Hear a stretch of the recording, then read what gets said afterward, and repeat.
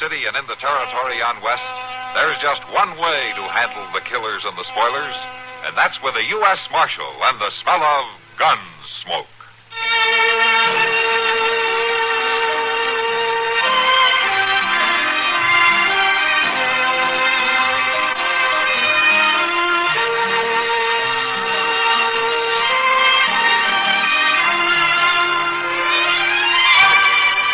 Gunsmoke, starring William Conrad, the story of the violence that moved west with young America, and the story of a man who moved with it. I'm that man, Matt Dillon, United States Marshal. The first man they look for and the last they want to meet. It's a chancy job, and it makes a man watchful and a little lonely.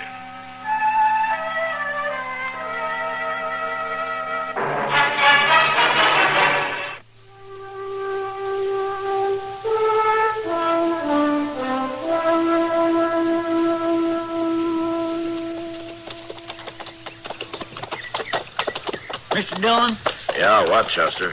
Just look at them doggone prairie dogs skittering all around everywhere, scurrying down all them holes. Well, what about them? Well, I was just wondering, did you ever give them much thought? Oh, I can't say that I have. Well, they ain't good for nothing. Not one cussed thing. You're right about that. But all they do is increase theirself and pock up the prairie at them holes. You figuring on doing something about it, Chester? Well, yes, Mr. Dillon, I thought I might just maybe write a letter to the government about it. Oh? Well, you go right ahead and do that. You think it'd do any good? Well, sure it would, Chester. The government would turn it over to the nearest marshal's office. Then I could turn it over to you right away.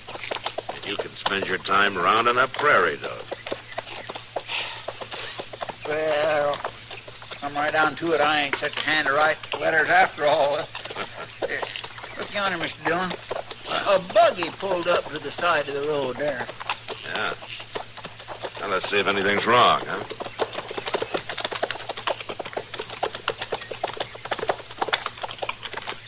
Well, what in the world would a lady be doing way out here all by herself? Now, let's see. You need any help, ma'am? It's that rear wheel. It just seemed to give way. We'll have a look. In Wichita, they said this was a sound buggy. You come all the way from Wichita? Alone? Without no man? Well, I hope to meet him in Dodge City.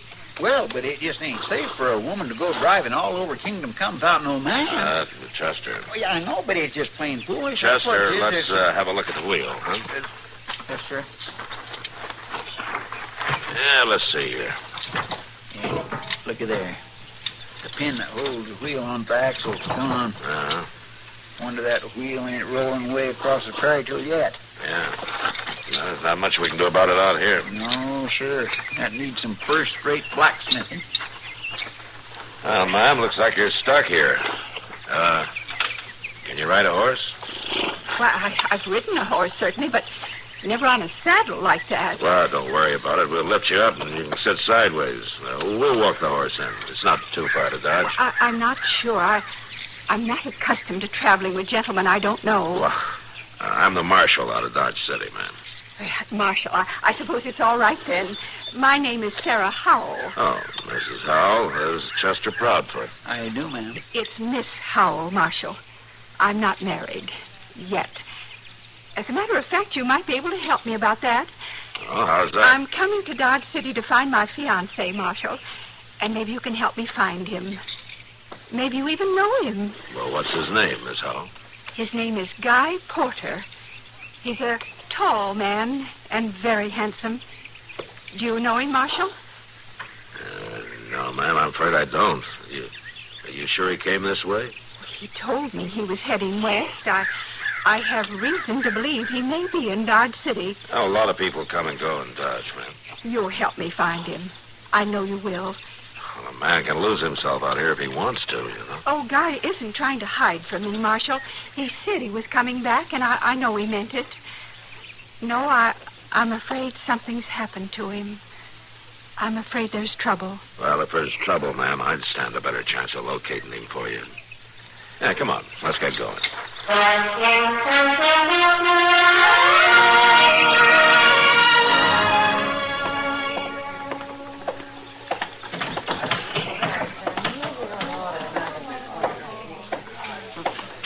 there, Chester. When did you get back? Just a little bit ago, Miss Kitty. And I don't mind telling you, if I don't never take that ride to Park City again, I won't do no bellyaching about it. That is the one longest, driest, most no-count piece of country. Did Matt come back with you? Oh, yes, he did, Miss Kitty. He'll be in directly. He's seeing to a lady down to Moss Smalley's. Oh? Where'd he find the lady? Park City? Well, no, that ain't exactly the way it was. It was more like that he found her along the way. Curious thing. Oh, come on over to the bar, Chester. I'll buy you a beer to wash some of that dust down. Well, that is mighty friendly of you, Miss Kitty. This lady you brought in. Oh, do you want to hear about her? Chester will have a beer, Sam. Sure, Kitty. Sure do. Thank you, Miss Kitty. Go on about the lady, Chester. Here you are, Chester. Oh, thank you, Sam. Chester, the lady? Oh, yes. Well, she come from Wichita, Miss Kitty. And she wants Mr. Doon to round up a man who's supposed to be out this way somewhere. Oh, does Matt know who he is? No, he don't, but he wouldn't have no trouble recognizing him if he seen him. Tall and tow-headed. Followed him all the way from Wichita, she did. I guess women folks can do that better than anybody. Do what, Chester? Recollect what a fellow looks like. Why, they can take just one look at a man's face, and they got it stored away in their minds forevermore. How his teeth was set, the way his hair growed out. Why, man don't hardly have a chance. Oh, I wouldn't worry about it. What do you mean? An awful lot of you get away. Oh, why, hey, there's a stage going down the street, ain't it? Oh, it sounded like it to me. Yeah, well, then I better get down for the mail. Thank you for the beer, Miss It's all right, Chester. See you later. Yes, ma'am, I'll sure be back. Sam, I'll be upstairs for a while. All right, Kitty. Kitty, Huh? can I see you a minute? Oh, sure, Rance. What's on your mind? Well, that woman Chester was talking about. Did he say what her name was? No, Rance, he didn't. Why? Well, I just thought I might know her. I got kinfolk in Wichita. They was talking about a cousin coming out here. Oh, well, I can tell you where she's staying. You could go down there and find out about it. That'd help, all right. Matt took her to Moss Smalley's, the boarding house in the south end of town. Thanks, Kitty. I'll go down there right off.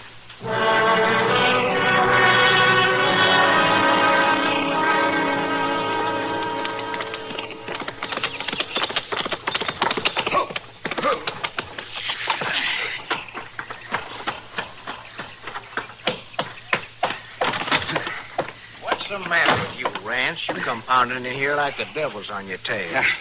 You better start worrying about that a little bit, Joe. What do you mean? You talked me into saying you could stay on here with me mighty nice. Claiming nobody saw you get away with that Wichita money. Well, that's right. Nobody did. Well, you should have looked back over the other shoulder. There's a woman asking all over town after you. What? She's giving your description to the marshal, right down to that pretty white hair. And he's looking for you, too. Now, you just got to get out of here, Joe. Now, just a minute, Rance. You sure you know what you're talking about? I know, all right. This woman's from Wichita. She's staying at a town boarding house, and she's asking about you. Now, I don't want no trouble with the law. Quit your bawling, Rance. There ain't gonna be no trouble. But if she spots... She ain't gonna spot me. You gonna move on? No. She is. Tonight. How do you know? I'm gonna fix it, that's how. You know where this boarding house is? Yeah, well, sure. All right. You show me after dark. Well, now, you ain't gonna do You nothing... want her to show me to the marshal? Well, no. Well, then leave it to me.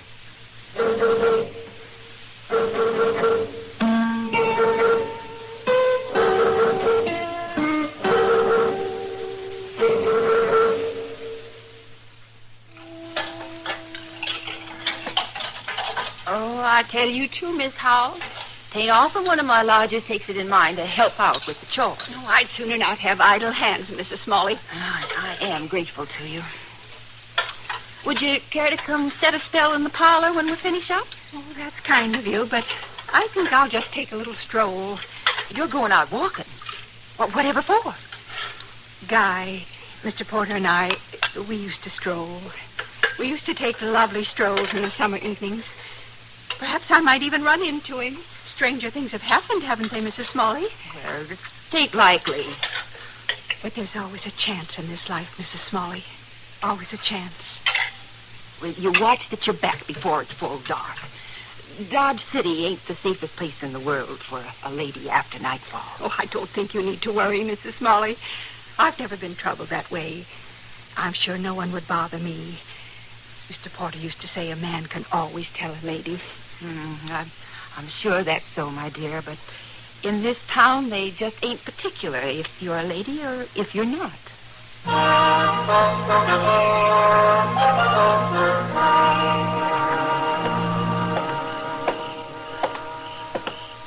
Rance, here, come over here.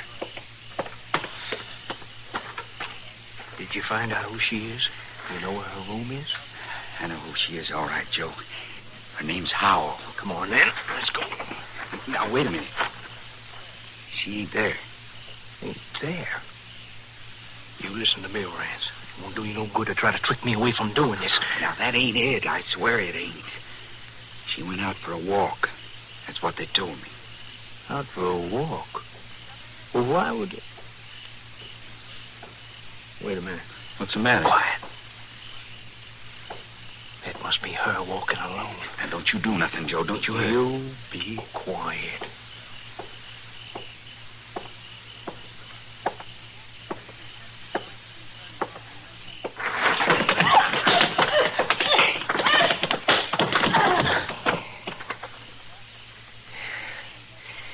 Now, you won't be talking about me or nobody else.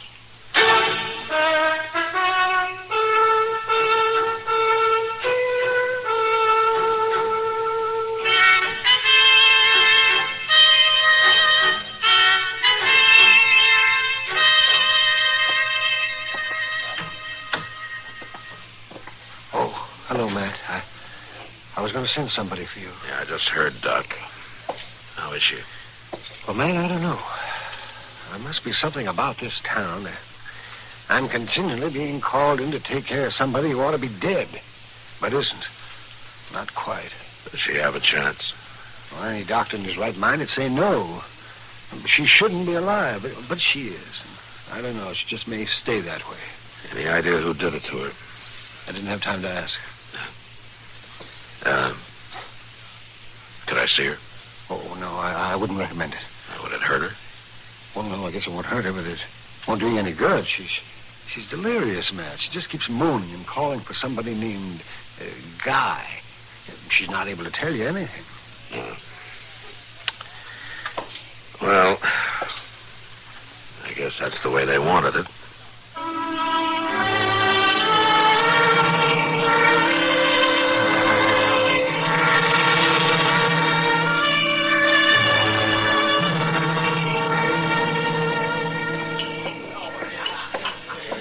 Here, Matt. Oh, thanks, Kitty.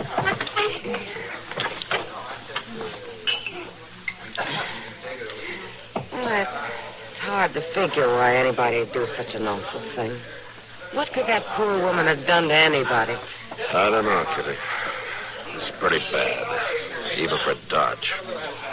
She hasn't been able to tell you anything yet, huh? I don't suppose she will be able to, even if she gets well. It was dark, and whoever it was jumped her from behind.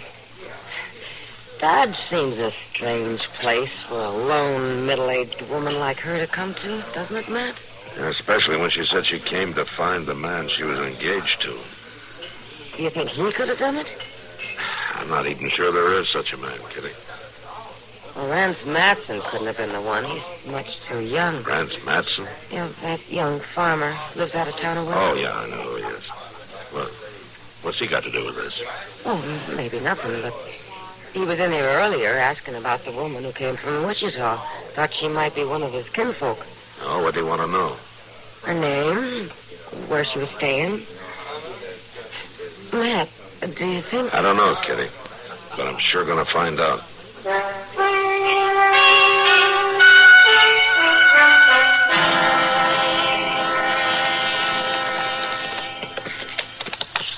I sure wasn't anxious to be out on this road again so soon, Mr. Dillon. Seems like we ain't hardly been off it. Yeah? We could have stopped off at the Matson place yesterday just as easy on our way back from Park City. And it might have saved some trouble if we had, Chester. Yeah, come on, let's turn in here. There's Ranch standing out in front there. Yeah. Hudson, I want to talk to you. Why, he's running, Mr. Dillon. Dad, where you are? Don't shoot again. Don't shoot. Next time I'll be aiming for you.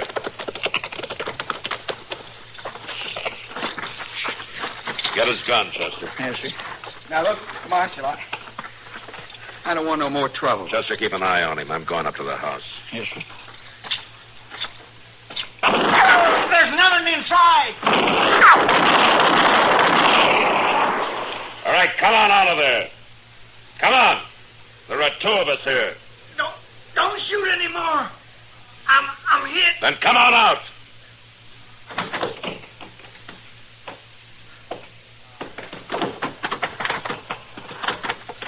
All right, Chester, let's try to patch him up. I want him to last long enough to answer a few questions.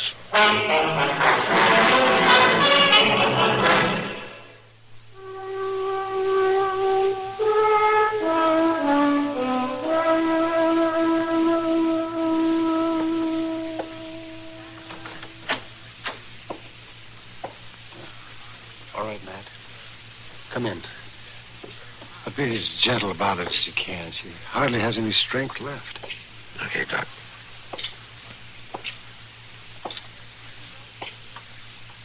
Miss Howell? Miss Howell? Oh, It's Matt Dillon, Miss Howell. I'd like to talk to you for a minute. oh, Marshal. Nice of you to come to see me. About the man you were looking for. Guy? You found Guy? Well, we might have, Miss Howell. Guy. I knew I'd find him. Now, you said that he was a tall man Tall, Marshal. Straight as a young tree. and yellow-headed. He has light-colored hair, all right. And it shines in the sun. Well, we found a man that looked something like that. When can I see him? Where is he, Marshal? Well, now, just a minute, Miss Howell. You might not be so glad to see him as you think. Oh, Marshal Dillon, you mustn't talk that way. I've never had a thought for any other man. No, ma'am, I didn't mean that, but this man, he may have changed some since you last saw him. Oh, not Guy. He couldn't have. Besides, it was just a little while ago. I have to tell you, Miss Howell. This man is wanted for robbery in Wichita. And he may even be the man who beat you up. Oh, Marshal Dillon. I'm sorry, but that's the way it looks. What? Guy Porter never did a dishonest thing in his life. Where is he, Marshal?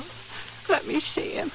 Well, I didn't know the way it turned out if you want to see him after all. Please, Marshal, bring him to me. All right, ma'am.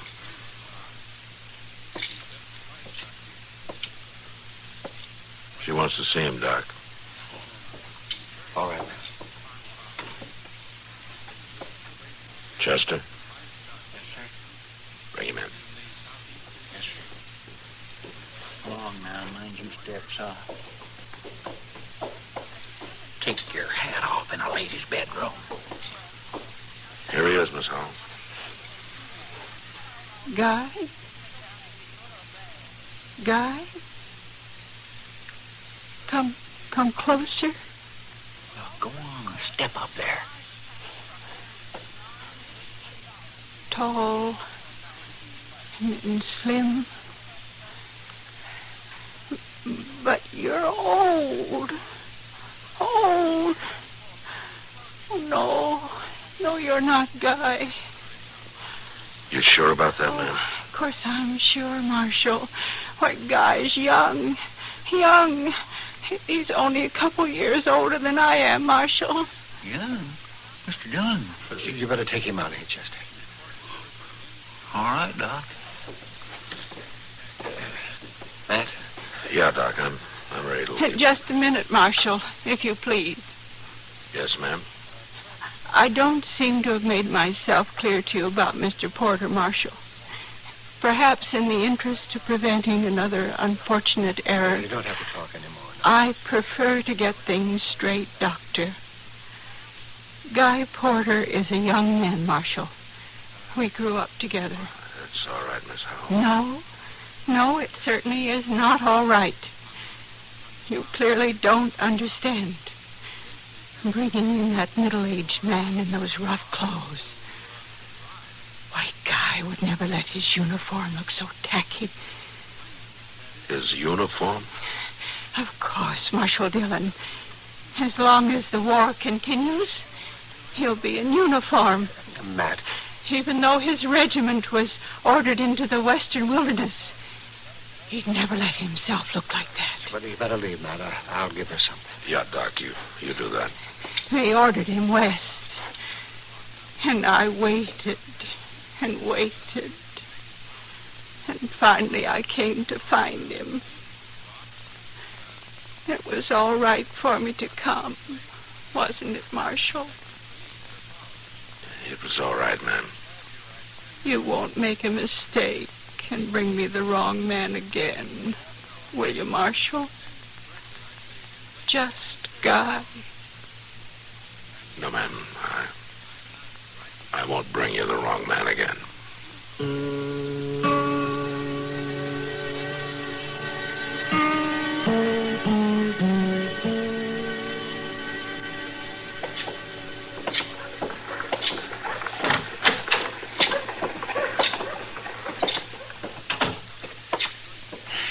By jing, I tell you for sure, Mr. Dillon, I'm glad they sent a deputy to take that outlaw back to Wichita on the stage.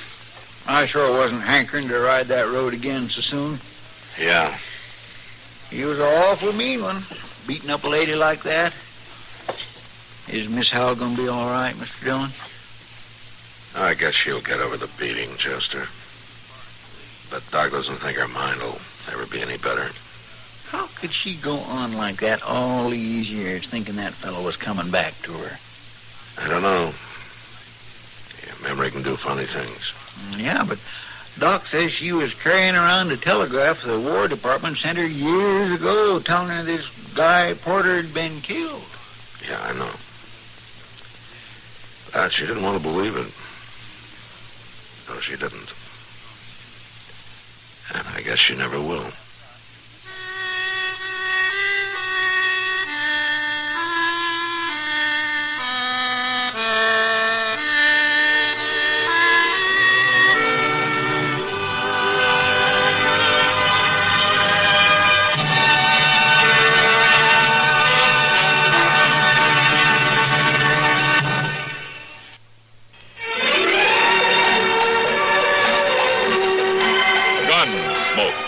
Produced and directed by Norman McDonald, stars William Conrad as Matt Dillon, U.S. Marshal. The story was specially written for Gunsmoke by Marion Clark, with editorial supervision by John Meston. Featured in the cast were Vic Perrin, Clark Gordon, and Ann Morrison. Harley Bear is Chester, Howard McNear is Doc, and Georgia Ellis is Kitty.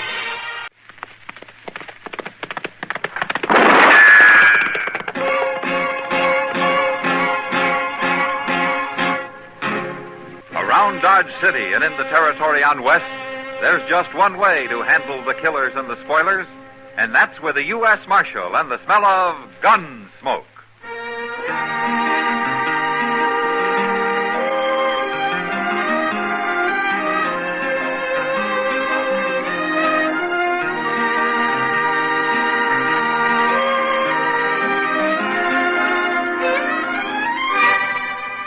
Gunsmoke, starring William Conrad. The transcribed story of the violence that moved west with young America.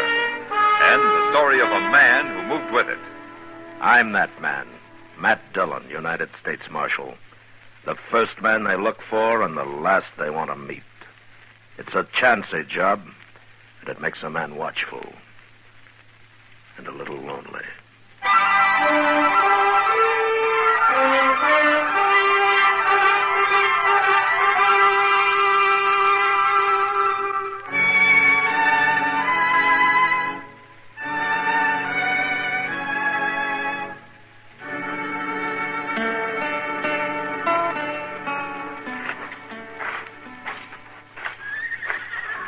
Say, look in the window over there. In the restaurant, Mr. Dillon. What? Doc's got himself a girl. What? Well, I'll be... I never saw her before, Chester. He's waving at us. He wants us to come in. Oh, all right. Look, you come in and say hello and then go on out of the telegraph office, huh? Might be important. Okay, sir. That girl must be a real good friend, Mr. Dillon, if Doc's buying her dinner. Yeah, if he is. Well, he better be. Hey, she ain't half ugly. I wouldn't put it exactly that way to her. Hello there, Matt. Chester. Hello, Doc. Doc. Well, Abby. Abby, this is Marshal Dillon. And Chester Proudfoot. Abby Twilling. How do you do, gentlemen? Miss Twilling. How do you do? Sit down. Well, thank you, Doc. Well, I'll be back directly, Doc. I got to go across to the depot. There's a telegraph waiting for Mr. Dillon. I'll be here, Chester. Okay, sir. I'll hurry. Doc's been telling me about you, Marshal. Oh? Oh, now, don't look at me like that now, Matt. And she wants to know all about Dodge. And I've been trying to tell her what to expect. Well, in Dodge, you can expect almost anything, Miss Twilling. So I hear. But Abby's seen her share of violence, Matt. She was a nurse in the war. Oh? Well, that's how I met Doc. We worked in the same hospital for nearly a year. Oh, best doggone nurse I ever saw. Yeah, I'm trying to talk her into settling down here. Oh, Dodge could use somebody like her. Are you moving on, Miss Twilling? Why, I haven't any plans, Marshal. I've been working in St. Louis, but it's lonely, and I got restless and decided to ride the Santa Fe as far west as it goes. I'm on sort of a vacation, you might say. Somebody on the train mentioned my name, and she looked me up right off. Well, it's been a long time, Doc. Oh, you're too long. Oh, you stay here, Abby. We'll keep you busy. Oh, yes, and who knows, maybe we'll even find you a husband. My, I'm sorry.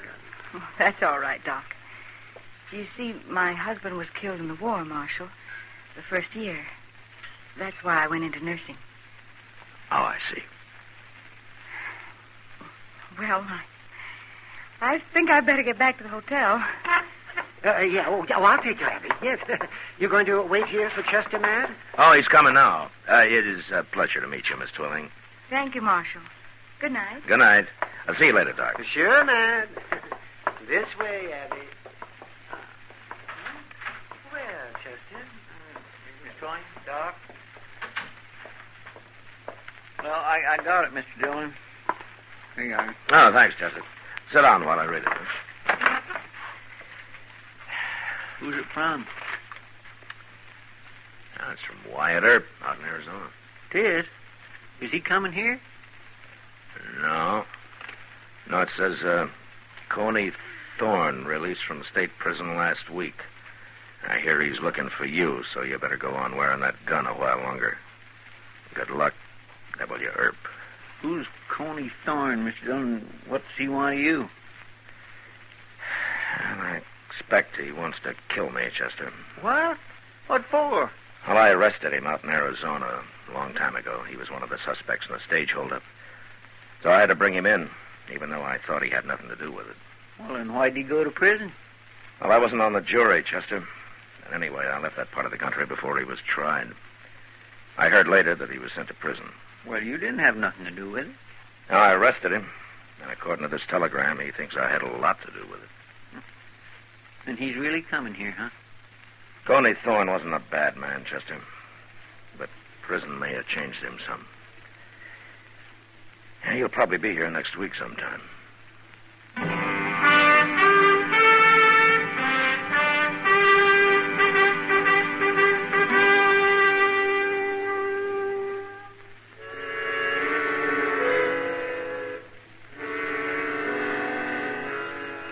There were a lot of things I didn't like about being a lawman, and having to face a man who was out purely for revenge was one of them.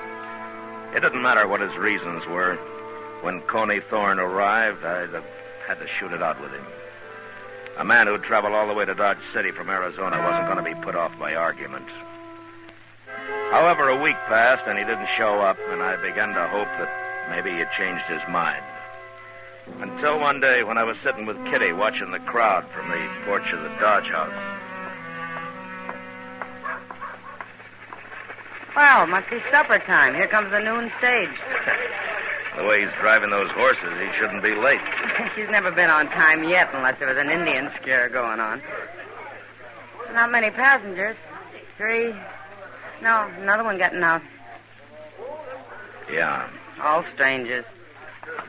No, not all of them, Kitty. Not to me. What? That last man that got out. I've been waiting for him. Coney Thorne? Well, I might as well get this over with right now. Look, Kitty, you better go inside, huh? Yeah, I sure will. Good luck, Matt. Yeah.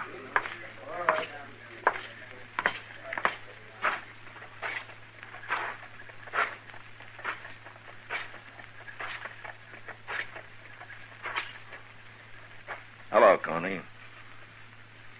Dillon? What took you so long? I was expecting you last week. How'd you know I was coming? You must have told somebody. You got friends everywhere, ain't you, Marshal?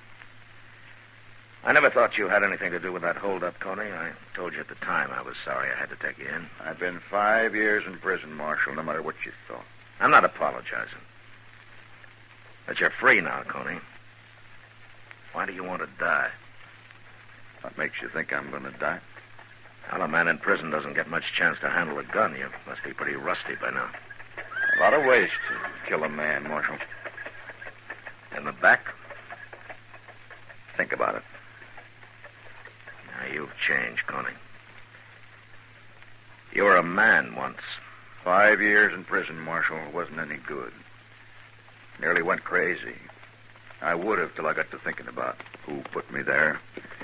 That saved my mind, kind of. Yeah, but you're out now. It's all over. No, not yet. I ain't going to fight you, Marshal. Not till I'm ready. Not till I figure out how to kill you. I'm going to make you go crazy waiting the way I done. And I'll sleep all the better knowing you're going to have one eye open every minute from now on. You're not the first man who's wanted to kill me. Maybe not. But I'm going to be the first to do it.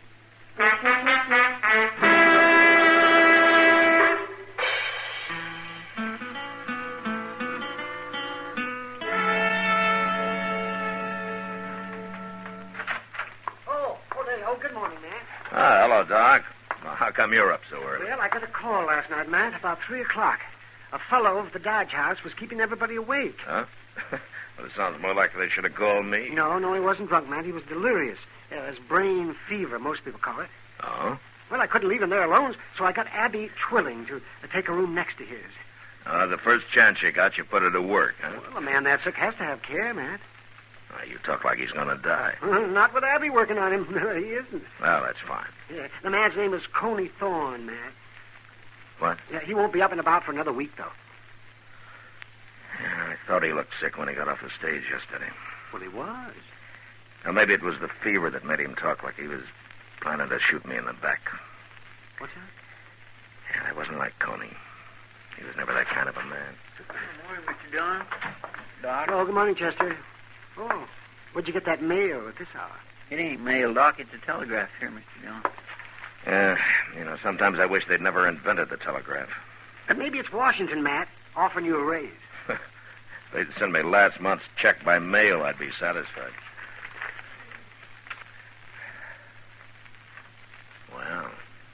Well, what is it, Mr. Dillon? It's from a U.S. Marshal in Phoenix. He says if Coney Thorne has left Arizona, he's broken his parole. If he turns up here looking for me, to arrest him. I didn't know he was on parole. No, neither did I. But they're willing to pay the expense of sending him back under escort. You going all the way to Arizona with him, Mr. Dillon? No, of course not. I'll hire somebody. Well, you can't put that man in jail, Matt. Now, why not? He's too sick. And I won't have Abby nursing a man in jail. It's bad enough in the hotel. Well, as long as he can't run away. He'll be in bed for a week. And if you don't tell him about this, he won't run anyway. Okay, Doc. I'll leave him alone. For a week.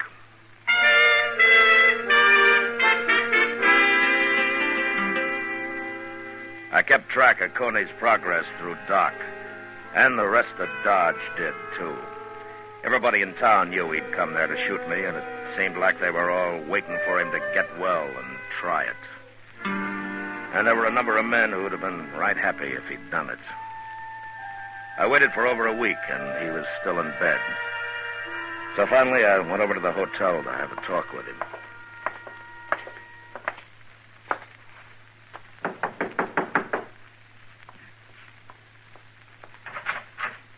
Oh, Marshal Dillon. Hello, Abby. Can we come in?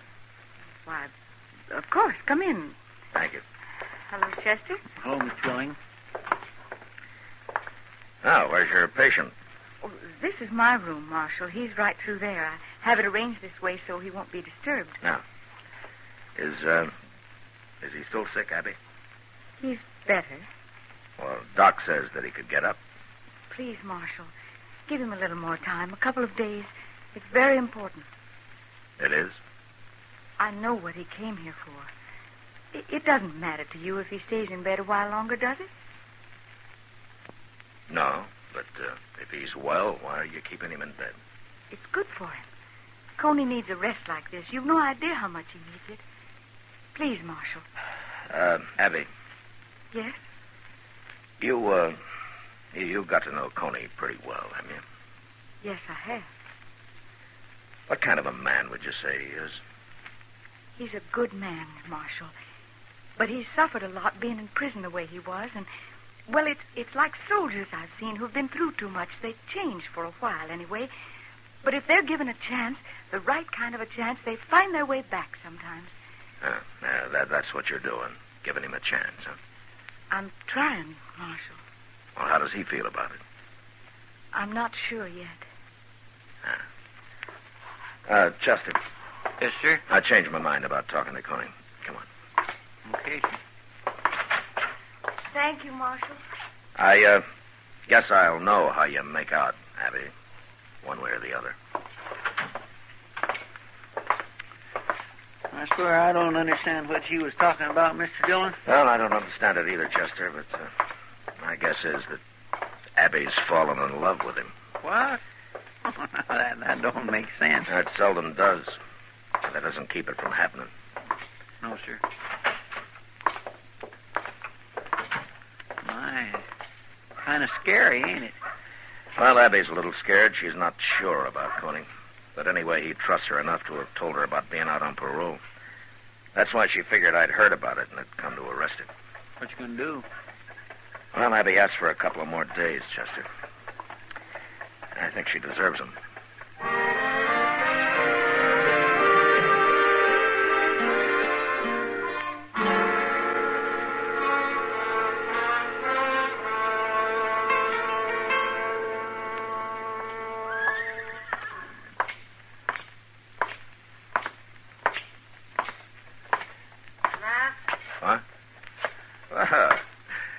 Evening, Kitty. I just coming in to say hello. Oh, the air's better out here, Matt. I never saw that saloon so crowded as it is tonight. Oh, a couple of new herds arrived today. Yeah, I know. I've danced with every cowboy that came with him. I had to get out of there while I could still walk. Well, as long as they're dancing, they're not fighting. Oh? You ever dance with one of them, Matt? Is it that bad? Oh, Mr. Dillon? Oh, Miss Kitty. Evening, Chester. Mr. Dillon, right across the street there. I just seen Coney Thorne. What? Well, where was he headed? He was knocking on the front door of the stage office, and nobody didn't answer, so he went around back. Oh. I'll see you later, Kitty. Sure. Looks like Coney's trying to run off, Mr. Dillon. There's no stage till tomorrow morning, Chester. Besides, he doesn't know I'm going to arrest him. Well, at least he didn't come gunning for you as soon as he got out of bed. Well, maybe he wants to be sure of a seat on the stage first. He said he went around to the back of the office. Yes, sir, right up the alley here. Yeah. Look, you better stay back a little, huh? Hmm? Being in bed so long might have made Coney a little nervous. Well, yes, sir.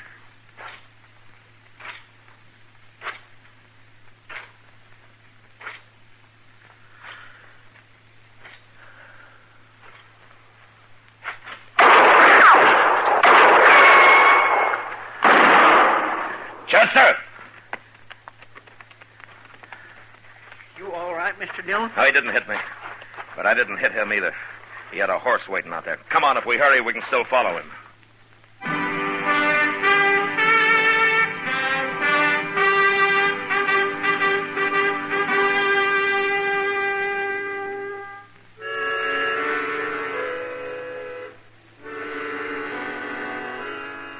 With the full moon to help us, Chester and I didn't have much trouble staying on Coney Thorne's trail once we hit it. We pulled up now and then and listened, and we could hear his horse running hard, not too far ahead of us. But he didn't run long. Coney had made a poor choice in the mount that he'd stolen, and had sold on him within an hour.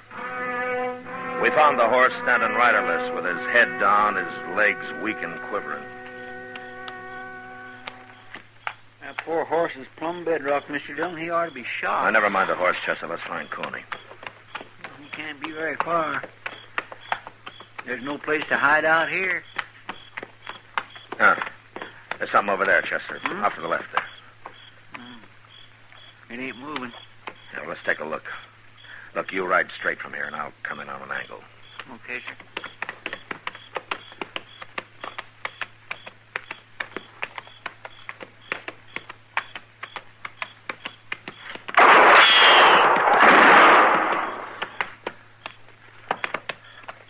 All right, ride in, Chester, but be careful.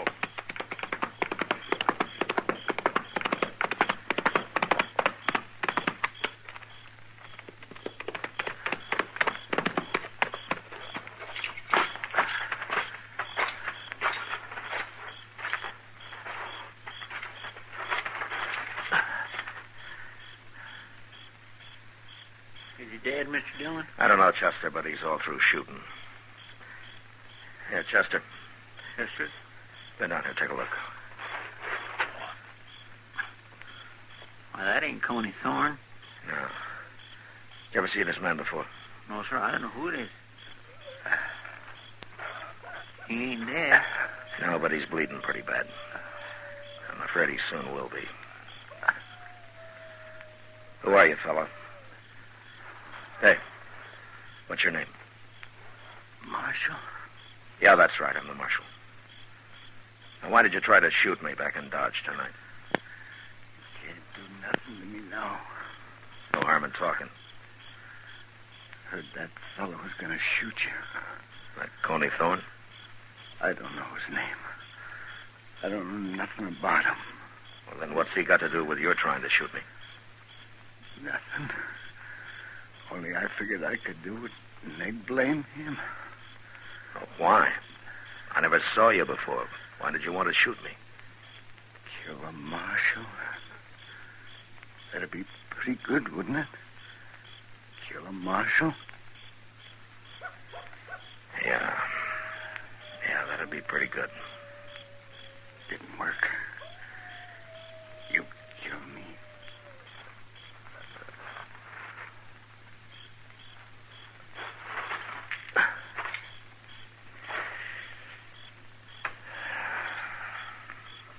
He's dead, ain't he? Yeah, he's dead. A darn fool. What good would shooting you have done him? Well, it made him feel better for some reason, Chester. But why? I don't know. Just the idea of shooting a marshal and getting away with it, I guess. He didn't have any more sensible a reason. No, sir. Well, let's get him buried. It'll be daylight before we get back to Dodge, as it is. I still got to find Coney.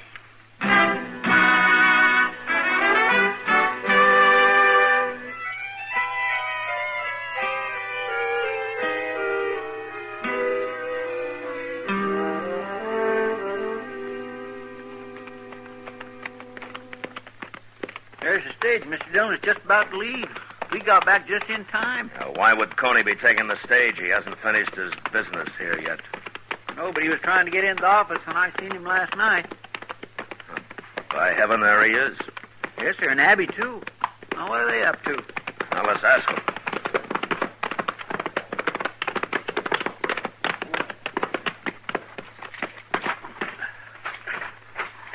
Let him stand, Chester.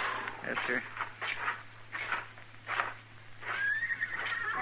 do a thing, Tony. It'll be all right, I tell you. Why do you have to come back now? Good morning. Good morning, Marshal. You, going someplace, Coney? Well, I heard about last night, Marshal. But it wasn't me shot at you. You know it wasn't. I found the man that did it. I ain't gonna kill you. That's all over, Marshal. It is? It was like being crazy, Marshal, for a long time. And I got the fever, and Abby was there talking to me all the time, taking care of me.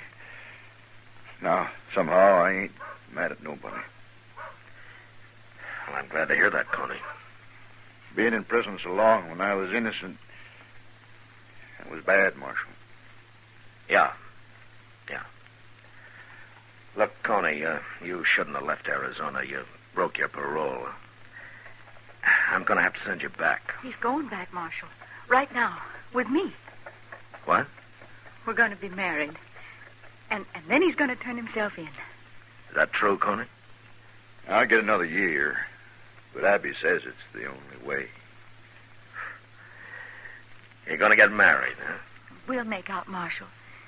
But please don't arrest him here. Let him go alone with me.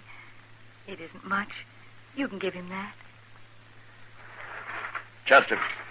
Yes, sir? Go over to the telegraph office and write something out and send it to the marshal in Phoenix, huh? Well, what'll I say? Tell him thanks for the warning. And tell him if Coney Thorne did leave Arizona and came here to shoot me, I'd arrest him quick. But knowing Coney, I think he's learned his lesson. He's got more sense. Yes, sir. Now get going. All of you.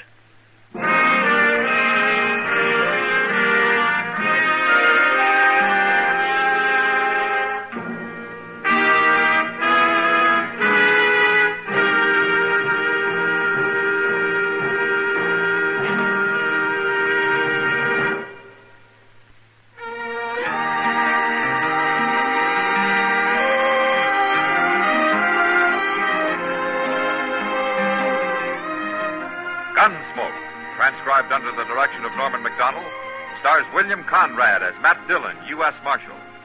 Tonight's story was specially written for Gunsmoke by John Meston, with music composed and conducted by Rex Corey. Featured in the cast were John Daner, Vivi Janis, and James Nusser. Harley Bear as Chester, Howard McNear as Doc, and Georgia Ellis as Kitty.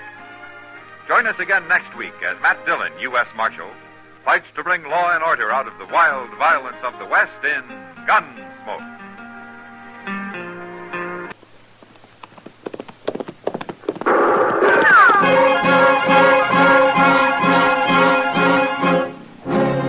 Around Dodge City and in the territory on West, there's just one way to handle the killers and the spoilers, and that's with a U.S. Marshal and the smell of Gunsmoke.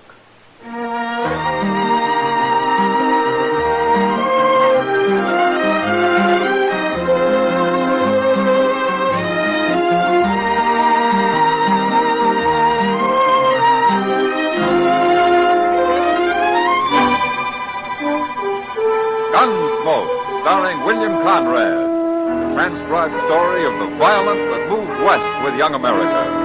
The story of a man who moved with it. Matt Dillon, United States Marshal.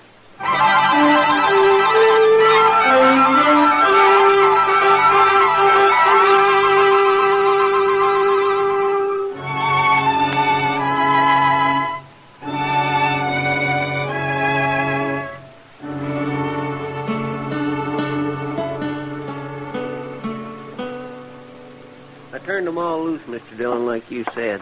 Oh, good, Chester. They was the sorriest-looking cowboys I ever did see. I guess I didn't really hurt any of them, Chester. Well, sure, being banged on the head with a 6-gun ain't the gentlest way to end the evening's pleasure.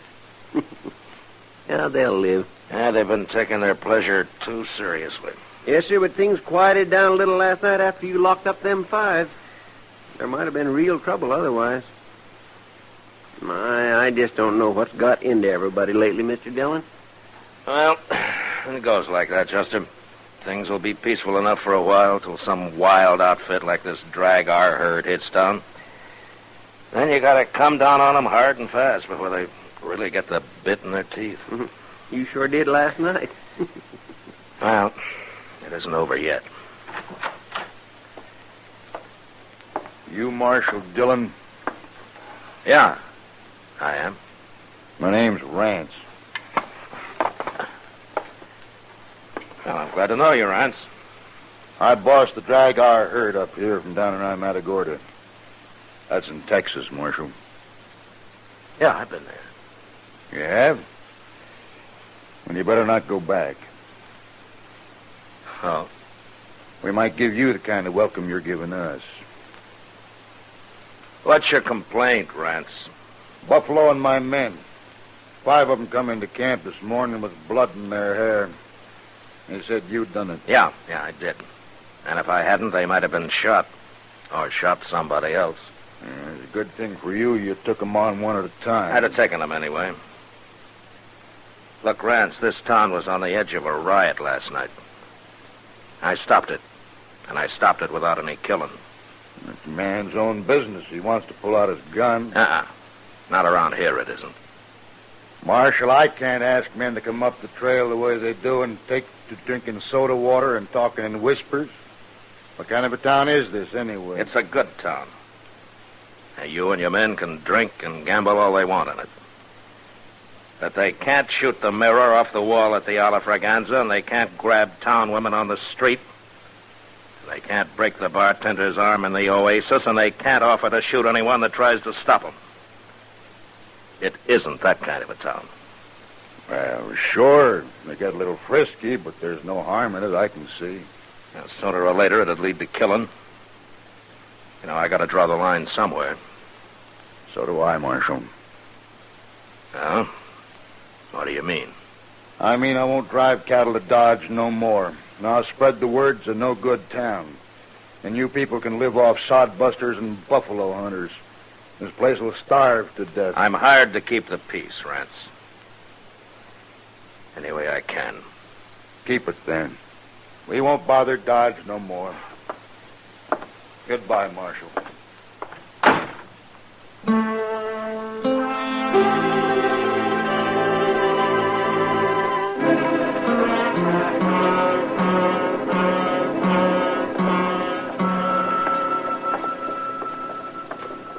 You want me to go in with you, Mr. Dillon? No, Chester. You better wait outside. Okay, sir. What do you think they're up to, anyway? Well, Green told you it was a businessmen's meeting, didn't he? Yes, sir. And I expect they're worried about business. Here we are. I'll be out shortly. Yes, sir.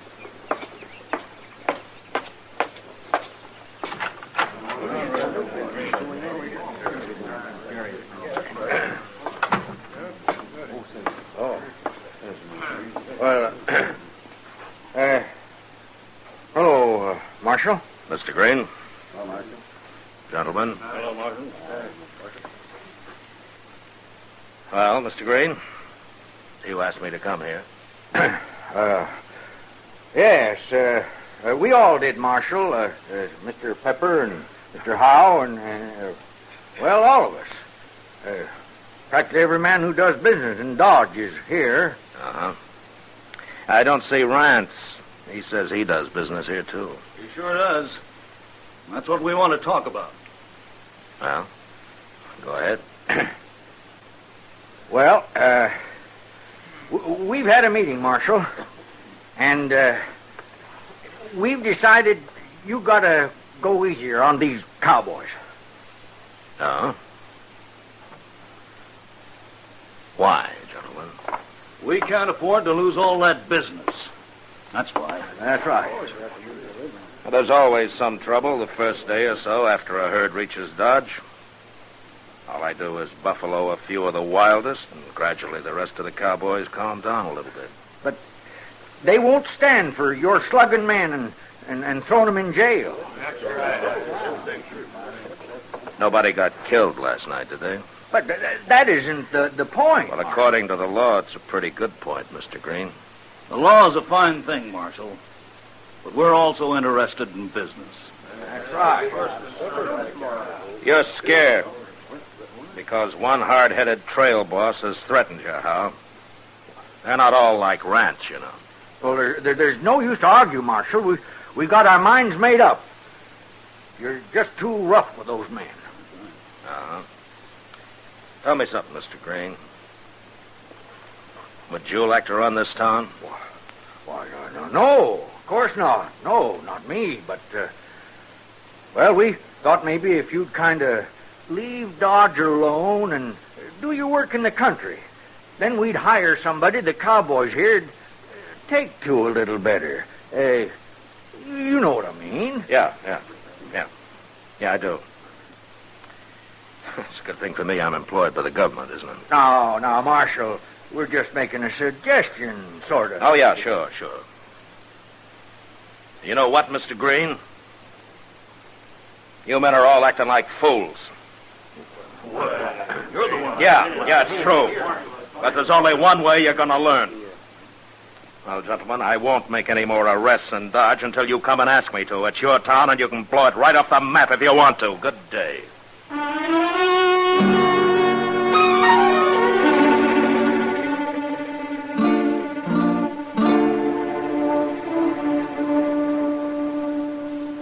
I got the mail, Mr. Dillon. What there was. Well, I'll look at it later, Chester. I'm going to have a lot of time. Yes, sir.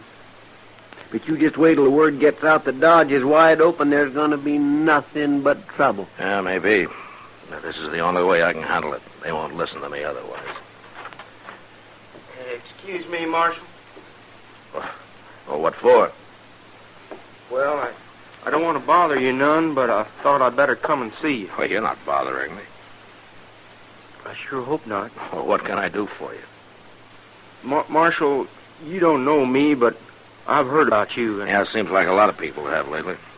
I know. Marshal, Well, go ahead, mister. There's nothing to be afraid of. I'm the new constable.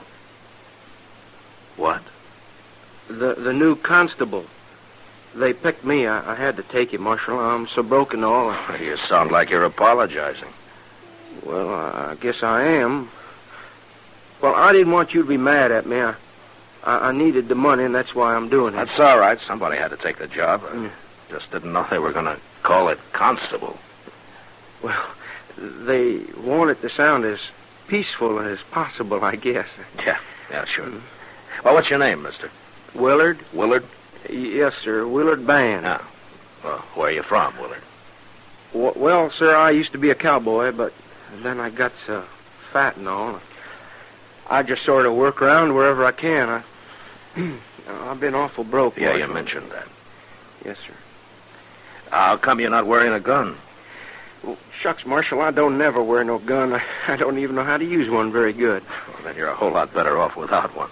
I don't aim to get in any fights, Marshal. If there's any trouble, maybe I can just sort of talk 'em out of it. Yeah, maybe. Well, Willard, I wish you a lot of luck. Well, thanks. I got to be going now, Marshal. I'm on pay already. So long. So long, Marshal. So long, mister. So long.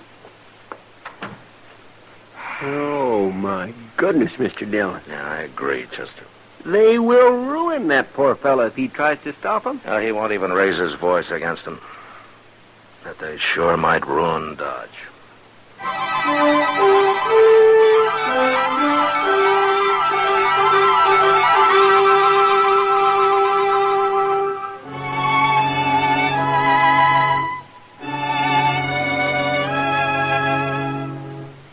The government paid for my office and the jail behind it, so I stayed there. I was sure that Constable Willard Band, broke and fat and humble, wasn't going to manhandle any randy Texas cowboys and throw them behind bars. And the first 24 hours passed peacefully enough. The Drag R outfit was busy moving their herd across the Arkansas and didn't get into town. But the next day, a new herd arrived. And that night, it seemed like all of Texas had come to Dodge. By midnight, no man, unless he was armed and ready to fight, should have been on the street. was Doc who told us what it was like when he came into the office where Chester and I were sitting it out playing a little two-handed 21. Oh, it's a fine thing when the U.S. Marshal holds up in his office when men are getting shot up and knifed all over town. Well, I hope that's not true, Doc. It is true. I just come back from trying to save the second victim. The first one's already dead. Cowboys or citizens? Cowboys. If they'd have been citizens, I suppose those dunderheads would have been in here on their knees begging you for help. I don't want them on their knees. Oh, I know, Matt, but it's getting worse. Why, that last fellow, they wouldn't even let me bring him back to my office. They said he might as well die right there on the floor of the Texas Trail. They did? They sure did. And they ran me right out of there. They what? They took me by the arms and they half-carried me as far as the door. Oh, yes, but I called them everything I could think of while they were doing it. You think that man's dead yet, Doc? He will be soon, if I don't get into where I can work on him. All right, we're going over there and get him. Come on, Chester. Yes, sir. I told him I wouldn't make any arrests, and I won't. But nobody's going to stand between Doc and a wounded man.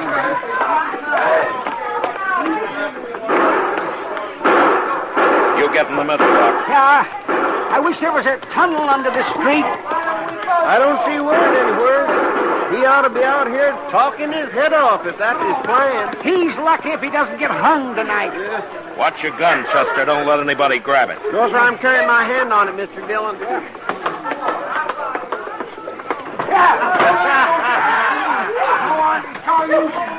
He's right over there, Matt. He's lying in front of the bar. All right. All right, get up. Come on, make room here. Move, will you? All right, go ahead, Doc. See if he's still alive. All right. Let me look at him here.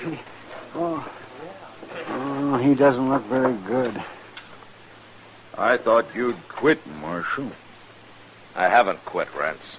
What are you doing here, then? A man's dying. It was a fair fight. We believe in dying where we fall, Marshal. We don't need no help. I won't even argue with you, Rance, but the first man that interferes with Doc's going to die on his feet. And if you can't understand it any other way, just put it that Doc's a friend of mine. Is that clear enough for you?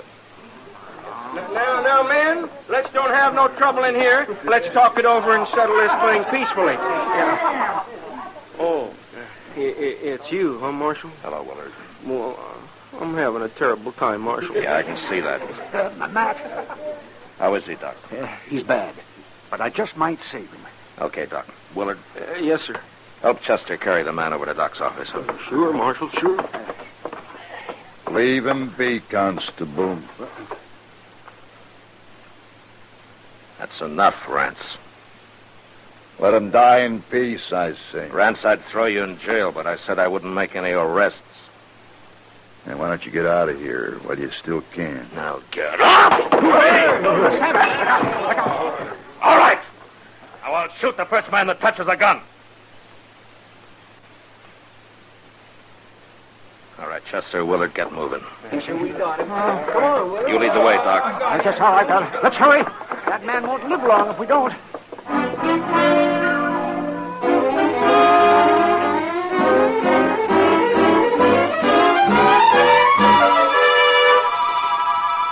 It's 2 o'clock in the morning and the crowd's thicker than ever, Mr. Dillon.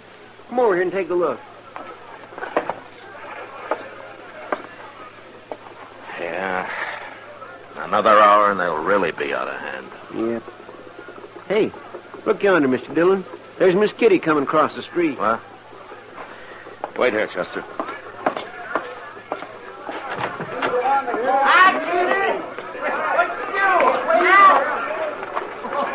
What are you doing out here, Kitty? I was coming to find you. Let's get off the street. Come on.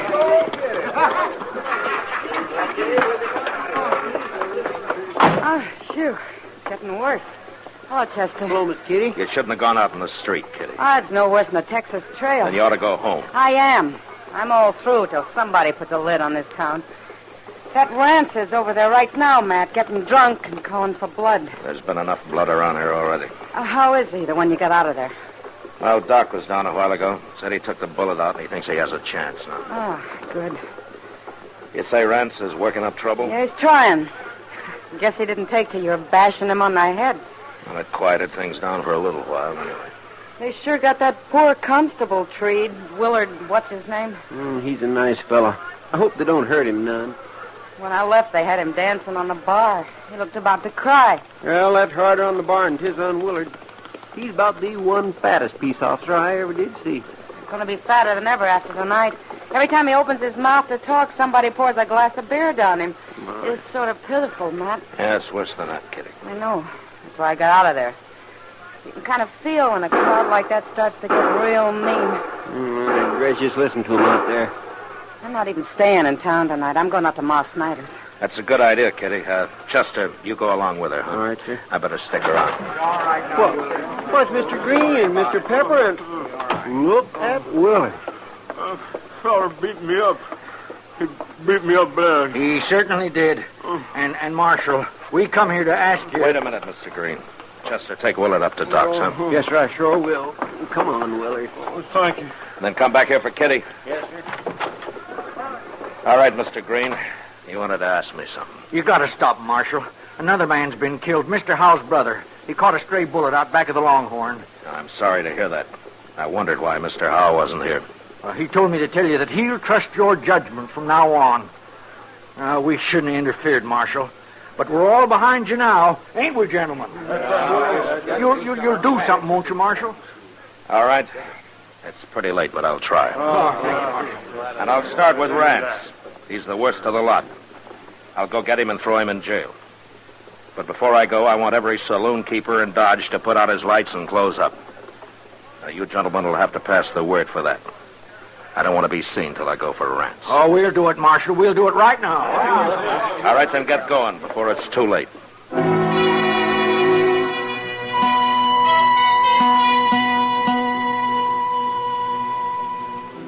I waited for half an hour while Green and the others spread the word to close up the saloons. The lights gradually went out, up and down the street. And I left the office, alone. I found Rance in front of the Texas Trail, and I was able to reach him before I was recognized.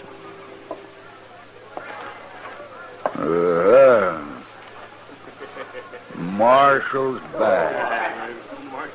Let's shoot him, men. You better get out of here, Marshal.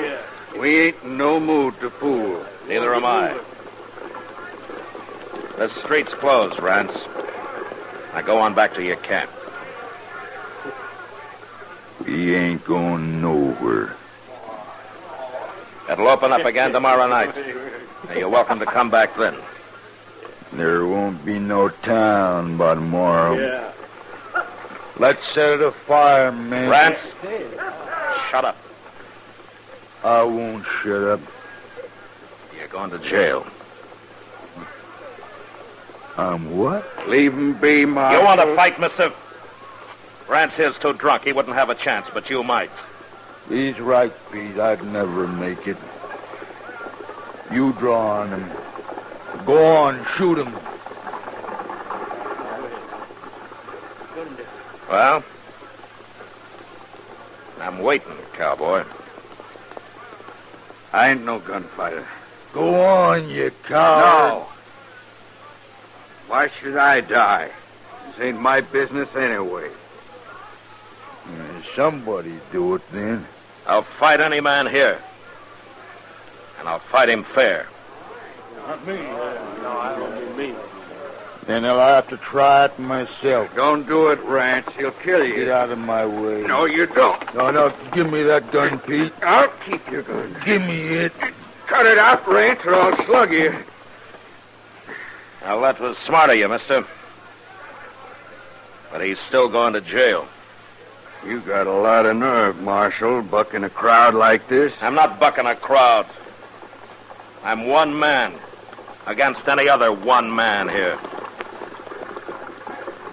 You cowboys aren't built that way. I've been in Texas, too, mister. Guess you win, Marshal. Yeah, it looks that way. All right. Now, do you want to take Rance to jail, or do you want me to do it? Well, his head might be less lumpy tomorrow if I do it, Marshal. Start walking, Rance.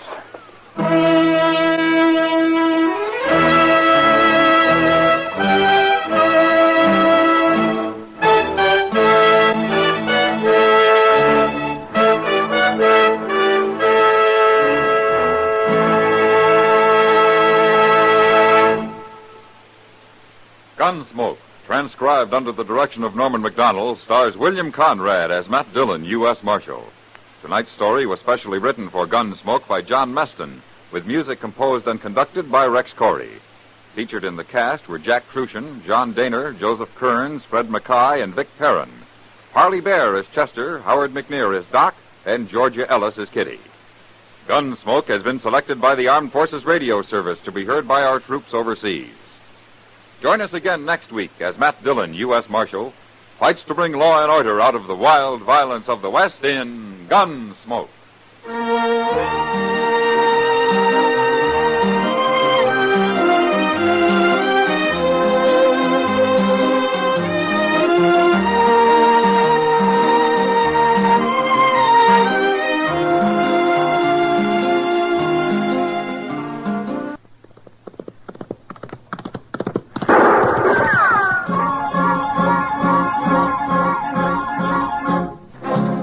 Around Dodge City and in the territory on West, there's just one way to handle the killers and the spoilers, and that's with a U.S. Marshal and the smell of gun smoke.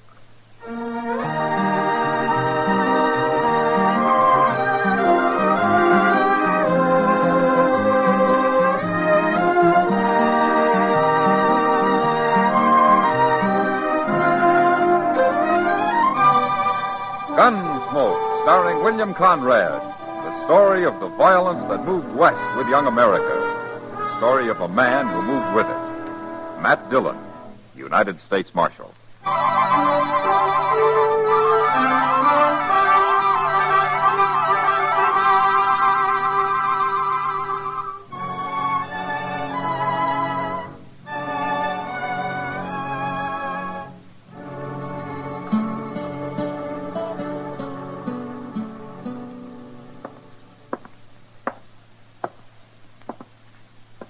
Barkeep.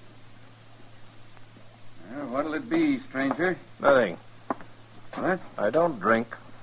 Is that what you come in here for, to tell me you don't drink? I didn't come in here to tell you nothing, Barkeep. You won't be the first stranger in Dodge I've had to straighten out. Which one of these men is the marshal? The marshal? The marshal. I was told I'd find him here. He's here. He's sitting right behind you, so don't start nothing. Oh. Is that him, sitting right there? That's him. Well.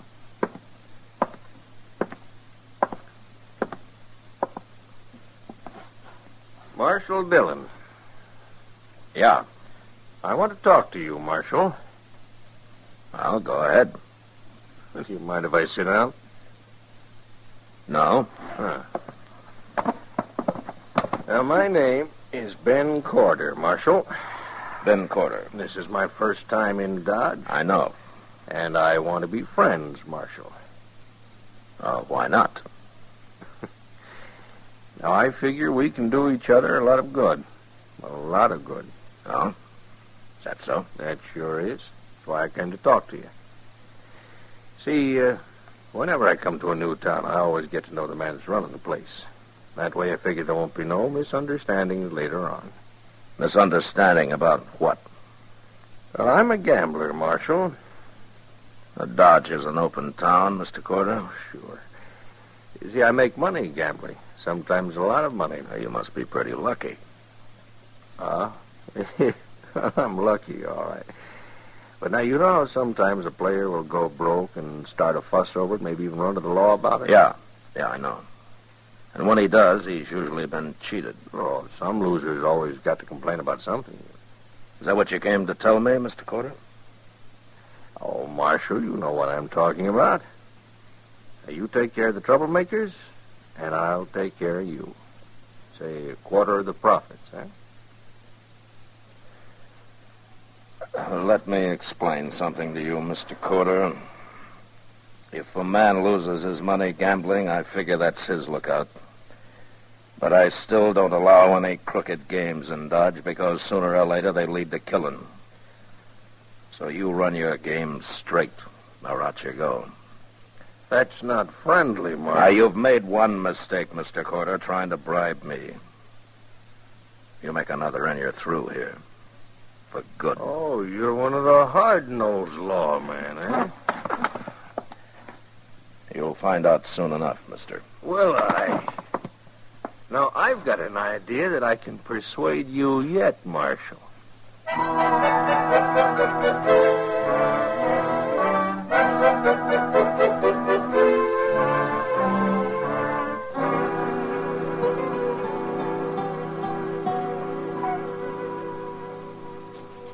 Too far to come by J. Coke. K-O-C-H-E.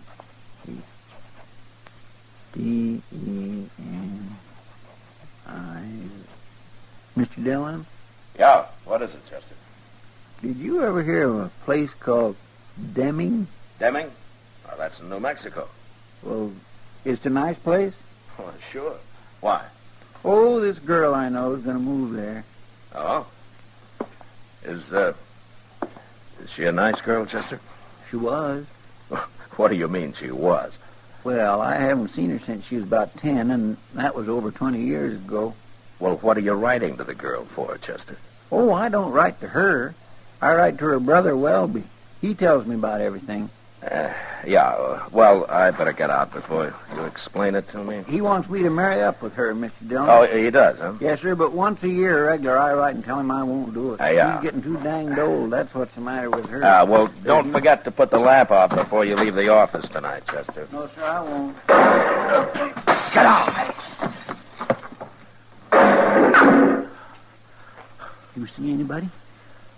You want the rifle? No. Crawl over and put the lamp out, Chester, but keep low. Yes, sir.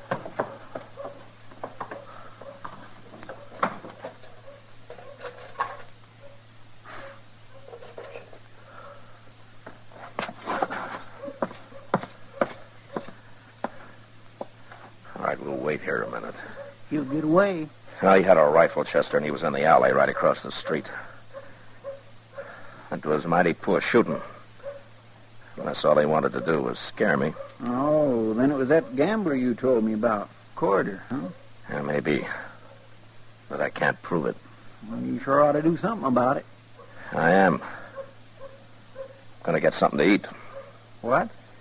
Well, you go out and drop the word here and there about me getting shot at.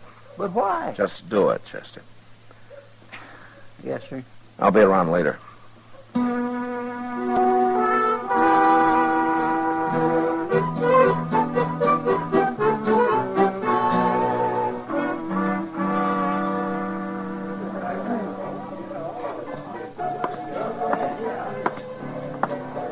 Evening, Matt. Hello, Kitty.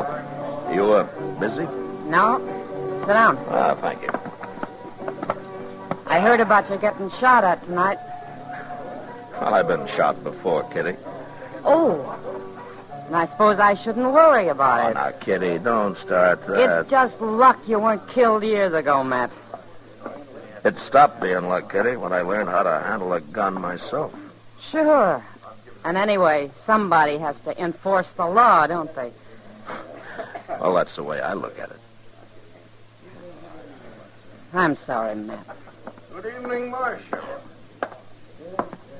Hello, Corder. Ah, right pretty girl. How long you been wearing shoes, mister? Now, look here. Say what you have to say, Corder. You sure do make it hard to be friends, Marshal. I only wanted to say that I heard that you got shot at tonight. So? Well, I'm sorry it happened, that's all. I don't envy a man has to be a marshal. It's mighty dangerous. Besides that, it usually don't pay very good. And what do you think I ought to do about it, Corder? Quit? No, that ain't necessary, Marshal. Because if you were smart, you could stay right here and make good money and be real safe to boot. I didn't know for sure it was you, Corder. But now I know. What are you talking about? There's a stage leaving Dodge about sunup. You're going to be on it. Oh, no, I'm opening a new game across the street tomorrow. Now take your gun, Corder. Oh, wait a minute, Marshal. You can't do that. I think I can. Oh, by heaven, you...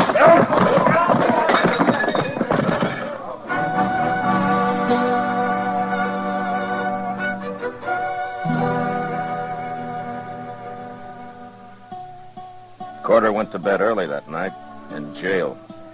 But I got him up next morning in plenty of time to make the stage. He climbed into it, meek as a bird, and then it left. And I soon forgot about him. Like so many others I'd run out of Dodge, I figured he'd keep going and make his trouble somewhere else. But a couple of weeks later, I found out I'd figured wrong. I was walking up Front Street one afternoon with Doc. I tell you, Matt, I'm going to take down my shingle one of these days and let all these people find themselves a good vet. Who's been souring your milk, Doc? Oh, Miss Humboldt. That's her. She's been coming in every day for a week. You're usually complaining about a shortage of patients, Doc. Yeah, well, that woman's not a patient. She's a suicide. Well, now, Doc, that might be said of anybody who comes to you. Huh? Oh, yeah. Oh, well, the price for cutting bullets out of you just went up, Matt. Okay. Tell me about Miss Humboldt. Oh, she wants to be bled all the time, and I won't do it. A lot of people think bleeding's good for them. Well, I don't, and I just... Hello, Doc. Hi, Chester. He's right inside the Alpha here, Mr. Dillon. I just saw him. Who did you see, Chester? That gambler, Corder. What? And he's got somebody else with him, some stranger. Well, we'll see you later, Doc. Oh, yeah, well, sure, man. Come on, Chester.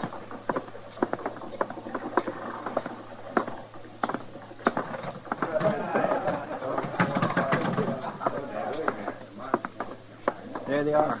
At the bar, Mr. Dillon. Well, I'll be... There he is, Toke. That's him. Him? I'm back, Marshal. Brought a man with me to sort of look after my interests. You won't buffalo him so easy. Hello, Toke. You really the marshal here? Didn't Corder tell you? He didn't mention no name. What are you talking about? Toke Moreland and I are old friends, Corder. We worked and rode a long time together. In fact, we went through quite a lot. Didn't we, Toke? Too much, Matt. Remember? Yeah, I remember. You're marshal now, huh? And you've sold your gun to Corder here. Is that right? That's right. So you're here to kill me? Yeah. I'm here to kill you.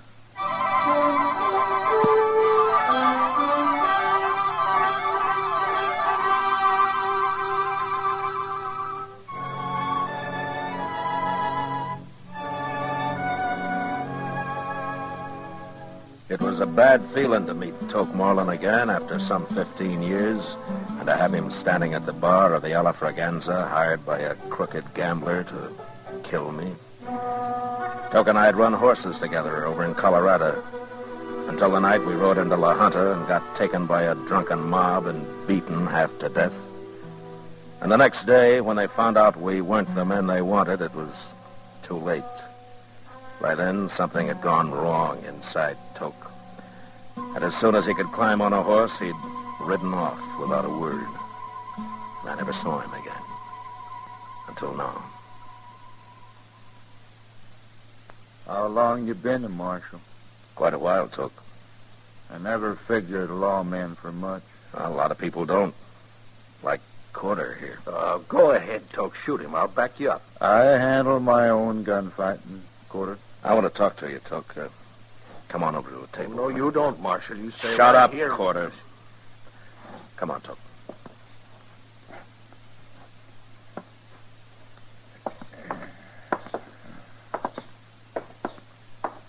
Sit down.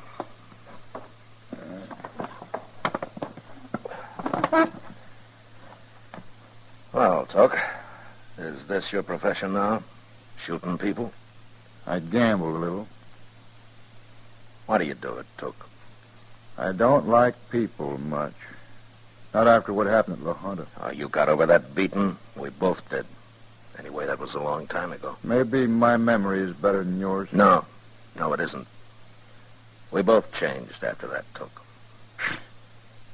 We sure did. But in different ways. Now you hate everybody. I just hate mobs. I guess that's one reason I became a lawman. There was a lawman helping them that night at La Junta. The sheriff himself. Well, there are good sheriffs and bad. Like marshals? Like anybody, Toke. It's kind of too bad you're a marshal, Matt. You mean you're going through with this anyway? I never back off from a fight. Well, suppose I won't fight. I get paid all the same.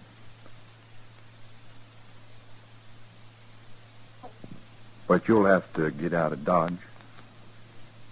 You think I'll do that? No. But I'll give you 24 hours to worry it around. All right, Tuck. That gives you 24 hours, too. I don't change. Talk's nothing to me.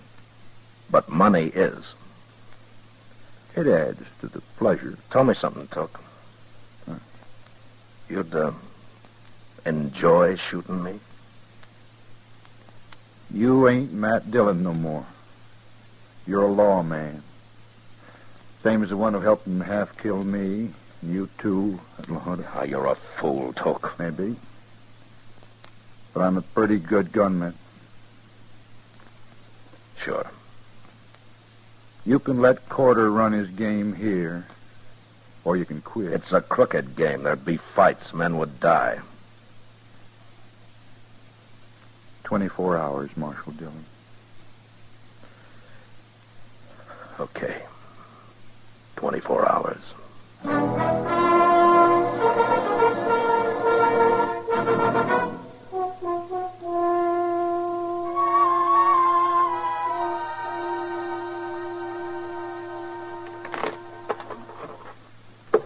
Your cut, Chester. You sure you don't want to stop, Mr. Dillon? Just because I've been losing? It could be a bad omen, especially today. That's like I told Kitty, Chester. I don't depend on luck. Oh. Oh, well. You two still playing cards? Oh, Doc. Doc, how many, Chester? One. Mm-hmm. Matt, you've been hiding out in here all day long while everybody's talking about how you let that gambler come back to town yesterday after running him out. And I don't like it. I'm taking 3, Chester. It'll all be settled tonight, Doc. Mm-hmm.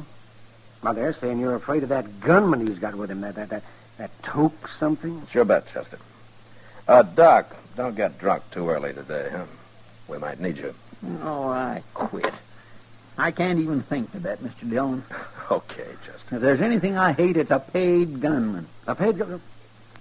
Oh, so that's what he is. Ain't there no way at all to stop him, Mr. Dillon? How are you going to stop a man that kills just for money? Just for money? Hey, wait a minute. Doc, do you know where he is now? Well, he was in the Texas Trail a little while ago, Matt. Good. I'll be back later.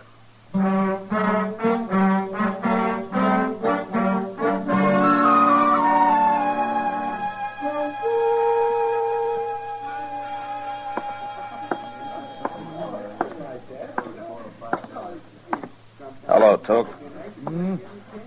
Well, Marshal Dillon. Sit down, Marshal. You know Miss Kitty here? Hello, Matt. Kitty? I've been talking about you, me and Kitty. And talking about me, too. Good. That's what I want to talk about, Toke. Me? Well, go right ahead. But don't stay too long. She's a real pretty girl, Matt. Maybe I'd better leave. If you leave, I leave with you. Matt? It's all right, Kitty. Stay.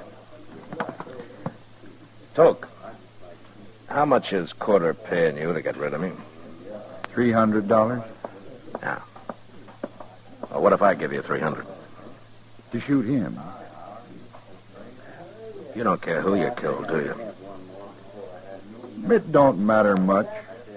No. All right.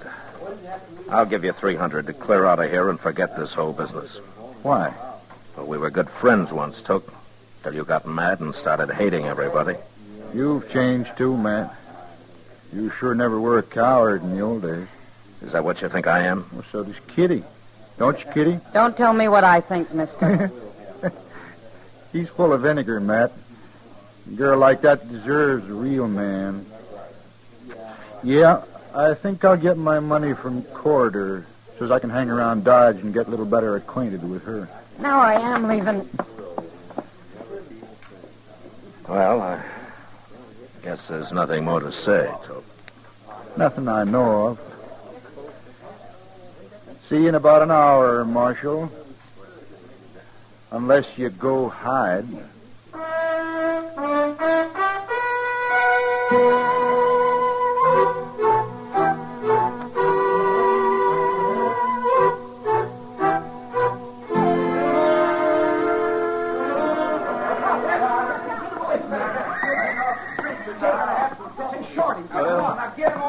I told him, Mr. Dillon. Thanks, Chester. He said he likes the idea of meeting you in the street. So do I. There's less chance of anybody else getting hurt out here. Yes, sir. Uh-oh. There he comes. Yeah.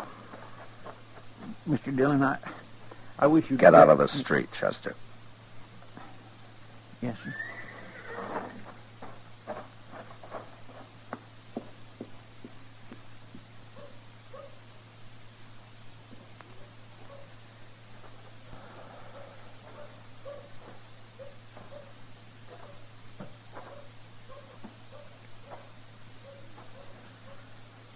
I guess you ain't a coward after all.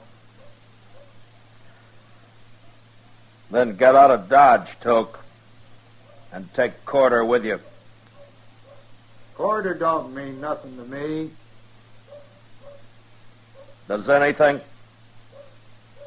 Just killing people. Especially lawmen. Okay, Toke. Go ahead. Watch me.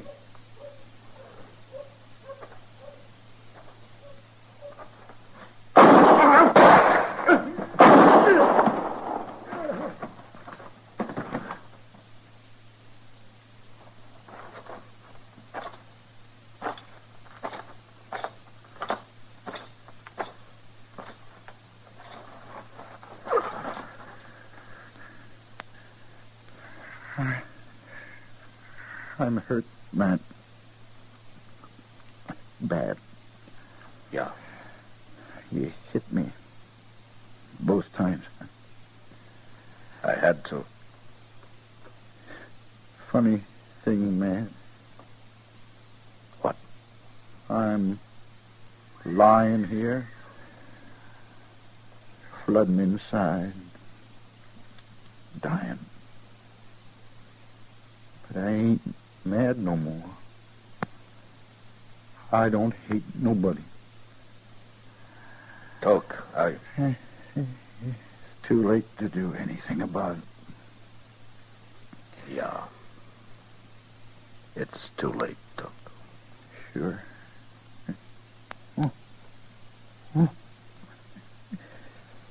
Here it is.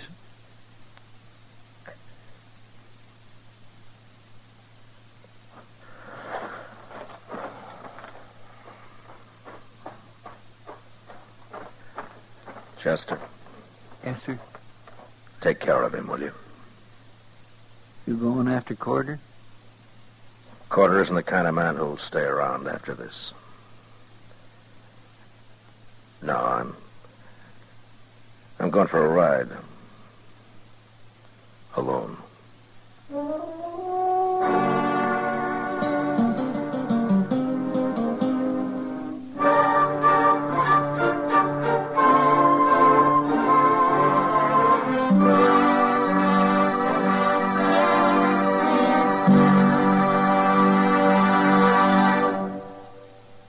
Gunsmoke, under the direction of Norman Macdonnell, stars William Conrad as Matt Dillon, U.S. Marshal. Tonight's story was specially written for Gunsmoke by John Meston, with music composed and conducted by Rex Corey. Featured in the cast were John Daner, Lawrence Dobkin, and Vic Perrin. Harley Bear as Chester, Howard McNear as Doc, and Georgia Ellis as Kitty.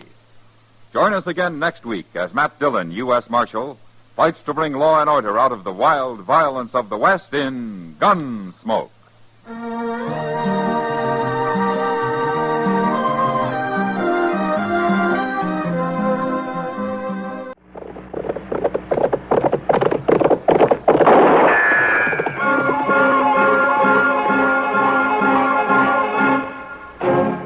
Around Dodge City and in the territory on West, There's just one way to handle the killers and the spoilers, and that's with a U.S. Marshal and the smell of Gunsmoke.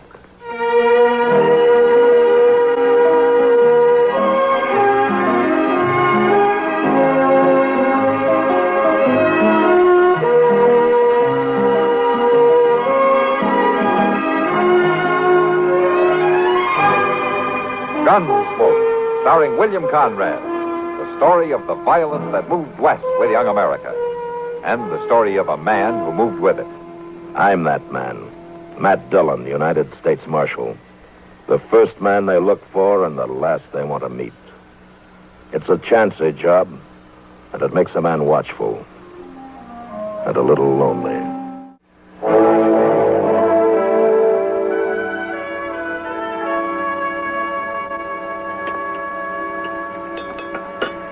Chester, if you put any more chili powder on those eggs, you'll go up in smoke. Well, I like eggs good and hot, Doc. Yeah, well, what you do to your stomach is your business, but Kitty and I have to sit here and watch. Oh, my gracious, you don't have to watch. When Matt has breakfast with you two, does he have to listen to this kind of nonsense? Yeah, when Matt's around, Chester isn't so cheeky. There's one thing sure, Miss Kitty. Mr. Dillon don't interfere with a man's natural pleasures like some people I know. Oh, for heaven's sake, Chester. Pour me some more coffee, will you, Doc? Yeah. Coffee. Oh, of course, yes, here we are. Oh, by the way, did Matt say when he'd be back? Well, he told me the end of the week. After all, Doc, it's a 2-day ride to Tascosa, and he didn't leave here till 2 days ago. Well, I only asked a simple question, Chester. Anyhow, how was I supposed to know? Nobody ever tells me anything. Nobody don't have to, the way you snoop around. What's Matt doing in Tascosa, Kitty? Talking to the men that sent for him, that's what. What men, Kitty? The Citizens Committee. Huh? Something to do with hiring a new sheriff for the town. I guess they figured Matt would know where to find one. Hire a sheriff? What in the world for? To keep the town from running wild. That's what in the world for. The man they've got a sheriff now is no good, and the decent citizens can't get rid of him. Well, if he's no good, why'd they hire him in the first place? Oh, Tascosa was a pretty wild camp a few years back, and they needed a rough man to clean it up. Trouble is that after this sheriff ran the old gang out, he stayed on and took over for himself, and now it's worse than before. It ain't the first time it's happened, Doctor. I just don't understand it. The whole frontier's an armed camp. Shooting and killing everywhere you look. Nobody left but the quick and the dead. Doc, could you please reach me that chili pie? Oh, for heaven's sakes, yeah. Well, Kitty, I'll tell you one thing. I don't know how bad the trouble is down in Tascosa, but Matt better get back here quick. Why, Doc? What's wrong? What's wrong? You asked that when the only vestige of the law that we've got in this town is a chili-eating cherry rocker like the fool I'm sitting next to. Oh, so what's wrong, indeed? Now, look here, you just let me tell you something, Doc wait. Adams. You two are worse than children.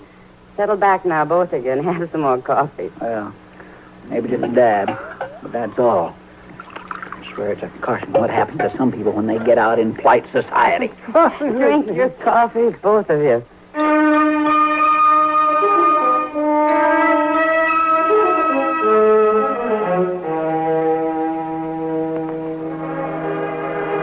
It was a 2-day ride from Dodge down to Tascosa. Now, riding through the dust of the plaza, I was glad enough it was over. The town used to be shaggy at best, and as I rode along in the heat of the late afternoon sun, I could see that Tascosa was still a pretty wild camp. Some of the store windows were broken, others were boarded over to protect what glass was left.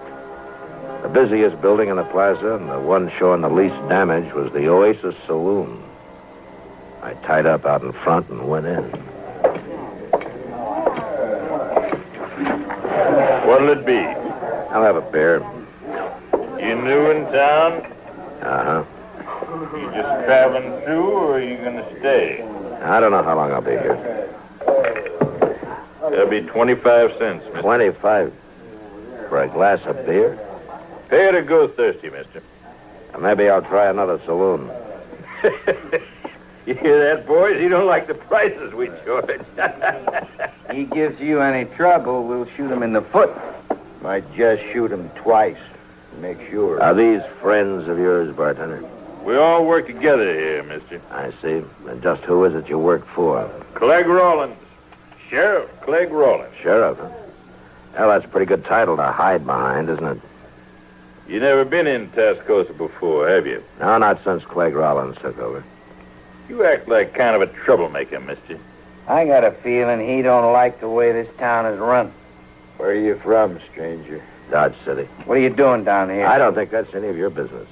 Let's drag him out of town, Ponce. Good idea. I'll just take... All right, you. You drag your friend out of here unless you figure on doing something. No, I ain't gonna try nothing. All right, get moving then and take him with you.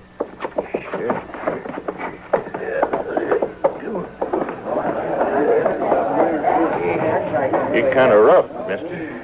I can be rougher. What'd you say your name was? Dillon, Matt Dillon. Oh. I'll tell you something else, bartender. After I put up my horse, I'm going over to the Tascosa house for a room and a bath. You might tell that to anybody that seems interested. Yeah, well, sure, Mr. Dillon. How much did you say the beer was? 15 cents, Mr. Dillon. Keep the change.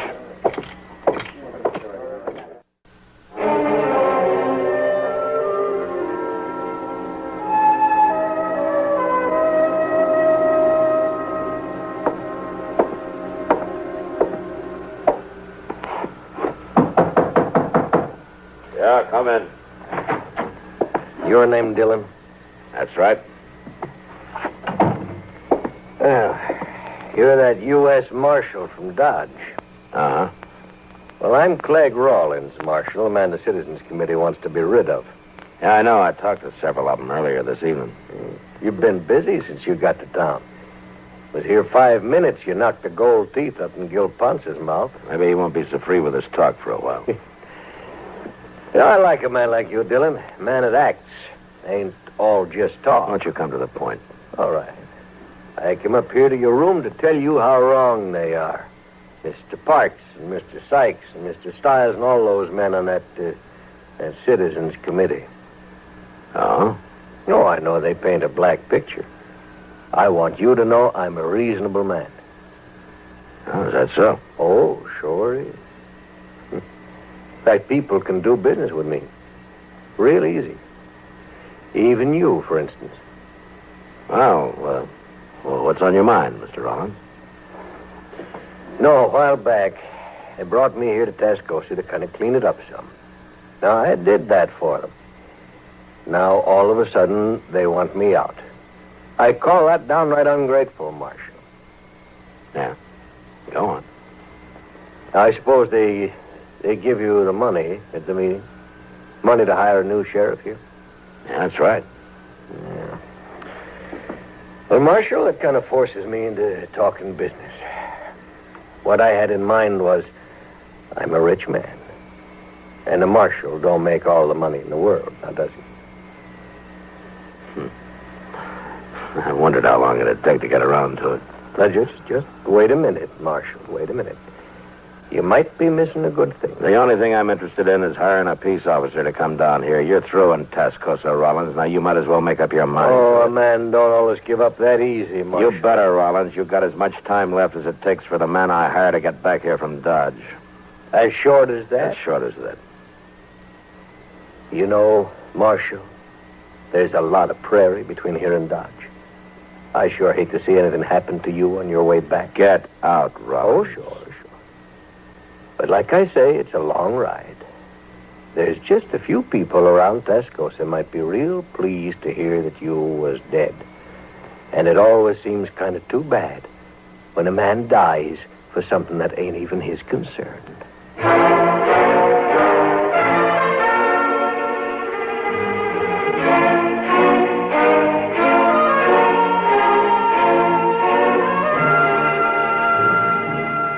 The next morning, I was in the saddle before dawn, and by the time the sun was up, I'd covered a good 15 miles. A slight breeze blew apart the dust puffs my horse raised, and I knew it'd be hard for anybody to follow me.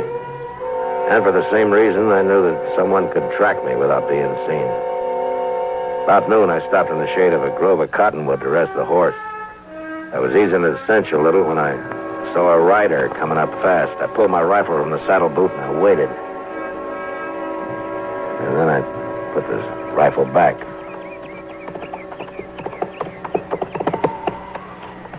I've got to talk to you. Please. All right. Right on in.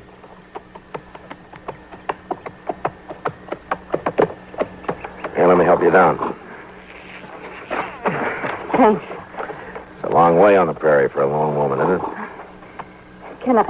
Can I have some water? Yeah, sure. Here you are. Thanks. Thanks a lot. You haven't said what you're doing out here. Well, I followed you from Tascosa. You followed me? If you'd seen me sooner, you'd have sent me back, and I can't go back. Well, just who are you, miss? Stella Hockney. I'm one of the girls at the Overland Saloon. You know, I might have shot you riding up on me that way. It was the only thing I could do, follow you this way.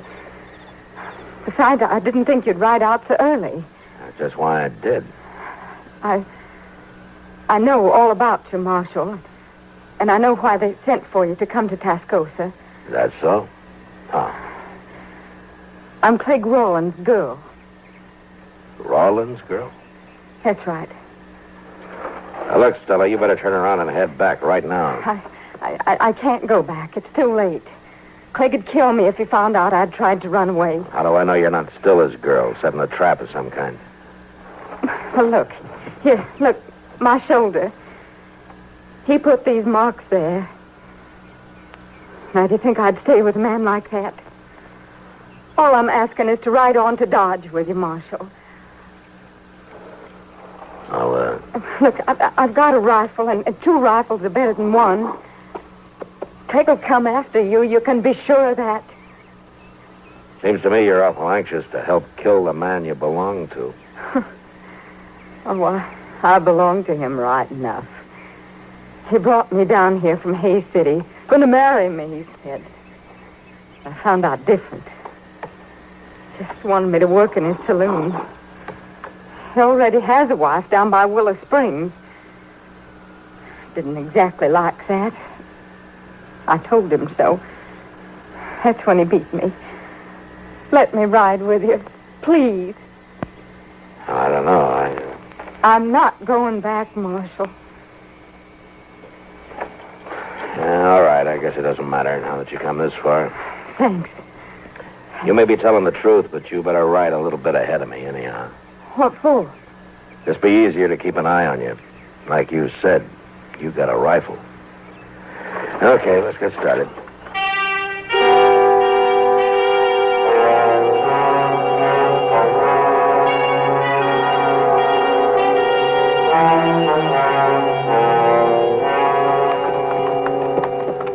You pretty tired, Stella? I'll make it. Now, there's a Nestor's cabin not far from here. If we can find it before dark, maybe he'll put us up for the night. It sure feels good to walk around a little. Are you saddle weary? Well, dance hall girls don't do much riding, Mom. Get on. Get on the horse. Get on. Just lie still now and don't make a move. Where are they? Where'd they shoot from? Out the left somewhere. It's Clegg. I know it's Clegg. Now, it's more than one man. They're probably in that box elder over there. Dirty coward. Well, I can't get him from here with a 6-gun. I can't get to the horses for a rifle. I knew Clegg would follow us. Look, if we play dead, maybe we can draw him out. Marshal, I'm sorry. You just lie still and don't talk. Yeah, here they come. 2 of them. You just hold still now. I've seen those men before. They work for Clegg.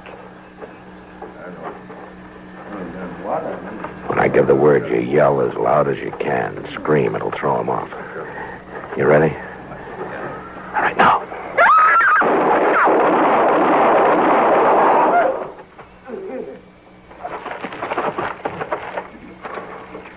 Are they dead? I don't know, but the fight's sure out of them. If Clegg's with him, he's still in that grove. Come on, let's get out of here fast. I can't get up. What? I'm hit. My leg. Here, let me see. Oh, yeah. Well, can you make it to your horse?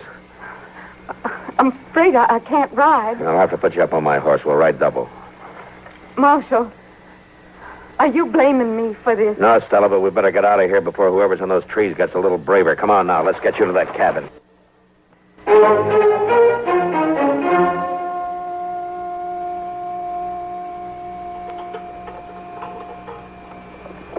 There you are, miss.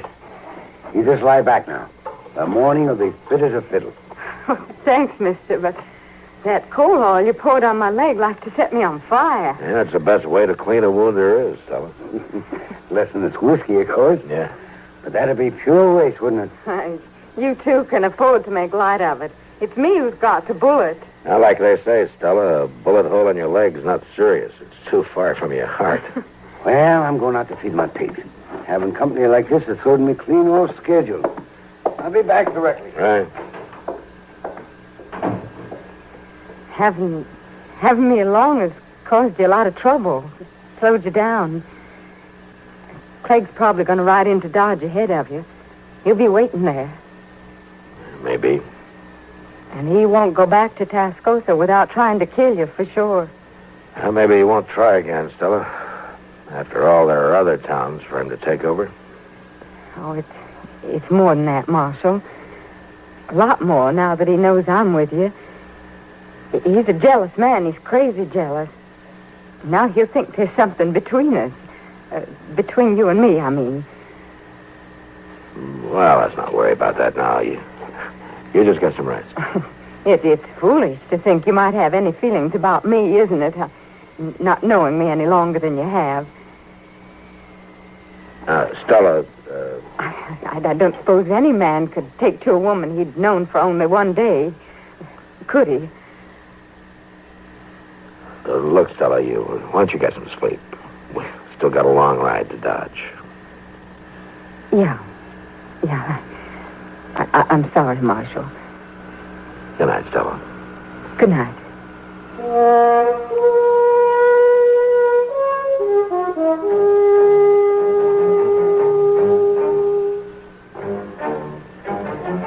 The next morning, Stella's leg wasn't anywhere near well enough for her to ride, so I borrowed a spring wagon from the nester, and we started out for Dodge. It was a rough trip and a slow one. Stella sat there, not saying much, just staring ahead. Once or twice, I saw a dust cloud on the horizon, and I knew if it was Clegg Rollins, he'd be in Dodge long before I would. It was nearly dusk by the time we drove down the plaza and stopped outside Doc's office. And it was a half hour later before Doc had clean bandages on Stella's leg. And then I waited with her while he went out on another call. Marshal? Yes, Stella. I had a lot of time to think today while we were driving in. It was a rough trip on you. Oh, not so bad. But what I wanted to tell you was I'm not going to stay in Dodge. Oh? Well, where are you going? Oh, I don't know. Abilene, maybe, or even St. Louis. You don't have to worry about that right now. Yes, I do. As soon as I'm well enough, I'm taking the stage out of here. But there's no reason for you to leave, Stella. Yes, there is. Clegg Rollins? No. Well, what is it then? It's not important. It's just easier if I go. Easier for me, I mean. Oh. You'd better go now. Doc will be back directly, and there's no reason for you to wait. Not any longer. Well, goodbye, Stella. Goodbye, Matt.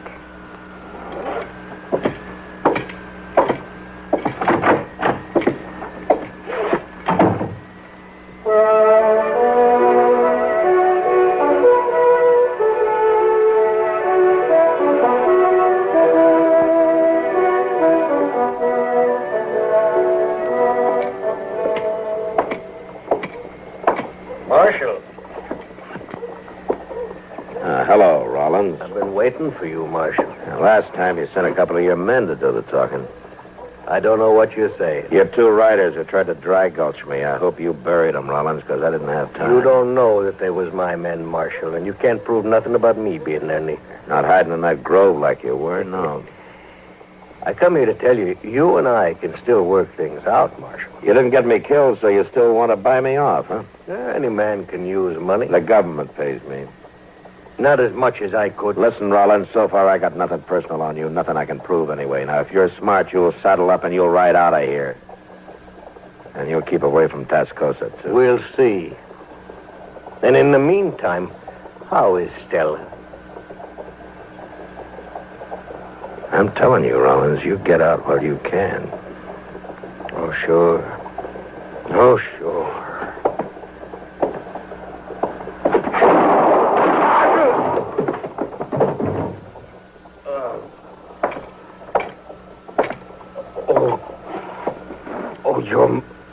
You're mighty fast, Marshal. You shouldn't have tried it. Yeah, I know that now. I just thought maybe...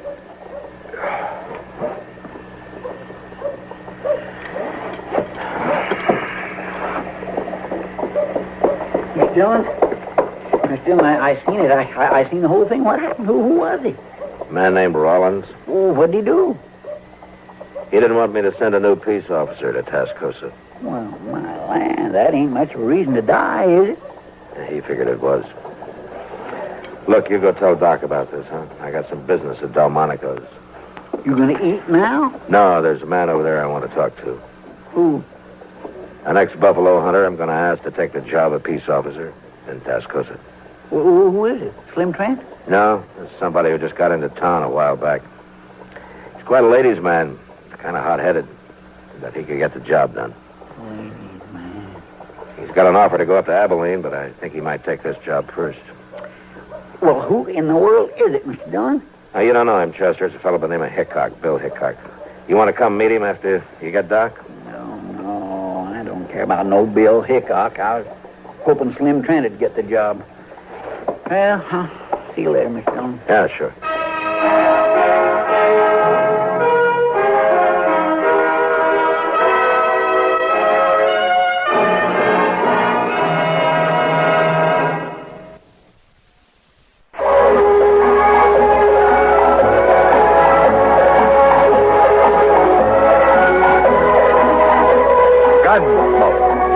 Produced and directed in Hollywood by Norman Macdonald, stars William Conrad as Matt Dillon, U.S. Marshal.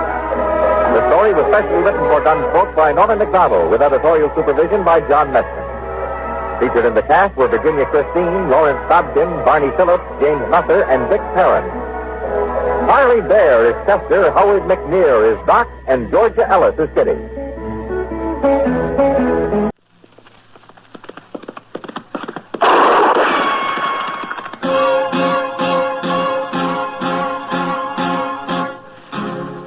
Around Dodge City and in the territory on West, there's just one way to handle the killers and the spoilers, and that's with a U.S. Marshal and the smell of Gunsmoke.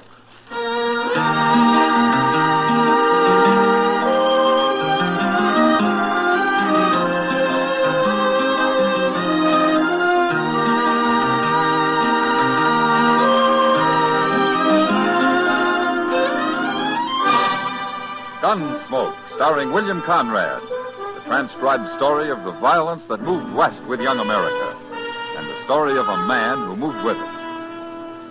I'm that man, Matt Dillon, United States Marshal.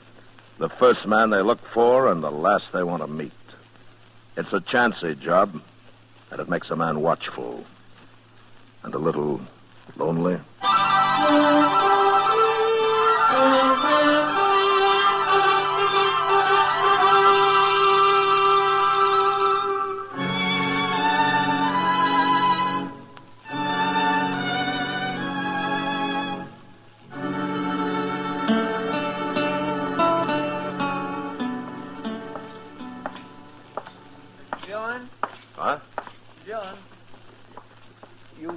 Headed for the depot? Oh, no, I'm not, Chester. I'm looking for a cup of coffee. Thought I'd go into Delmonico's here. You want to join me? Well, sure, I'd like to, but maybe I better go on down to the depot. Oh, what for? The mail. I never got there at noon. That's why I thought you was going now. Well, I don't care about the mail, Chester. Yeah, but come to think of it, you did start out at noon, didn't you?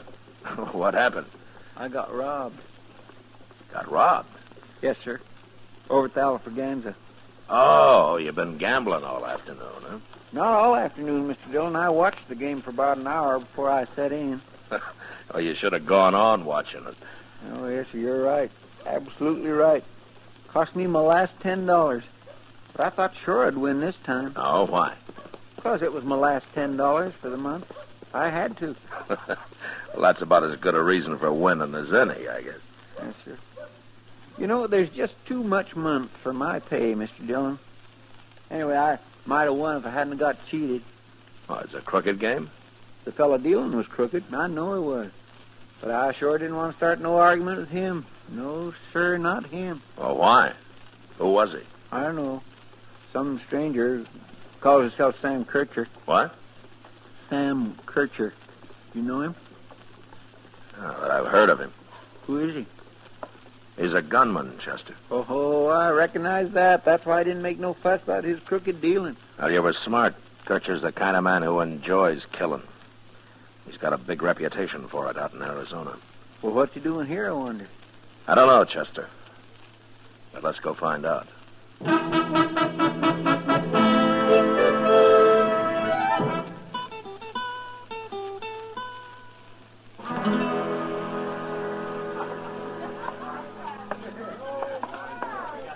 That's him, Mr. Dillon. Just getting up from the table over there.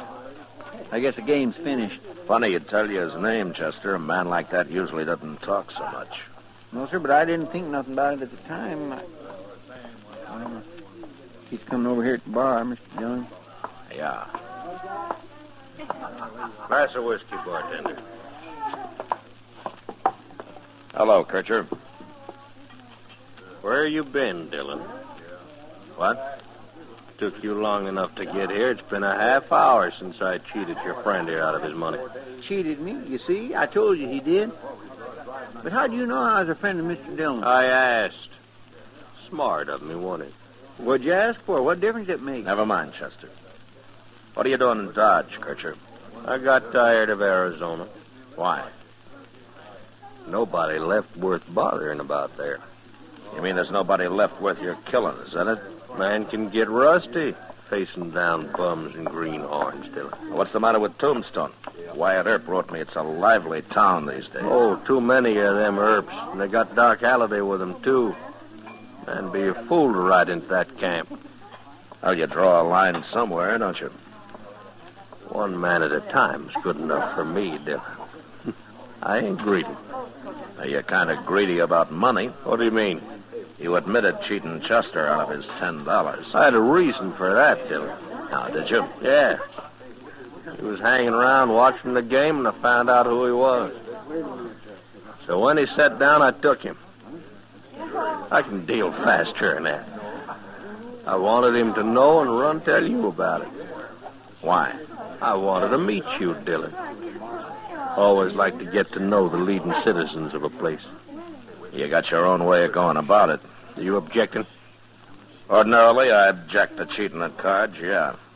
But with you, I don't think it matters much. Now, what are you doing in Dodge, Kircher?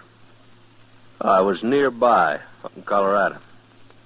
I heard about you there, Dillon. You've got quite a reputation. I'm a lawman, Kircher, not a gunman. I don't care about my reputation. I do.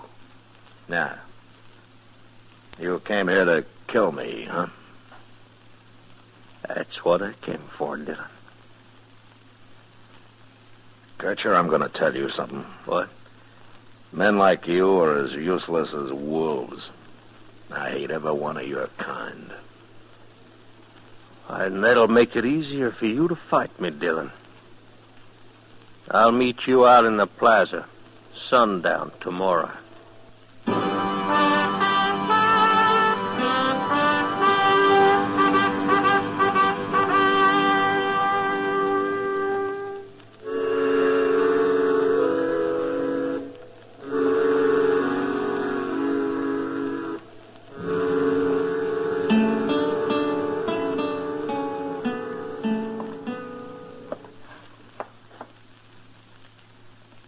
Mr. Dillon? Huh? I've been thinking about sundown all day long. I feel terrible about this. Oh, why? It isn't your trouble. Yes, sir, I know, but if I hadn't sat in that game yesterday, things might be different. Sam Kirchard have found me soon enough. That's what he said he came here for. I heard him. But I still feel guilty. What's the matter, Chester? You afraid he'll kill me? Is he really good? Well, he's beat a lot of men. You're going to fight him, ain't you? Yeah, that's the worst part of this job, Chester, having men like Sam Kirchard come around looking for another notch on his gun. There's nothing I can do about it. Well, you don't have to fight him, Mr. Dillon. No, I don't. I could avoid it. How? Run away. Oh.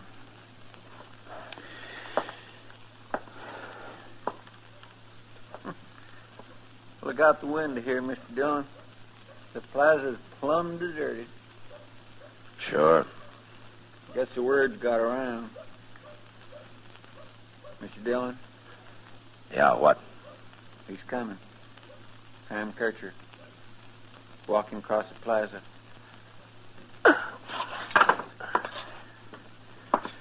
Well, it must be sundown. Yes, sir, it is.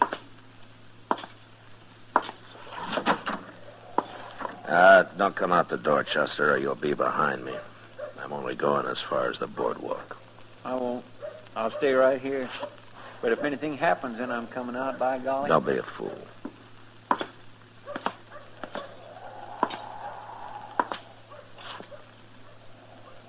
Come on out in the street, Dillon. What you standing there for?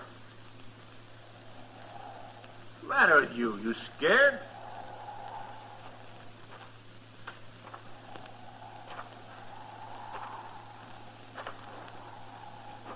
Why don't you come down here, Dillon? There's a lot of people hid out watching us. Been a long time since a marshal was killed in Dodge. I don't want to hear your talk, Kirchard.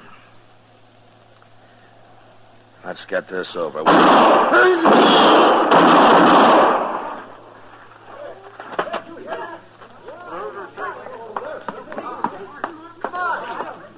You did it, Mr. Dillon. Why, he didn't hardly have his gun out before you hit him the first time. I was watching him. I didn't wait for him. I drew first. You did? Giving a man a chance to be arrested is one thing. Shooting down a killer's another. Yes, sir. This is nothing but slaughter. Brainless slaughter. Like I said, it's the worst part of this miserable job.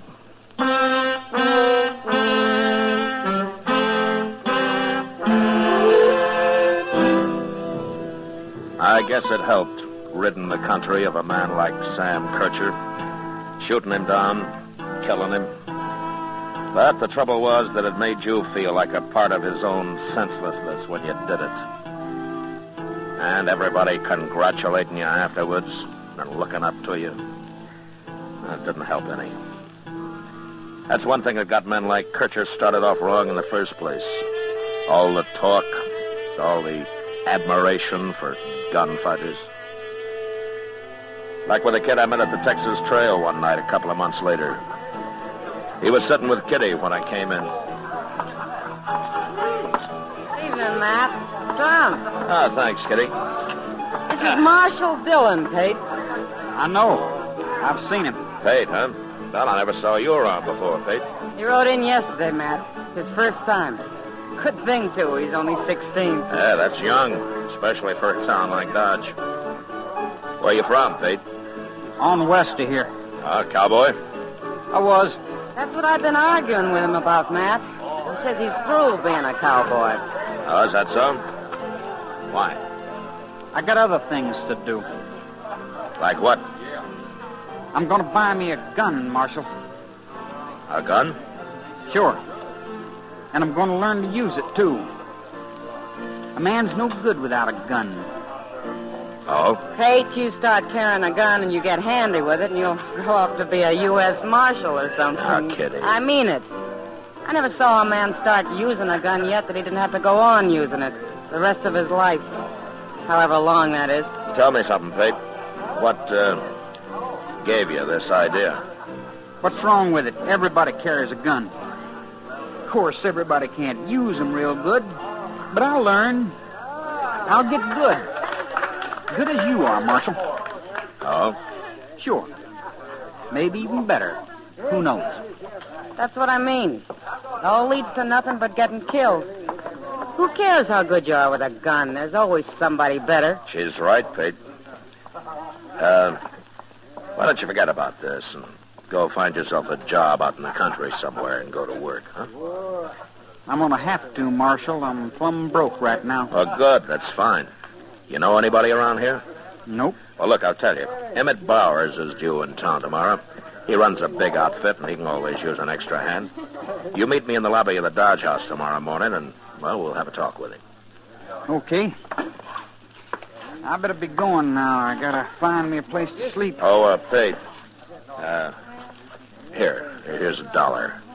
You can pay me back later. No. No, I couldn't take it. No, thanks. Good night. Good night, Kitty. So long, Pete. Good night. He's got a lot of pride, that kid. Yeah. But it's mostly the wrong kind. Maybe. Well, he'll probably forget about this gunfighting business once he's back out in the country where he belongs. Well, I hope so. There are enough gunmen around already. Oh, Pete's all right. Don't worry about him. No, I won't, Kitty. Unless he comes back someday.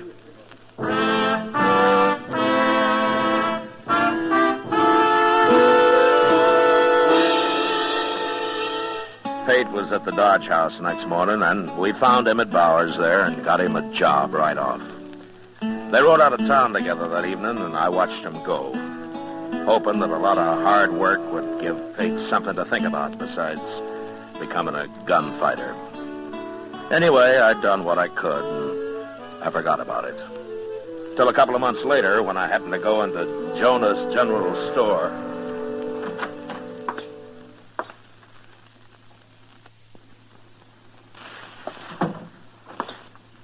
Well, morning, Marshal Dillon. Hello, Miss Jonas. Well, how come you're running the store? Why, hadn't you heard, Marshal? No, heard what? My husband's got the ague real bad. I've been taking care of him and running the store, too. Oh, well, I'm sorry to hear that, ma'am.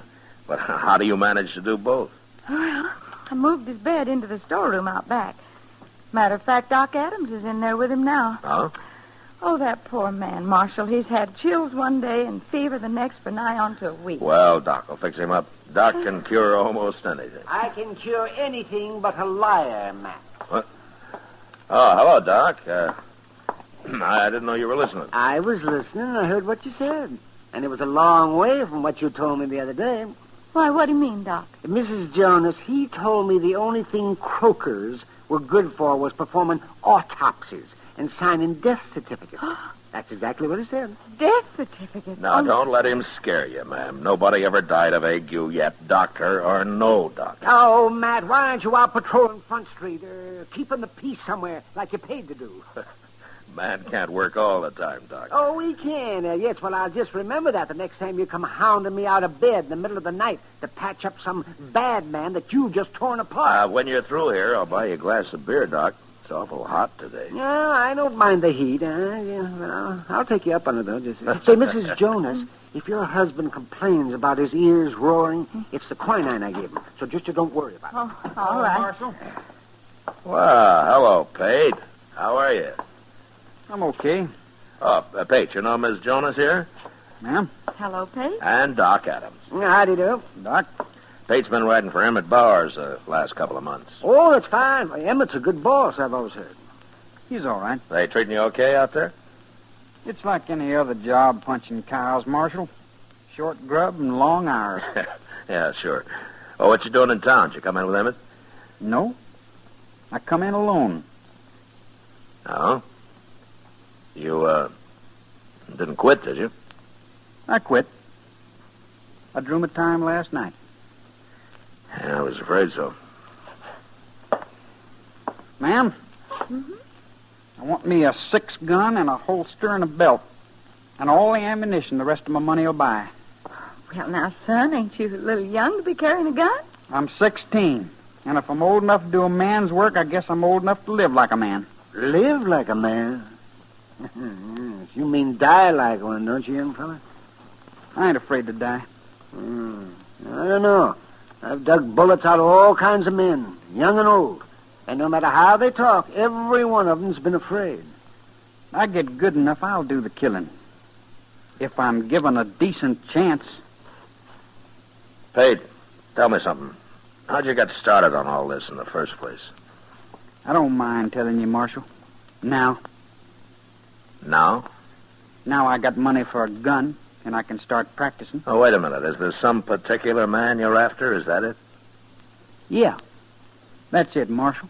Well, who is he? You. Me? I'm going to fight you, Marshal. And I'm going to kill you if I can. Well, why? I never saw you before in my life till you came here. Pate's my first name, Marshal. So? My last name's Kircher. I heard about how you shot my brother, so I come here to take his place. Pate, Sam Kircher was nothing but a killer. He was no good. You drew first on him. What difference does it make? Your brother came after me for only one reason, to kill me so he could be a big man. You think I'm going to take a chance being killed for anything as brainless as that? There's rules to gunfighting, Marshal. He wasn't ready to draw. Where'd you get all these crazy ideas, kid? Who taught you that killing people is a game of some sort? My brother told me all about it a long time ago. Yeah, sure. Now, for him, it was a game. That's what was wrong with him. He'd have beat you if he'd have been ready. Pate, do you wait for a mad dog to bite you before you try to stop him? And your brother was ready. He rode into Dodge ready. Well, I'll be ready for you. In a few weeks, I will. You will, huh? Look, Pate, I've been handling a gun for years. What makes you think that you can go against me in a few weeks? Unless you're planning something else. No, Marshal, I'll never shoot anybody in the back, not even you. You're not bad, Pate, but you sure got everything mixed up. Why? Because I'm only 16? You see what I can do, Marshal. You see. Well, what if I won't draw on you? I'll kill you anyway. Like you say, what difference does it make? All right. If you're going to act like your brother, I'll treat you like your brother. And when you come gunning for me, I'll shoot you down as fast as I did him. So go ahead and practice. Practice all you like. But when you face me, I'll have 3 bullets in you before you clear your holster. I don't care how old you are.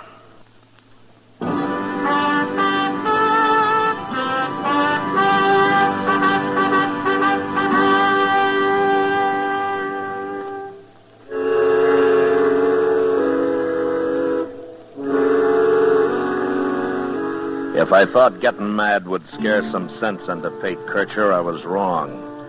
He went ahead and bought his 6-gun, and every day he spent hours down by the Arkansas practicing with it. In a few years, that kind of concentration might have made him into a fair gunfighter, but as it turned out, he didn't get a few years. He didn't get more than about 10 days, and those 10 days got spent fast. One evening, I was sitting on the porch not far from the Texas Trail, watching the crowd push up and down Front Street.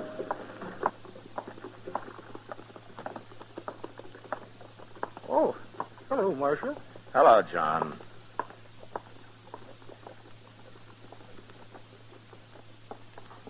Matt.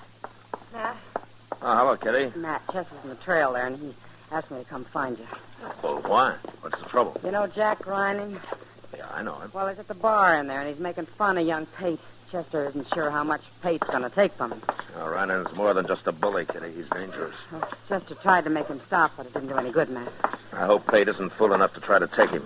Ryan will kill him, sure, if he does. I tried to tell him he shouldn't be wearing a gun, but you know Pate. He won't listen to anybody.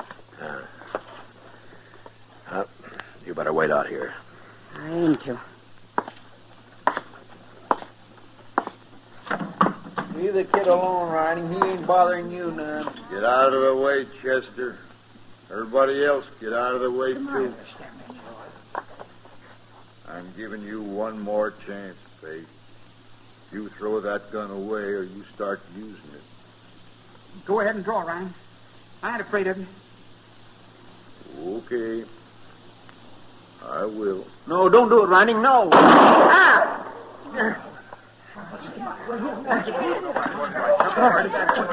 All right, shut up, everybody. My hand. Shut up. You busted my hand, Marshal. What'd you do that for?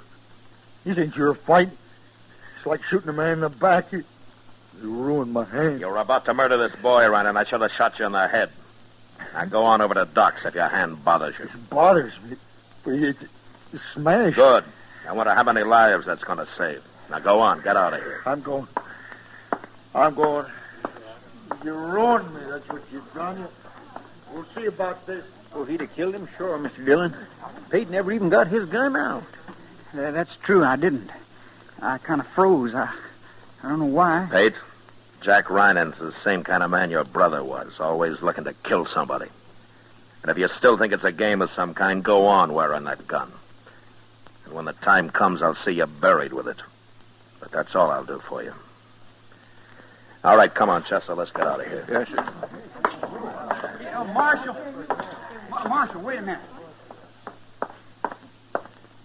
Marshal? Yeah. You saved my life just now. He sure did.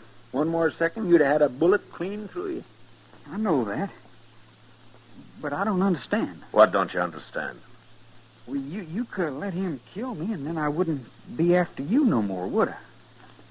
Not dead, you wouldn't. But you saved the life of a man who sworn to kill you, Marshal. Yeah, that's right. Well, why'd you do it? Because you didn't have a chance with him, Pete. Not a chance. I'm kind of confused, Marshal. You are? I sure am. Well, it's about time. And maybe you'll figure it out now, Pete, if you give yourself half a chance.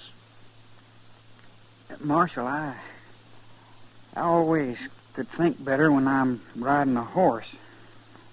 I'm going back to my job. Good. I'm glad to hear that, Pete. Would you do me a favor? Sure. Well, punching cows will keep me so busy I won't have time to practice much. Would you hold on to my gun for me? What? Here. Yeah, sure I will, Pete. Sure I will. I'll keep it for you. For a long time, I hope.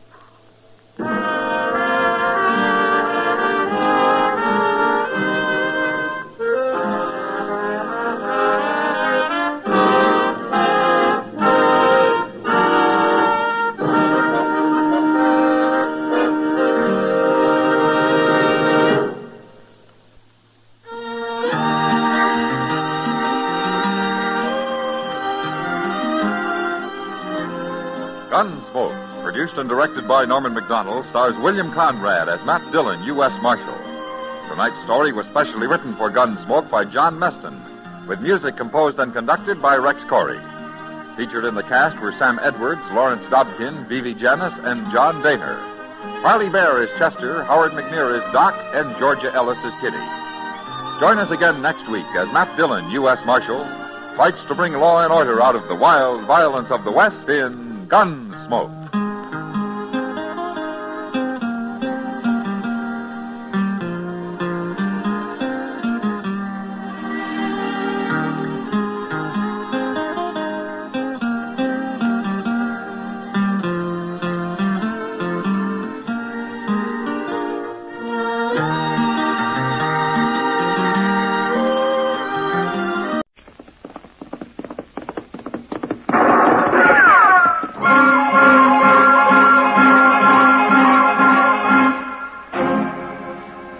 Dodge City and in the territory on west, there's just one way to handle the killers and the spoilers, and that's with a U.S. Marshal and the smell of gun smoke.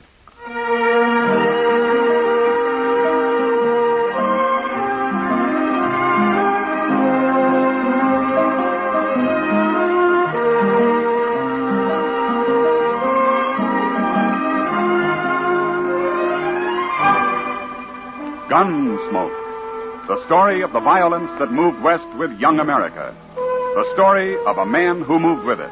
Matt Dillon, United States Marshal. Gunsmoke, starring William Conrad.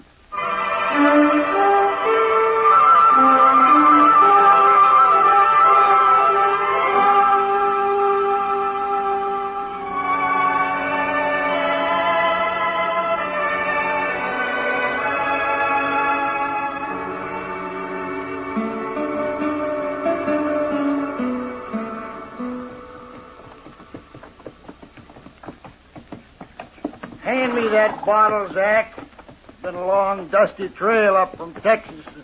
I don't care to ride into Dodge sober. Hey, on that. Now, don't kill it. I come up the same trail you did. I'm just as dry. I hope I never see another moss-horn steer. I'm going to settle down and be a bartender or something easy like that.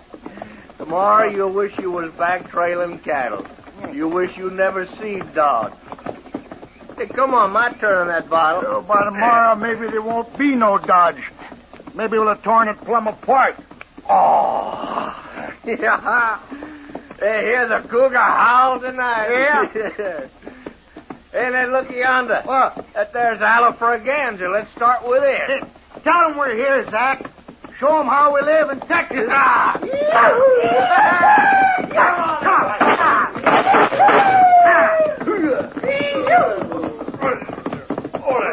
All right, hold it there. Yeah. Put a bullet through his hat, Zach. Shoot his heels away. Get down off those horses. Sure, I'll get down, mister. That's what I come here for. All the way from Texas. You're welcome here. But don't get any notions about shooting up this town.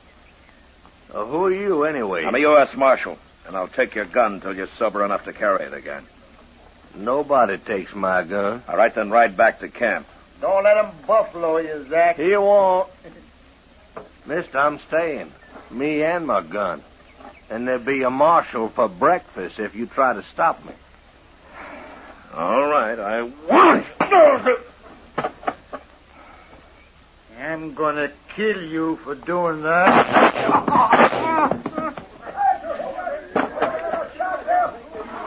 That was awful close, Mr. Dillon. I saw the whole thing. Yeah, another drunken cowboy with more fire than sense. Well, you had to kill him. Yeah. Take his gun, Chester. Yes, sir. Give me that. Don't shoot me. No, nobody ain't gonna shoot you, mister. Get on your feet. Yeah, come on, get it. Oh. Busted my head. You'll be all right. But your friend tried to shoot me. He's dead. Huh? You killed him. To keep him from killing me. There'd be trouble about this, Marshal. No. Don't you get anything like that started. Oh, not me. His brother, Howard Bulow. He's out the camp. I know him, Marshal. He'd come after you. All right, I'll be here. It won't be like that. Howard wouldn't face no gunfighter. He shoot you in the back or from alley at night. I know him, Marshal. It'll happen. You want to bury your friend here or take him back to camp? I'll take him back to camp. All right, we'll help you tie him across his horse. We can use his rope, Chester. Yes, sir.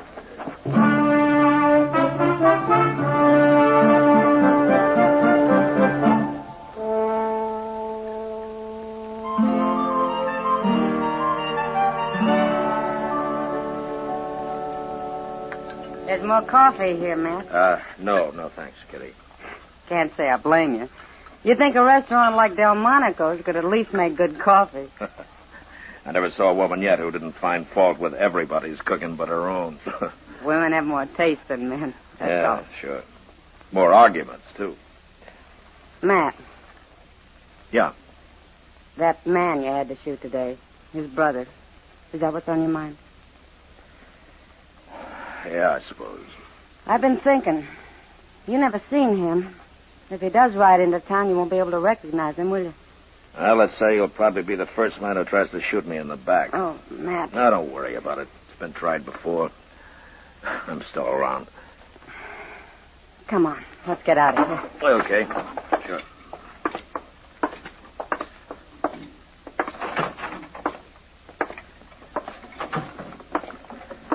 Front Street's not very crowded tonight. It's early.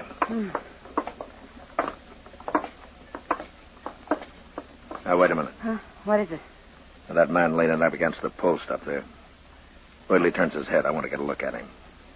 Someone you're after, Matt? Yeah, there. Yeah. No, it's someone who's after me. Bulow's brother. Are you sure? I'm pretty sure. Sure enough to ask him anyway. You stay here. All right.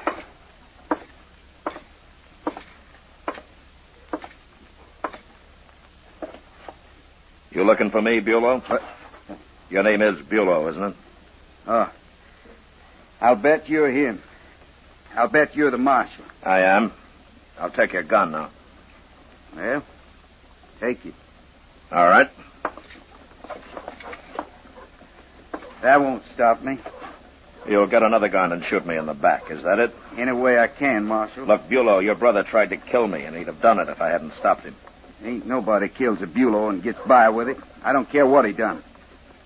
Well, maybe you need a few days to think it over. Maybe that'll help. I ain't got a few days. You have now. Turn around and walk straight ahead of me, Bulow. You're going to jail for a while. No, I ain't done nothing. Turn around and get moving.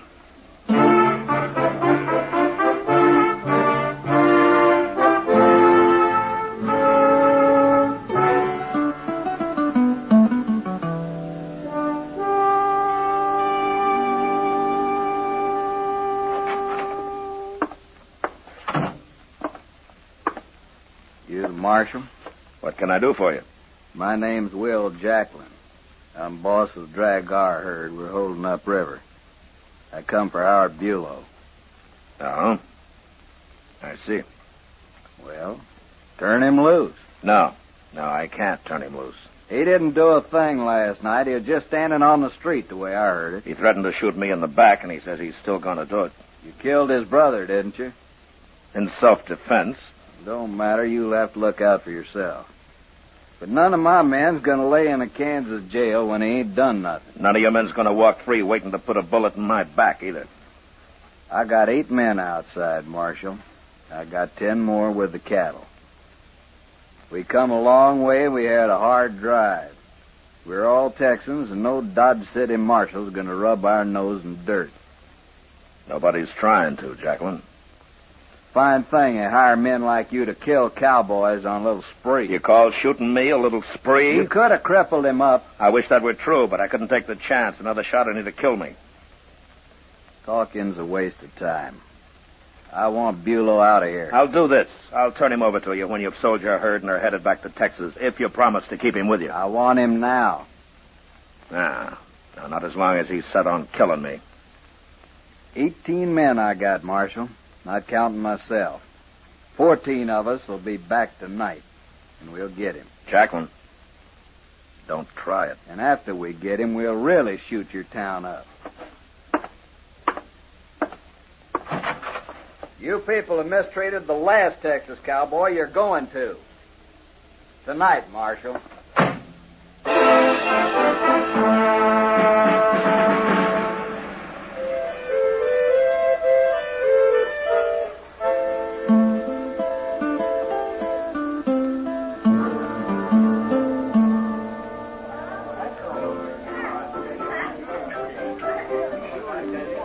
Sure you won't have a beer, Matt? I'll even buy you one. Do you good? I can't be drinking now, Doc. Oh, Matt, I don't think they'll ride in like that tonight. Those cowboys always talk big. Yeah, maybe. Maybe they're just full of vinegar after the long drive they've had, huh? Now they want to hoop and holler something. Bulow's full of more than vinegar, Doc. You think so? A tooth for a tooth, huh? An eye for an eye. Oh, my, the world's got its evil ways, all right. Marshal Dillon. Marshal Dillon. Hello, Doc. Oh, hello, Riesling. What are you going to do about those Texans, Marshal? Well, I don't know, Mr. Riesling. I haven't given it much thought. Well, you better start thinking, Marshal. I heard that Jacklin right in here this morning. He means what he says, that man. What did he say? They're going to destroy Dodge. That's what he said. Him and all those wild Texans he's got. Mr. Reisling, the man I got in jail aims to shoot me from ambush if I turn him loose. But I can't help that, Marshal. Well, I can. And he's staying where he is until he comes to his senses. But what about the rest of us? It's all right for you to save your own skin, but what about us? They'll shoot up the town and maybe burn my hotel down. No, don't get all excited, Mr. Reisling. It won't help matters any. Look, why don't you just forget about it? Jacqueline may never show up at all. Oh, that's what I come to tell you. What? Frank Parris rode by the Drag-R camp a little while ago, and he says those men were just about to leave for Dodge. That means they'll be here any minute. Now, what are you going to do?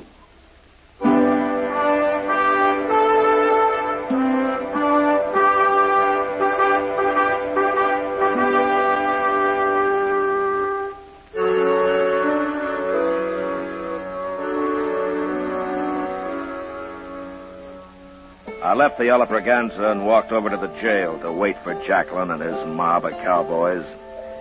There, I tried to have a talk with Bulow. But the only response I could get out of him was the same. He was going to kill me the first chance he got. Well, maybe Doc was right. Maybe the hard life of the cattle trail did drive men a little mad. Anyway, it was a poor choice they'd given me. And I didn't like it. You'll be wanting a shotgun, won't you, Mr. Dillon? Yeah, thanks, Chester. Here you are. Chester. Hmm? You, don't have to get mixed up in this, you know. I know that. My. I think I'm going to take a shotgun, too. Okay. All right, let's wait outside. Yes, sir.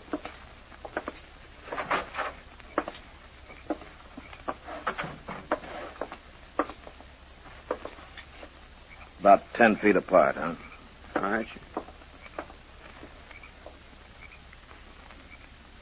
There they come, Mr. Dillon. All of them. Yeah.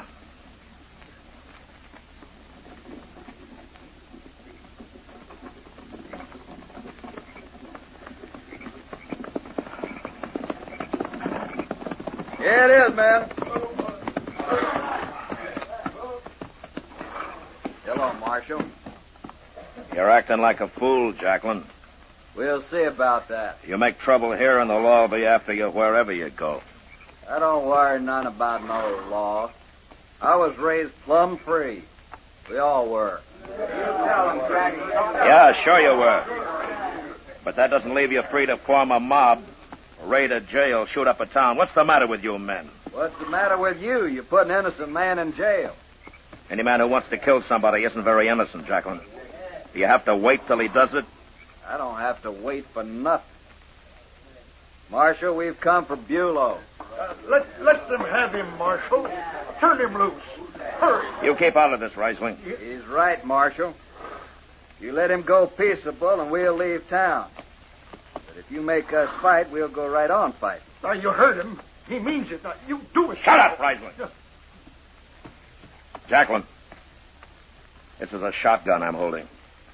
The first move you or any of your men make, I'll cut you in two with it. Maybe. But we're too many. You can't kill us all. You'll die, and so will your friend there. That right, men? Texas men ain't afraid to die, Marshal. But they ain't gonna get tromped on. I'm through talking, Marshal. Get set, men. And when you finish him, go rip this town wide open. Do it for me. Chester. Yes, sir. Go get Bulow. All right. Oh, thank heaven. You used your head, Marshal. You and I'd both been dead if you hadn't. I'm not doing it because of you or me, Jacqueline. I'm doing it because too many other men would have died. Well, it don't matter, as long as you turn him loose. Howdy, Texas. All right, bring him over here, Chester. Well, I knew you couldn't keep me long, Marshal. And you were right, Bulow. You shouldn't have locked me up at all. Go on back to camp. And try to do some thinking while you're there, huh? Sure, Marshal. And you know what I'll be thinking about? You. Sitting next to an open window. Or walking down a dark street. I'm going to kill you yet.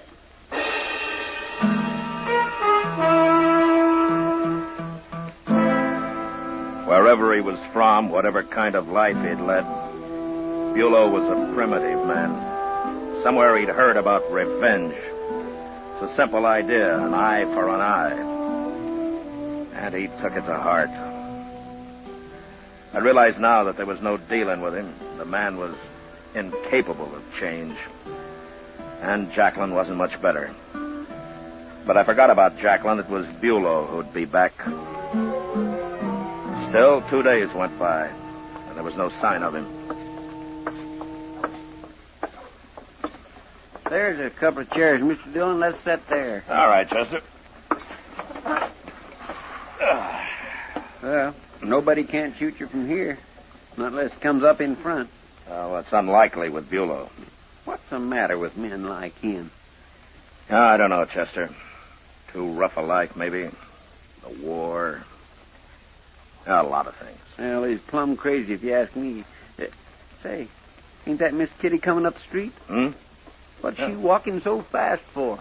Oh, I don't know. Oh, there you are, Matt. Hello, Chester. Evening, Miss Kitty. Sit down, Kitty. You don't wear yourself out being in such a hurry all the Matt, time. I've been looking for you everywhere. Oh, trouble? For you, yeah. Bulow's back in town. Well, have you seen him? No, Sam did. Said he stopped in for a drink a little while ago. Is he still there? He left, but he told Sam he's got a room at the Dodge house. He might be there. Well, I'd like to find him before he finds me. At least we could see each other that way. Be careful, Matt. You better come along, Chester. 4 eyes are better than 2. Yes, sir. Thanks, Kitty. I'll see you later. Yeah, sure. What do you do if we find him, Mr. Dillon? Well, it's no good talking to him anymore. Maybe I can scare him out of it somehow. I sure hope so.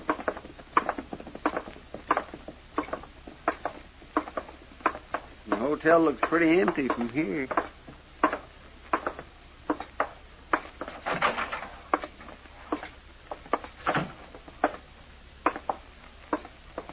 Good evening, Marshal. Chester? Hello, Mr. Isley. I'm looking for Bulow. Is he here? I don't want any shooting. I want to know if he's here, Risley. He went upstairs a few minutes ago, Marshal. Which room? Oh, now, Marshal. On the landing, Marshal. Mr. Dillon. I missed him. Come on.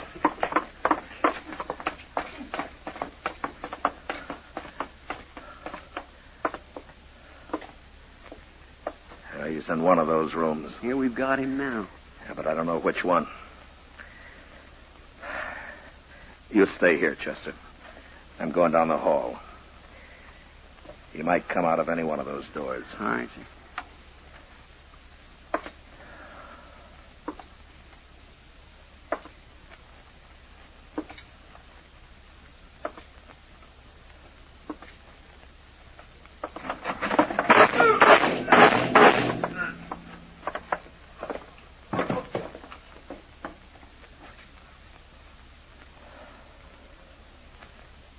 Is it okay? Yeah, it's okay, Chester. He didn't hit you, did he? No, he tried, but it was too late. He was already dying. Well, I'm sure glad. Yeah. But he died about as uselessly as a man could, Chester. For no reason at all. None at all.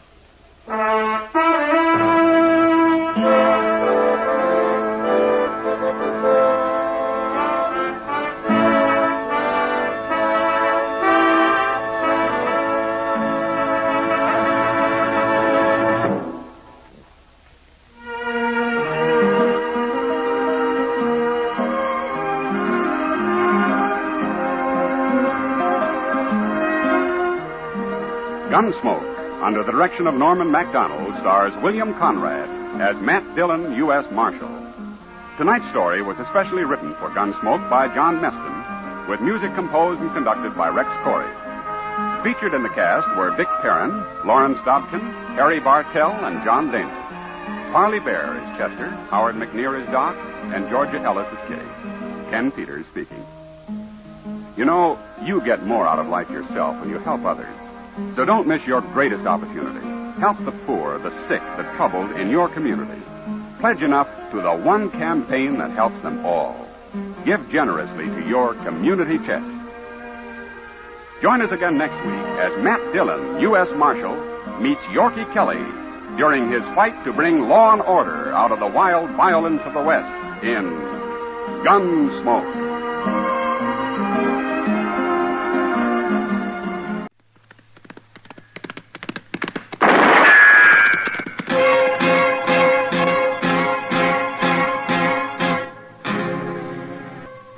Around Dodge City and in the territory on West, there's just one way to handle the killers and the spoilers, and that's with a U.S. Marshal and the smell of Gunsmoke.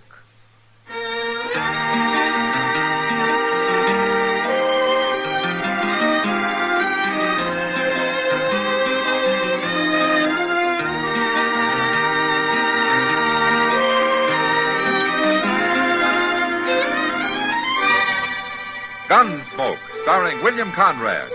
The transcribed story of the violence that moved west with young America. And the story of a man who moved with it. I'm that man. Matt Dillon, United States Marshal. The first man they look for and the last they want to meet. It's a chancy job, and it makes a man watchful. And a little lonely.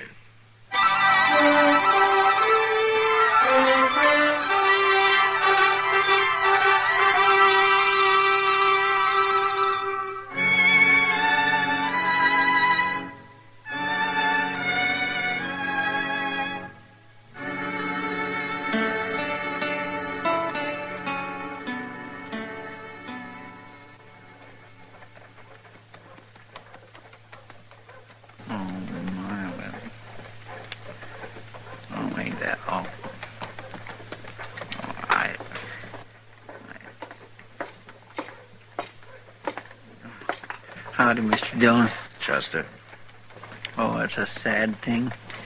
Maybe the cavalry does come busting into town, getting drunk, spoiling for trouble sometimes, but I don't like to see 'em come in this way, sewed up in sacks, laid out over their horses. Yeah, I know, Chester. It all makes a man feel so sad. And mad, too. Yeah, there'll be plenty like that. Oh, that's certain. Look at 'em, lined up all down the street, watching. Like that Will Bailey over there. Yeah, he's got more reason than some. I know his brother's in one of them sacks.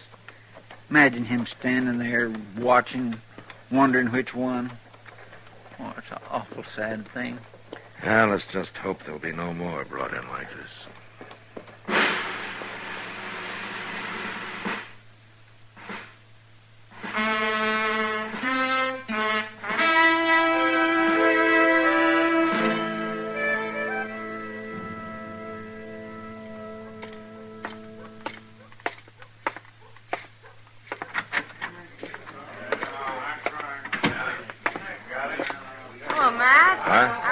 Where you were. I guess I wasn't very hungry, Kitty. Ah, now Cook made up some of that beef stew you like. Uh-huh. Yeah. Well, I guess I could manage a little then. Well, I'll get it. You sit down. I'll be back in a minute.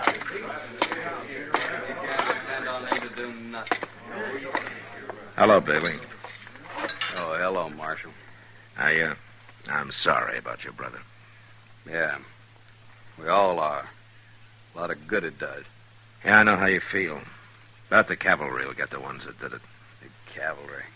It'll take 'em weeks to get ready. By the time they go out, those Comanches will be nowhere near Cold Creek.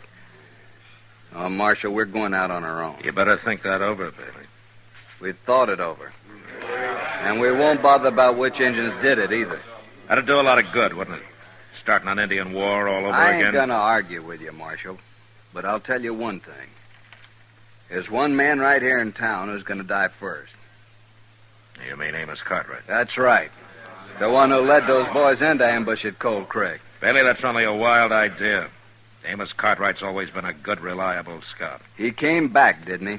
He was the only one who got out alive, wasn't he? He was scouting way out ahead. And it was his job to spot the Comanches. But he didn't. Well, there might have been reasons. Yeah. There were reasons, all right.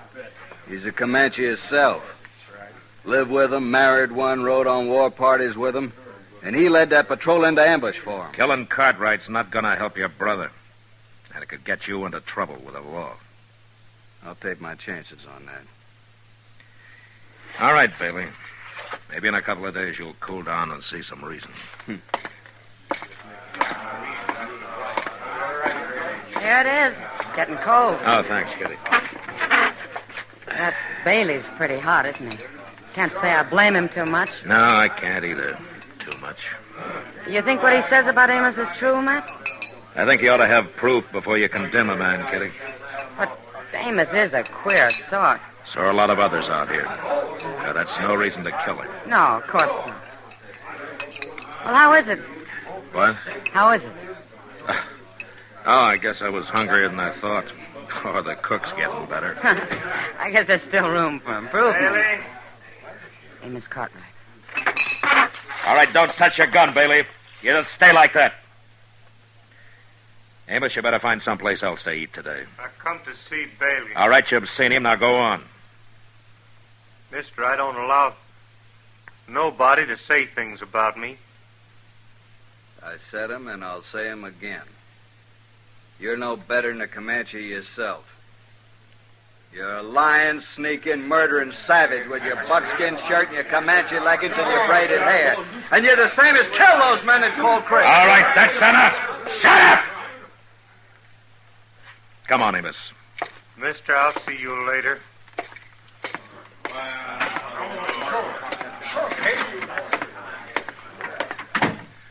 Where are you taking me, Marshal? Just outside here. Amos, this'll all blow over in a couple of days, but until it does, I think maybe you better stay out of sight. Maybe out at the fort. I can take care of him. It's not just him. He's got half the town believing it. You believe it, Marshal? I don't believe anything I don't see the proof for. And speaking of proof, if you've got any on your side, it'd help to bring it out. How do you prove something that nobody saw? Nobody alive, that is. Well, maybe if you ask the colonel for a statement. I don't ask no man's help. All right, then, be pig-headed. I might ask him myself. But you take my advice, Amos. You walk easy for a while. No need for you to bother about me, Marshal. I can handle this myself. I hope so, Amos. I hope so.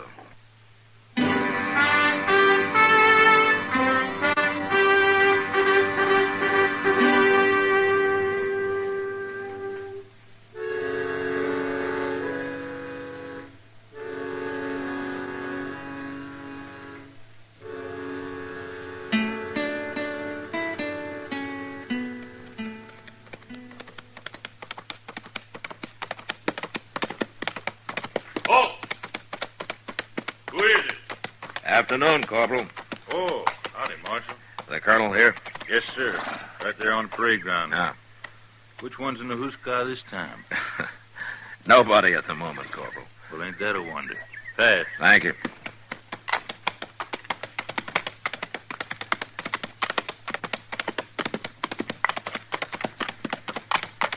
Well, Marshal. Afternoon, Colonel. Huh. Who's in trouble now? That's about Amos Cartwright, Colonel. Oh, that. Yeah. You know what they're saying about Amos. I know. Well, feelings are running pretty high in town, and there could be some trouble. That's your worry, not mine. Well, I just want a statement from you. What kind of statement? That Amos Cartwright didn't lead that patrol into ambush at Cold Creek. I can't give you that statement, Marshal, because I don't know if it's true. I see. You have evidence against Amos? No. His story sounds plausible, but I've cut him off the payroll. He won't scout for us again. Yeah, but if it weren't true, would he have come back, told the story, taken out the burial party, all that? I don't trust a man who's lived as an Indian. I don't like having to use him. I see. Frankly, I don't care if they do string him up. I got other things to worry about. We're getting the stores ready for a major expedition. We're going to put down those Comanches for good. Well, thanks anyway, Colonel. Sorry you had to come all the way out here on such a hot day for nothing, Marshal. It can't be helped. I'll see you later, Colonel.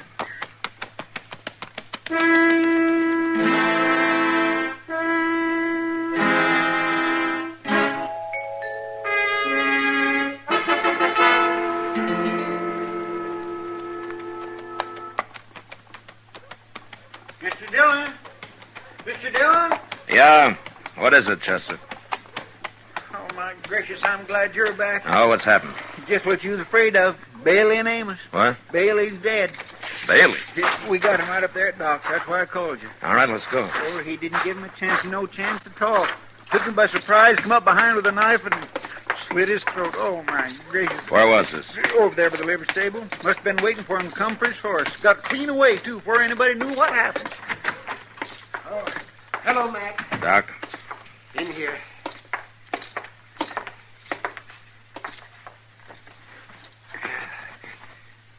Look, Matt. Yeah. It's an Indian trick coming up behind him, man. And Matt, right here. Mm-hmm. Amos has gone all Indian, that's a fact. I suppose he figured it was him or Bailey or it was a matter of honor or something. He didn't have to do that, Chester. He probably headed south for Comanche territory maybe 2 hours ago. I guess there's not much to do about it now, except tell the cavalry. They'll pick him up eventually. This isn't a military matter, Doc. It's my job. Matt, you can't go down there now with all this Indian trouble. I don't tell you how to set bones, Doc. We going after him, Mr. Dillon? I am. You don't have to. I'll go get our saddle pack. Matt, use your head. Maybe if I'd used it before, Bailey wouldn't be dead.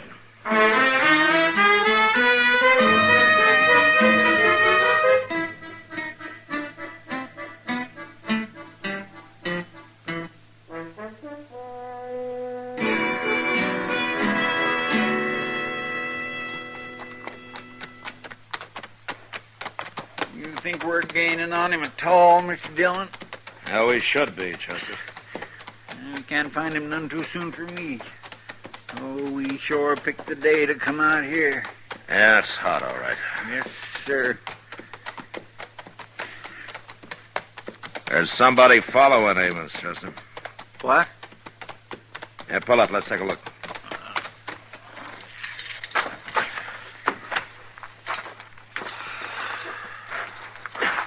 Here. You see, that's the print of an unshod Indian pony.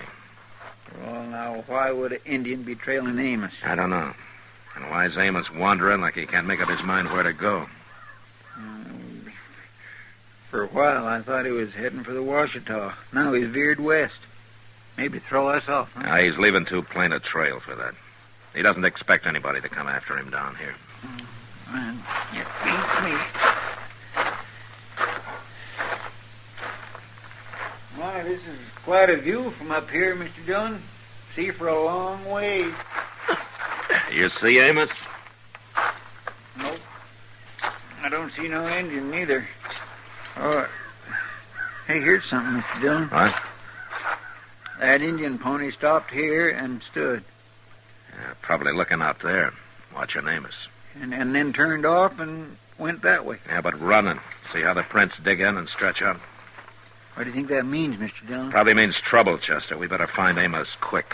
Come on.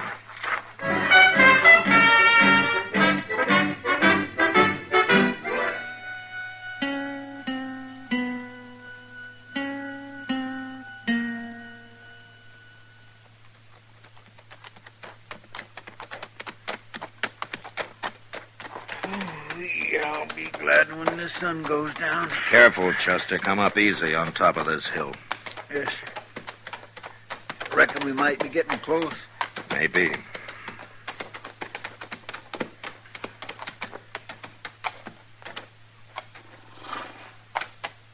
Uh-huh.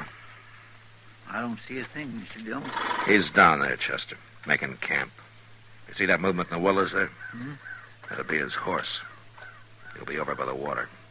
He sure could have fooled me. Come on, we'll stay behind the hill. We'll circle and quarter and crossword. Yes, sir.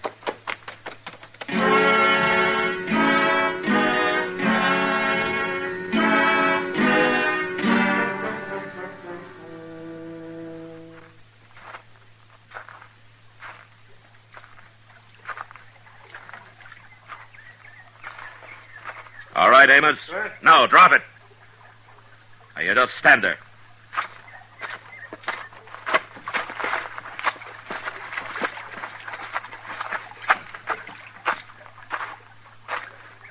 Didn't give me no fair draw, Marshal. No more than you gave Bailey. I want to take you back to Dodge alive. All right, Chester, come on. Tie the horses and the willows with Amos's. Yes, sir. Now, you just kick that gun over here. Throw the knife in, too. Careful.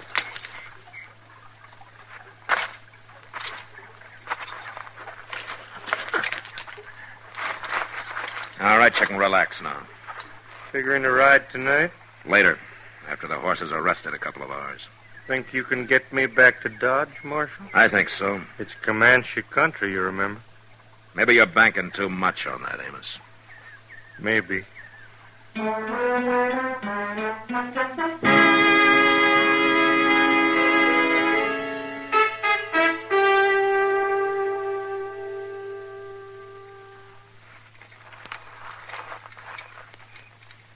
This is quite a fix you got yourself into, Amos. Is it? Yeah, I'd say so. On one side, you got all the white men hating you. On the other side, I shouldn't think the Comanches would be too fond of you either. Why not? Like Bailey said, I'm most one myself. Yeah, but there were Comanches killed at Coal Creek, too. Some. They must know that you've been scouting for the Bluecoats, huh? Well, it don't matter. They don't hold no grudge against scouts. As long as you scout against their enemies, the Cheyenne or the Apaches or one of the others, but you led the cavalry against your own tribe. That wasn't smart. I ain't worried, Marshal. You're the one ought to be. Maybe. You hate me too, don't you, Marshal? Not exactly. Just trying to understand you. It's a hard choice to turn against your own kind. I'd like to know what makes a man do that. Now, if you knew the way it was. I can remember the day it was like this. It was towards dusk. I left the horses, 3 of my best, right out front of her father's lodge. Never waited so anxious in all my life. And then he come out and took my horses into his herd. That meant you were accepted, married? And we lived fine. I had a lodge of 14 skins. I brought meat to her family. I took coup. I was respected, loved, and it was good. It was all good. Why'd you leave then? She died, bearing a child. Amos, at Coal Creek, did you lead the cavalry into ambush? I didn't lead them. But I knew. You knew the ambush was there and you didn't warn them. I couldn't. It had just been the other way around. They were my friends, relatives, people I'd lived with. Whatever I did, it had been wrong. So you ran away and did nothing. But a man's got to make his choice, Amos. And by failing to act, you made yours. Maybe. Coming back to Dodge was a mistake. If you'd have stayed out, you might have been taken for dead and forgotten. And now you've gone too far. Killing Bailey, the way you did it. Now, there's no choice now. There's only Dodge and a noose. You ain't got me back to Dodge yet, Marshal. Maybe you ain't going to. What? Yeah, I see what you mean. What does he mean, Mr. Dillon? Take a look, Chester, coming over the brow of that far hill there. Glory be. All right, come on, get on. Out of sight.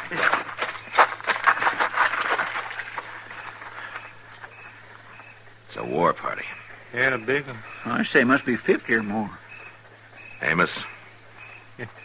Comanche's all right.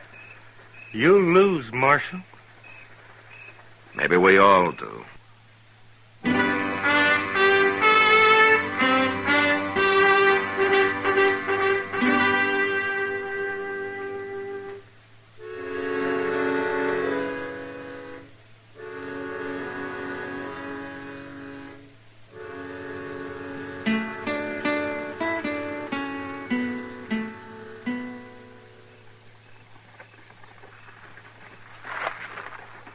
Mr. Dillon? Yeah, Chester. Them Comanches don't look so terrible warlike to me, just riding easy like they was out for a breath of air. Circling. They know we're here. If they was to decide to rush us, we wouldn't have a chance. Well, that's one thing we could do something about, Chester. What? Kill the horses. What? Pull them up in the circle and shoot them, then slit their bellies. Oh, my goodness gracious, what for? Those Indian ponies will balk when they smell the blood. That'd stop a charge. We could use their bodies for cover. Oh, but, Mr. Dillon, out here without no horses... Well, maybe it won't be necessary. Amos, you recognize any of them? Yeah, that one out front on the piebald. That's Buffalo Tongue. It's my brother-in-law. They've stopped. Yeah. Now, we'd better go get the horses. Oh, wait a minute. You might need your horse. Yeah, sure, but I doubt we'll ever get a chance to use them. Maybe they don't know you're here. You keep out of sight and wait for dark, maybe just an hour or so. What are you thinking, Amos? I'm thinking about that noose back in Dodge. And I'm thinking you're wrong about them Comanches. That's my wife's brother out there, Marshal. I've rid beside him on many a party. Now, see? He's coming down alone. Well, that's true, Mr. Dillon. He is. Amos, I'm warning you. Even if you're right, it'd be me they're looking for. If they don't even know you're here... No, Amos. Marshal, 3 men can't stand against 50 Comanches. All right, It's like you said, a man makes a choice. Wait. Amos, come back. Mr. Dillon. Keep down, Chester. But, Mr. Dillon... Maybe he's right. That's all we can hope for now. But he's our prisoner. He was our prisoner. Now we'll see. His brother-in-law has stopped. He's... Mr. Dillon. Amos, look out. No, Mr. Dillon. No. Chester, don't. Stay down. Yeah, but we can't... It's too late. Our guns won't do Amos any good now. We got to think about ourselves now. I know that, but... Wait a minute. They're turning away without another look. Mr. Dillon, they don't know about us. They know, but they don't care. We chance that, Chester. Now, come on.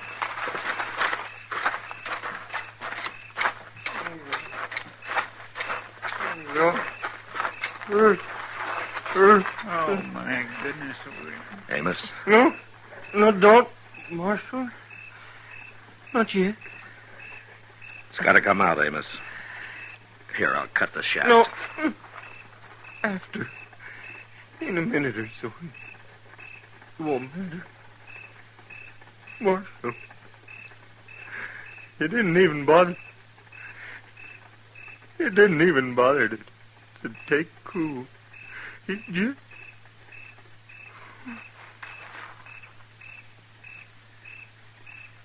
Mr. Dillon?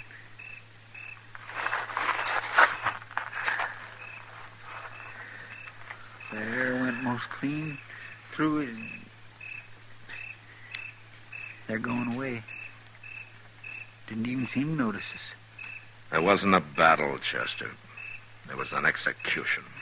And it was awful having to just stand by. Like he said, a man has to make a choice. Yes, sir. Mr. Dillon, what do you mean they didn't even bother to take coup? The scalp. It's the worst possible insult.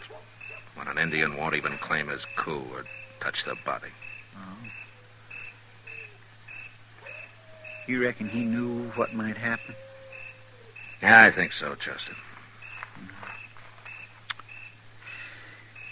Well, maybe it was better than a noose.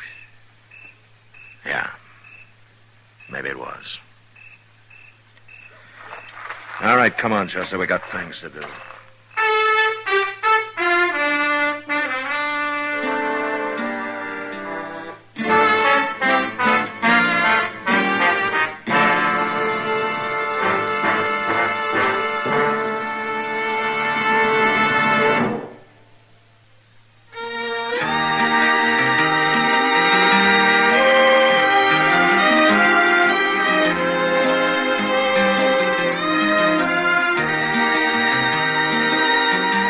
Gunsmoke, produced and directed by Norman McDonald, stars William Conrad as Matt Dillon, U.S. Marshal. The special music for Gunsmoke was composed and conducted by Rex Corey.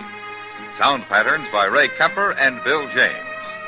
Featured in the cast were Lawrence Dobkin, Harry Bartell, Barney Phillips, and Joseph Kearns.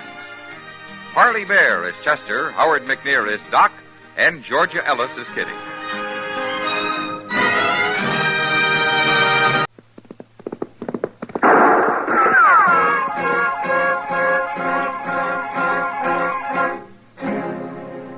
Around Dodge City and in the territory on west, there's just one way to handle the killers and the spoilers, and that's with the U.S. Marshal and the smell of Gunsmoke.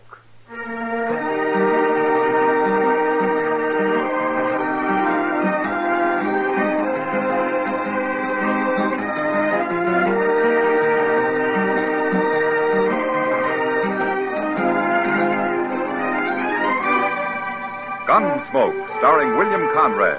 The story of the violence that moved west with young America. The story of a man who moved with it. Matt Dillon, United States Marshal.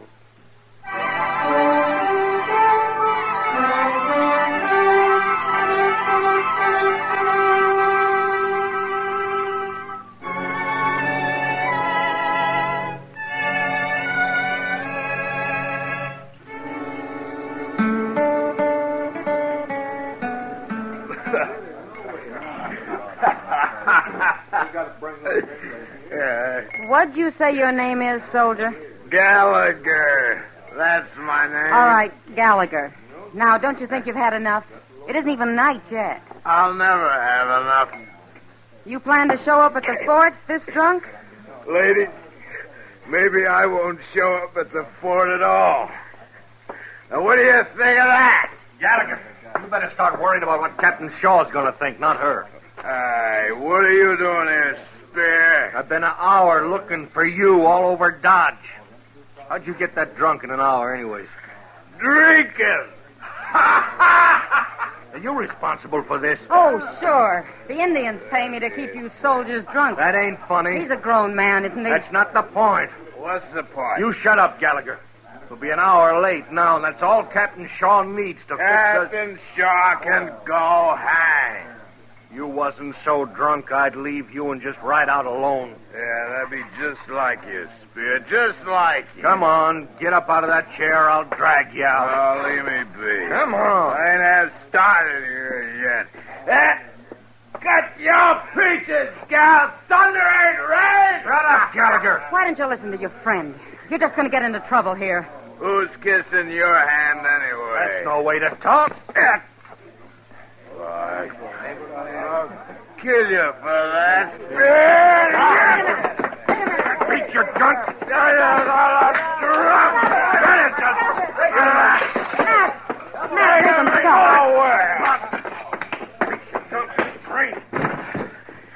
All right. You want the same treatment, soldier? Huh? I had nothing to do with it, Marshal. What? He was drunk. And you're cold sober. Of course I am. It's true, Matt. He just came in looking for him on the floor there, Gallagher. I'll take your gun, soldier. Well, you can't do this, Marshal. All right, now pick up your friend. We're going to Matt, jail. listen to me. Gallagher started it. He was only trying to get him out of here. Back to the fort. He can take him back tomorrow. Fighting's against the law in Dodge. No, Matt. Come on, let's get going, soldier. Pick him up.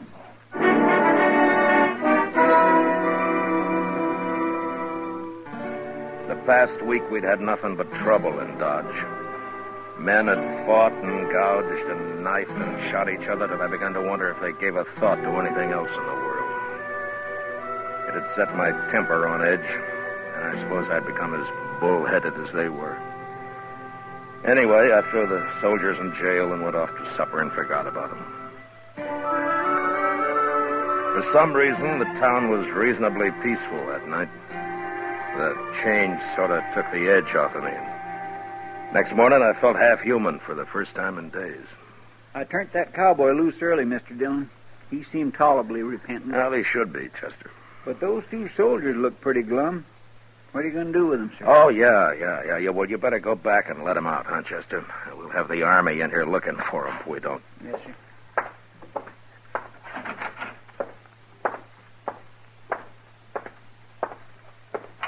You've done your time, men. The law has forgiven you. Out you go, free as little birds. Oh, that sunlight will blind me this morning. We ain't about done our time, mister. In real trouble now. Oh, why do you say that? 'Cause it's true. We were sent to Dodge to pick up supplies, not to go to jail. You're not the first soldiers who've camped here overnight. Colonel Doby's a just man. Captain Shaw's in command right now, Marshal. Colonel went to St. Louis for a time. Well, I don't know, Captain Shaw, but I'm sure... He's just about as reasonable as you are, Marshal. Just about. You're Spear, aren't you? And I was as sober yesterday, remember? I locked you up for fighting, not drinking. You locked us up. That's all that matters now. Spear's right, Marshal. I guess I deserve what I'm going to get, but Spear don't. Yeah, nobody was killed. You're not going to hang. You don't know Captain Shaw. He can be awful hard. A little extra duty won't hurt you. First off, we'll be fined $10 by court-martial. 1 month's pay. Yeah, that's a little high, I agree. There's nothing to what the cat might do on top of it.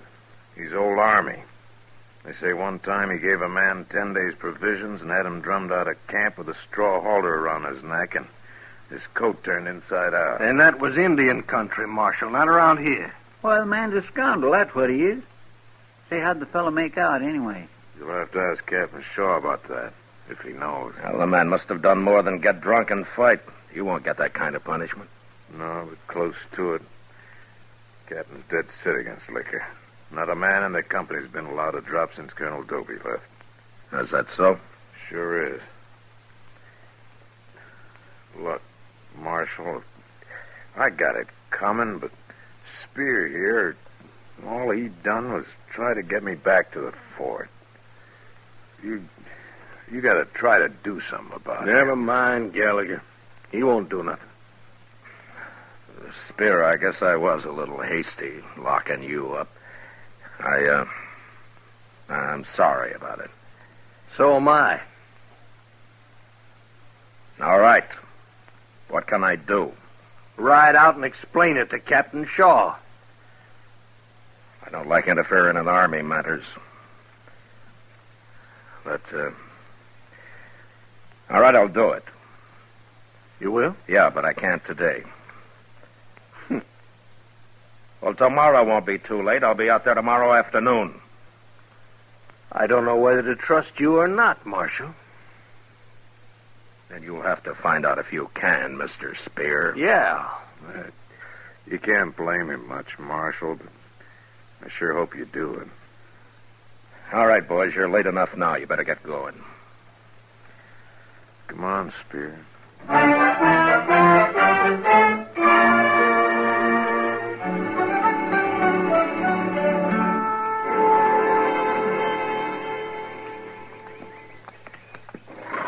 While you're talking to Captain Shaw, I think I'll go see the sutler, Mr. Dillon. He's an old friend of mine. All right, Chester. Name's Larson. Been selling goods to soldiers for 10 years that I know of. Say, I'll eat with him, too, in case you should get asked to supper. Oh, fine. Say, doesn't that look like Spear there? Where? Just outside the fort there, the man with the shovel. Oh, yeah. Say, what's he digging anyway? Come on, let's ride over there.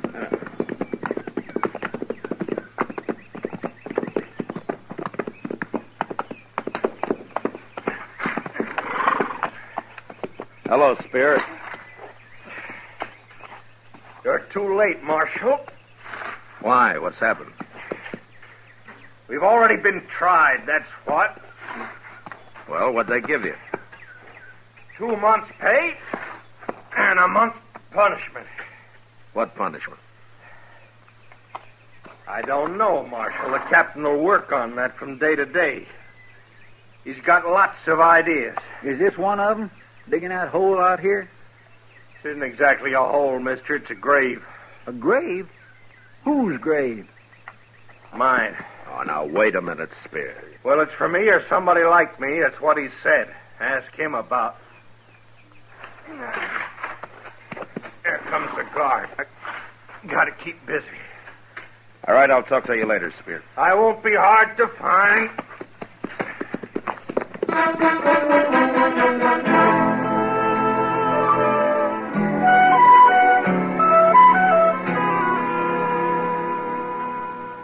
And that's the whole story, Captain. I locked Spear up, too, and for no justifiable reason at all. He was fighting, wasn't he, Marshal? He was trying to get Gallagher out of there, that's all. I have already decided Gallagher's punishment will be the more severe. Yeah, but Spear doesn't deserve any punishment at all. Don't you see that? If I may ask, Marshal, what is your interest in this case? Look, I made a mistake, Captain. If I hadn't thrown Spear in jail, he'd be all right now. The man's been done an injustice. Not exactly. He'd have been an hour late in any case. What? He and Gallagher had orders to report here to Lieutenant Adams at 6 o'clock. But at 6 o'clock, they were arrested in Dodge. If they had not been arrested, it would have taken them an hour to ride to the fort. Therefore, they would have reported in at 7 o'clock, 1 hour late. Oh, but Captain Spear spent that hour trying to find Gallagher. A soldier must learn to take care of himself, Marshal. Evidently, Spear hasn't learned. So it's my duty to teach him. This just doesn't make sense. I am a soldier, Marshal. You are a civilian. I wouldn't expect you to understand. Anybody can understand what's just. The Army has its own justice, Marshal. Like making a man dig his own grave? Oh, you saw him. Of course. Gallagher's digging one behind the fort. Why? Sentimental reasons, I suppose. Of mine, to be sure. What does that mean? It goes back a long way, Marshal. You see, I served under General Winfield Scott at Veracruz in 47. And I remember an order he once sent down, and it concerned soldiers who'd been found drunk. Now, don't tell me General Scott had them shot. No. His idea was to impress upon the command that such a grave would be wanted sooner or later, either for the drunken man or for some drunken companion. And did the soldiers understand that? Soldiers understand orders, Marshal. Or they can be made to. Tell me, Captain, what do you think Colonel Doby would do about this? In Colonel Doby's absence, I am in command of this company. Then Spear will be punished even though he's innocent, huh? This is an Army matter, Marshal. Yeah. Goodbye. Goodbye, Marshal.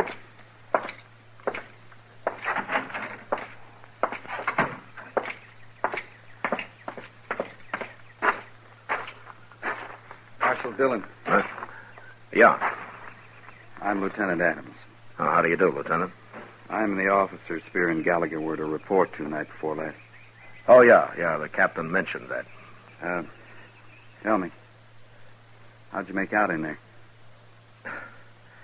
Well, I don't think Captain Shaw and I understand each other completely. I knew it was hopeless. Thanks for trying, Marshal. Tell me something, Lieutenant. What's the matter with Captain Shaw? I couldn't say, Marshal. But he's been 30 years in the Army. So? Colonel Doby's been in 10. Oh, I see. Will you join us at mess, Marshal? We eat in about 10 minutes. Oh, thank you very much. I'd like to, if you don't mind.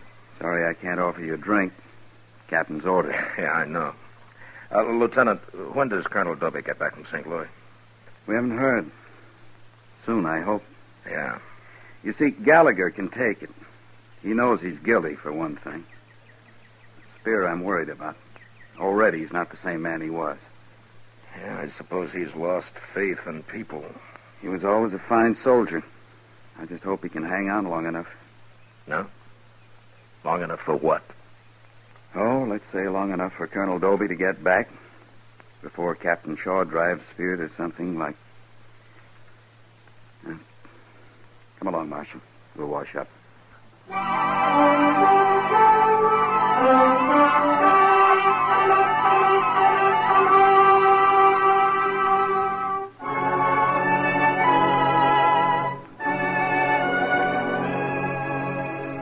I was pretty busy the next few days, and there wasn't much time to think about Spear. But when I did think about him, I got to wishing I'd never let myself be hired for this job. Nearly a week passed, and then one day, about noon, I went to the office and found Kitty waiting there with Chester. I told her you'd be along any minute, Mr. Dillon. It's nothing serious, I hope, Kitty. Well, it could be, Matt. She wouldn't tell me a word about it. I offered to help, but no, she said. She'd wait until you got here and then... All right, Chester. Well, Kitty. Matt, this morning, about 8 o'clock it was, I was... Wait a minute. Lieutenant Adams. Hello, Marshal. Chester? Hello, Lieutenant. This is Miss Kitty, Lieutenant. Oh, yes, of course. I didn't recognize you, Miss Kitty. That's all right, Lieutenant. I'll be brief, Marshal. It's about Spear. He's deserted. What? Last night, just before chow. How'd he get away? Well, Captain Shaw hasn't had those men guarded very close. They're still digging graves, and with only one guard for the two of them. Spear took off when the guard was at the back of the fort near Gallagher, and so. Well, have they found him yet? No. But the captain has the whole company out after him. I just posted a couple of men at the depot. Most everyone else is fanned out over the prairie, horseback. You think maybe the captain wanted him to run off, Lieutenant? Maybe that's why he made it so easy, huh? A lieutenant doesn't judge his captain, Marshal. But I'm worried about Spear. He might do anything now. Yeah. I knew you'd be interested, so I just dropped by to let you know what's happened. Well, thank you, Lieutenant. There's something else, Marshal. What? Captain Shaw has ordered me to search the town. Oh? He's sending me 2 more men. I hope you won't object. Well, ordinarily I would, but I understand. Thank you, Marshal. Goodbye, Miss Kitty. Goodbye. Chester? Bye, Lieutenant. Matt, that's what I came to tell you about. Spear is hiding in my room. What? Since when? This morning he showed up about 8 o'clock. Said he has to hide during the day. He promised to leave tonight. But why did he come to you? Well, he remembered I tried to keep him from being arrested that day, and he said I was the only person he could trust. Oh, I see. I don't know what to do, Matt. Is he armed, Kitty? Yeah. Yes, he's armed. And he said if anyone but me tried to get in the room, he'd kill him. He's awful desperate, Matt. Yeah. He's got to turn himself in, Kitty. After the way he's been treated... They'll catch him anyway, sooner or later. He's got to face this thing on his own free will. If he doesn't, it'll ruin him inside. He won't be any good again. You understand what I mean? Yeah, I think I do. All right, then go tell him. I can't, Matt. I'm not a man. He wouldn't listen to me. All right, I'll go. You can't. He'll shoot you as soon as you open that door. Well, look, you'll have to help us trick him, Kitty. No, please, Matt. He trusts me. You want to help him, don't you? Yeah. All right. Chester, go out and buy a big bag of groceries and hurry. Groceries? Yes, sir, Mr. Dillon. We'll wait for you here.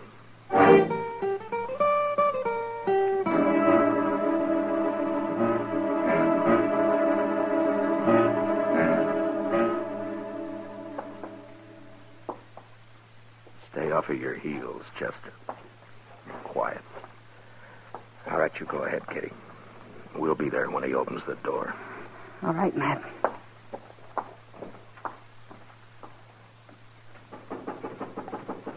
It's me, Kitty. Open the door. I can't hold all these groceries much longer. All right, come on in quick. Take this. My arm's breaking. All right, I got it.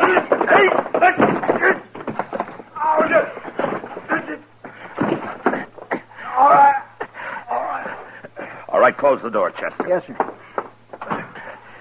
Come over here and take his gun away from him. I got it, sir. All right. All right, now get up. I said get up. Now sit in that chair. And don't try anything. I hope you're real proud, Kitty. Now, wait a minute, Spear. Nobody's betrayed you. We're trying to help you, that's all. Why don't you just shoot me, Marshal, and have it over with? Spear, you've got a bad deal all around, but the trouble you're in right now is your own doing. You're the one put me in jail. I'm talking about your deserting. Well, what about it? I'm just telling you, you're responsible for that yourself. And you're the only one who can square it. Give yourself up. Give myself up? You mean you're not taking me in? I got nothing to do with it. This is between you and the Army. Please, Spear, do it. He's right. You mean I can walk out of here right now? And you won't stop me? That's right. Why are you doing this, Marshal? Spear, I've been told that you're a good soldier. But right now you're in trouble. And you and I are both responsible for it. I shouldn't have thrown you in jail, and you shouldn't have deserted. Well, so? I'll do my part, and I think you'll do yours. You'll do yours by turning yourself in. I don't know, Marshal. Yeah, what, Chester? Down there in the street. Lieutenant Adams and 2 soldiers, and they're headed right in here. Give myself up, huh? You got it planned pretty neat, Marshal. Maybe the Army will give you a reward for this, huh? Maybe they'll Adams fix said it he so- was going to search the town. That's all I know about. And followed you right here, didn't he? You sure trust me. All right, shut up a minute. Kitty, is that a closet there? Is it empty? Look, well, almost, yeah. All right, Spear, I'll prove that I trust you. They won't find you till you're ready to give yourself up. Now get in that closet and hurry. You mean it? Here, take my gun with you. Now do you think I mean it? Your gun? Go on, take it. Oh, but I didn't mean... All right, hurry up, get in there. Mr. Dillon, are you sure you are to take a chance like that? Open the door, Kitty. All right.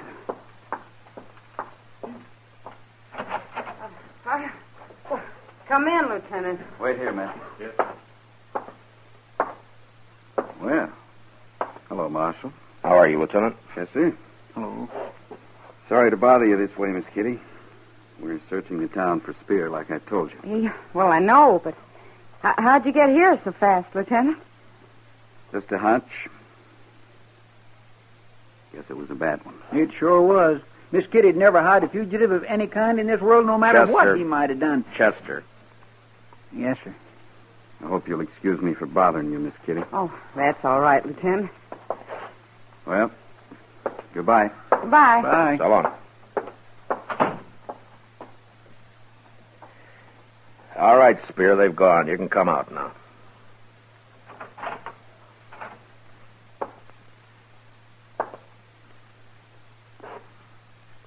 Well?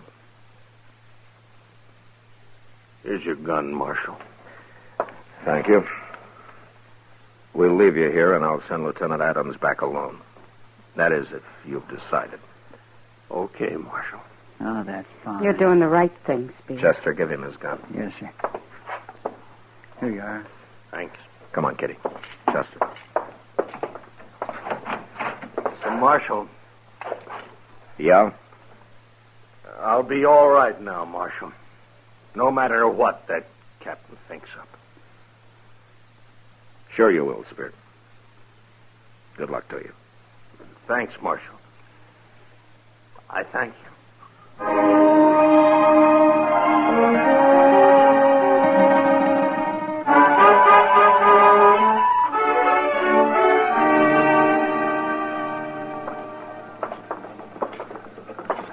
There's Lieutenant Adams right across the street, Mr. Dillon.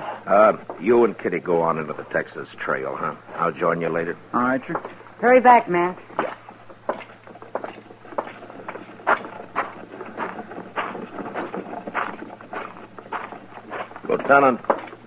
Lieutenant Adams. Yes, Marshal. Where are your men? Oh, they're scouting the Alafraganza there. I don't think they'll find him, though. You don't? No, I don't. I see you got your gun back, Marshal. You don't miss much, do you? I kind of wondered at first why you didn't have it upstairs, eh? And? Well, I don't suppose Captain Shaw'd much appreciate an officer who searched a room, didn't even bother with the closet, would he? Captain Shaw might not, Lieutenant, but I think Spear will. You be waiting for me, Marshal? Mm-hmm. It was a mighty long chance you took. Yeah, it was worth it. Let me know how he makes out, Lieutenant. I sure will, Marshal. Especially seeing as how you kind of got a stake in him now. Well, so long. Goodbye, Lieutenant.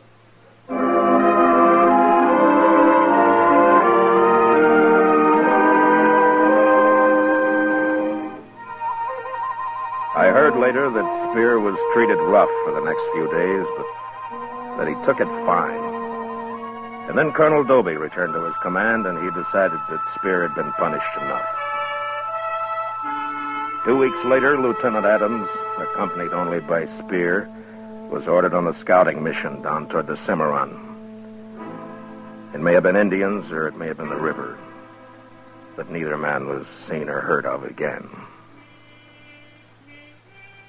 Yesterday, I received a message from Colonel Doby. A formation is to be held at Fort Dodge, honoring those 2 good soldiers. The colonel thought I might want to be there.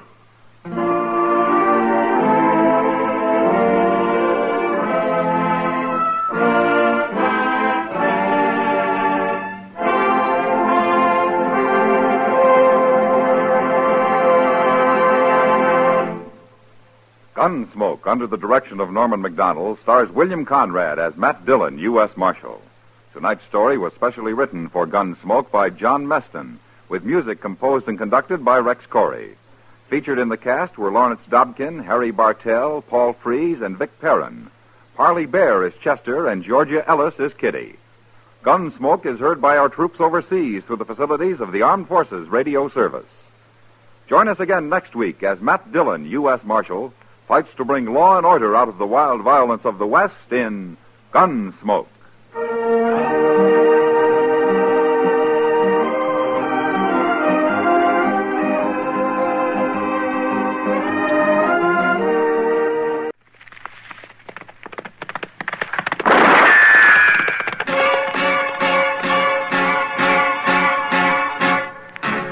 Around Dodge City and in the territory on West, there's just one way to handle the killers and the spoilers, and that's with a U.S. Marshal and the smell of Gunsmoke.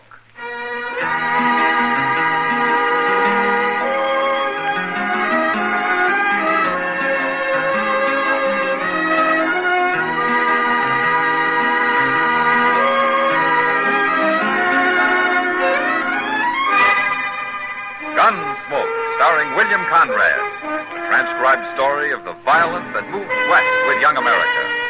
And the story of a man who moved with it. I'm that man, Matt Dillon, United States Marshal. The first man they look for and the last they want to meet. It's a chancy job, and it makes a man watchful. And a little lonely.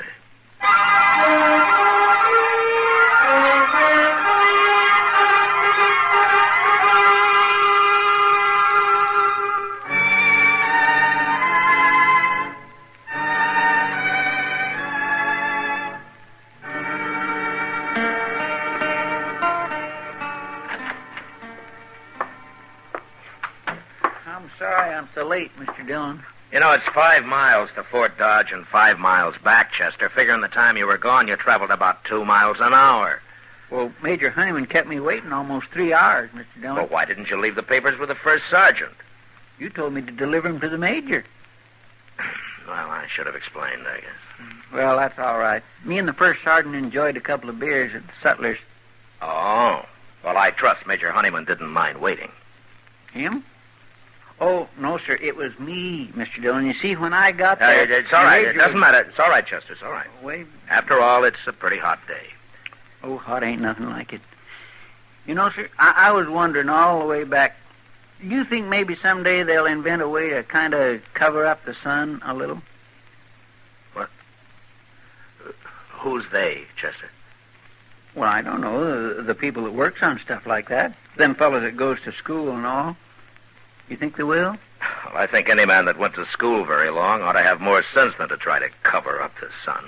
Oh, well, I didn't mean all the way up. I meant just part of it. Oh, well, I can think of one man that's already done that. Really? Who's that? A fella called John B. Stetson. Oh, now, Mr. Dillon, I'm serious. So am I, Chester. Marshal Dillon? Hello. Jim Hill, Marshal, from Amarillo. How do you do? This is Chester Proudfoot. Chester? Glad to know you. I'm looking for a man, Marshal. Fella called Dan Gratt. You know him? No, never heard of him. Have you, Chester? Ain't no Dan Gratt around here. Well, he's coming here. Told one of his girls in Amarillo he was. I'll wait for him. Well, what do you want him for, Hill? Murder? Murder? He shot 3 men in Amarillo. 2 of them in a fair fight, but he made a mistake with the last one. Grant didn't know it, but the man wasn't even armed. A friend of yours? No, I didn't know him. Some gambler. Yeah. Then why are you after Grant? I thought maybe you'd heard of me, Marshal. I'm sheriff of Amarillo. Oh, I see. Well, it's been a long time since I've been in Amarillo. It's no quieter than it ever was. But it'll get worse if I don't stop men like Dan Grant, no matter how far they run. You said he didn't know the man wasn't armed. Well, why would he be running? He found out after he'd shot him. They say it shamed him killing an unarmed man. One thing about Grant, Marshal, he ain't no coward. Yeah. But he enjoys shooting people. He's a gunman. And I'll tell you something, Marshal. Dan Grant ain't well known, but he's about as handy with a gun as anybody in the state of Texas. Men who watched him say he's the fastest they ever saw, bar none. Well, I'll help you take him, Sheriff. I only come here to tell you what I was doing in Dodge, Marshal. I don't need no help. Well, he's just a murderer. Why take a chance? I'm pretty good myself, Marshal. I ain't afraid of him. Oh, okay. And if you run into him first, save him for me. I'd hate to have made the ride up here for nothing. I'm staying at the Dodge house, Marshal, if you want to find me. So long. So long. Mr. Dillon, I don't quite make him out. Oh, why not, Chester? Well, I mean not wanting you to help him. If it's true what he says about this Dan Grant. The sheriff's like a lot of men, Chester. He's too proud, too confident in himself. It'll get him in trouble someday. Yes, sir. It's a mistake some gunmen make, too. You mean like Dan Grant? Oh, I don't care about Dan Grant, Chester.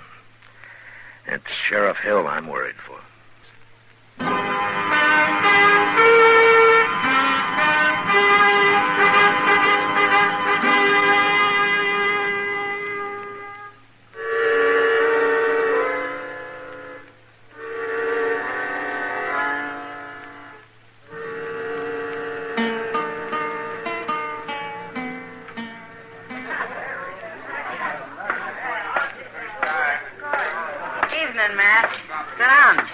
Thanks, Kitty. Why didn't Chester come over? Oh, he's waiting at the bar for a friend of his. Huh? Man or woman? A man.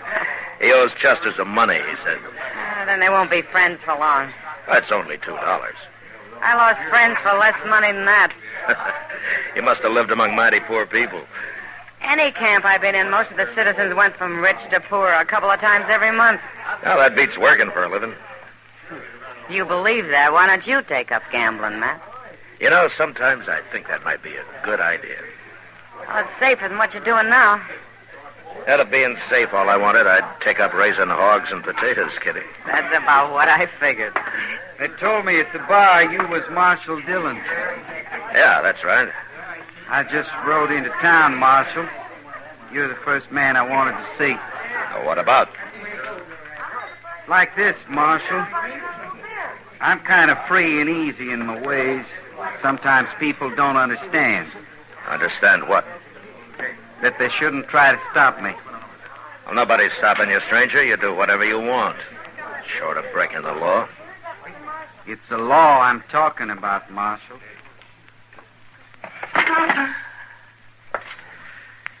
All right, say it plain, mister. Sure. I get in a fight. I kill somebody. I don't want no trouble about it. That plain enough? Where are you from? Texas. Amarillo. How'd you know? The sheriff, Jim Hill, he's here waiting for you. Grant. Where is he? I don't know. He'll probably be in here later. Why don't you wait? No. I'll find him. After I do, we'll talk some more, Marshal.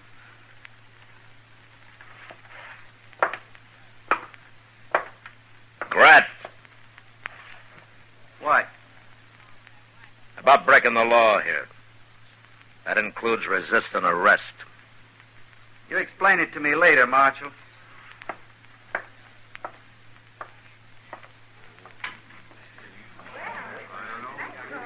Chester. Yes, sir, Mr. Dillon. Chester, go find Sheriff Hill and tell him Dan Grat's in town. The least we can do is warn him. Okay, sir. Where's your gun, Chester? My gun? Oh, it must be over at the office. I'll go right over and get it. You better find the sheriff first. And hurry. Yes, sir. I'll try the dog house. Can't you stop it, Matt? I can't interfere with another lawman, Kitty. I offered to help, but he wouldn't have it. Why not? You too proud? Yeah, that's right, Kitty. He's too proud. You think Grat's going to kill him? Well, I think he'll try. You don't like not being able to do anything about it, do you, Matt? No, Kitty, I don't. Yeah, you stay in here, Kitty. Grat found him, Mr. Dillon. Right there in the street. He yelled at him, and then he shot him. As soon as he turned around and got set. Oh, that Grat's the one fastest man I ever saw. I mean, he's just terrible Keep fast. out of the way, Chester. He's waiting for me. Yes, sir.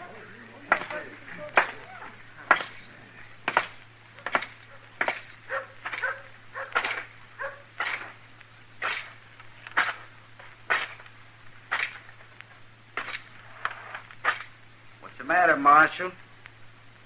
I break one of your laws? You just killed a man, Grat. He ain't the first man I've killed. Jim Hill was a lawman. He was here to arrest you for murdering an unarmed man in Amarillo. I didn't know he was unarmed. Your mistake. I'd have killed him anyway. I can kill anybody. Like you. Right now.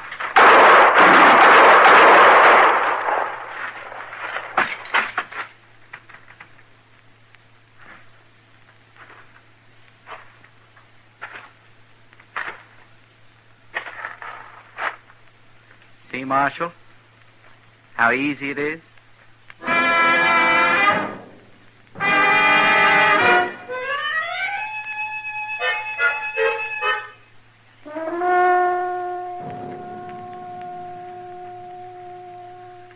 How is he, Doc?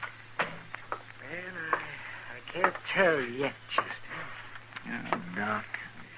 He was hit in the head as well as the arm, Chester, and he's still unconscious. We'll know what damage it did when he comes to, and not before. I've done everything I can for him. Yeah, I know, Doc. Of course you have. Another fraction of an inch, he'd be dead now. As it is, he may be all right in 10 days. Well, who knows? I don't. Brad hit him first shot. I could tell. Mr. Dillon still got one off. I don't know why he had to miss him. Of course he missed him, Chester. Matt was out on his feet when he fired that shot. He dropped his gun before he fell. And who wouldn't with 2 bullets in his arm? Is it ruined, Doc? His arm? No, it's not ruined. It'll be stiff for a while. Doc? Mm-hmm. I'd have tried to kill Grat if I'd have had my gun. I was going to pick up Mr. Dillon's and do it, but Grat kicked it away from me. It's a good thing he did. I wanted to kill him. I know how you felt. It's a terrible thing watching a man like Mr. Dillon get shot that way, Doc. Of course it is, Chester, but killing Grat won't help him now. Well, if Mr. Dillon dies, I'll kill him. I'll get me a shotgun and I'll kill him. I'll blow him in half, then we'll see how doggone fast he is. No, calm down, Chester. You mustn't get it. I tell you go put some coffee on the stove right over there, yeah? We'll both need it before the night's out.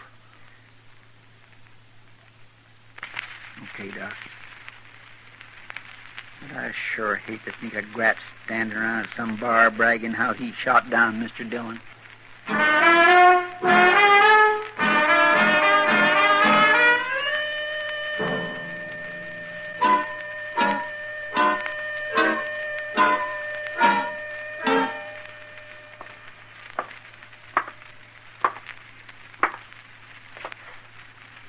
Bartender, give me some whiskey.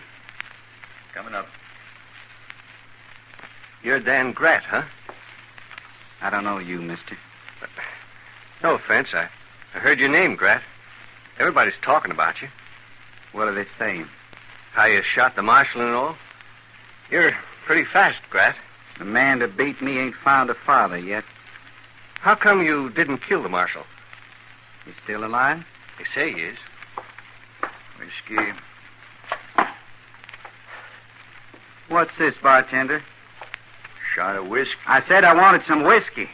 Well, that's whiskey. Don't fool with me. Get me the bottle. This here's Dan Grant, bartender. Fella shot Marshal Dillon tonight. You didn't say you wanted the bottle. Get it. Oh, no. What's the matter with him? You a friend of the marshal? Some is, some ain't. How about you? Me? I don't care one way or t'other. Make up your mind. Well, sure, Grant. I'm on your side. I wouldn't be talking to you if I wasn't. I guess I got some more convincing to do around here about who's top dog. Not me, Grant. You don't have to convince me. Then act like it. Well, sure. I was asking how come you didn't kill the marshal? He dropped his gun when I hit him in the arm. Why'd that stop you? I don't shoot unarmed men. You don't? What? I said, don't you? You're armed, mister. Now, Grant, I ain't done nothing. I don't like your talk. You know about me, don't you? That gambler should have had a gun in Amarillo. I don't know what you're saying, Grant. I don't know nothing about you. Take out your gun, mister. Go on, take it out. No, Grant. No. Do what I tell you. But not me. No, I didn't. Your time's up. I didn't.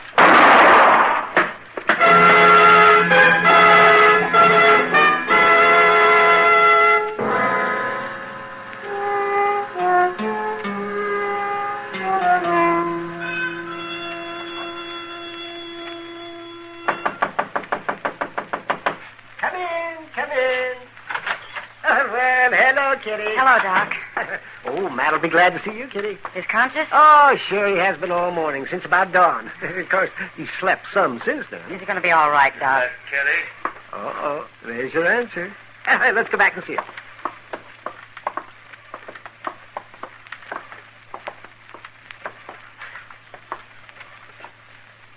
Hello, Matt.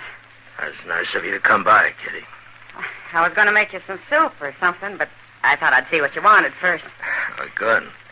You know, that's been worrying me, Kitty. I was hoping somebody'd come by in time to keep me from being poisoned by Doc's cooking here. Oh, poison, but Doc. Oh, you watch what you're saying, Matt. I could decide you're too sick to eat. Yeah, I could. I could keep you starved for weeks. It wouldn't be worth it to you, Doc. Not with me taking up your bed the whole time. How long will he be in bed, Doc? Oh, maybe 10 days. 5 will do it. I said 10. I'll make you a bet, Doc. You ought to rest, Matt. Especially with your arm hurt. You wouldn't dare go out to use it again. I hear Grat killed another man last night. Some stranger. They say Grat slapped him and then shot him down. Just like that. And he was standing real close to him. Why? What's that got to do with it? Now, Grat's the fastest man I ever saw, Kitty.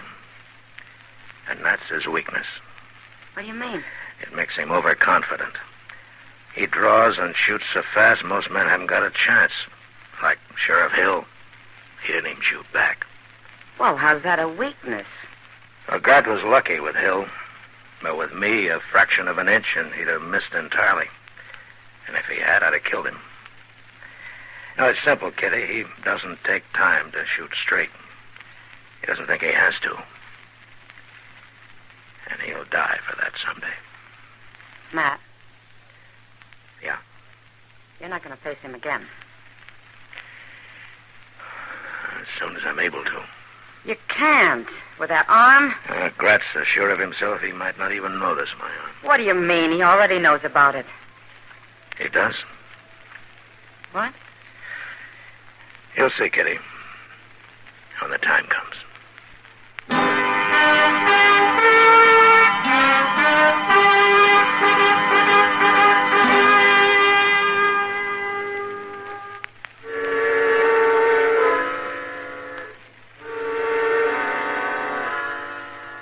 It made Doc awful mad, but 5 days later I got up. And then for the next week I spent every day down by the river, drawing and shooting. Drawing and shooting for hours on end. Doc told me I'd have a headache and the gunfire didn't help ease it, but I kept on. Grat found a fight and killed another man while I was at it. And I guess that spurred me some. Finally, I'd had enough, and I went into the office one noon where Chester was waiting for me. I declare, Mr. Dillon, your arm won't never heal if you keep working it so hard. Oh, my arm's in fine shape, Chester. Well, I don't see how it could be. And I'm hoping Grat won't see how it could be either. I don't understand, Mr. Dillon. Grat's so sure of himself, I'm gambling he won't notice it. Notice what? My gun. Your gun? Why, you're wearing it in your belt, Mr. Dillon. What'd you do with your holster? It's hanging on the wall over there, Chester, where it's been all week. Well, forevermore. It's easier on your arm drawing it from your belt, is that it? Well, that's part of it, Chester. Have you seen Grat today? Yes, sir. This morning. Over at the Alafraganza, playing faro. Yeah. All right, Chester. Go find him, will you? Yes, sir. But what'll I tell him?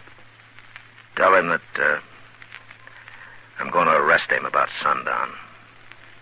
Let's say 5 o'clock. And I'll start looking for him in the plaza. That way the word will get around and nobody but us will get hurt.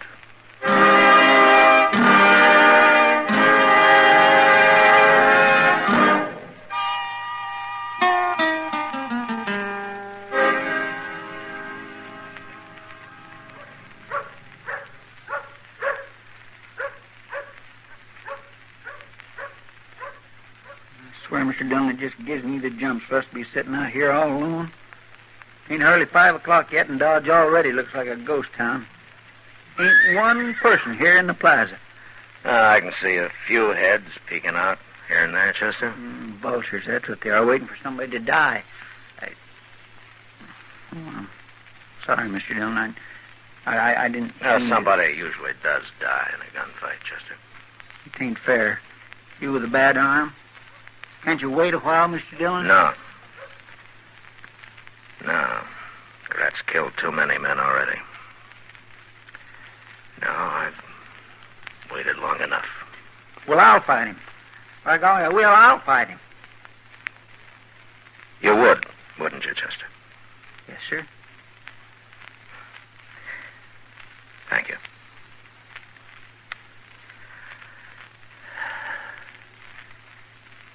Uh-oh. There he comes. All right, Chester. Get out of the way now. No. You heard me, Chester. Yes, sir.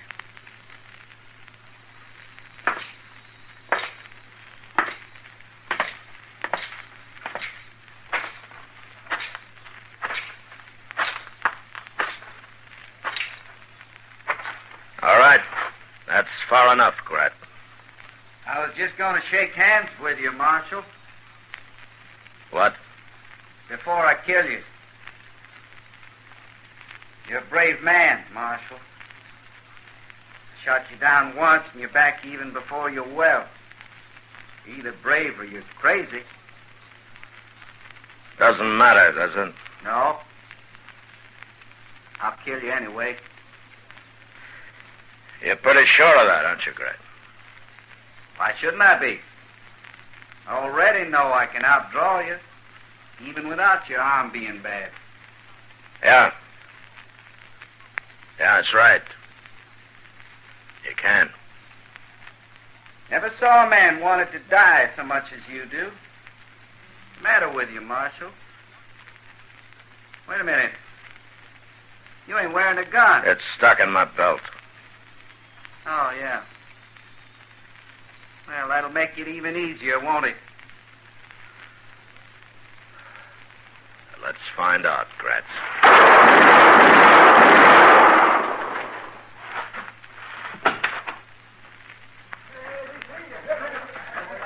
You've got him, Mr. Dillon. You got him. Yeah. You hit him all 3 shots. I could see every one of them. Well, I took more time than he did. And he took plenty. But he was too sure of himself, Chester. And that's what I was counting on. He drawed first, though. Yeah, he wasn't in any hurry this time, Chester. He knew I couldn't do much with a bad arm. Well, he was sure wrong. You killed him with it. You don't see any better than he did, Chester. What? The gun in my belt, Chester. The butt's pointing to the left. That's going to be weeks before I can use my right arm again. By golly, that's right, yeah. You use your left hand. It wasn't until I started to draw that he noticed it. And when he did, it gave me an extra second. And it cost him his life.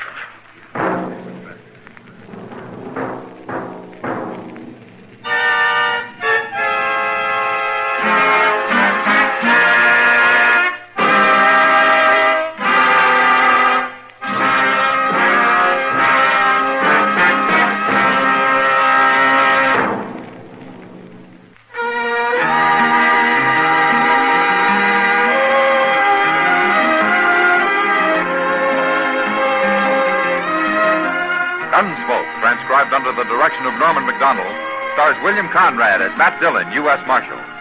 Tonight's story was specially written for Gunsmoke by John Meston, with music composed and conducted by Rex Corey.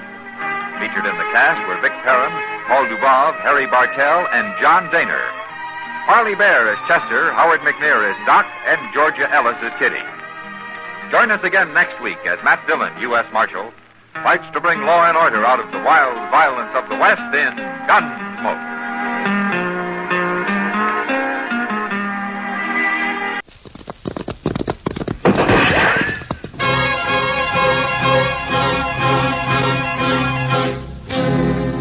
Around Dodge City and in the territory on West, there's just one way to handle the killers and the spoilers, and that's with a U.S. Marshal and the smell of Gunsmoke.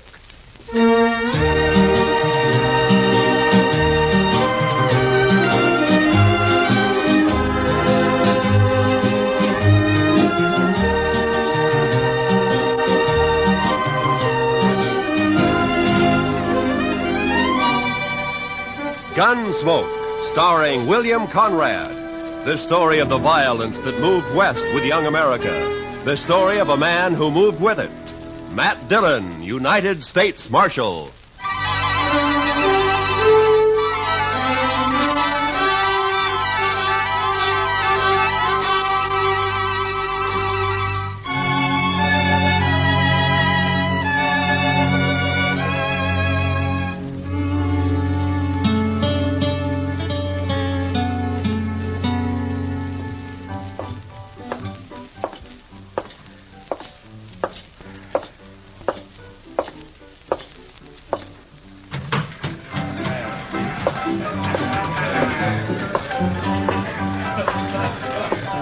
Welcome to the Cherokee Palace, Marshal. I see you received my complaint. I got it, Mingo. Where's Stanley? Where do you think? Upstairs. Brandy? Naturally. She always does mother him when he's in trouble. Be careful, Marshal. He might be dangerous.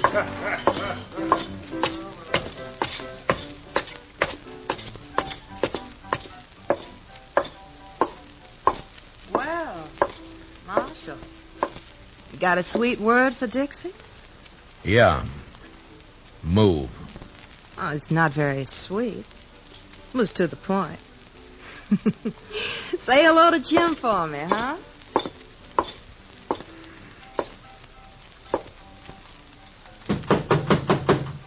Go away. It's me, Brandy. Matt. Come in, Matt. Join me in a drink? Where is he, Brandy? In the next room. Cried himself to sleep. Save it, Brandy. I gotta take him. Oh, why, Matt? Jim Stanley never did a mean thing in his life. He's no bad man. He stole money from Mingo's roulette table, and he threw a bottle at him when he was caught. Mingo's pressing charges. Stanley can clear himself in court. Huh?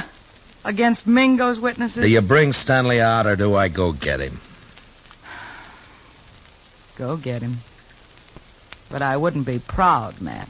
Stick to running dance hall girls, Brandy. Let me run the law, huh?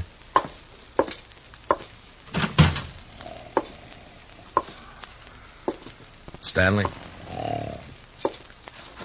Stanley! Oh, it's you, Marshal. I was sleeping. I want you to come with me, Jim. Come with you? Sure, Marshal. You better get up. Come on. Come on.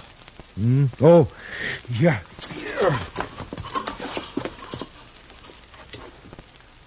Oh, where are we going, Marshal? Would you like to visit my ranch? I got a new colt. The prettiest little sorrel you ever saw. Jim.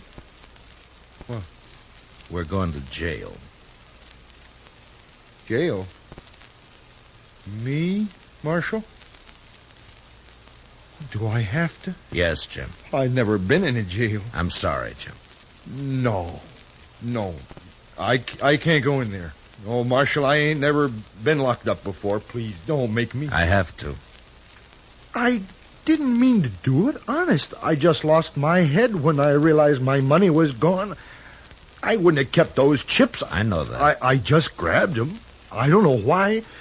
They were there, and I just grabbed them, and then Mingo started in on me. He kept saying things, bad things about... Take it easy, Jim. I wouldn't have cared, except that, well, Dixie was there. He kept yelling at me that I was a thief right in front of her. I tried to make him stop, and he wouldn't. Then something happened. The bottle was there. You threw it at Mingo? No, I just threw it, Marshal. I was crazy. I didn't mean to hurt nobody. I believe you, Jim. Marshal, will you ask Dixie to come and see me later? Yeah, sure, I'll ask her. Thanks. I just want to tell her not to blame Mingo for all this. She might say something or give up her job. Don't worry, Jim. I don't think Dixie's going to give up anything.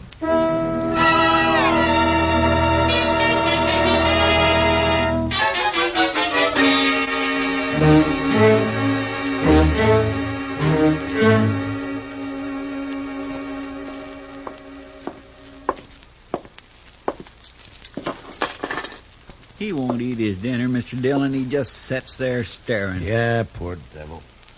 He won't really be convicted, will he? Well, I hope not, Chester. Mingo's the one who ought to be in jail. Look, Chester, this isn't exactly my idea of justice either. A shady gambler against a simple-minded horse rancher. Hello, Marshal. Bye, Chester.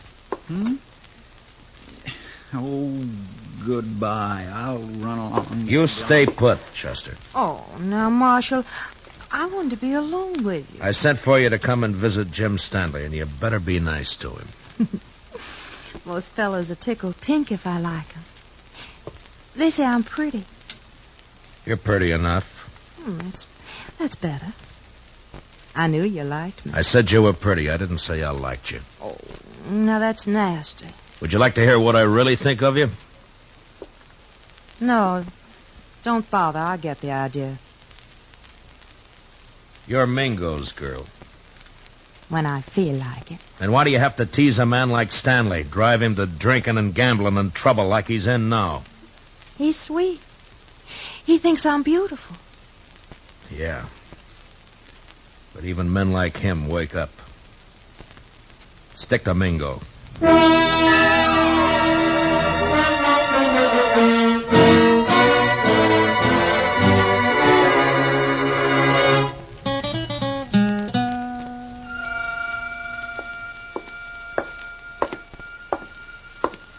Hello, Marshal. Thought I'd drop in and see if your prisoner was all set for trial tomorrow. Mingo, I want you to withdraw those charges. And let that potential murderer go free? No. You got back the chips Stanley took from your table, and his assaulting a man like you is ridiculous. He doesn't even wear a gun. A bottle constitutes a deadly weapon. Look it up, Marshal. Why are you doing this, Mingo? Why pick on a man like Stanley? Let's say I don't like him always slobbering over Dixie. She's private property. For that greedy little vixen, you'd send Stanley to prison knowing that it'll probably crack his mind completely? That's his problem. You don't understand, Mingo. I don't like to see people pushed around. Well, don't cross me, Marshal. I already have. People get dead that way. Yeah, so I've heard. Now, just who are these witnesses of yours against Stanley? Ned Cole, Saginaw Henry. Both on your payroll? Dixie. some of the other girls. All working for you, huh? Jim Stanley's as good as convicted, Marshal. There's not a thing you can do about it.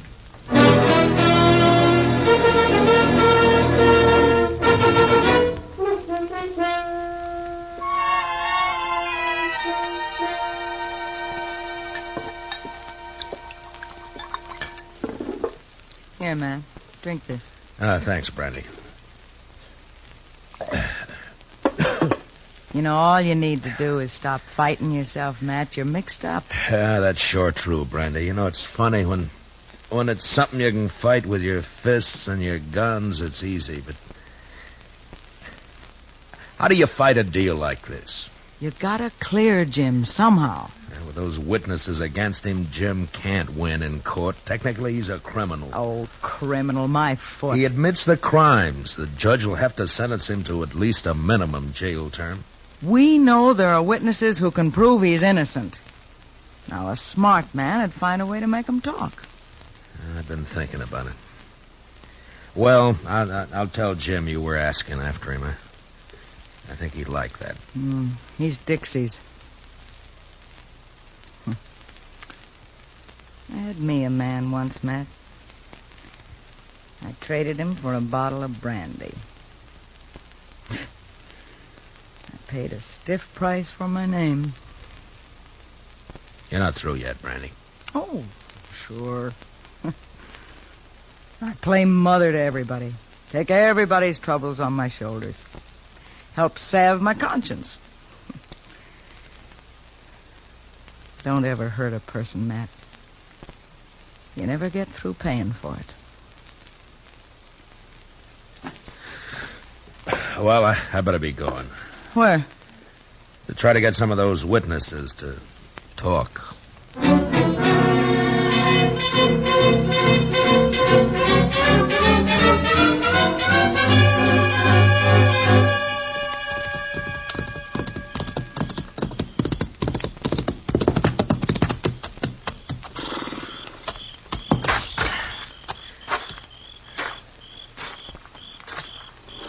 Hello, Saginaw. Huh?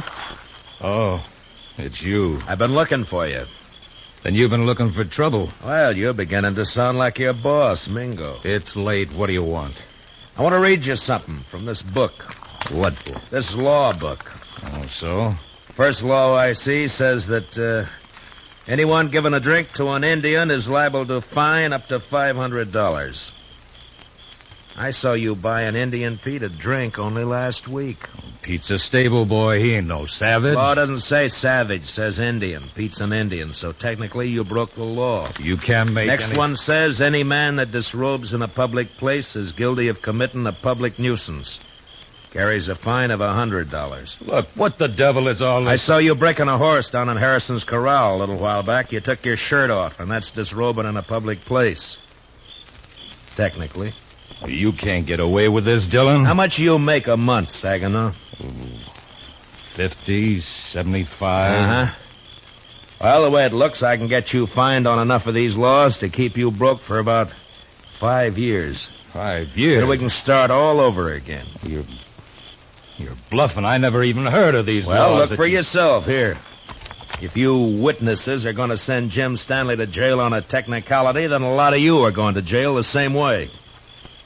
Well, laws may be there, but they ain't fair. All right, Saginaw, if that's how you want it. Come on, let's go to jail. No, wait.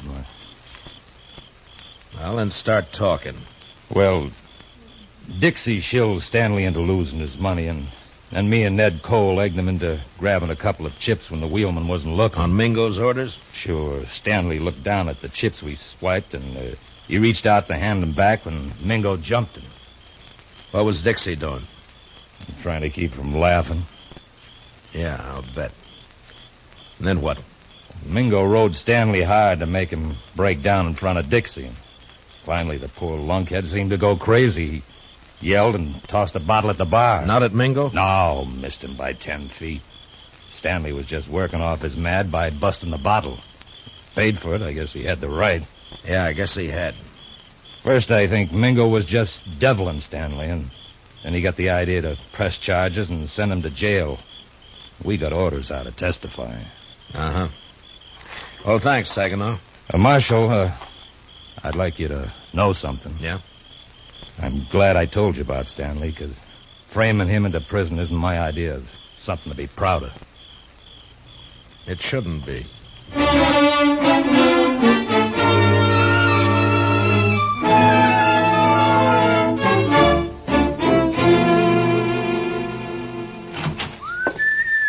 Ah, good evening, Chester. My, what are you so happy about, Mr. Dillon? Everything, Chester, everything. Is it about Jim Stanley? It is about Jim Stanley. He's going to clear himself in court tomorrow. Come on, let's go tell him. Well, gracious, that is good news. He couldn't have taken much more of being locked up. I know. Hey, Jim, wake up. We're going to break... Jim. Mr. Dillon, he's gone. Both window bars are cut. Yeah. And here's what cut him. A hacksaw blade. And look yonder, there's another. Oh, that fool. Why couldn't he have waited one more day and he'd have been free? Jim Stanley didn't have those hacksaw blades on him, Mr. Dillon. I know. I searched him good. You searched Dixie good? Hmm? Oh, mercy, no, Mr. Dillon. She's a girl. He didn't have any other visitors? No, sir. Mingo's going to be awful mad when he finds out his girl helped Jim Stanley get away. Come on. You going to arrest Dixie, Mr. Dillon? I don't know, Chester. First, I got to find her.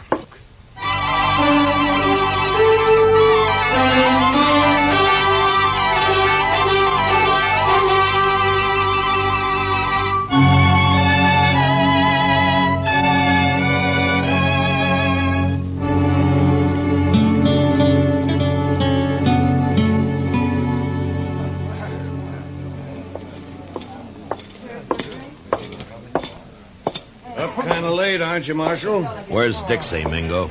Dixie, she's gone. I don't know where she is. You're lying. No, I swear she disappeared hours ago. I still think you're lying. Dixie's here someplace. No, he's telling you the truth for once, Matt. Dixie's gone, all right. Are you sure, Brandy? Saw her right out of town. Was Stanley? Yeah, Matt. The two of them. Dixie and Stanley? Dixie passed him some saw blades. He cut his way out. That rotten double-crossing hellcat. She's your girl, Mingo. I'll be the laughingstock of Dart City. Good. I hope they laugh you clear out of Kansas. If it's the last thing I'll do, I'll find her. Both of them. Finding them is my job, Mingo. Go ahead. But you better beat me to them, or you'll be arresting them dead.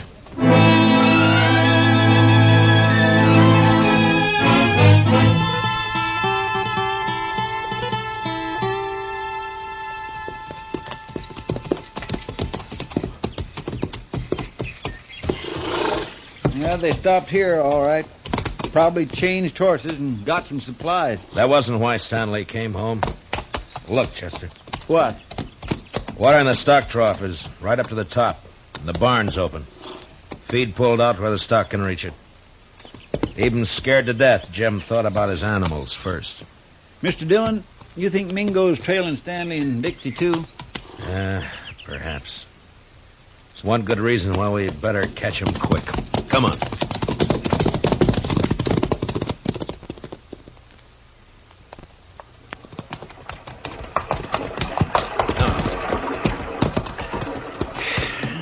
Still no sign. Looks like we've lost them for good now. What do we do, go back, Mr. Dillon?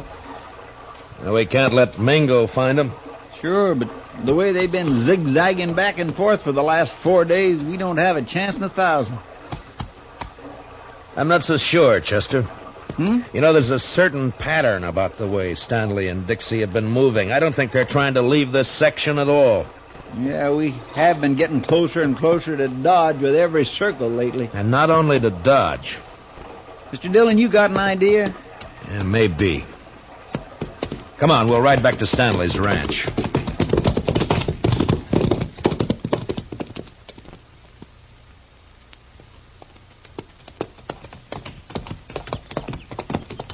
You think they came back here? I will soon find out. But from what we saw here before, I'll bet Stanley's not the kind to stay away from his ranch for very long. What? Hit the dirt, Chester. Behind the trough. Yeah. It's Jim Stanley. There's his horse. Yeah. All right, keep your eyes open. Stanley!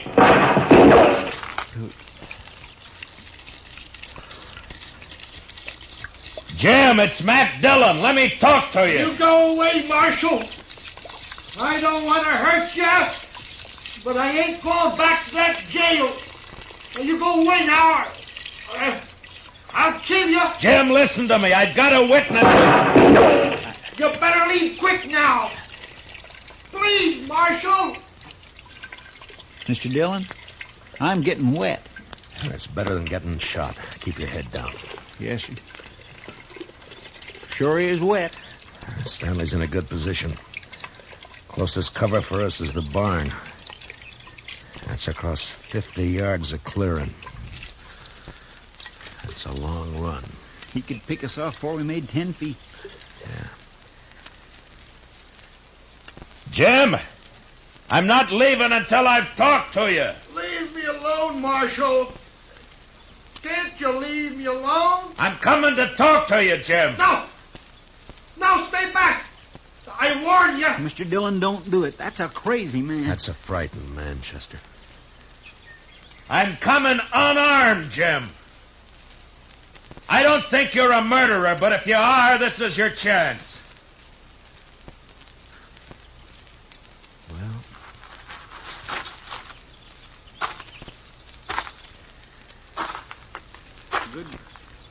Good luck, Mr. Dillon.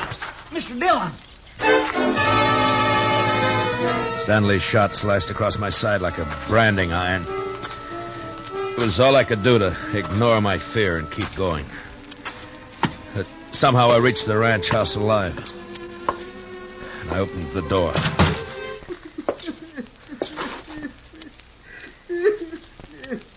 Jim Stanley stood there holding his gun. And crying.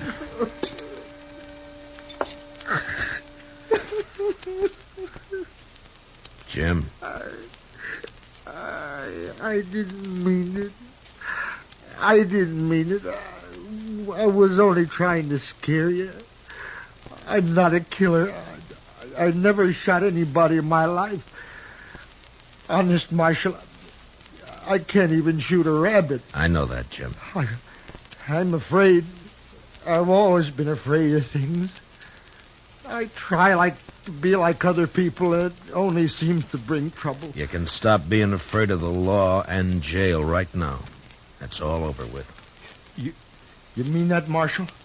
Really? Really. But I shot you. Did you?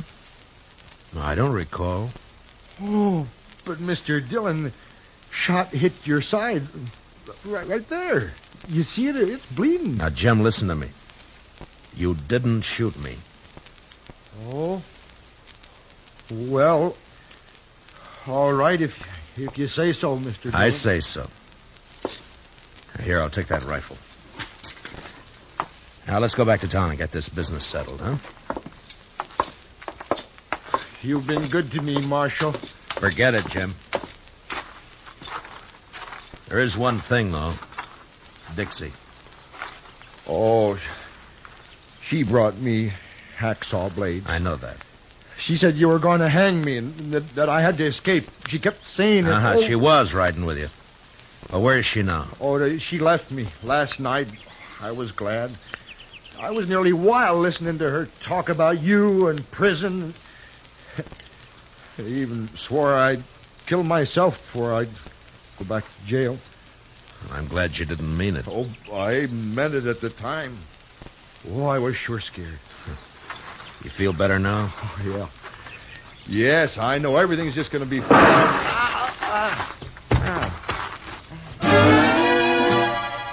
The rifle slug splashed the side of Jim's face with red, and he crumpled into the dirt.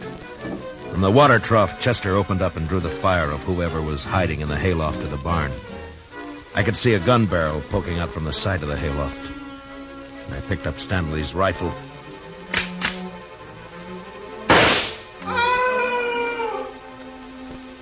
Mingo. Mr. Dillon, are you all right? Yeah, Chester. But Mingo's dead. Well, how about Jim Stanley, Mr. Dillon? Yeah, he was scared more than hurt. He should come to any minute. Well, my goodness. Oh, this looks like a sure enough war's been happening around here. Where have you been, Dixie? Oh, sure now, Marshal. A girl's got a right to look after her investments. My Mingo and Stanley both dead. Well, now that's a real shame. Hmm? Oh, but Jim Stanley's gonna Chester. You said investments.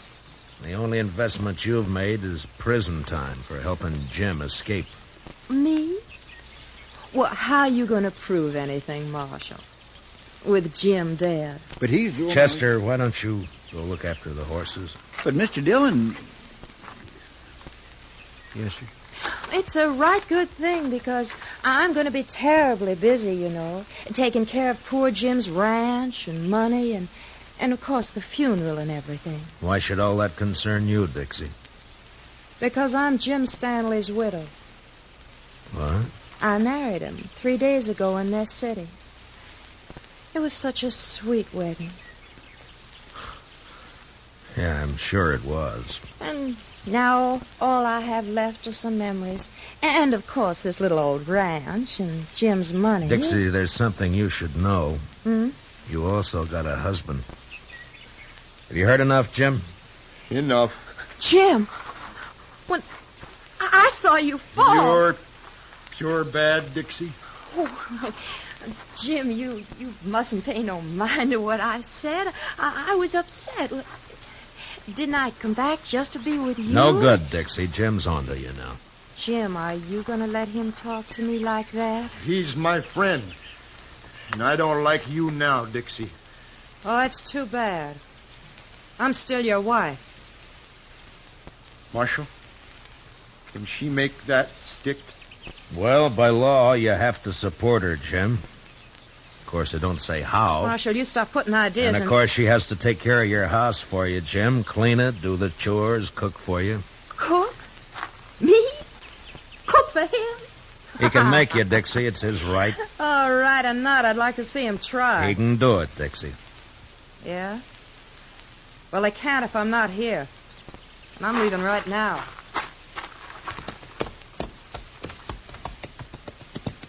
You want to ride into town with us, Jim? No. I think I'd rather stay here for a while, Marshal. If it's all right. Yeah, sure. I'll fix it. But in a few days, when you feel like it, come in and see me, and we'll help you get that divorce taken care of. Divorce? On grounds of desertion. She just deserted you, remember? Chester and I are your witnesses. Oh. Well, thanks, Marshal.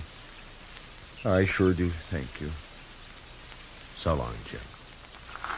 Goodbye, Marshal. Bye. Come on, Chester, let's go. He's had it too rough out here on the frontier, hasn't he, Mr. Dillon? Jim Stanley, I mean. It's addled him, sort of. Yeah, I guess that's it, Chester. Men like him needs looking after. Yeah, we got all kinds out here, Chester. Come on, let's get back to town.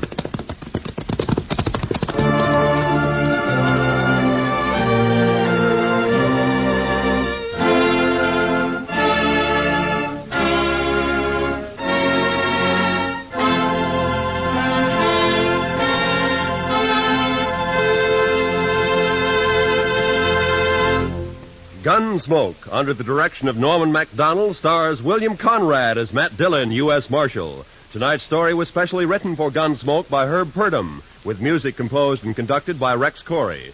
Featured in the cast were John Daner and Michael Ann Barrett, with Paul Dubov, Vivi Janis, and Bill Lally. Parley Bear is Chester. Join us again next week as Matt Dillon, U.S. Marshal, fights to bring law and order out of the wild violence of the West in Gunsmoke.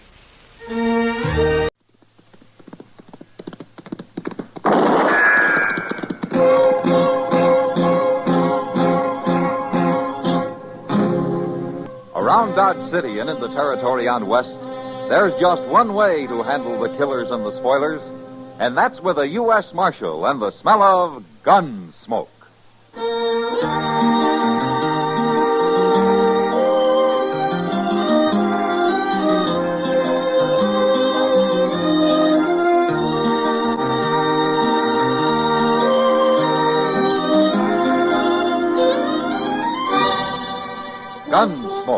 starring William Conrad. The transcribed story of the violence that moved west with young America. And the story of a man who moved with it. I'm that man, Matt Dillon, United States Marshal. The first man they look for and the last they want to meet. It's a chancy job, and it makes a man watchful and a little lonely.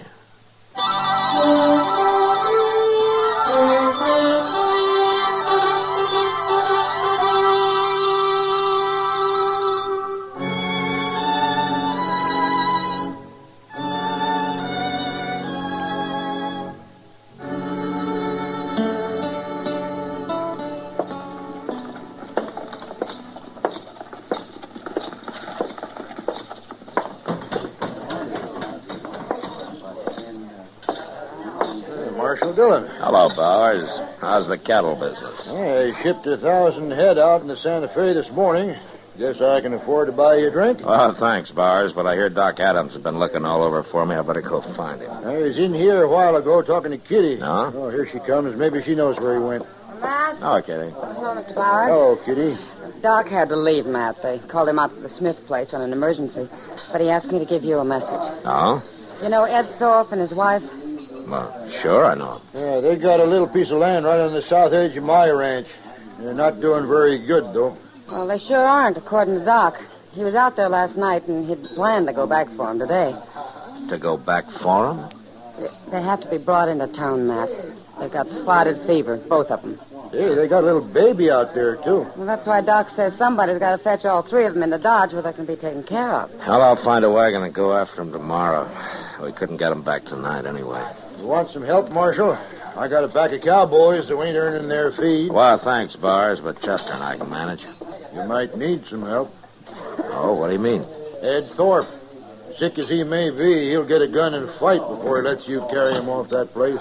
I know him. Then he can stay there, but I'm going to bring his wife and child in. All right.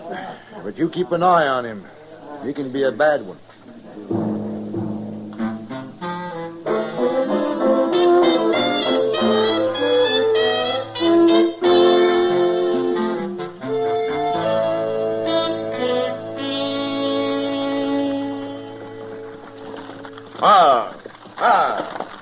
This ain't Ed Thorpe's place, Mr. Dillon. Yeah, I know, Chester, but I want to meet these people. They must be new. Come on. How do you know they're new? You ain't been out this way in over a year. Well, all the more reason to meet them. Now, let's walk around back. I thought I saw somebody there. Nothing but a sod hut and blow dirt. You must be living on nothing. Well, it doesn't look like it, Chester. Huh? Why, he's butchering a calf. Now, where'd he get that? Well, he sure didn't raise it on those weeds his woman's trying to hoe. Hello. What are you men doing here? I'm Marshal Dillon from Dodge. This Chester Proudfoot. I do. Something wrong, Marshal? No. Except your hat's going to get all bloody where you laid it on this calf. Ain't it be? Here. You get sunstroke without a hat. All right. So I was trying to cover up Emmett Bauer's brand. We're starving out here, Marshal. I had to kill that calf. You ain't going to arrest my husband, are you, Marshal? No, ma'am. Not unless Emmett Bowers complains. Well, Joe had to do it, Marshal. We just can't go on without something to eat. Look where I've been hoeing over there. I couldn't plant enough for hardly anything to come up. We can't afford no more seed. Our credits run out in Dodge. Well, that ground doesn't even look like it's been plowed. I done the best I could. It ain't easy. No, ma'am. Not for a woman. We're on our way over to Ed Thorpe's. I guess you know that they got spotted fever. I was there this morning. Ed Thorpe's dead. Died in the night, I guess. She didn't tell me that, Joe. You mean you left Miss Thorpe and the baby alone over there? I ain't gonna chance catching no fever. But, Joe, the baby. My woman's always worrying about babies. It's only 'cause she can't have none, I guess. She's like one of them there dry gourds. Don't, Joe. You're putting shame on me.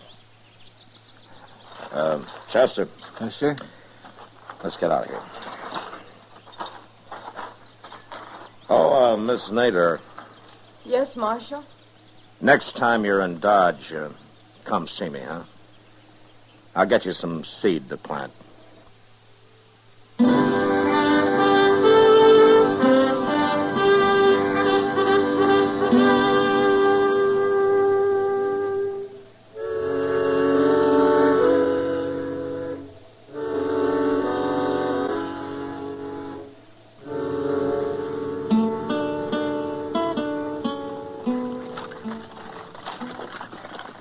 Goodness, Mr. Dillon, I thought we wouldn't never make Dodge tonight. How's the baby, Chester? Well, it's asleep anyway. Guess I've been holding it right, huh? Just like a mother. Oh, I am not. Oh, there's Doc waiting for us.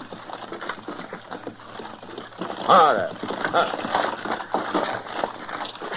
You just sit tight a minute, Chester. We'll help you with the baby. I hope it don't wake up or anything. Matt, where are Ed Thorpe and his wife? Well, Ed died before we got there, Doc. Miss Thorpe's lying down in the wagon back there. We covered her up good. She's been asleep most of the way. Oh, yeah. Mrs. Thorpe. She's still asleep. Give me a hand up, Matt. Yeah. Okay. Oh, Mrs. Thorpe?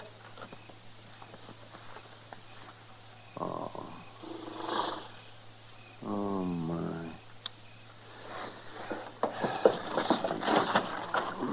What's the matter, Doc? She's not asleep, Matt. She's dead. No. Died on the way in, I guess. Now we got a baby to take care of. You know, Doc, I think she knew she was going to die. Why? Just before we left her place, she told me that if anything happened to her, the baby was to be put in Ma Smalley's care. And Ma Smalley was to have complete charge over him. Well, what she says goes. Well, Ma's a widow. She's had kids herself. That was a good choice. Yeah.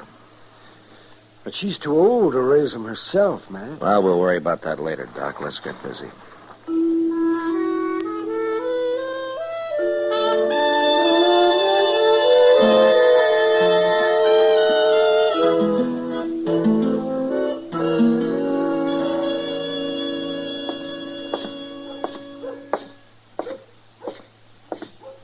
Hello, Ma. Howdy. How have you been, Miss Nadler?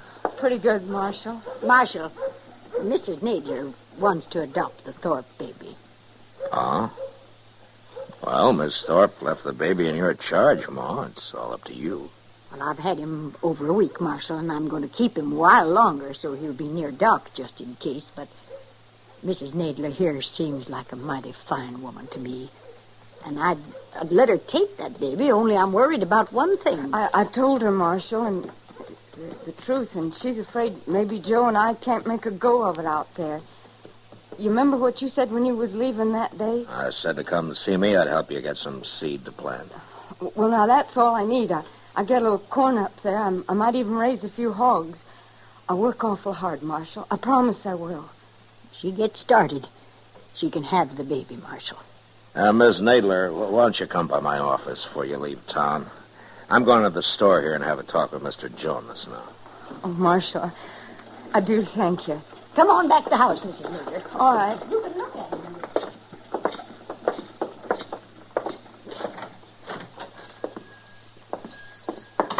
Oh, hello, Marshal. Hello, Jonas. Well, what can I sell you today? I came by to see you about Miss Nadler. You know her, don't you? Yeah, of course I do. Joe Nadler's out back in the stock room right now. Oh, he is? Yeah. Hey, Nadler, come in here a minute. He's buying himself a new pair of boots, Marshal. I thought their credit had run out.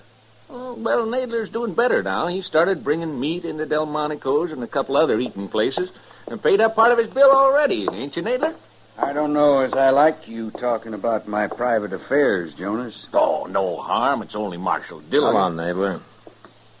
Those are good-looking boots. They ought to be. Them's the best I stock. Them's $20 boots.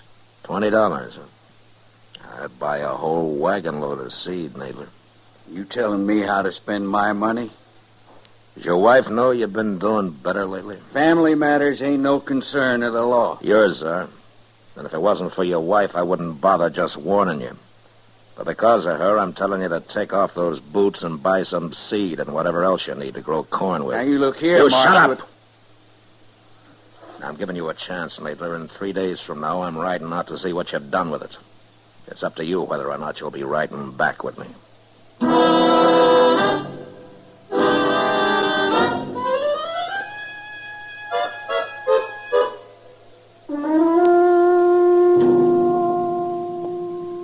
Today's Thursday, Mr. Dillon.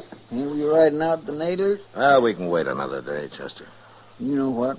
I don't think you want to go at all. Yeah, you're right, I don't. Oh, Marshal. Bars? Chester. Oh, Mr. Byers. I was just up at Delmonico's, Marshal, having myself a feed. Oh, good. How was it? It was fine, till I went out back and got a talking with the cook. Oh? Marshal, I reckon any man's got a right to complain when he goes to a restaurant and finds himself eating his own beef. I know about that, Bars. You do? And why ain't you done nothing about it? Oh, because of Ms. Nadler, I guess. Look, Marshal, I'm a rich man. I don't mind a nester slaughtering one of my calves when he's starving. And nobody's going to start selling my beef. I'll kill him. He keeps that up. All right, I'll handle it, Bars. I admire that woman, too, Marshal, but letting him get by with rustling ain't going to help her. By the way, Ma Smalley brought some pies down to the kitchen while I was there. She's waiting outside here. She wants to talk to you. Get you right out, man. Thanks, Clement. Hello, Ma. You riding out to Nadler's, Marshal? I am. Then you tell her I'm sorry. Tell her I think she's a good woman, but I can't let that baby go into the home of a cow thief. No. That'll break her heart, Ma. Son, I got a trust put in me. All right, I'll tell her.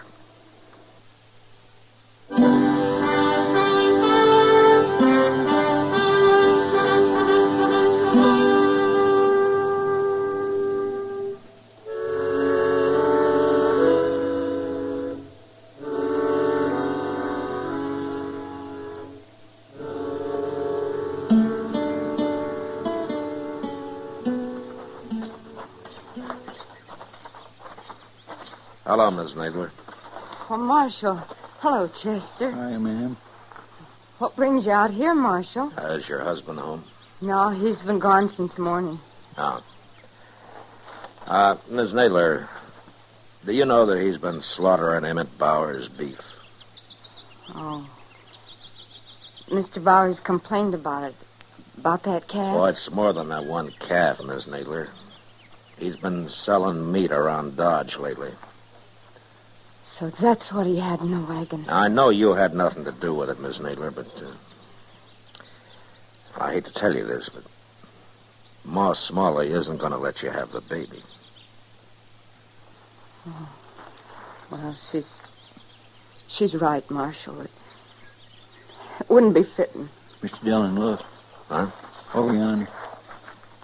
That's Emmett Bars. I'll be back, Miss Nadler. I'm going to go talk to him. Them other two must be riders of his, huh? Yeah.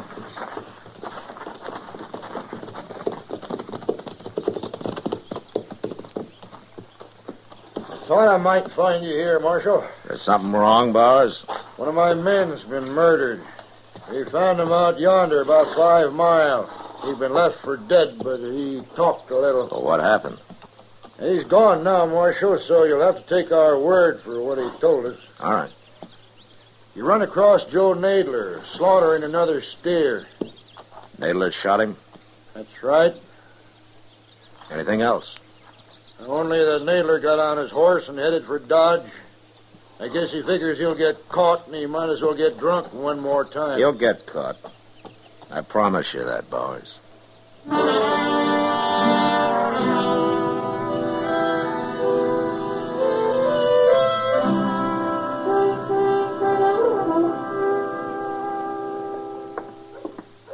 Finally found him, Mr. Dillon. He's in there getting drunk at the bar. Well, it's taken us long enough. Everybody in town must know I'm after him by now. There, see him? Yeah, I see him.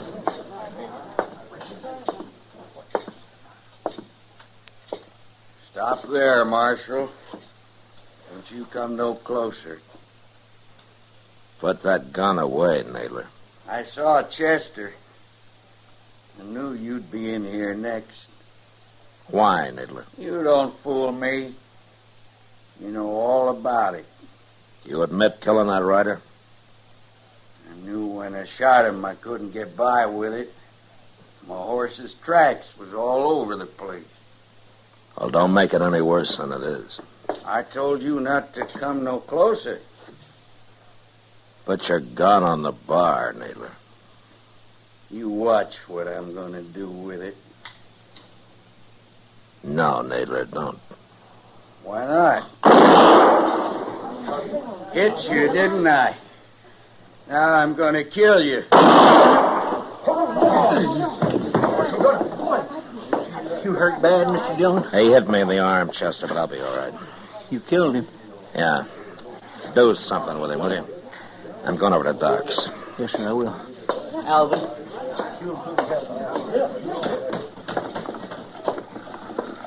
Marshal Dillon? Huh? Oh, Ma Smalley. Why, you've been hurt. Oh, it's not bad, Ma. What about Joe Nadler? He's dead. I figured he would be. I heard you was looking for him. That's why I followed you down here. Look, my arm's bleeding some, Ma. I better get over to Doc's. Well, you hear me out first, Marshal. Yeah, of course, Ma. Go ahead. You'll be the one to tell Mrs. Nadler about him, won't you? I guess so. Take a wagon with you, Marshal. What? A woman can't live out there alone. Now, I got an extra room at my house if she'll help with the work. Well, what about the baby? It'll be her baby, Marshal. And tell her I won't interfere none, neither.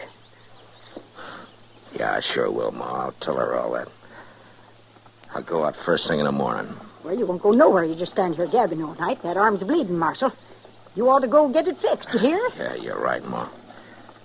But then you pretty off on the hard.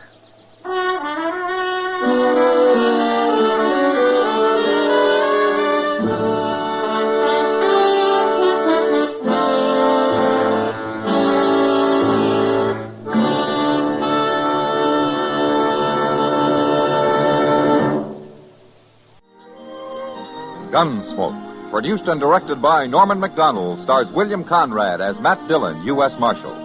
Our story was specially written for Gunsmoke by John Meston, with music composed and conducted by Rex Corey. Sound patterns by Tom Hanley and Bill James. Featured in the cast were Vic Perrin, John Daner, Jeanette Nolan, Virginia Christine, and Frank Cady. Parley Bear is Chester, Howard McNear is Doc, and Georgia Ellis is Kitty.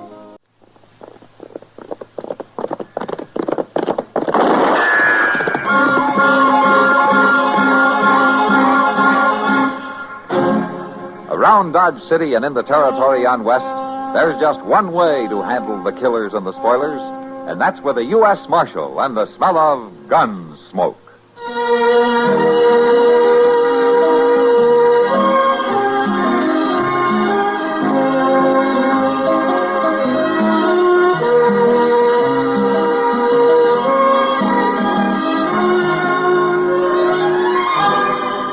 Gunsmoke, starring William Conrad, the story of the violence that moved west with young America, and the story of a man who moved with it.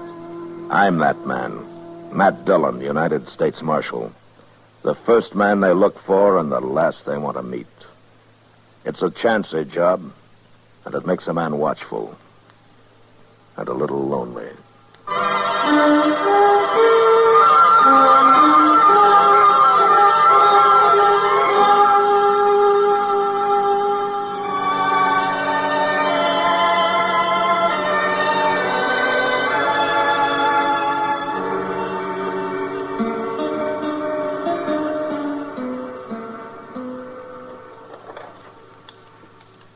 Well, now, let me see here. Oh, yes. Uh-huh. Hand me those forceps, will you, Matt? Is this what you mean, Doc? Yes, that's right now. We'll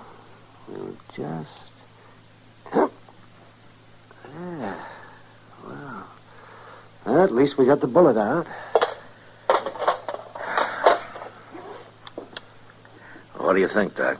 Well, I'm not the good Lord, Matt. Maybe and maybe not. Any, chance of me talking to her now? No, not for half an hour or so. Until the chloroform wears off. Just think of it. 60 miles on horseback. With a bullet in it. I tell you, Indians have got more endurance than any race alive. Yeah, but Sochi's only half Indian. And that's what worries me.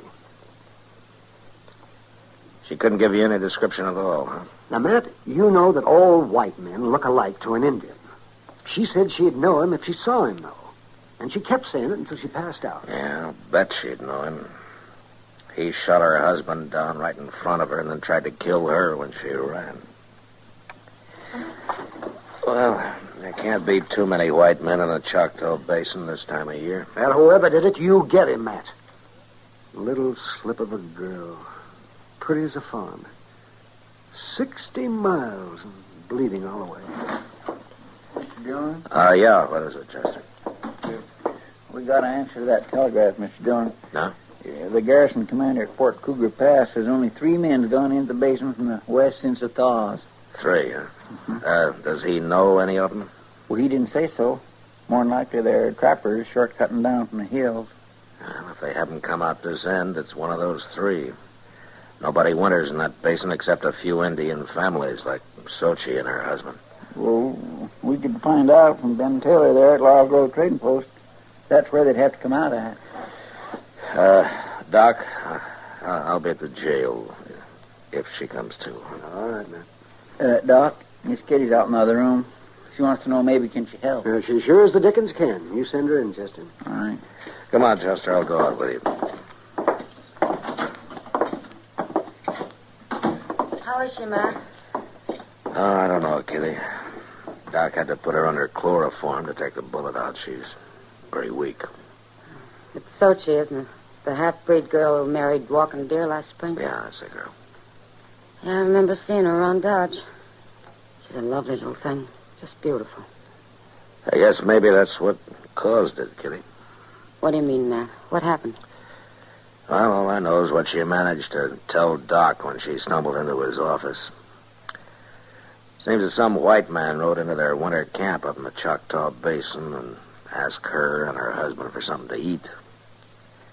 When they gave it to him, he hauled out a gun and killed Walking Deer and then fired a shot at her when she ran for a horse. But she got away. Hanging's too good for whoever did that. Maybe, but it'd do in a pinch. Matt, was she able to describe him? Not so far, but she's sure she'll know him if she sees him again. Then you make sure she does see him, Matt. I was kind of planning to. Oh, look, Kitty, I think Doc could use some help in there. Huh? Oh, yeah, I figured he could. That's why I came over. I'll see you later, Matt. Yeah. It could be any one of them 3 men, Mr. Dillon. Uh-huh. Pretty hard to tell which one to bring in. Well, there's one way to tell, Chester. How's that? Ride into the basin, round up all 3 of them, and bring them back here to Dodge. That might take some doing, Mr. Dillon. Yeah, you're right, Chester. It will take some doing.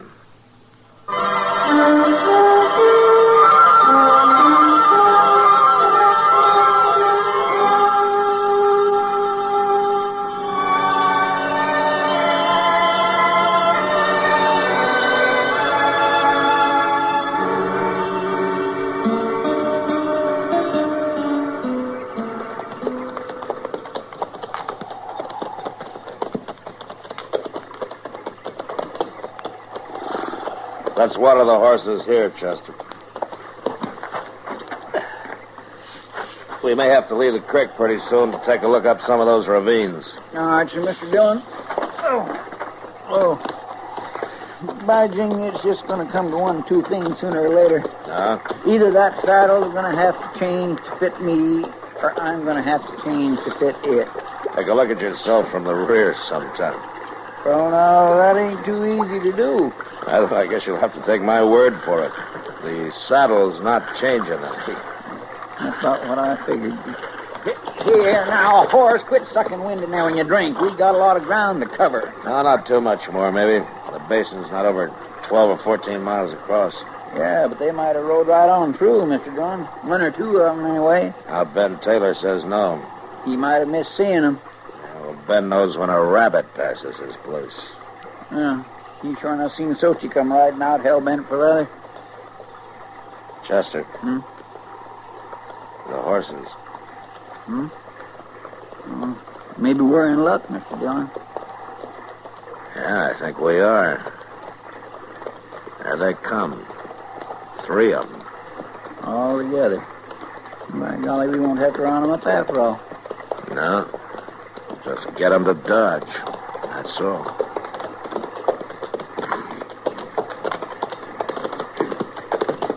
Howdy, gents. Thought we had this basin all ourselves. You did until this morning. How are you? Just fine. You're asking me, Marshal. Boss. You a marshal? I'm betting 3 to 1 he is. He's got the look. Am I right? Yeah, you're right. My name's Dillon, out of Dodge City. This is Chester Proudfoot. How you doing? They call me Pegger, Marshal. Pegger? Oh, I had a decent Christian name once, but it got lost somewhere along the trail. I see. You up this way on business, Marshal? I don't think I caught your name, mister. Steed. Clem Steed. Steed, huh? How about you? Foss. Curly Foss. Uh-huh. And you're a professional gambler. Am I right, Foss? Right, Marshal. You're not a bad guesser yourself. What are you after us for, Marshal? Now, take it easy, Steed. Marshal don't always mean trouble. Looks to me like we all just met accidental. How long you 3 been traveling together, huh? Just since this morning, Marshal. Me and Foss here, we met, and then we run on to Steed, and it appeared we was all headed the same way, so we strung along. I see. It just so happens that Steed's right. I'm not here by accident. I'm here to arrest one of you for murder. Which one, Marshal? I don't know. And I won't know until we get to Dodge City. One of you shot and killed an Indian and wounded his wife. You figure she could identify one of us. Is that it? Something like that, yeah. So you gonna take our guns away? Nobody's fool enough to shoot a marshal in front of 3 witnesses. Maybe none of us done it, Marshal. Now, you take me, of course, I ain't got no particular use for Indians. That is, unless they're young and pretty. Now, this girl is, Pegger. They're all a bunch of sneaking thieves. What's the difference if one gets killed more or less? Is that the way you figured it yesterday morning, Steve? I ain't seen an Indian in the last 2 weeks. Well, you're going to see one tomorrow in Dodge City. Marshal, suppose we was to object to that. Are you objecting, Foss? No, just wondering. Uh-huh. Anybody else wondering? All right, let's ride.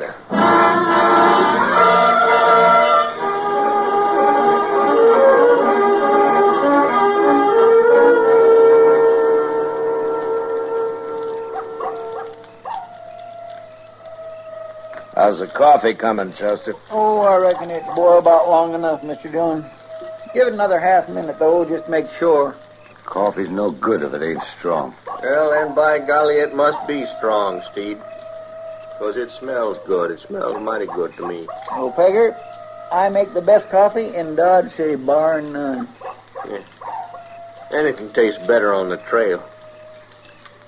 Them beans and bacon we just had, if I was to get them served up to me in a restaurant, maybe in Frisco or St. Louis, I'd just pitch them out on the floor. Come to eat them here by the fire. They tasted pretty good. Well, no, I like beans and bacon in a restaurant, as far as that goes. Chester, you just like to eat. It doesn't make much difference what. Well, no, there's some things ain't fit to eat. And one of them's Indian grub. No dog would eat the stuff they do. He didn't eat their food, Steve. He just asked for it to get them off their guard. Who asked for it? Now, look here, Marshal. I ain't even seen no Indians.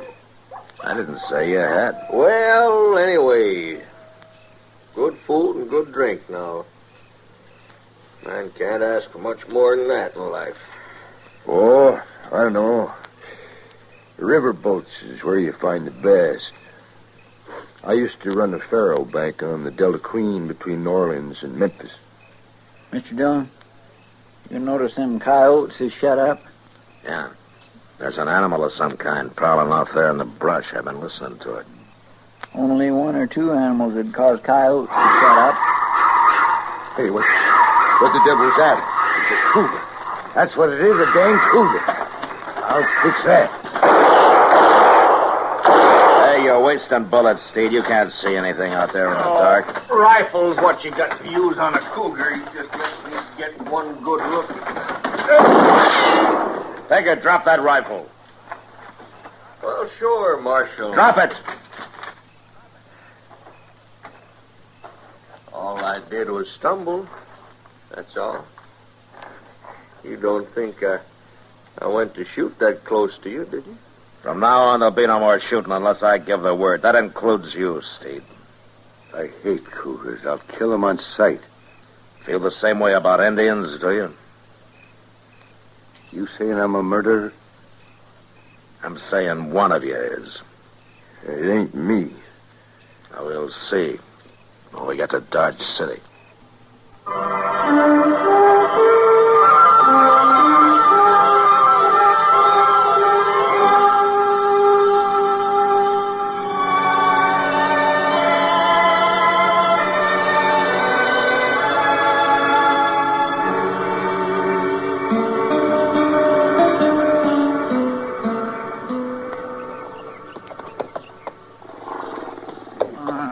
Come on, gosh darn you. Let that wind out of your belly so I can pull up this cinch. You ain't fooling me one bit. Why don't you get rid of that horse, Chester? It's a half-hour job to get a saddle on him. Yeah, but once it's on, he's a mighty fine mount, Mr. Dillon. Just as steady as a rocking chair. Come on, breathe, you wall-eyed bag of bones. What about the rest of you? You ready to move out? Anytime you are, Marshal. Let's get started. I want to get into town and get this over with. That's only about a 3-hour easy ride from here, Steve. What are you getting so spooky about, Steve? I ain't spooky. What reason I got to be spooky, Force? I wouldn't know nothing about this myself. Only thing I'm sure of is my own conscience. It's just as clean as a newborn baby. I never killed no Indian, not my whole natural-born life. Nor done a lick of work either, Pegger, I'll lay odds. Now, for a professional gambler to talk about a lick of work... All right, Chester. All right, let's ride.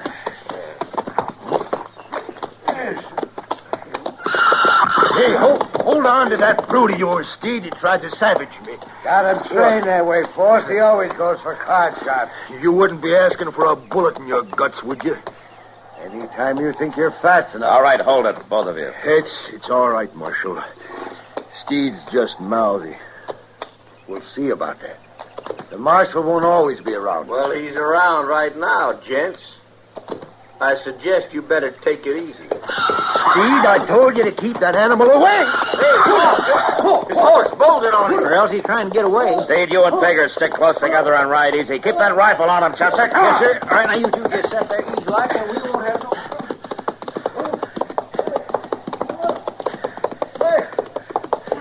Boss! Pull him in!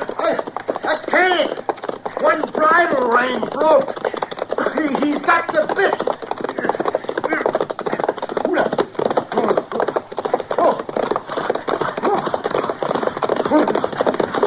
All right, boss, just steady him along. Yeah, right, Marshal. If I can get a hand on that bridle. All right. Easy, boy. Easy, boy. Easy now. Easy. Come on.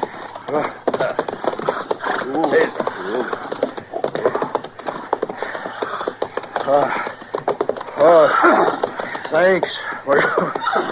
Where were you heading, Foss? Oh, you ask the horser. Or Clem's steed. He done that on purpose. Maybe. I guess I'm more used to a stagecoach seat than a saddle. You stayed with him pretty good. Yeah. Well, there's no harm done, Foss. We're just that much farther along toward Dodge City.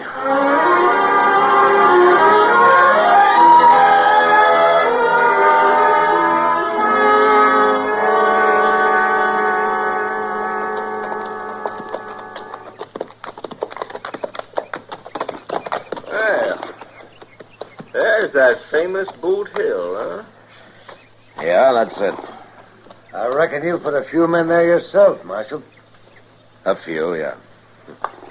That's Dodge City off by the river.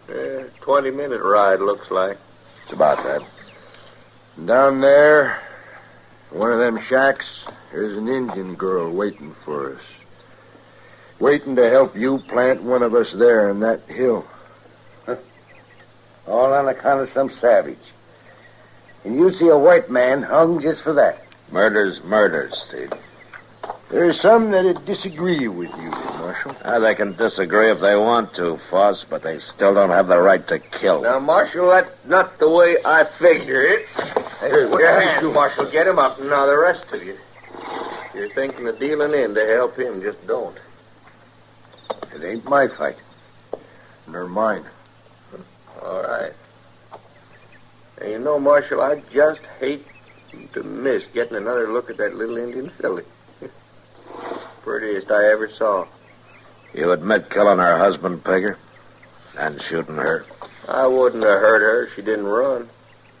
She just lost her head when she seen me kill him. All right, Pegger, you're under arrest.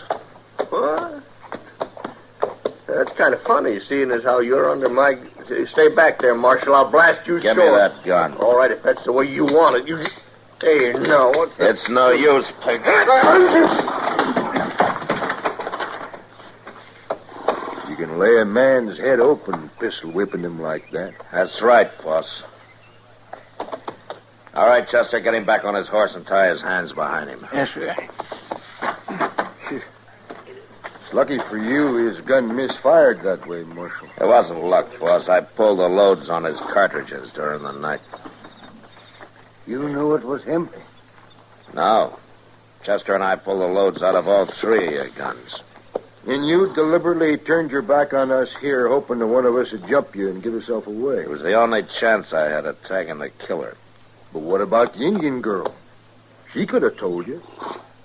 She died 20 minutes before Chester and I rode out of Dodge. So Pegger will hang for 2 murders, not 1.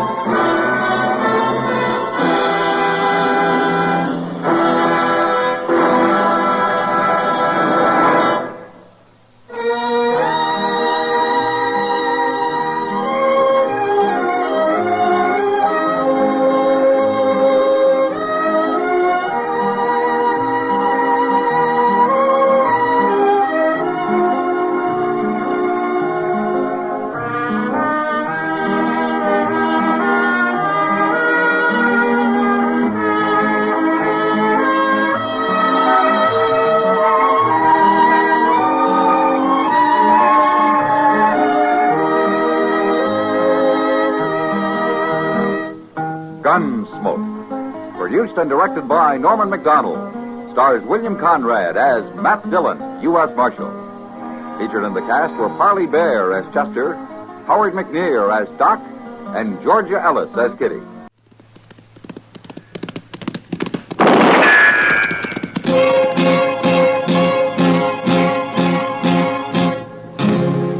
Around Dodge City and in the territory on West, there's just one way to handle the killers and the spoilers, and that's with a U.S. Marshal and the smell of Gunsmoke.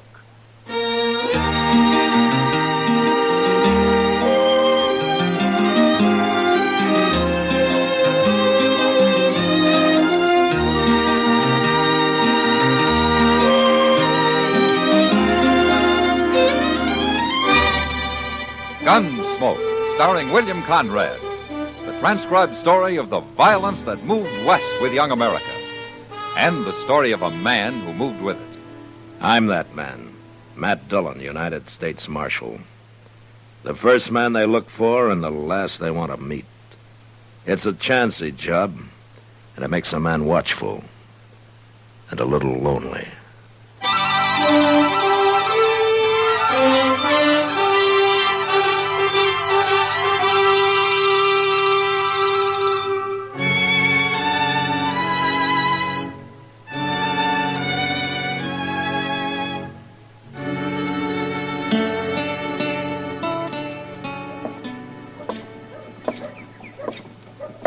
Oh, morning, Kitty. Well, you're out early today. I'm a working man. I have to keep regular hours. Then what were you doing at the Long Branch at 2 o'clock this morning? Well, sometimes it's a regular 24 hours, just like you. Well, at least I make good money at it. Kitty, would you really like to see me settle down and run a saloon?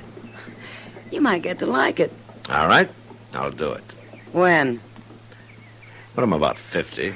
I thought so. Good morning, Miss Kitty. Oh, hello, Chester. Here's a letter for you, Mr. Dillon. Oh, thanks, Chester. The envelope says it's from Judge Rambo over in Wichita. Mm-hmm. Anything important? Yeah, it's a court order for eviction. Yeah, seems Brandon Teague didn't file legally on his land over by Wagon Mountain. Did you say Brandon Teague? Oh, do you know him, Kitty? Everybody knew him around Abilene. Yeah, he had a pretty bad reputation then, I guess. Doesn't he still? Well, I haven't seen him for some time, but he's married now, and he's trying to prove up some land. Well, I don't envy you trying to put him off it. Brandon Teague never shoved very easy, that I recall. Well, we'll ride out there this afternoon, Chester. Be sure your gun's loaded, Matt. Yeah, well, maybe I won't need it, Kitty. Want to bet? No, I guess not.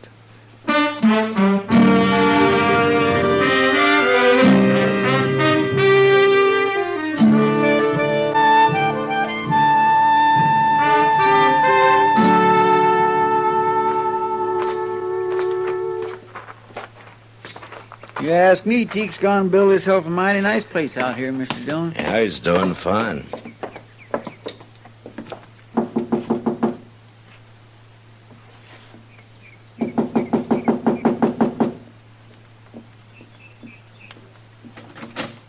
Hello, Teague.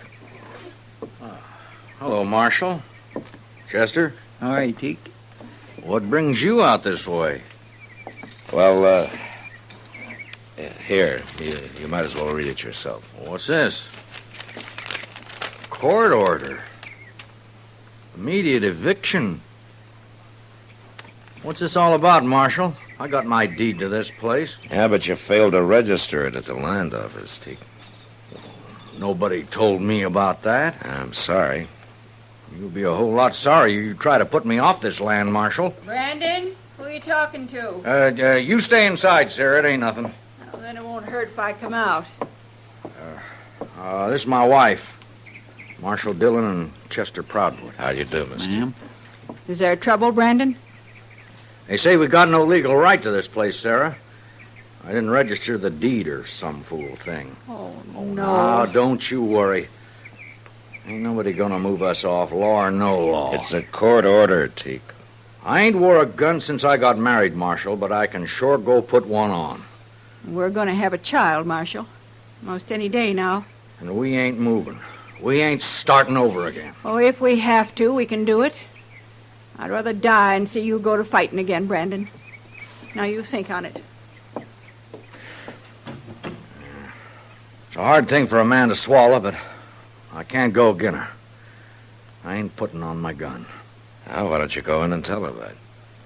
When'll I tell her we got to get off the place? Oh, there's no hurry. What about that immediate eviction? Well, I'll be responsible for that. I guess I ought to be grateful to you. No, Teague, not to me. Well, goodbye. Bye, Marshal. Chester. Bye, Teague.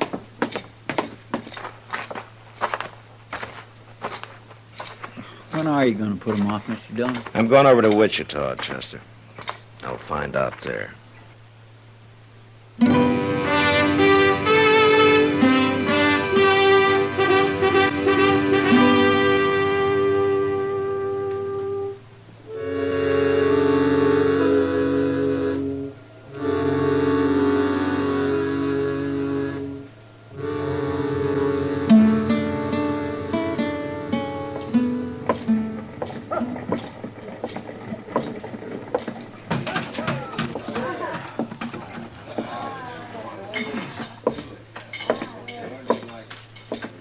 Hello, Judge. Marshal Dillon. What are you doing in Wichita? Well, I came to see you. Oh, that's so? It's about that court order you sent me, Judge. Which court order, Marshal? The one to evict Brandon Teak off his land near Wagon Mountain. Oh, that. Yes, I remember. What's the trouble? Is he putting up a fight? No, he isn't. Well, he sure must have changed. I remember Teak around here. He was a wild one. Well, he's married now, Judge. As a matter of fact, they're expecting a child any day. A child? Mm-hmm. So, I told him that they could take their time about moving. Take their time? Yeah. That order was to evict them at once, Marshal. Yeah, I know that, Judge. There's no room for sentiment in the law, Marshal Dillon. What's right is right, and what's legal is legal. Look, Judge, Teak's been on that land for over a year. How come this business about failing to register his deed just came up? It was only recently brought to my attention. And who brought it to your attention? Lee Sprague. Not that it makes any difference. Lee Sprague, huh? He owns a lot of land around Wagon Mountain, doesn't he? And he's filed on this. There's nothing irregular about it, Marshal, if that's what you're thinking. Well, legally, I'm sure everything's correct, Judge. You can't argue with facts, Marshal. Now stop being a sentimental fool and go do your duty. Brandon Teak's a changed man, Judge. He's done more than prove up that land. He's proved himself up, too. Homestead Act, 1862, paragraph 12. After 1 year, if the deed to such land is not duly recorded at the nearest government office... Oh, never office... mind, Judge. I know how it reads. Well, then start acting like it. I can hold even a United States Marshal in contempt of court, you know. Yeah, sure you can. You got a lot of power, Judge. But there's only one thing wrong. And what's that? You never learned how to use it.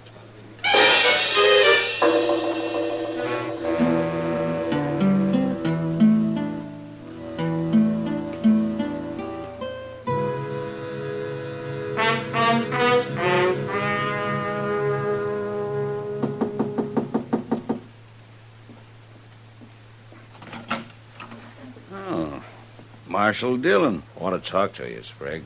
Come in. Thank you.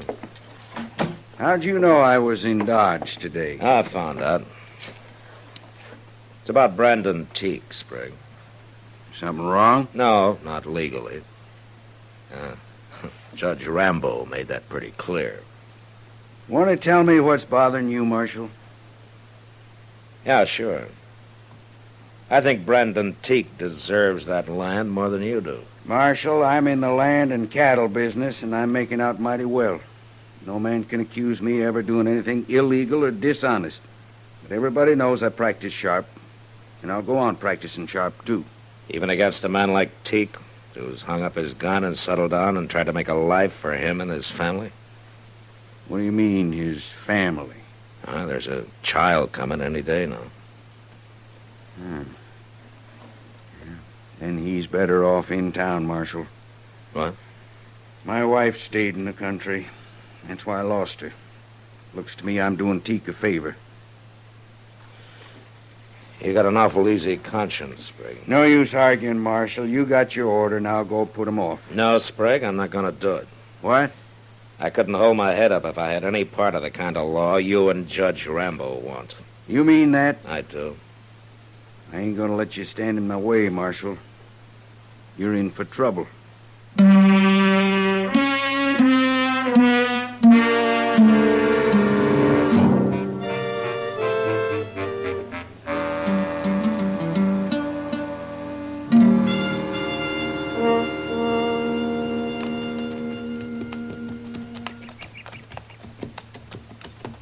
Brandon Teak and his missus both talking to that fellow, Mr. Dillon.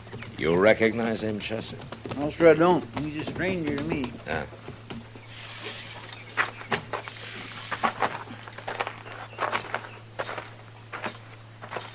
Looks like they're all head up over something, don't it? Yeah.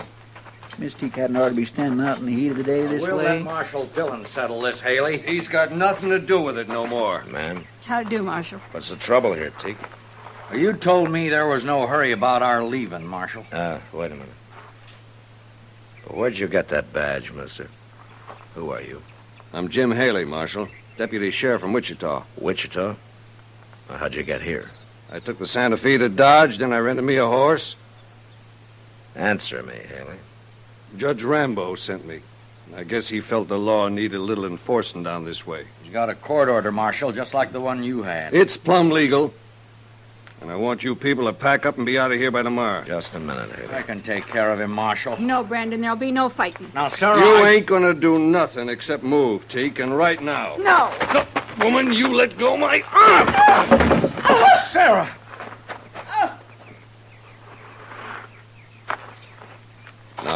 Now, wait a minute, Marshal. She shouldn't have grabbed my arm like that. I was only trying to do... Get his gun, Chester. Yes, sir. Is she hurt, Teak? You all right, Sarah? I'll be all right. She only grabbed his arm. He's gone and hurt her, Marshal, flinging her off like that. Chester. Yes, sir. Jump on your horse and ride for Dodge, huh? Tell Doc to get out here. Fast.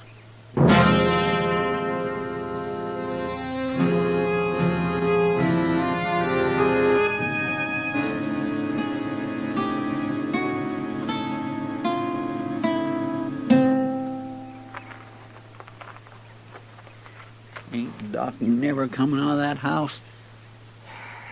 Yeah. It's been a long time, hasn't it? She shouldn't have grabbed me. I didn't mean to hurt her. Haley, why don't you keep quiet? Nobody wants to hear from you. Look, Mr. Dillon, there's Doc. Huh? You don't look none too happy. Well, Doc? The baby's dead, Matt. Oh, my. That's too bad. Well, I didn't do it.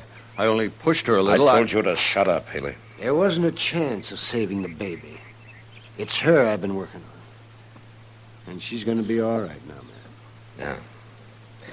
Well, good for that, anyway. Hey, Doc, tell you, Marshal? Yeah, Teak. I'm sorry to hear it. I'm sorry, too, but you can't blame me for it. Haley, I just now promised my wife I wouldn't kill you. Don't make me break it. Come on, Haley. I'm taking you to Dodge with me. Now, look here. Ain't you forgetting I'm a lawman, too, Marshal? I'd like to forget it. It doesn't make me very proud of being one. I come here to do a job, and I'm going to do it. I promised her I wouldn't kill you now, Haley, but you come back here, and I promise you I will. A man can only take so much. I'll be back. No, you won't. I'm throwing you in jail for a while. Jail? Teak, as soon as your wife's better, you come see me, huh? I don't know what I can do, but things aren't going on this way.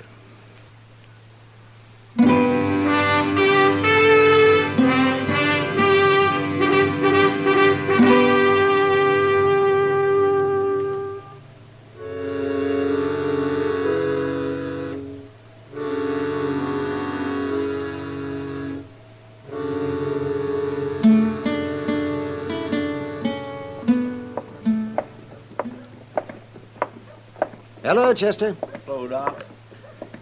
Where's Matt, Chester? In the office, talking to Lee Sprague. Sprague? It's a little late to be talking to him, isn't it? I'd say so. You sure Brandon Teak's coming to Dodge today, Doc? That's what he told me. There's a neighbor woman staying with his wife. Not that she really needs anybody now. Well, I'm glad to hear that. It's only been a week, but she's a strong woman. Oh, well, here we are. Huh? Yeah, oh, my God, he did come. Hello, Doc. Chester. Oh, hello, Teak. How's the patient? She's pretty good, Doc. Being awful brave about it, but I know how she feels. Only time will cure that. I guess so. Mr. Dillon's in the office, Teak. He wanted you to go right on in when you got here. Okay. Oh, hello, Teak. Come on in. You know Lee Sprague? Yeah, I know him. Hello, Teak. Sprague and I were over at the land office this morning. I think we got everything straightened out. What do you mean? Here. Take a look at this. What is it? That's a deed to the land you're on, Teak, and this time it's legally registered. Yeah, sure. In your name. That's right. You help him with this, Marshal? Well, I wanted to be sure that there weren't any loopholes, Teak. You know, if it wasn't for my wife, you people would have to shoot me off that place. Teak, I want to tell you something. Ain't you said enough, Sprague? No. Now, listen. I'm a greedy man, Teak, and I'll take anything I can get, legally.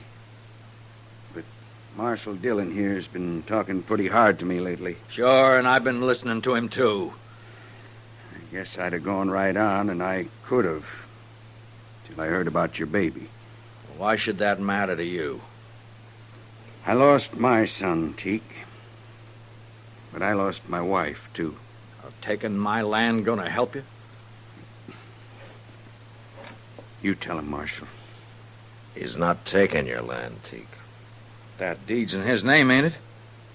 Didn't you go along to be sure he didn't make any mistakes? There aren't any mistakes this time. Sprague can deed that land to anybody he wants to now. All clear. And it's yours. I'm not giving it to you. It's yours anyway. I'll tell Sarah. And I'll tell her she was right all along about not fighting. Yeah. Well, what about you, Marshal? Ain't there going to be trouble you jailing a deputy sheriff? Well, as soon as he gets back to Wichita, I suppose there might be some trouble, yeah. But don't you worry about that, Teak. I've always wanted to see California anyway.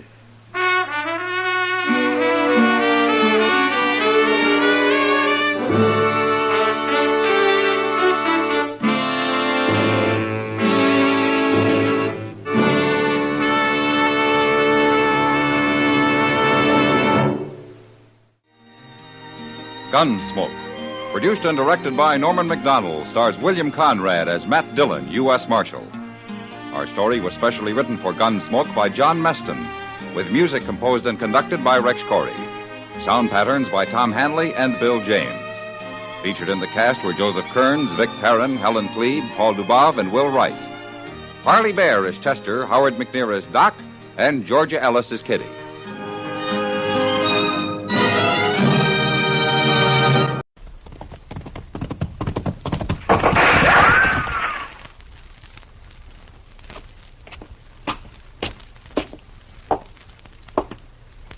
That's far enough, Mr. Williams. Miss Sager. Mrs. Sager. Mrs. Sager. Would you please put that rifle down? I came here without any guns, without any means of force whatsoever. You come here with force. Now, Mrs. Sager. Come here to force me out of my house, off my land. Mrs. Sager, please. Nobody shoves me off of my land, Mr. Williams. Nobody. This land is mine. It's free and clear, every inch of it. I've no doubt. My husband staked this land 25 years ago. He homesteaded it and raised cattle on it every year till he died. Every year till he died, he raised cattle on this land. I have every respect for you. And nobody takes me off this land, Mr. Williams, you or your filthy railroad or anybody else. My husband left me this land, and he said, Libby, this is your land, and you keep it. I said, Howard, I swear by everything decent, nobody'll ever take this land away from me. A solemn and a holy oath, Mr. Williams, to a dying man. Mrs. Sager, now, listen to me for just a minute. Well, I know what you're going to say. Just a minute. 1 minute, Mrs. Sager. Said it 100 times if you said it once. Please, Mrs. Sager, just 1 minute. Well, go on, talk then. Talk and get it over with. 1 minute. 1 minute. That's right. I represent the railroad. I know that. And we have reserved from the United States government a right-of-way of land across the United States for our railroad, Transcontinental Railroad, Mrs. Sager, Transcontinental. The United States government... United States government, I heard you. What do you want to do, scare me or something? Transcontinental, it's progress, Mrs. Sager. You can't hold back the time. That's what you always say. You can't hold Your back land. Your land, Mrs. Sager, is directly in the right-of-way. Now, we're willing, more than willing, we're happy to pay you 3 times the worth of this land. I said I wouldn't sell, Mr. Williams. How many times I got to repeat it? It's not a matter of...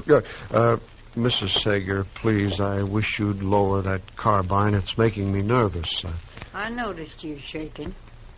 The minute's almost up. The point is, you've got to sell. You're on public land to be reconverted. Now, we sent you a check and a notice to get off the land. No, not us. The United States government. That makes it mandatory, compulsory. It's a free country. Progress, Mrs. Sager, for the common good. It's a free country. I can live where I want, and this is where I'm living. And let me tell you something, Mr. Williams. I'm staying right here. You could have orders from the president. I'm just as good a citizen as he is. Now you just scoot off on this property. I'd hate to have to call the United States Marshal. Now, Mrs. Sager, I don't like to use force when reason will do. Get off this property, Mr. Williams, or I'm going to remember the United States government has a law about trespassing. Did you hear me? Scoot. You can't hold back the times. That's what I told her, Marshal. She held that rifle on me every second. It seems funny to you, I suppose. No, I didn't mean to laugh at you, Mr. Williams, but... Well, Libby Sager's quite a woman. I've known her a long time. I knew her husband. Anybody could be married to that. Now, what you've got to understand about Libby is, Mr. Williams, that Libby isn't an ordinary woman. That's sure. No, Libby is... Well, she's kind of like the West. I mean by that, she's got her ways, and her ways are free. And she's hard to tame. Well, I'll tell you this, Marshal.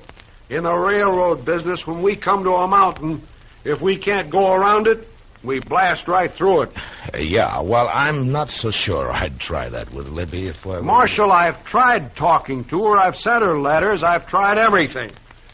There's no moving. Yeah, I know. But you've got to keep in mind that Libby's lived there for almost a quarter of a century. I've got a job to do. Look, can't you go around her land? Oh, fine. A straight line track for a few 100 miles, then all of a sudden it juts out for a few little acres, and then back to another straight line for another 100 miles. I would break it up a little, wouldn't it? Marshal, I want you to get out there with this order. It's an order to vacate. Every time we send her a check, she sends it right back.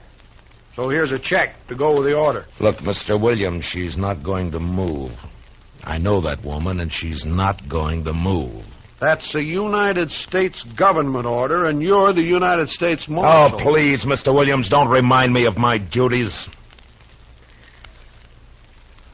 There's some things I don't like about this job. Eviction and seizure. Chester. Yes, sir, Mr. Dillon. Eviction. Federal order. Libby Sager, yes, sir. You weren't listening at the door, were you, Chester? Oh, no, sir. My, absolutely not, Mr. Dillon. It's just I am cursed with wonderful ears. Comes from so many nights out hunting. Well, my whole family got ears. All right, Chester. Mr. Dillon, isn't there some way the railroad can go around that property? I purely hate to see that woman. He's made me a villain when I'm just doing my job. Yeah. All right, Mr. Williams, I guess we all feel a little like that right now. Come on, Chester.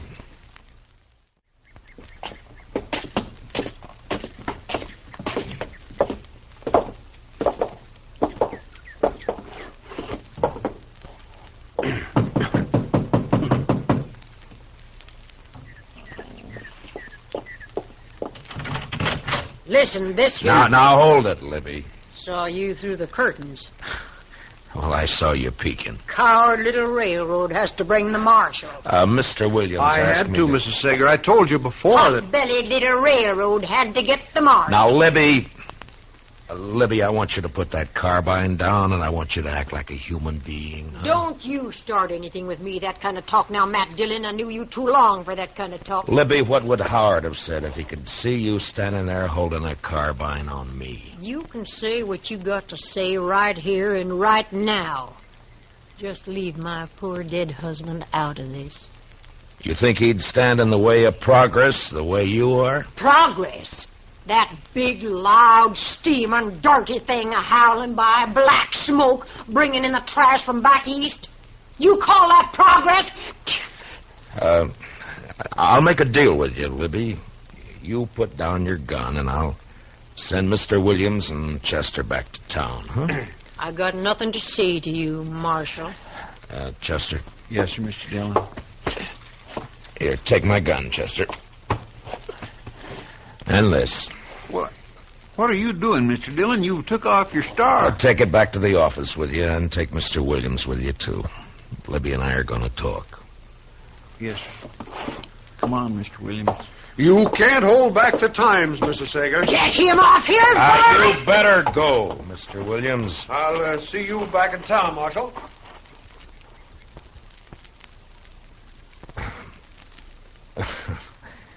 Well, Libby, aren't you going to ask me in? I told you, Marshal. The name's still Matt, Libby. No star. See? Now can I come in? Well, I suppose. Thank you.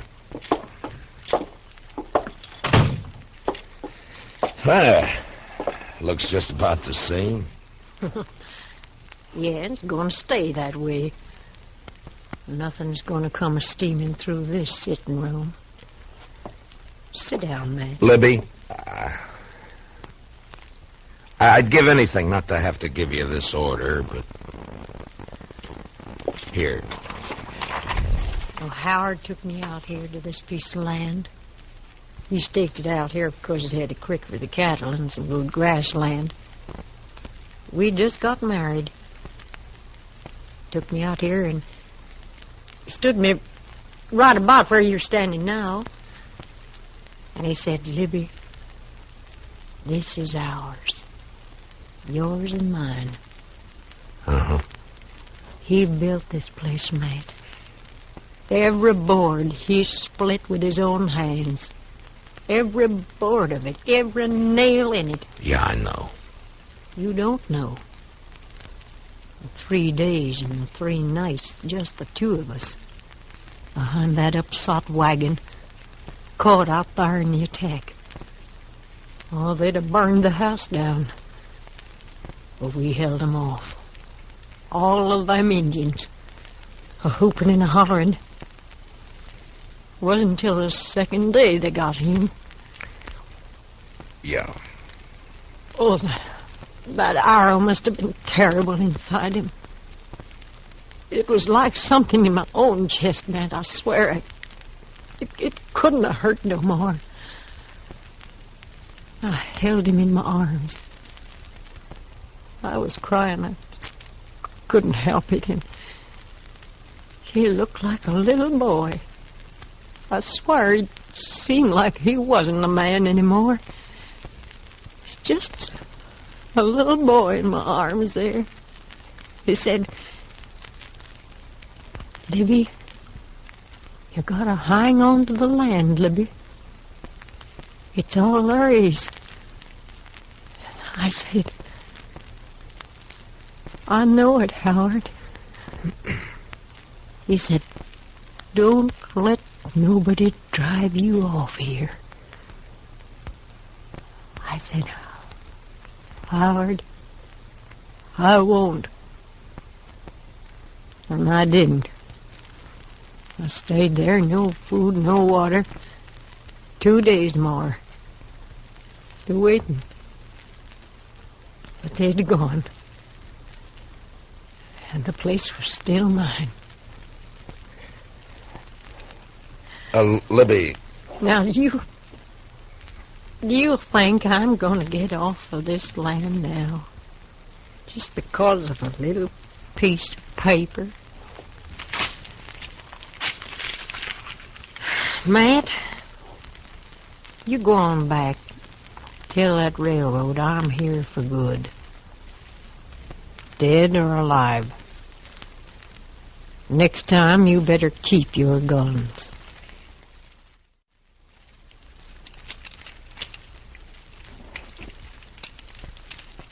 Marshal? What'd she say, Marshal? Talk didn't do any good, did it? I knew it wouldn't. Mr. Williams, you did your job. Now, why don't you go back to the hotel and we'll get in touch with you, huh? Sure. Marshal.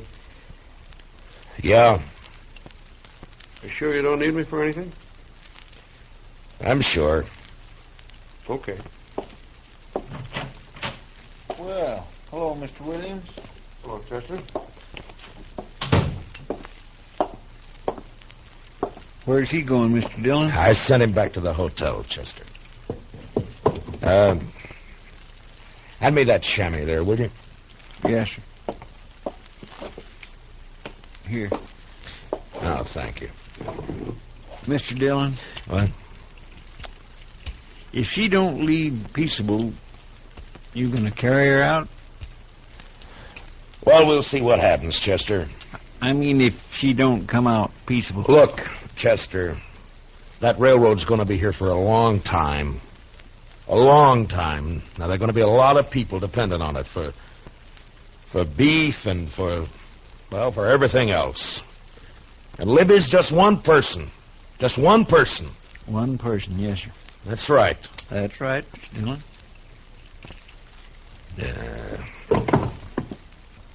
Mr. Dillon, I've never seen you like this before. Chester, I can't do it. All right. You gave her 10 days to give you an answer, Mr. Dillon. And the order come down almost a month ago. You did everything you could. If you asked me, you oughtn't to feel bad. You just got to do it, that's all. Never hurt anybody. Paid all her bills. Now we got to run her off her land. Well, it wasn't nobody's fault that Howard Sager homesteaded on what was going to be a railroad track. Wasn't his fault, nor her fault, nor your fault. Wasn't even the railroad's fault. I know you're right, Chester. You're right. And Mr. Dillon, she'll have enough money she can live anywhere. Yeah. Yeah, sure. Sure. Anywhere except where she really wants to live. Well, Yeah, I know, Chester. Well, it's almost 10:30. We gave her till noon today. I guess we better get packing. Guess we better.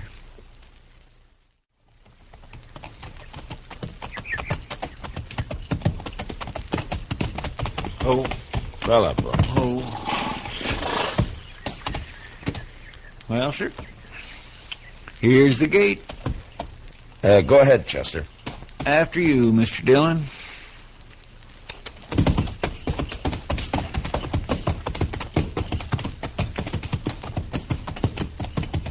Matt Dillon? Oh, boy. There she is, Mr. Dillon, on the porch. She's got her carbine. Yeah, I see her. Get off my property! Libby! Now, we gave you plenty of notice. Get off my property, Marshal, or I'll shoot. Now, you know me, Matt. I don't just talk. Libby, you got your check. Now, why don't you... I'm counting 3. You're not starting off this land by the count of 3. I'm going to shoot. I swear it, Matt. You're a perfect target now. I'm warning you. Libby, 1, why... 2, 3... Come on, Mr. Dillon. That big rock over there.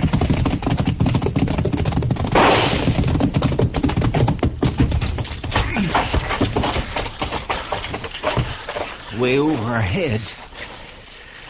Yeah, she meant it that way. Makes me feel a little silly running cover from a woman. I got a decent respect for Libby's eye, Chester. Well, what do we do, Mr. Dillon? Well, we can't just stay here forever. Look, maybe we can sneak up from the other side. You think you could work your way around? I imagine so. All right.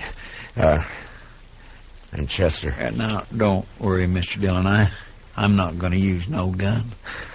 All right. If you can get in the house and get that rifle away from her, I'll just stay out here and try to keep her attention. Yes, sir. Okay, good luck.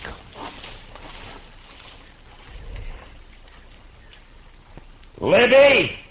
I'm going to shoot to kill, Matt. Next man tries to get me out of here, shoot to kill.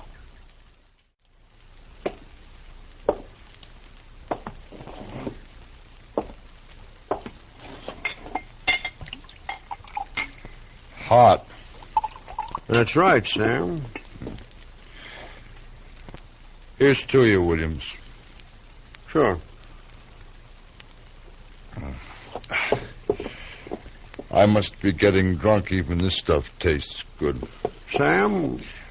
I can't help admire that woman. But then I'm always the one to boost the underdog. We got to start construction on the 18th to keep the schedule.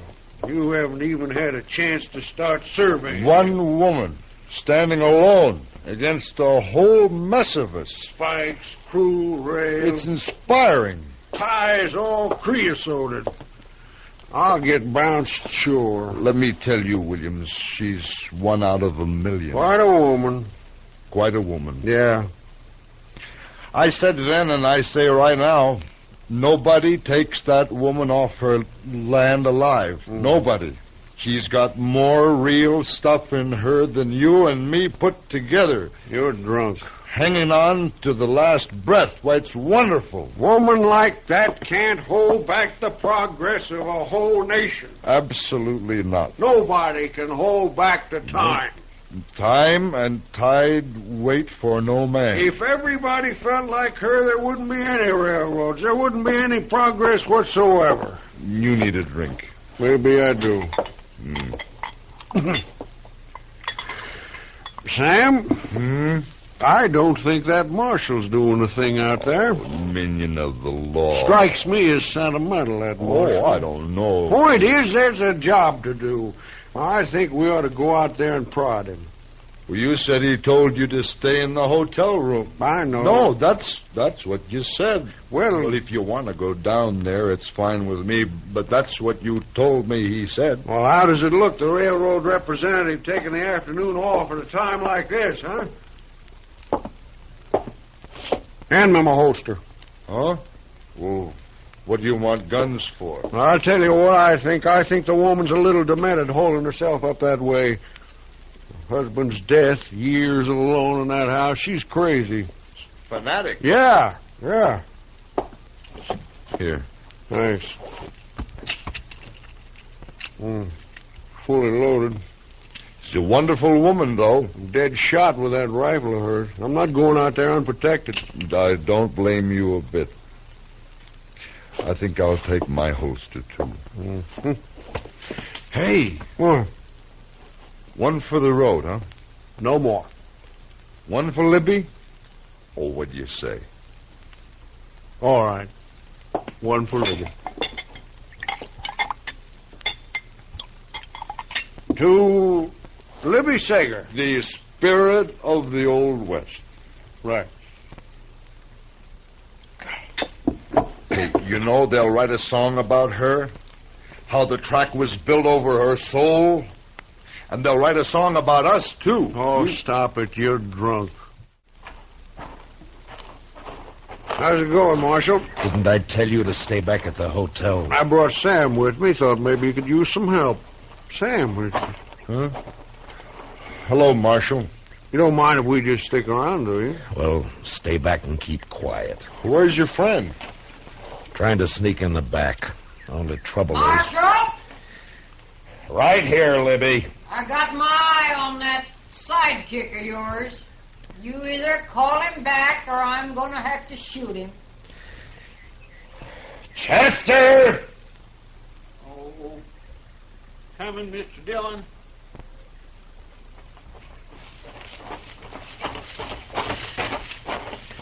I'm sorry, Mr. Dillon. No, it's all right, Chester. It just didn't work, that's all. I declare I can't figure how she spotted me. You don't know how careful Yeah, I was know. walking. Looks like there's only one thing to do.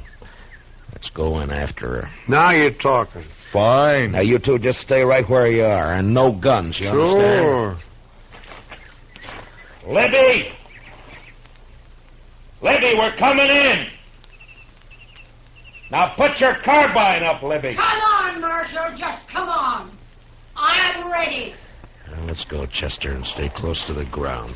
We can weave over to that rock over there, then behind the barn, maybe. Yeah, that's a good idea. Close, Mr. Dillon. Yeah, all right, run. You all right, Chester? Just scared, that's all. Oh, that crazy fool. What's the matter, Mr. Dillon? That surveyor. Sam, leave that rifle alone. I'm just covering for you, Marshal. She hit him, Mr. Dillon. Oh, he's going to shoot back. Sam! Oh, Mr. Dillon. He got her, Mr. Dillon. Come on, Chester.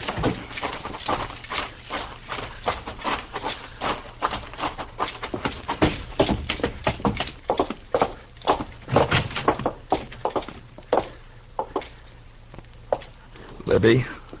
A good shot, Marshal. It wasn't him, Miss Sager. Lift up her head, Chester. It's better this way. Matt. Much better this way. Marshal? Oh, I didn't mean to, Marshal. I told you to put up that gun. I was trying to cover for you. When she got me in my shoulder, I didn't think. I just... Matt. You just lay quiet, Libby. We'll send for the doc. Now you let me be. Say, Matt. Yeah, Libby. Matt, I bet you people don't forget me so easy. They won't, Libby. You know, Matt, I'll bet they'll remember me every time.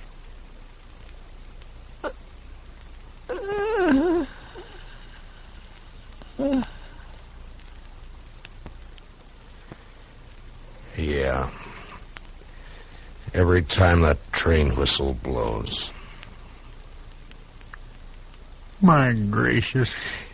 You know, Chester, sometimes progress is hard to come by.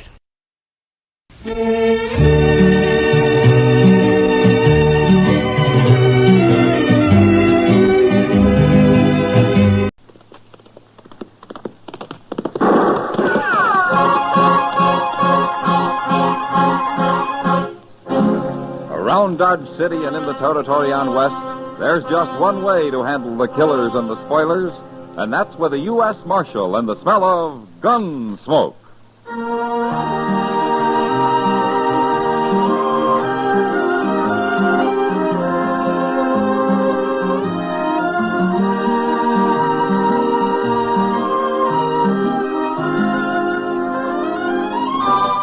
Gunsmoke, starring William Conrad. The story of the violence that moved west with young America. The story of a man who moved with it. Matt Dillon, United States Marshal.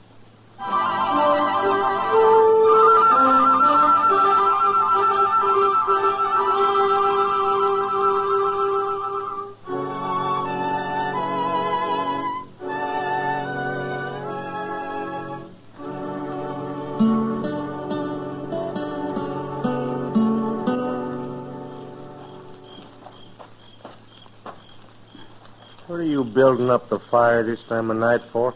More light? See better? See what? Nothing. I just want more light, that's all. Mister, ever since we met on the trail back there this afternoon, you've been watching me. We're strangers, ain't we? Sure. You've been watching me, too? I did at first, but I trust you now. Crawl back in your blanket. Okay.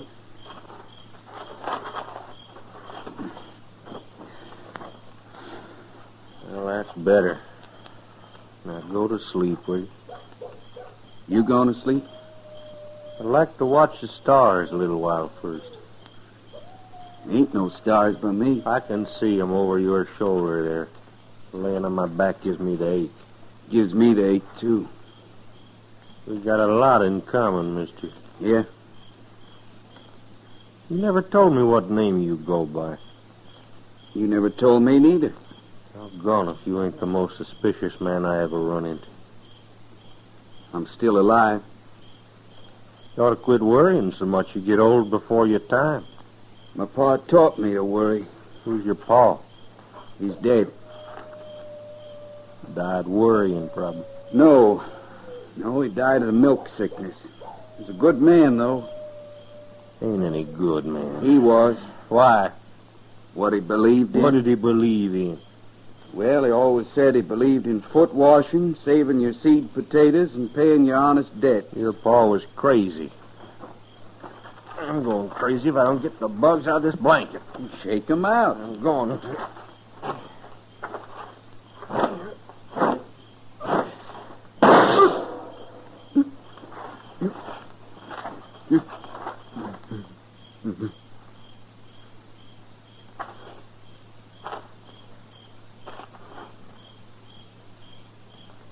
Killed him first shot. Well, now I can get me some sleep.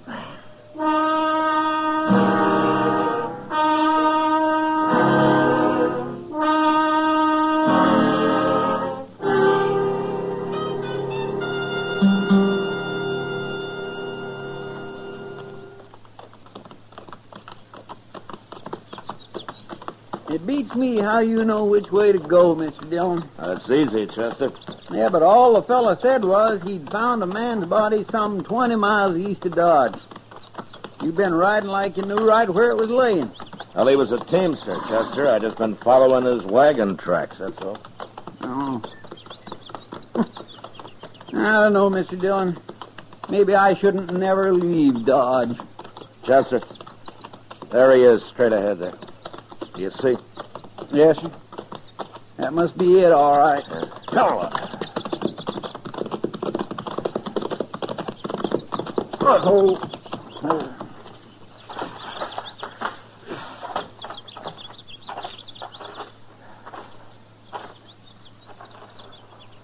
Well, look at there.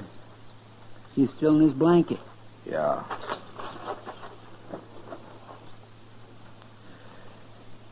Looks like he was shot right in the heart. At least the poor fella died in his sleep. Well, he must have come half awake. His hands on his gun. He never got it out, though. Somebody sure jumped him fast. Say, maybe it was Indians. No. No, his hair's still on. And besides, somebody was sleeping over here. I declare. Who do you suppose it was? I don't know, Chester. But he couldn't be a very brave man. No, sir, he sure couldn't. One dirty coward. Go get that shovel off your saddle, huh, Chester? Yes, sir.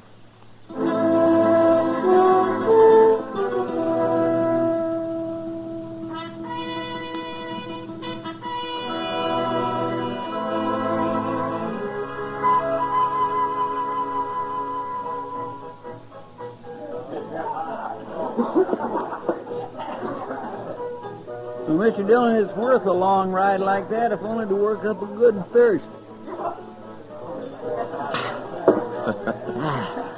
I've seen you work up a good thirst just sitting around, Chester. Yes, sir. I'm just lucky, I guess. Well, I never heard it called that before. Give me a glass of beer, barkeep. Beer, nothing. Give him whiskey. I don't want whiskey. Ain't you man enough to drink whiskey? Drink it? when I want it. I don't believe you do. Drink some now. I ain't bothering you. Can't a man come in here and have what he wants? Cowboy, ain't you? What's wrong with being a cowboy? Nothing. Only I always thought it took a man to be a cowboy. You trying to start trouble, mister? I listened to him. What's so funny about that? I killed a man once for telling me not to laugh. I ain't telling you nothing. Mister, I think you're a coward.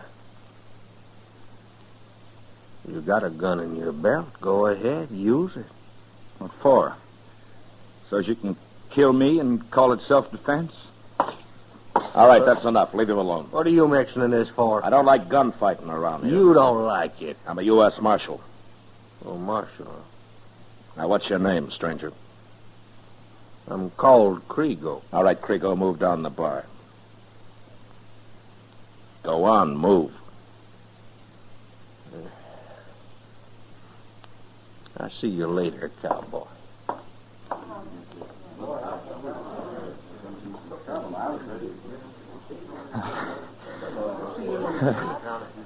I wouldn't have dared draw on him, Marshal.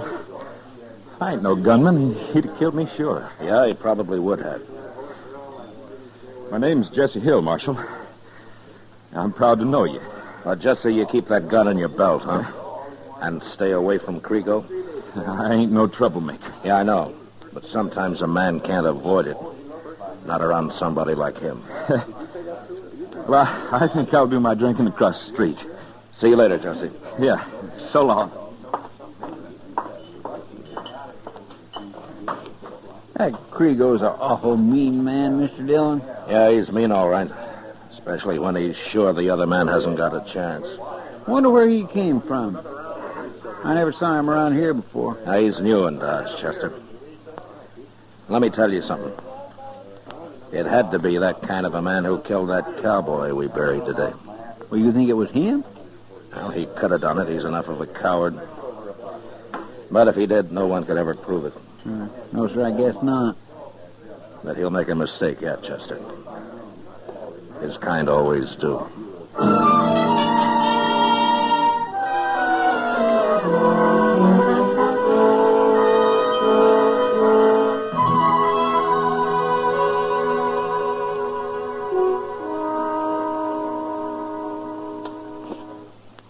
Like that material, Kitty? I'd like to make a dress of it. Is this all you have, Mr. Jonas?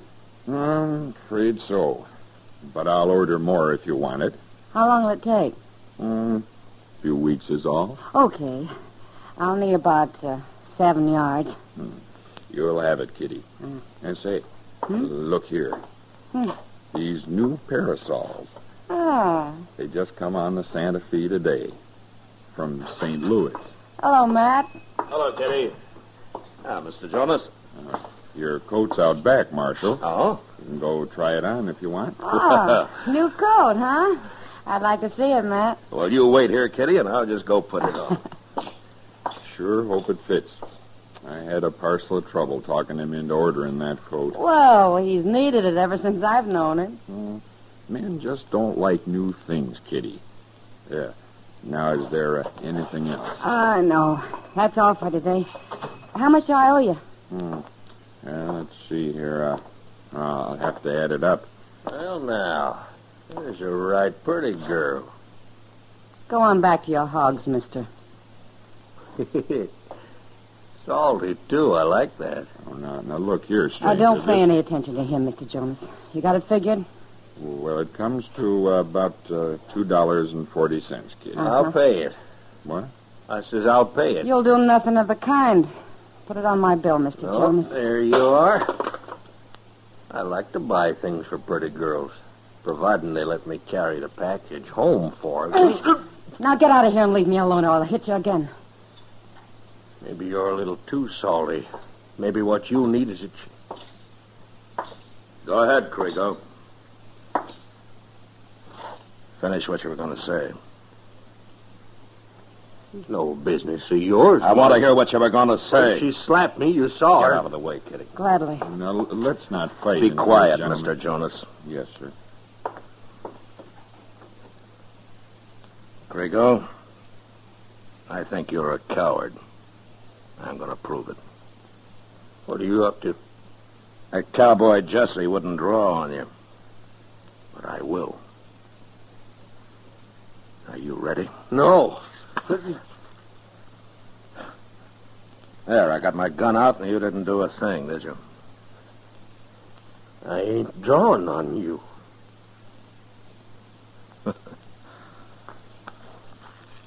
All right, now get out of here, Krigo. And if I ever see you anywhere near Miss Kitty again, I'm going to break your neck. Now go on, get out.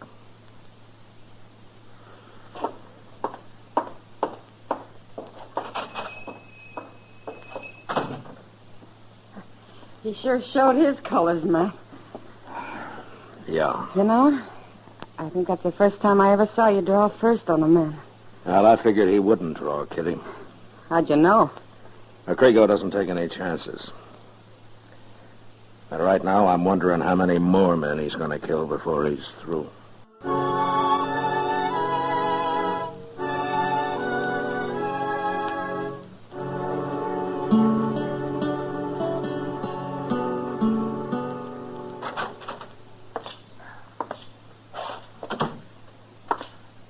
Chester? I'm back here, Mr. Dillon. Oh, come out front, huh? Yes, sir.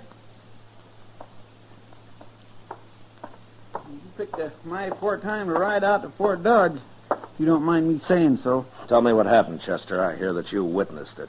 Yes, sir, I was right there, Mr. Dillon. Krigo agged him into drawing first. Yeah. Self-defense again, is that it? Yes, sir. The poor fellow was awful slow. And you know what Krigo did? What?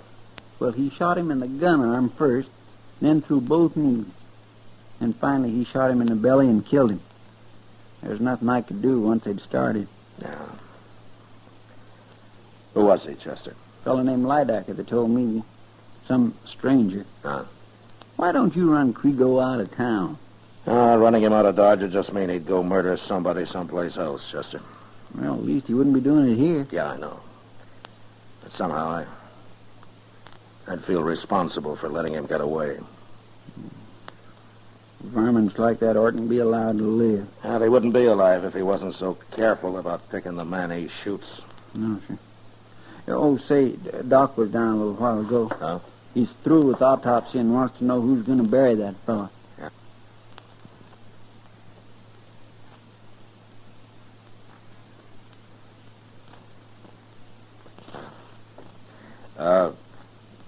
Did he have any friends? Yes, sir. That cowboy Krigo tried to fight Jesse Hill. Oh. I think he was a friend of his. He helped carry him up to Doc's anyway, and he seemed real mad about it all. Quiet, you know, but mad. That could lead to trouble. How do you mean? Well, Jesse backed off from Krigo once, but he might go looking for him now. I don't think he'd have a chance. And we'd sure better find him, Mr. Dillon. Yeah, Chester, we better. Come on.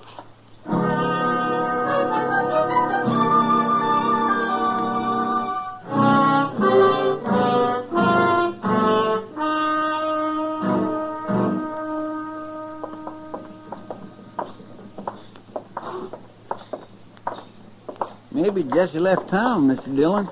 Well, I hope so. Though we haven't looked every place yet. Somebody said he had a room at the Dodge house. Oh? That seems to be pretty fancy for a line rider, doesn't it? He probably spent 6 months' pay in the last few days. They always do. Well, they can't spend it out on the prairie, Chester. I guess it doesn't mean much to them. Yeah, I know, but you'd think they'd save a little money, a few dollars at least. Oh? Tell me something, Chester. Hmm? When were you at the bank last? Well, I keep my money in my sock, Mr. Dillon. It's safer. Oh, maybe, yeah. Isn't that kind of tough on the merchants when you go to spend it, though? Well, nobody ain't turned it down yet. Money's money. Wait a minute. There's Jesse across the plaza there. Yeah, and that's Krigo he's talking to. Come on. Hey, it looks like they're having an argument, Mr. Dillon. Yeah. You gonna stop it? Well, if I can. Krigo! Jesse! They're about to fight, Mr. Dillon. Murder them, Creego. Go on, draw. Hold it, Jesse! All right, Creego. Put your gun away. Sure. He tried to shoot me, Marshal. You saw him. He's dead, Mr. Dillon. Well, that was pretty easy for you, wasn't it, Creego? He shouldn't have tried it, Marshal. I told him not to. You're lying. I heard what you told him. Well, what difference does it make? He drew first. I shot him in self-defense. Yeah, sure. Creego, did you know that man you killed the other night was Jesse Hill's friend? Jesse was telling me that just now. Well, I got an idea you talked him into drawing just to work Jesse up to a fight. He was both a couple of bums, Marshal. How about that man out on the prairie?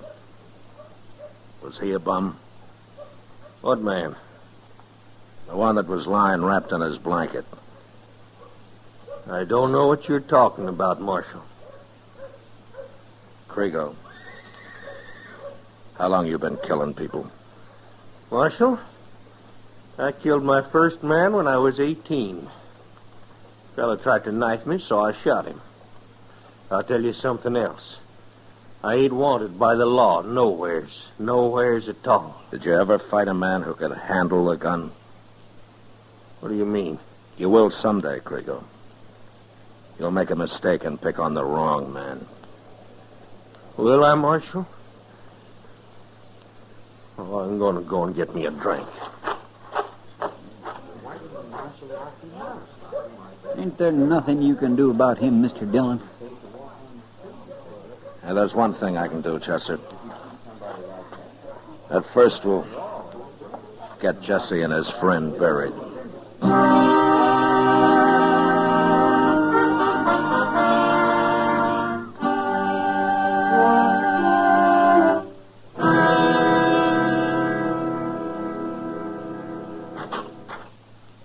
Creego's still standing at the bar of the Alphaganza, Mr. Dillon. All right, Chester. You gonna take him in? No, I'd just have to turn him loose sooner or later. Well, what are you gonna do? Something I've never done before, Chester. But if it works, it'll save some lives. How? Now, you'll see. He was bragging about already killing 2 men since he's been in Dodge. Well, he'll go right on killing men if he isn't stopped. He's like one of them hound dogs that gets a taste of blood in his mouth and sort of goes crazy with it, ain't he? Yeah, that's what he's like. Okay. Here we are.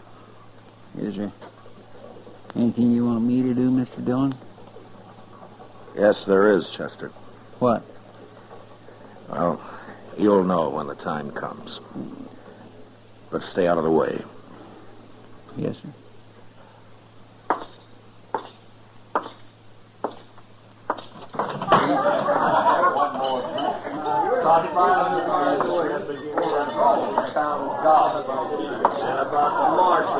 Creego.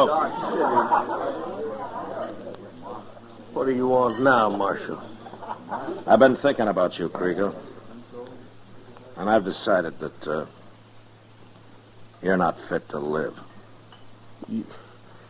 You got no call, Marshal. I killed them men in self-defense. Sure. Ain't no court in the world that'd convict me. I'm plumb innocent. I'm not talking about hanging you. What are you talking about? Creego, I'm going to walk out of here and wait for you in the street. And I'm going to wait 1 minute. And if you're not there in 1 minute, I'm coming back. What for? I'm going to kill you. No, I ain't going to fight you. Yes, you are. 1 minute, Creego.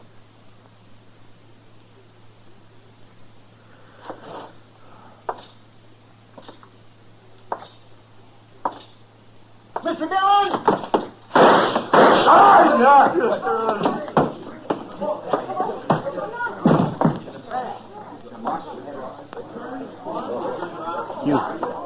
You killed him? Yeah. He had his gun out. He'd have shot you right in the back. Thanks for letting me know, Chester.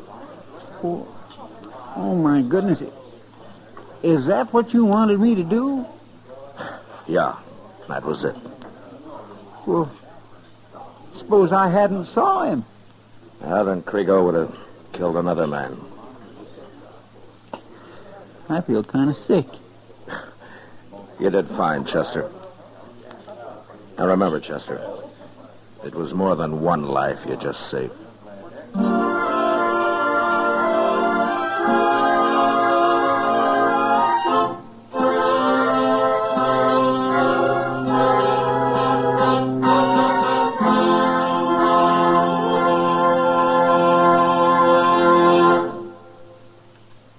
Gunsmoke, under the direction of Norman Macdonald, stars William Conrad as Matt Dillon, U.S. Marshal.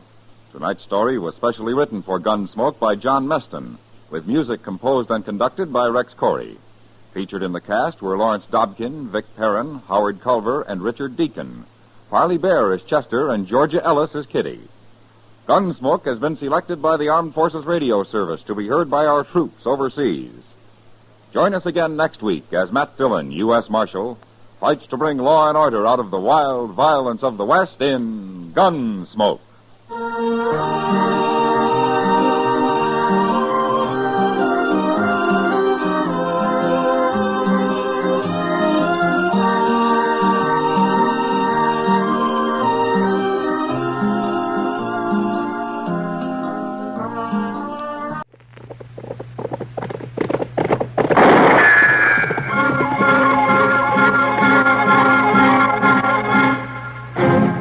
Around Dodge City and in the territory on West, there's just one way to handle the killers and the spoilers, and that's with a U.S. Marshal and the smell of gun smoke.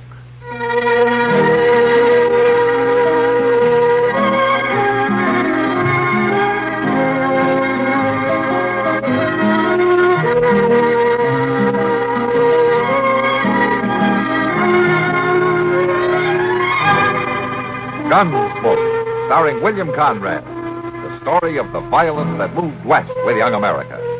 And the story of a man who moved with it. I'm that man, Matt Dillon, United States Marshal. The first man they look for and the last they want to meet. It's a chancy job, and it makes a man watchful and a little lonely.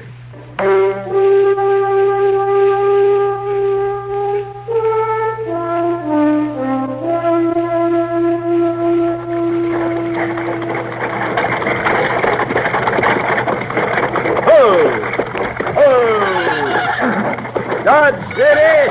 Everybody out, enter the line. Dodge City. Proudfoot, it's been real nice meeting you. Yes, Mr. Proudfoot, real nice. I think we better go Yes, sir, here you are.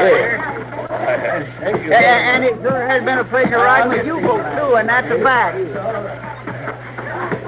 Well, hello there, Mr. Dillon. Hello, Chester. Well, I declare, you meeting somebody on the stage? As a matter of fact, I am. Well, I'd be glad to point him out to you. I got to know everybody real well. They're an awful nice bunch of folks. Well, thanks, Chester, but I see him, all right.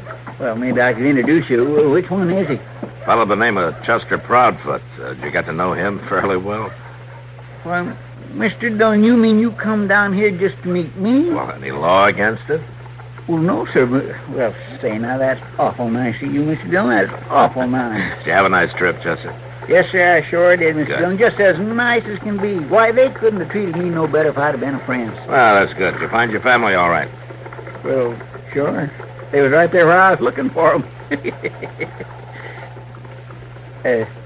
Well, that was kindly a little joke, Mr. Dillon. It was just a way of speaking kindly. I didn't really mean... That's the kind of a joke your family is partial to, Chester?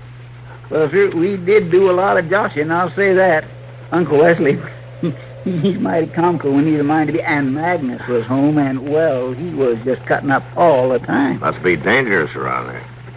How's that? Never mind. Come on, let's get your stuff. Yes, sir, the driver set him down right over there. All right. Yeah, no, now, Mr. Dillon. I can handle him all right. I'll help. Here. There we go. Oh, before I forget, Chester, did you have any trouble picking up those papers in Dalhart? What papers is that? the papers in Dalhart, Chester? Oh. You mean you forgot them? Yeah. Chester, you said you'd pick them up for me on your way back through the panhandle. I know I did. I swear I must have clean forgot. I was having such a good time there with my people and all, and it just must have knocked it right out of my head. I guess too much cutting up could do that, all right. Oh, now I just feel terrible about that. I just don't know how I could have been so stupid. Well, don't worry about it, Chester. We'll get them some other way. If you want me to, I'll turn right around and go back. No, there's no need for that. It won't trouble me not one bit. Never mind, Chester. I'd really kindly enjoy it, Mr. Dillon, taking another long Come on, ride. Chester. I better take you to the office before you forget where it is.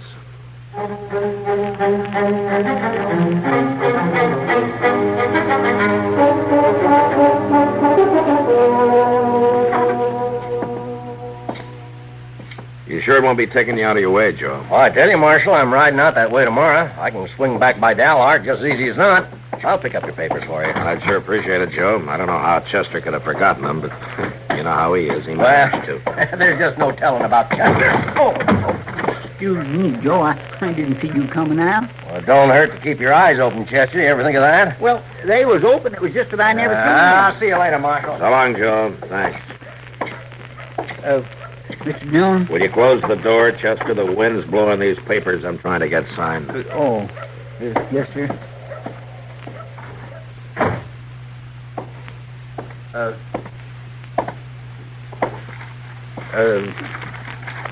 Mr. Dillon? Yeah. Was you and Joe Freeze talking about me just now? What? Well, I could have swore I heard you saying my name when I come in. Joe's going to pick up those papers you forgot, Chester. He's going clear to Dalhart? Yeah, he's going clear to Dalhart. Well, why, for gracious sakes, Mr. Dillon, you hadn't already got somebody else to do that. I could go just easy as not with... Chester, it's all been arranged. But now, I can do anything Joe Freeze can do. I can get them papers for you myself. Don't worry about it, Chester. Now, Mr. Dillon, why don't I just get on Chester, my horse I've been trying to get through this paperwork all afternoon. Why don't you just go on out so I can finish it up, huh? Well, I will, but I don't see Go on, Chester. Yes, sir. Go on. I got things to tend to, I guess.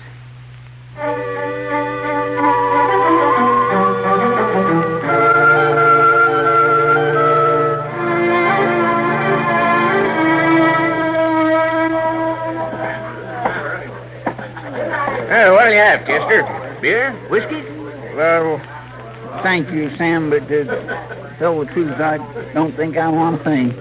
Sure? Yes, sir. I just think I'll just kindly stand here for a little bit, if it's all the same to you. Well, all right. Wouldn't you think now that anybody taking up room at the bar ought to at least buy a drink? Oh, never mind, Lud. It's all right. If everybody else comes into a saloon to buy a drink. Not that Chester, though. He just comes in to lean on the bar and look like a two-fisted drinker. Ain't that right, Chester?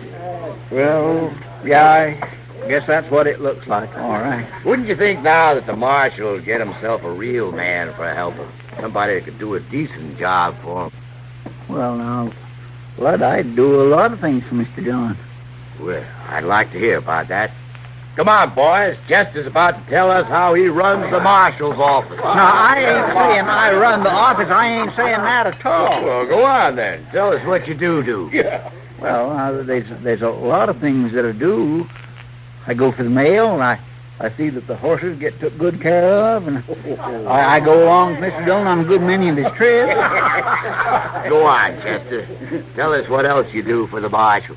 Well, I help every way I know how. I make a pretty good cup of coffee, and I keep the lamps clean and filled up with coal oil. Yeah, and that's what a U.S. Marshal needs, all right. Somebody to keep his lamps filled for him. Now, I don't see what's all fired funny about that. Oh, and something I forgot to mention. Sometimes when Mr. Dillon's too busy, well, he sends me out to do things for him to save him the trip or the trouble, you might say. Like bringing them papers from Dalhart? How'd you come to know about that? Why, it's all over town, ain't it, boys? How Chester come all the way back without them papers? It don't seem like Mr. Dillon would go around talking like that. Well, now, he didn't, Chester. Joe Freeze was in here for a drink a few minutes ago. He told me about it. And I guess there was some big ears listening. Now, come on now, Chester, have a drink. It'll make you feel better. No thanks, Sam. I guess I better be getting along. Don't worry too much, Chester. Everybody needs someone to laugh at. You sure do a job for the marshal that way.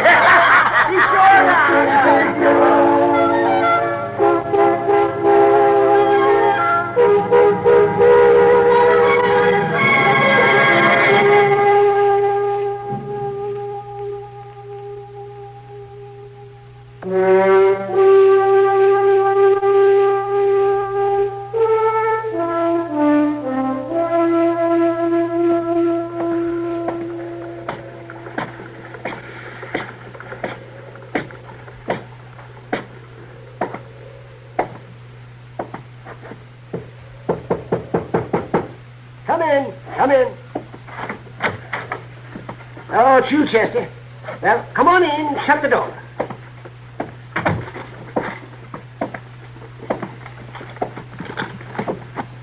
Oh, Doc? Don't just stand there. Can't you see that I'm busy? You're in my way. Oh. Is this a professional call? You look kind of seedy. Oh, my, no, Doc. I ain't sick. I just thought maybe I'd pay a little visit and see how you're getting along. Well, that's nice of Chester, and I'll be glad to tell you. I'm getting along real bad. Well, I sure am sorry to hear that. It's a cold, miserable day. The supplies I sent for didn't get here. I've got calls to make at different ends of the county. Want to hear any more? Well, Doc, that sure does sound troublesome. It is. Well, you settled down from your trip yet? Oh, of course, Doc. Once I get my boots off, I'm home. And I suppose Matt is managing to get used to having you around again? What do you mean? Oh, I don't know, Chester. It's just that you take some getting used to. Oh, no, good Lord, it's 3 o'clock. I've got to get going. Hand me that bottle, will you? Sure, Doc. No, not that one. That's the other one. Yes. Here, Doc. Thank you. Doc? No, I haven't time to talk anymore, Chester. You can come back some other day. Would you just let me ask you one question? All right, then. What is it? Well, Doc, I was just wondering if you got any idea at all just what Mr. Dillon really thinks about me. Having me around for a helper and all. What do you think? Oh, for heaven's sakes, of all the foolish time-wasting questions. Could you please tell me, Doc? Yes, sir, Chester, I can tell you. He thinks you're the most addle-pated, no-account, sieve-headed excuse for a helper that anybody ever had. Now, go on, get out of my way. I'm late. Sure, Doc. I wouldn't want to be in your way.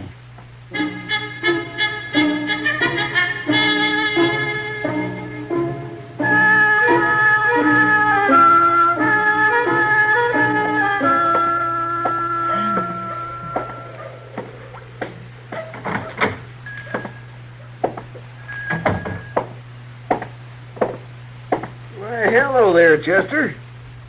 I didn't expect to see you so soon. Oh, well, now, I don't want to waste no time getting back on the job, Mr. Jonas. What do you mean? Well, if I don't do nothing else around here, I can at least see Mr. Dillon don't run out of stores. I come in for some coal oil, some coffee, and a couple new wicks for the lambs.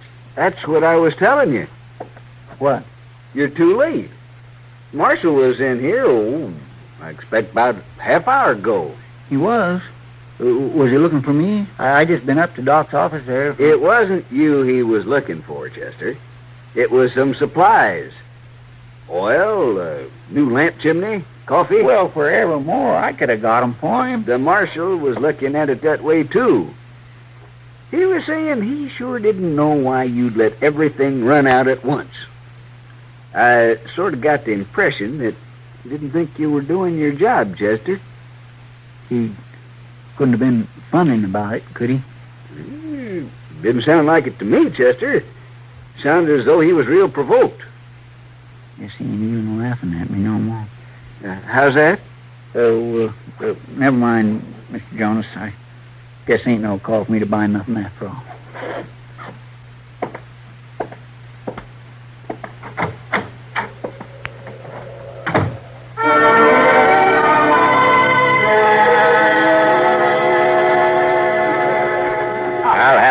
whiskey, Sam. All right, Lud.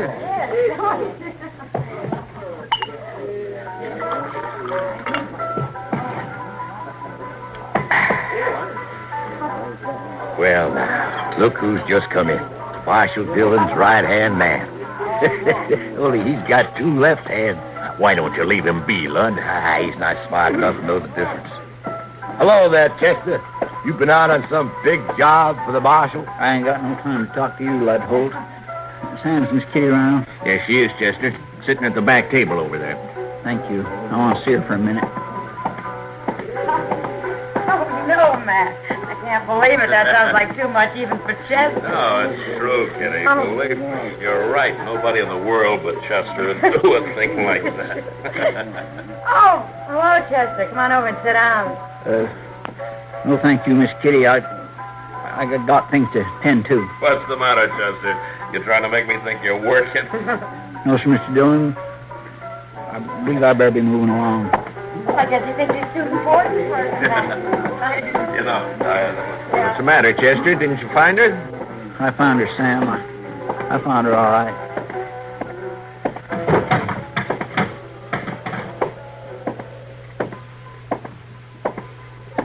Hey, Chester!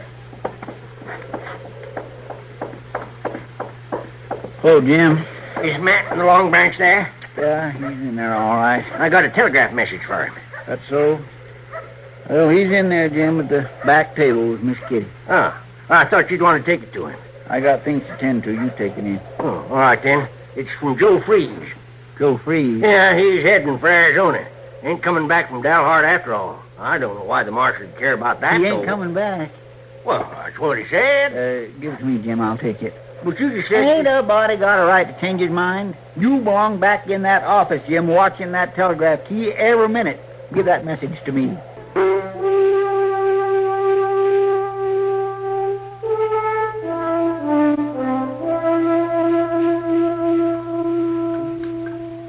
Save room for some pie, Matt. It's elderberry. That's a good thing Chester isn't here. He'd eaten up the whole thing by now. Yeah, it's a wonder to me how Chester's stomach keeps on working at all. The way he loads it down. He must be doing something mighty important to miss a meal. Where'd you send him, Matt? I didn't send him anywhere, Kitty. I haven't even seen him all day. Yeah, it's funny. I haven't seen him either. Well, that's kind of strange, isn't it? You suppose he's sick? Well, he was in to see me yesterday, but he didn't say anything about being sick. He acted kind of funny, though. Oh, how's that, Doc? Well, he was pestering me with darn fool questions. He wanted to know what you really thought of him, Matt, as a helper. Oh? What'd you tell him? I told him you thought he was an addle-pated, sieve-headed no-account, of course. How else would you answer a fool question like that? Yeah. Wonder what got into him. I'm not sure it was such a fool question. What? What do you mean, Kitty? Well, I'm just remembering. Sam told me the boys at the bar were giving Chester a bad time yesterday. Oh, what about? Oh, Lud Holt was writing him hard about his job with you, about how nobody could figure how you'd put up with a man like Chester. Oh, Chester can usually take a joke. Oh, I don't think Lud was making a joke of it, Matt. He was making Chester look pretty silly. He said you only kept him on to laugh at him, and before he was finished, the whole saloon was laughing at Chester. Oh, well then, that explains it, huh? Wish I'd have been a little more patient with him. The way he was feeling, what I said couldn't have sounded very funny. He ought to have better sense, Well, Chester's Doc. sensitive, Matt. You know that. Yeah, but he should know that if I got any complaints, I'll make them myself. You were complaining to him quite a bit yesterday, weren't you? Well, sure, but he was still miles away on his trip. I had to bring him down to earth a couple of times, that's all. Oh, well, I guess everybody was bringing him down to earth at the same time. Poor Chester. I even laughed at him when he came into the Long Branch. Well, I'll say this. If he was going to choose a day to hole up and not make an appearance, this is a good one. That wind's bitter cold. There isn't any sense to it, but I guess I better look him up and straighten him out. Maybe some of this pie will help his feelings. See you later, Kitty. Doc. Yeah. All right, Matt. Bad, Matt.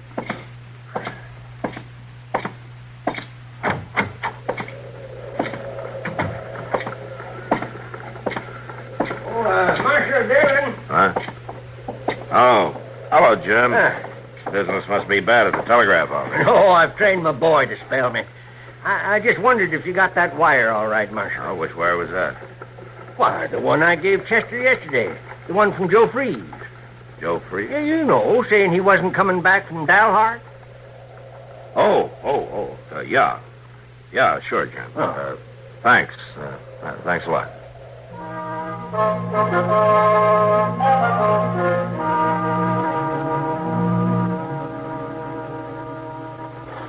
That's the way it was, Marshal. He come in for his horse early this morning and rode out. Did he say where he was heading, Moss? That's the funny thing, him just getting back and all. He said he was heading for Texas. Saddle up my horse, will you? I want to go pick up a few things. Sure, Marshal. But I'll tell you like I told Chester. This is a poor time to be on the plains with a norther coming up. Yeah. I'll be back for the horse in a few minutes, Moss.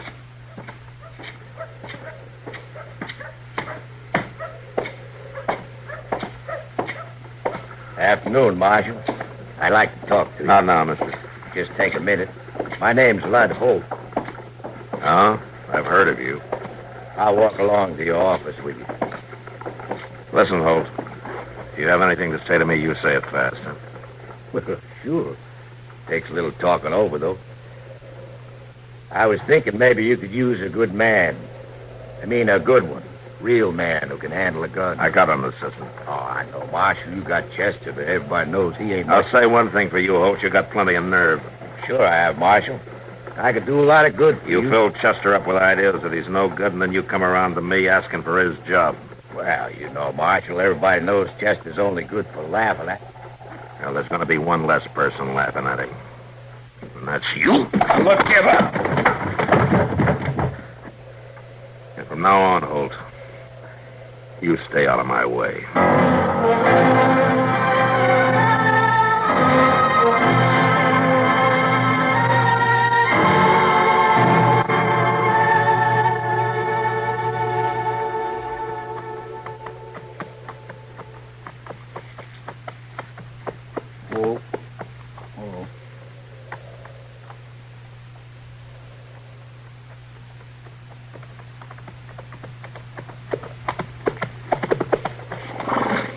Morning, Chester. Morning, Mr. Dillon. I seen you coming back there. That's why I pulled up. Oh, we're the only two people I know who are darn fools enough to be out on a day like this. Well, it is mighty chilly. I'll say that. Yeah, it's a wonder we didn't both freeze to death in the night. Mr. Dillon, ain't none of my business, but just why are you riding out this way? I'm trailing a man. Oh? Would you like me to help you? No, I won't need any help, Chester. Oh.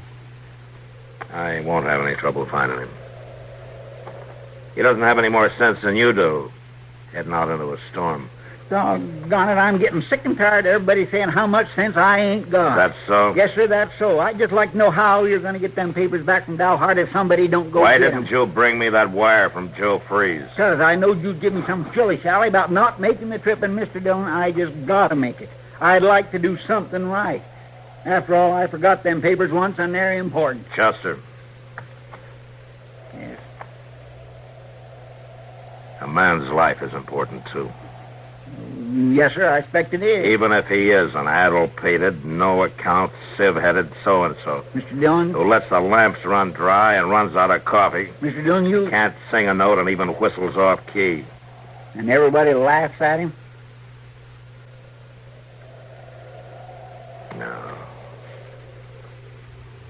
No, not quite everybody, Chester. Now, come on. Let's get back to Dodge. Yes, Mr. Dillon.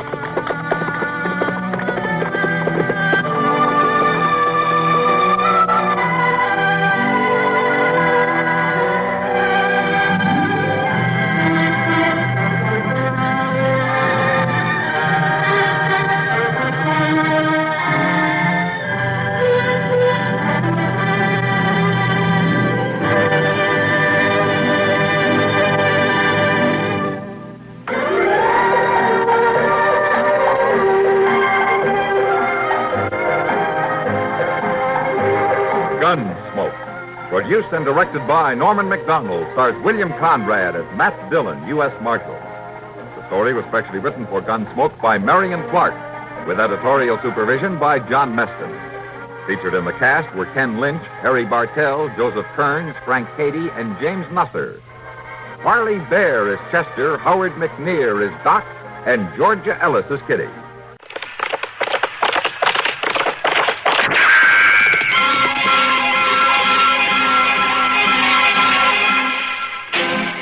Around Dodge City and in the territory on West, there's just one way to handle the killers and the spoilers, and that's with a U.S. Marshal and the smell of Gunsmoke.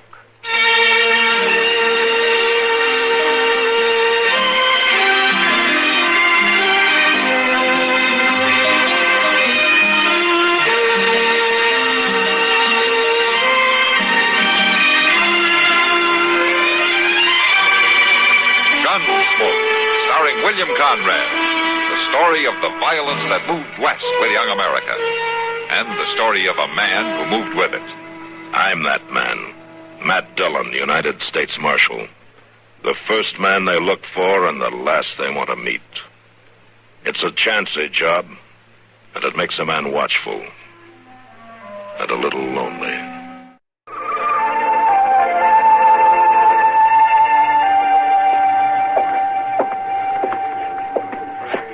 Barkeep. Barkeep. What'll you have? I was told I'd find the marshal in this place. Well, I don't rightly see him here now. At his office, they said he'd be here. Well, he ain't. Oh, a man should be able to find the marshal. Oh, now, listen, mister, it ain't up to me. Miss Kitty? Yes, Sam. This man's uncommon anxious to see the marshal. You know where he is? Well, no, Sam, I don't. Have you tried his office, mister? Of course I've tried his office. They told me he was headed here. Well, he may be, but I haven't seen him until now. Hey, Matt. Ah, hello, Kitty. Sam? Marshal? Matt, this man's waiting to see you. Oh, is that so? Are you the marshal? Yeah, I'm the Marshal, Matt Dillon. My name is Foss, Marshal. Jasper Foss. All right, Mr. Foss, what can I do for you? I figured you'd ought to know about the telegraph line. What telegraph line? Well, why, the one just strung out west of town. What about it? Well, somebody's cut it. That's what about it. Well, how do you know? I was riding past. That's all I know. About a mile or a mile and a half out. Did you see anybody? Oh, well, nobody I could recognize. I seen a horse hightailing in the distance. I couldn't tell no more than that. When was this? Oh, an hour ago, maybe. I figured you'd want to take a look around. Yeah. Thanks, Mr. Foss. I guess I'd better.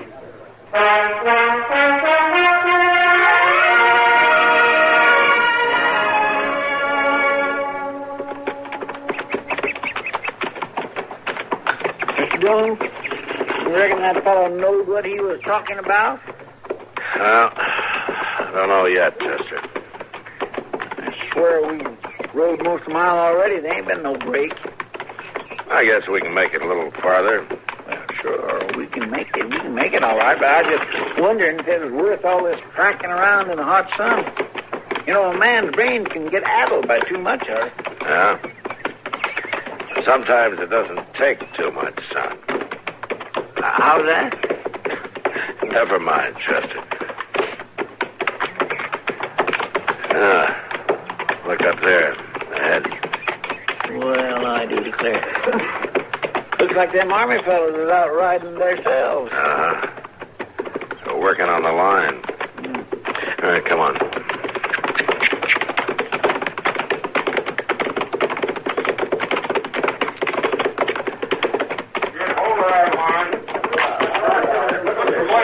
Morning. You tell me where the lieutenant is? Oh, I see him. Lieutenant? Yeah? Are you having trouble with the line? Well, it's been cut. Mr. Dillon? Yeah? Yonder. Yeah, I see him. You holding that man for it, Lieutenant? He's under guard. Yeah, I see he is. You mind if I talk to him? Well, he's my prisoner. Well, I'm the U.S. Marshal from Dodge.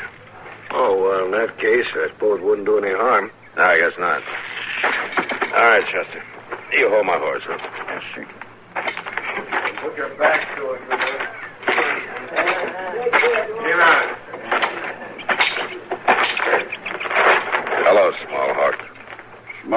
was dishonored before his old friend. Sorry to see you like this. The marshal will have them set Smallhawk free. I don't know if I can do that.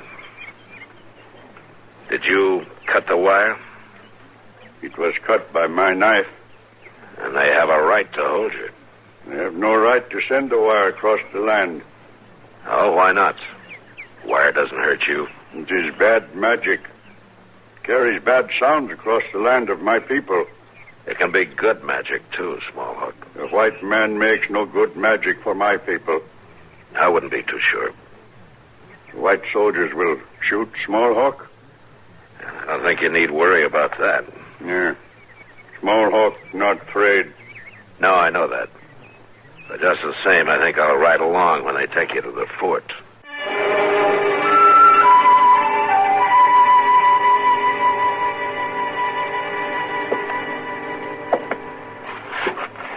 Now, this is an unusual request, Marshal Dillon. Yes, Colonel, I know it is, but I think it might do some good in our dealings with the Indians. I don't know. The Army hasn't found it wise to be too lenient. You're not telling me that the Army believes the only good Indian is a dead Indian? No, Marshal. Certainly not. But I know this man, Colonel. Smallhawk is not a troublemaker. He cut the wire. He cut it out of fear. It's been cut several times. Smallhawk says he cut it only once, and I believe him.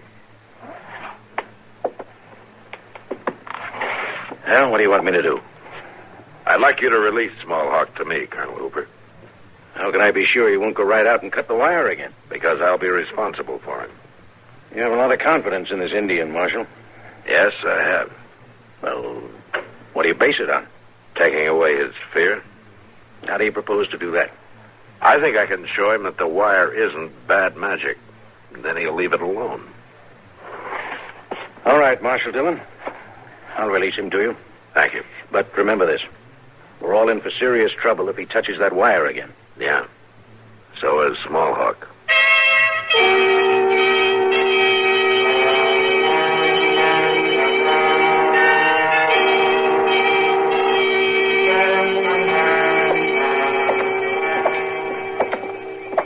It's right down at the end of the block, Smallhawk. The Marshal is Smallhawk's friend. Sure I am. If it were not so, I would not walk with him. I know that. Smallhawk would no go to house of white man's magic. I want to show you it can be good magic, Smallhawk. Now, here we are. Let's go in.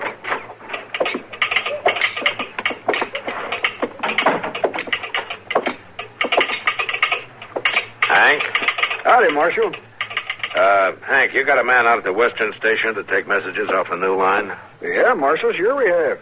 Any way of getting a message to the Indian encampment on the river? Well, our man out there says there's usually a couple of braves standing around watching him. He could tell it to them, I guess. Why? Because my friend wants to send a telegram. Smallhawk does not trust bad magic. Well, you trust me, don't you? Yeah. All right, then listen to me.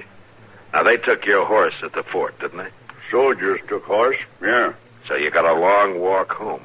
Smallhawk will walk with his head high. Yeah, but it would be even higher if you were on horseback. Now, what if the wire carried word to your son to bring you a horse? There is that magic in the wire? Yeah, there's that magic. Smallhawk will see if horse comes. Well, that's fair enough. Now, you tell me your son's name. Brown Wing. All right, Hank, you tell your man to get a message to Brown Wing to bring a horse to the road fork just outside Dodge. Tell him his father will be waiting.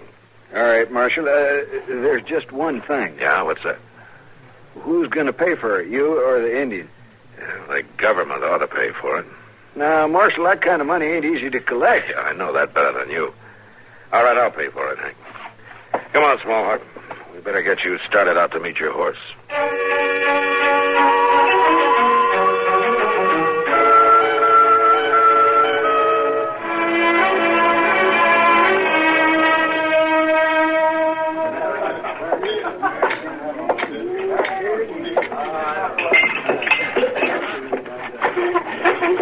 For the beer, Matt.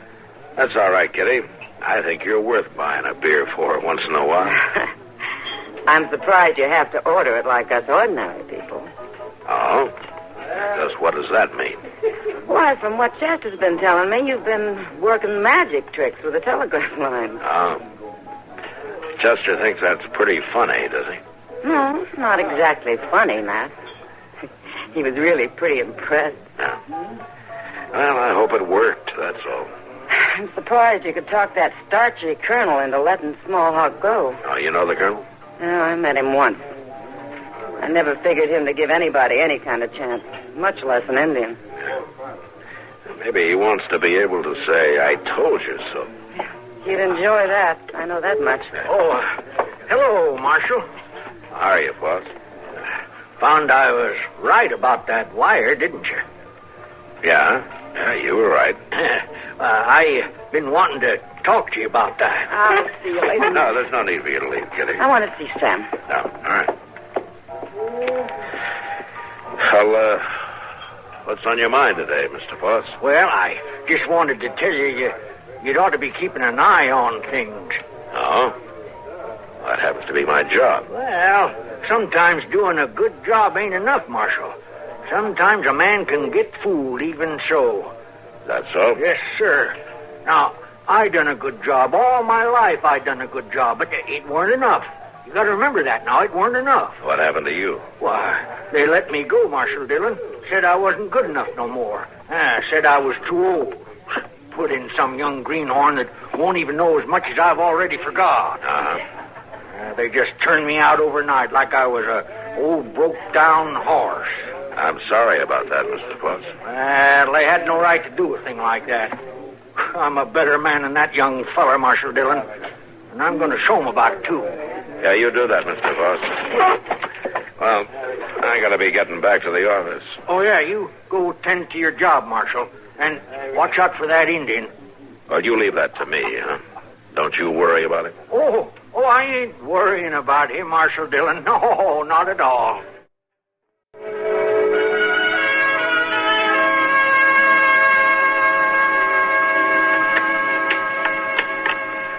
A 7 or a 3, Matt. You got to come up with a 7 or a 3. Yeah. Well, let me see here, man. Good. You have to go at the boneyard. Yeah. Go ahead, draw. All right, I'm drawing, Doc. Go right ahead, take another. Oh, I must say, Matchy, you don't play dominoes any better than you play checkers. You're talking pretty big for a man who just won his first game this week. Well, it's not whether I win or not, Matt. It's just that I make the moves better. I hope you don't figure like that about your patients. About my paper? Well, it doesn't matter whether you cure them or not. So you make a few moves. Oh, don't you worry about my patients. I'll take it. Oh, how's your Indian getting along? Oh, fine, I guess. I think I finally got it through his head that the telegraph wire wasn't strung up there just to work some black magic. You were lucky. Yeah, Doc, I guess I was. But Small Hawk is mighty pleased. Oh, you've seen him? No, but he had the agent out at the other end send me a message back. Oh, is that so? Well, what did he say? Just one word. Good. Well, the telegraph company isn't going to make much money out of him at that rate. Yeah, maybe not, but it'll save them money having him leave their lines alone. Mr. Dillon? Hold on. Yeah, Chester. What's the trouble? Mr. Dillon, you know that fellow Ted Creel? Yeah, I know him. What's he done? Well, he ain't done nothing, Mr. Dillon. He just come in from out west of town. Well, no law against that. Well, of course not, Mr. Dillon, but he told me he seen a troop of cavalry from the fort. Well, what about it? They had an Indian with him, all tied up like he was a prisoner. Oh. Did Creel know who he was? Well, he thought he was that fellow Small Hawk, Mr. Dillon. Yeah, I was afraid he might. All right, Chester, get the horses. Yes, sir. Sounds like your magic might not have worked after all, man. Yeah, Doc, it does.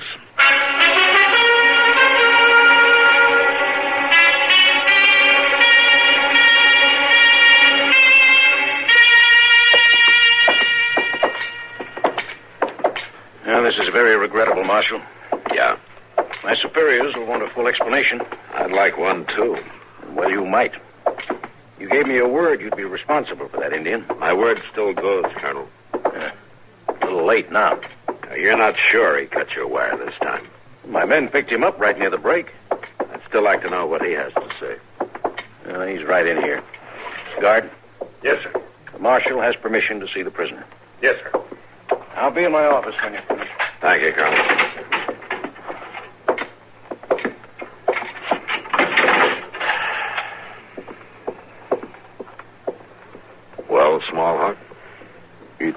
I said. Bad magic. Did you cut the wire? The marshal will believe. We've never doubted each other, Smallhawk. The marshal speaks true. All right. Now, how about the wire? Smallhawk did not cut it. Did any of your tribesmen cut it? The braves of my tribe believe the good magic of the wire, as the marshal taught us.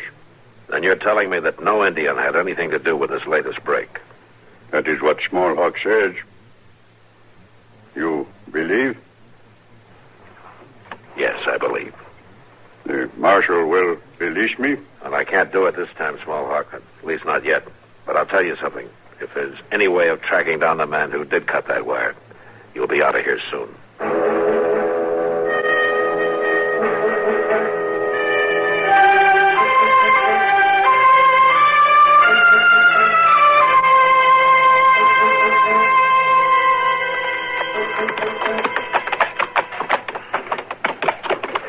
I'll tell you something, Mr. Jones. Yeah? What's that, Chester? Lot folks back in Dodge was wondering whether it was worth it stringing this line way out west here when it first went up, and I'm about to agree with it. I don't know. Of course, there's been a lot of trouble, but... They sure has. Now, with all this cutting going on, looks like we've got Indian trouble all over again. Oh, maybe not. Right over there looks like the place.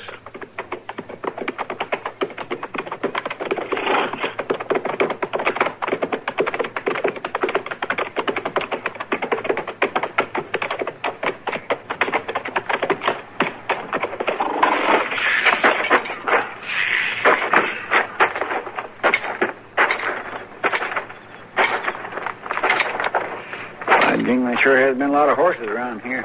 I hope they haven't trampled all the tracks. Looks like they tried. Uh-huh.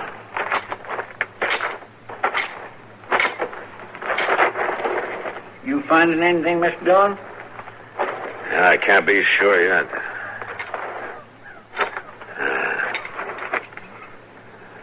This might be a lead.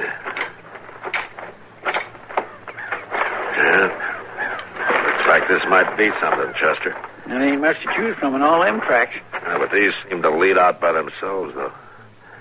Let's follow them for a while, huh? Well, them tracks don't look like they was made by no Indian pony, Mr. Dillon. No, Chester, they don't. All right, come on.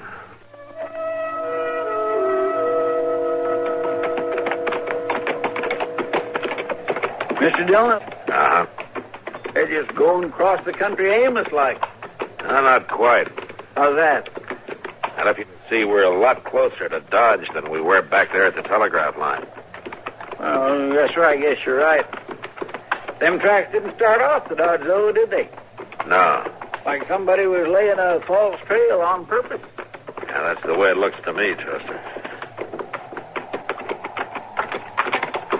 Wait a minute, look. See, they're heading off toward that shack over there. Yeah.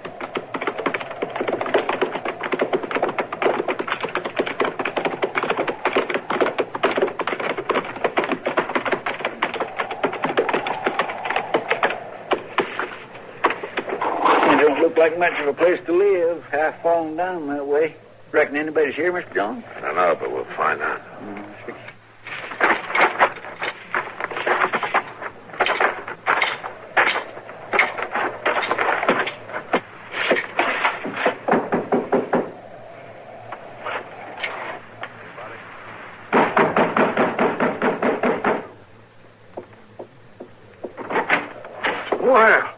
Well, there's no need for pounding, Marshal. Hello, Mr. Foss. I didn't know you lived out here. Oh, it's Chester Proudfoot. Glad to meet you, Mr. Foss. Proudfoot? What brings you out this way, Marshal? That's that telegraph line you're so interested in. Oh, I'm glad to see you're on the job. Oh, not that it'll do you any good. I was always on the job myself. I remember that. Yeah, you told me. I see you've been out looking it over out there. Looking what over? The line? Oh, what makes you say that? Well, we followed your tracks here. My tracks? Now, you want to tell me how you happened to be out there? I told you the other day. I was riding past. Now, you were talking about the other break in the line that day, Mr. Foss. This one was a mile or so away. Are you sure about that? Yeah, I'm sure.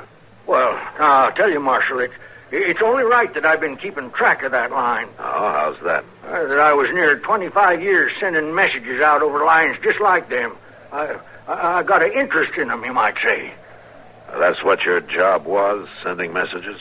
I had a mighty nice touch on the key. A mighty nice touch. These greenhorns can come close to it. The telegraph people were the ones who took away your job, then. Them was the ones, all right. A man with a touch like mine. I guess you would have an interest in the line, Mr. Foss. You might even have an interest in seeing that it didn't go through. Well, Marshal, I don't even know what you're talking about. I think you've been cutting that wire right regular. I think you figured it was a way to get back at the people who cost you your job. Now, you hold on a minute, Marshal. What about that Indian? He was the one that cut it. He said so. He cut it once, Mr. Foss, and he admitted it, but you did it the other times, didn't you? I said, didn't you? You know, don't you, Marshal? Yeah. Yeah, I know. Well, I figured it'd be all right. They already had the Indian. It wouldn't matter anymore. It mattered to the Indian. I guess you're right. Will you be taking me in, Marshal? Yeah. A man has to do his job. Always believed in a man doing his job. But, Marshal, climbing around them lines and all... Yeah, Mr. Foss? I showed him I wasn't so old, didn't I? Yeah, you showed him. All right, saddle him up a horse, Chester. Let's get back to town.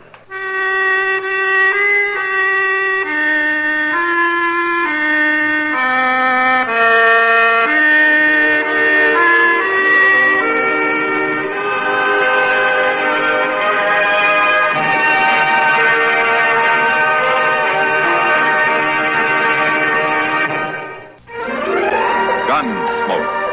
Produced and directed in Hollywood by Norman Macdonald, stars William Conrad as Matt Dillon, U.S. Marshal. The story was specially written for Gunsmoke by Marion Clark, with editorial supervision by John Meston. Farley Bear is Chester, Howard McNear is Doc, and Georgia Ellis is...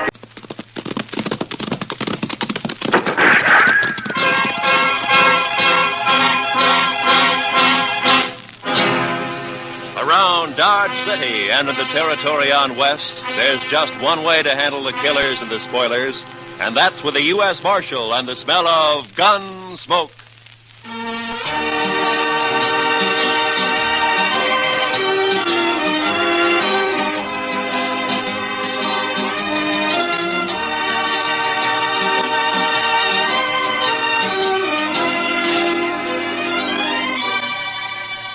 Gunsmoke, starring William Conrad.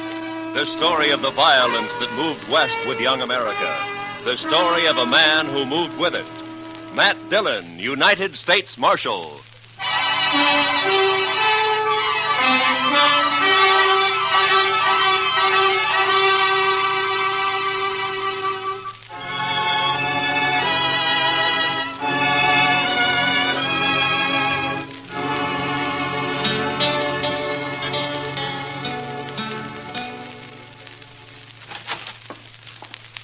Not up there, Mr. Dillon. He's just plain vanished. There's no note anywhere? You sure of that, Chester? Nothing, sir. I looked again, all over. Well, it's 2 days now. This isn't like Doc.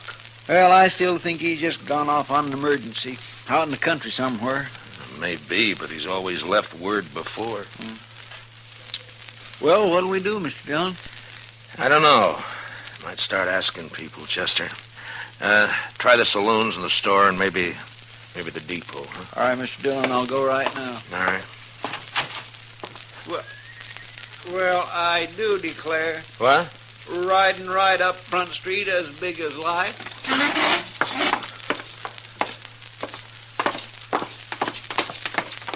Why, that old rascal getting us all worried about him. For the land's sake, you sure are a sight for sore eyes, Doc. Where in the world have you been at, anyway? Here. Hello, Chester. Matt. You had us worried, Doc. That's so? You've been gone 2 days. I know. Next time, leave word, Doc. I will. I surely will. If I can. Well, it'd sure save us a lot Now, of fretting. wait a minute. What do you mean, Doc, if you can? Just that. If they let me, I'll leave word. Come on inside, Doc.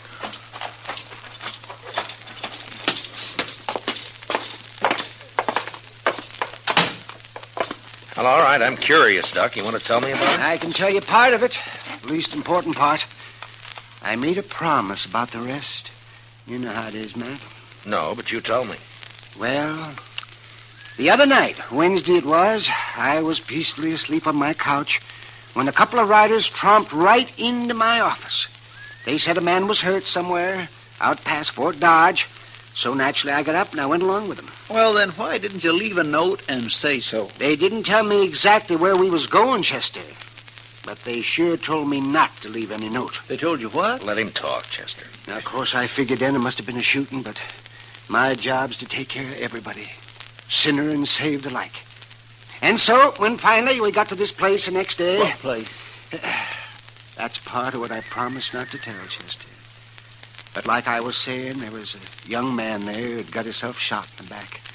The bullet lodged right in his spine. And I dug it out, and I did all I could for him. And then I just sat there for quite a spell. And then I put my things away. And I walked out into the other room. So, Doc, how is he?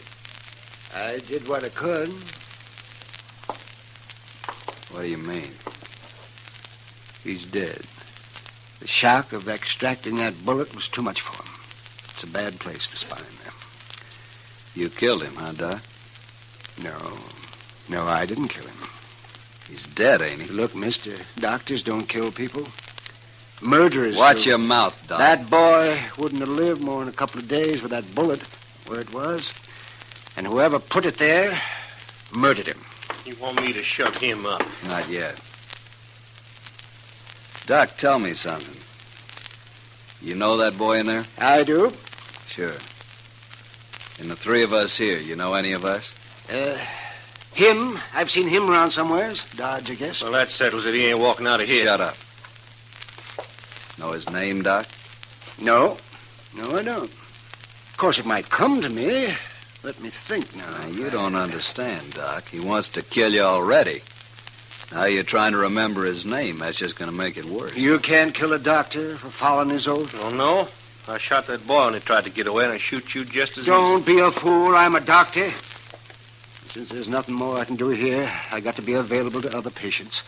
I've been away too long. No, what are we arguing about? Sooner we shoot him, the better. What kind of a man are you, anyways? Don't you know I'm the only doctor within 100 miles of Dodge? Right now, it's one too many. Now, wait a minute.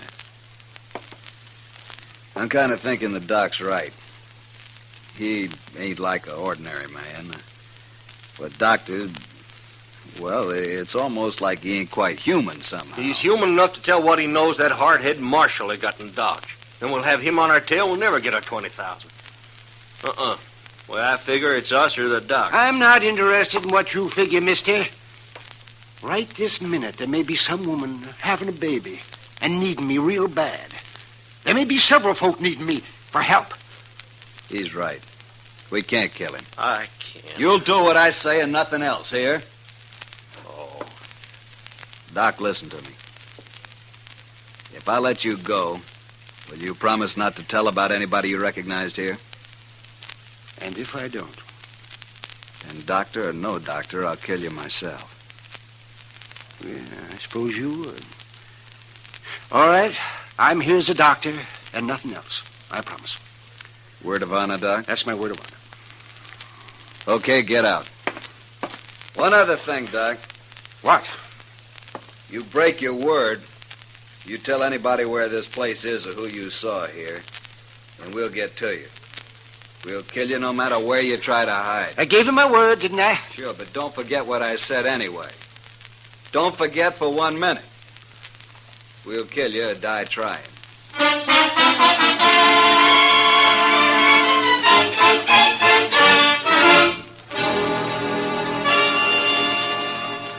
That's quite a story, Doc. And you played it right smart, if you ask me.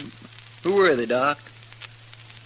Well, tell us. Well, I only recognize one of them, Chester. besides the man they'd shot. So you said.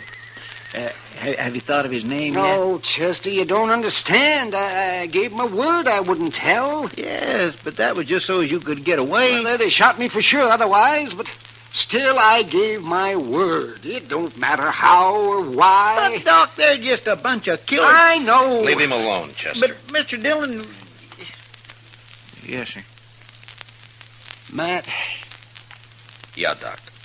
wouldn't you do the same if you were in my boots? That'd be a hard choice, Doc, but...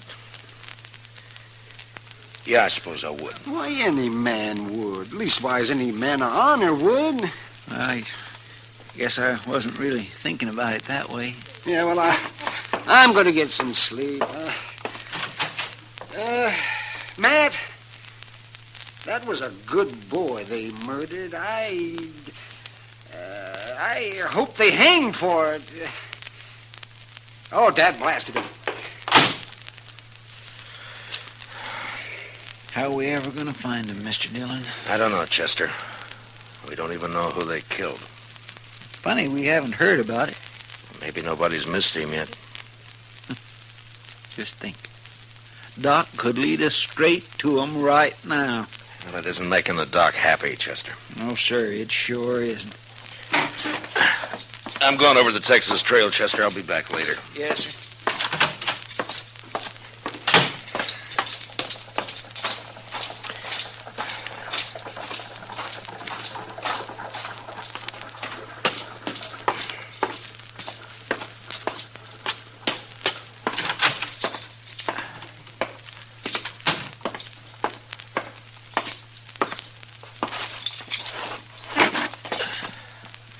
Hey, Sam, bring me over a bottle and a glass, will you? Sure, Hello, Matt. Oh, hi, Kitty. You want some help with that bottle? Yeah, sure. I'm only going to have one. You can finish it.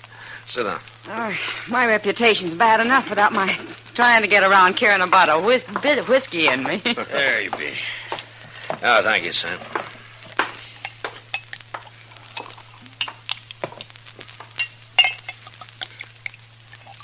There you are, Kitty. Well, here's to luck. Yeah, I could use some. Well, you didn't come here to drink a bottle of rye, Matt. What's on your mind? Well, Kitty, I was sort of wondering if maybe you'd heard any talk about anybody being missing lately. Missing? Who? Well, that's just the point. I don't know who. Well, you're sure not on much of a trail, are you, Matt? Well, a man was shot and he's dead. And I don't know who he was or who did it or where. All I know is that it happened. Well, I'll be darned. Well, Matt, I don't know a thing I've heard that'd help. I'm sorry. Oh, it was just a chance. You know, it's not often a man gets shot around here without everybody knowing about it. Well, I'm glad for that much anyway. Well, thanks, Kitty. Well, good luck, Matt. Yeah, take it easy with that bottle. Yeah, I'll save it for you. So long. See you, Matt.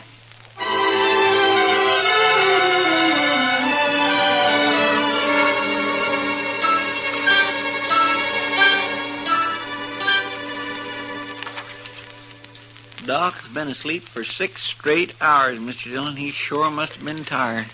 Yeah. Here, Chester, take these letters down to the depot for me, will you? They got to be in Washington next week. Santa Fe pulls out in an hour, sir. I'll put 'em right in the mail car.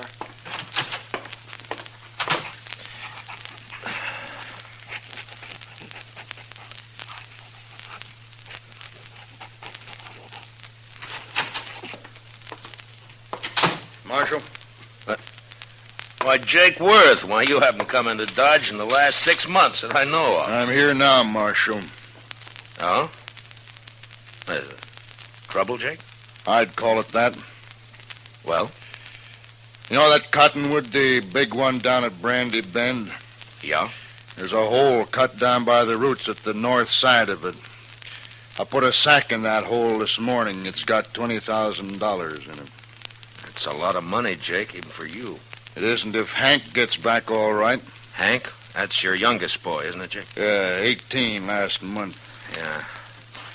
And that's ransom money. Your boy's been kidnapped, huh? He didn't show up the other night, Marshal. Next morning, I found a note tacked on the corral. Said to leave the money or they'd kill him. Oh, come on, Jake. We'll try to get there before they pick up the money. No, Marshal, I won't take any chances. They'd shoot him sure if we did that. You should have told me before you left the money. You should have come here first, you know.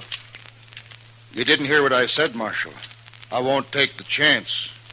All I want now is for you to watch for anybody who turns up rich around here. Jake, I want you to listen to me. Now, you listen to me, Marshal. Nobody is going to do a thing till Hank's back safe on the ranch. Not one dang thing. Jake, if they killed Hank, you'd want him hung, wouldn't you? I'll hang him myself if it comes to that. I'll hunt him down like wolves. All right, then let's go. Let's get on to Brandy Bend and wait for him. No. I already told you no. Hank's dead, Jake. Huh? They already shot him. And he's dead. What are you talking about? Where is he? I don't know. And how come you know he's dead? I can't tell you. Marshal, I've had about enough of this. We're wasting time here. Come on, Jake. I'll tell you what I can on the way to the river. You better, by heaven, or one of us ain't never going to get to the river.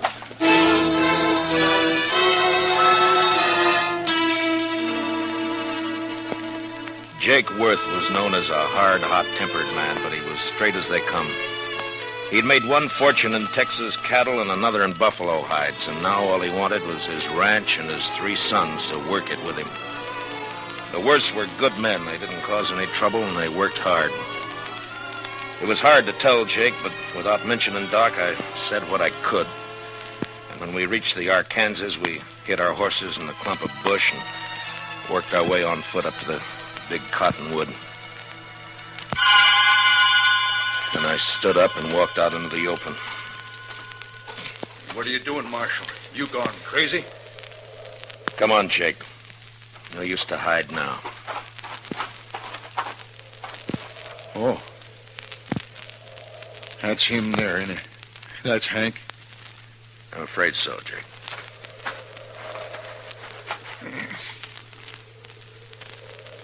And they killed him. They killed him all right. He was a good boy. Had his whole life to live yet. Why'd they do it? I gave him the money. Why'd they do it? I'm sorry, Jake. Marshal, I've been kind of confused by all this. I swallowed your story on the way down here. But I want the truth now. Every bit of it. That's all I know, Jake. Hank tried to break, and one of them shot him. But we'll get him. I'll take care of myself soon as you tell me who they are. I don't know who they are. Don't lie to me, Marshal. You know a lot you're not telling me. What's going on with you anyway? I've told you all I can, That's Jake. my boy lying there, Marshal. He's been murdered. And if I didn't know you so well, I'd begin to think maybe you had something to do with Now, it just yourself. a minute, Jake. I know you're upset. Then why don't you tell me? Because the man who told me about it had to promise not to name anybody, that's why. What man? Who is he? I'll get it out of him if I have to cut it out. Yeah, I know. That's why I can't tell you who he is. What kind of a lawman are you, anyway? I've told you all I can, Jake. No. No, you haven't. Marshal, I don't believe your story about nobody promising nothing. You know who done it. And you're going to tell me or Don't try it, Jake. You can't kill me, and you know it. No, I can't. Me and my boys can. And I'm giving you 24 hours to name those men, and then we're coming to Dodge. There'll be blood spilt, Marshal. Jake, I give you my word, I don't know who did it. I don't believe you. I'll help you take your boy home now. Go on back to Dodge. I'll manage here. You're making a bad mistake, Jake. 24 hours, Marshal. I'll be there. We'll find you wherever you'll be. Jake, I want... So long, Jake.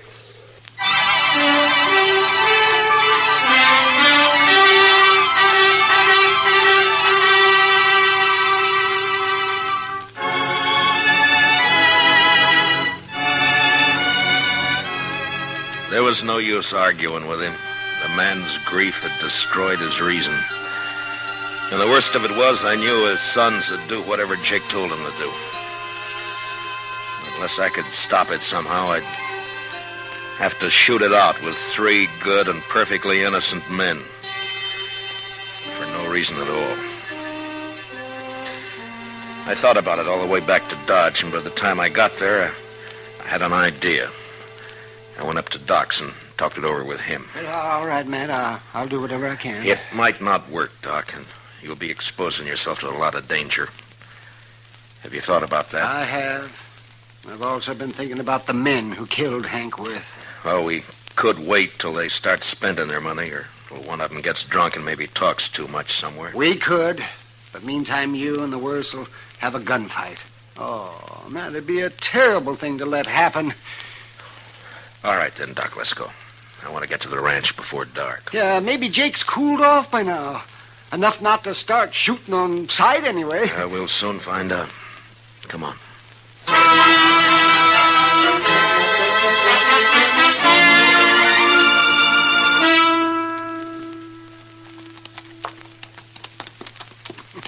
You know, Matt, I haven't been out here since Mrs. Worth died. Oh, that must be 4 or 5 years ago. Well, the place sure has changed, hasn't it? Yeah. I don't see anybody around, do you? Maybe they saw us first. Maybe they're hid out. I hope not. See, Matt, I got an idea. Why don't you take your gun off and hang it around your saddle horn? Then they'll know you come peaceable. I can't take a chance like that, Doc. Not with Jake in his state. But I won't shoot unless I have to. He who lives by the sword. Look, Doc, I'm doing everything I can to avoid this thing. But I'll kill all 3 of them if I have to. All right, Matt. I understand.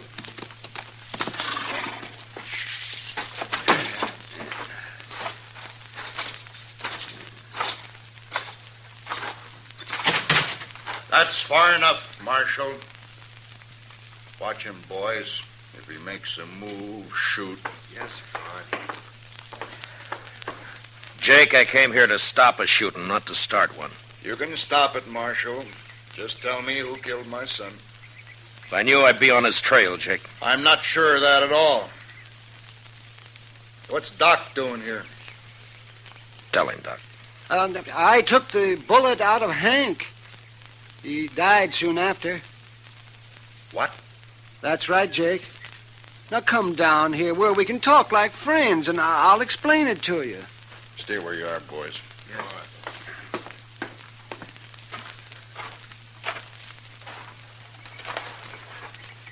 All right, Doc, let's hear it. Well, they got me out of bed, Jake, and they led me out into the country.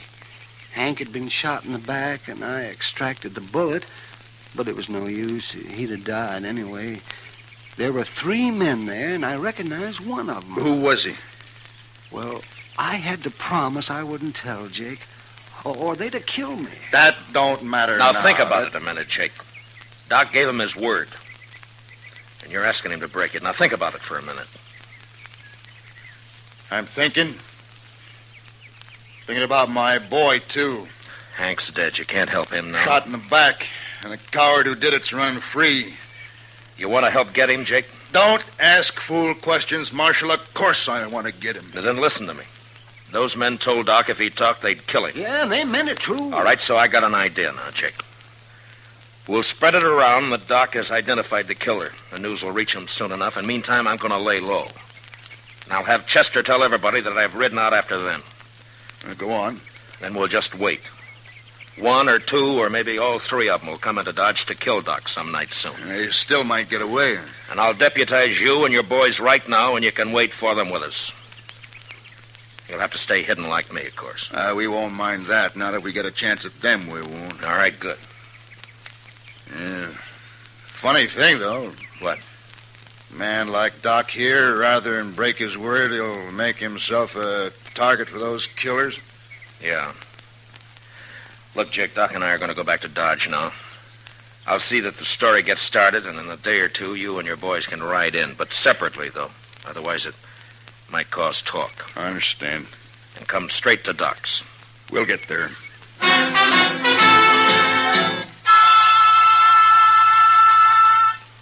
the next few days, Doc never left his office. I figured that'd make him look scared and draw the killers right into our trap. The rest of us sat around in his back room and waited.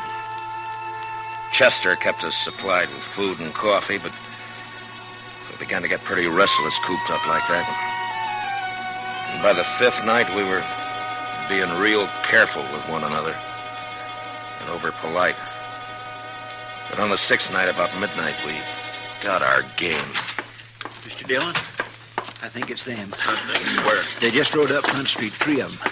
They're tying up outside right now. They acted too deliberate-like for ordinary riders, so I run up the back way to tell you. Doc, come on in. What do you want me to do, Matt?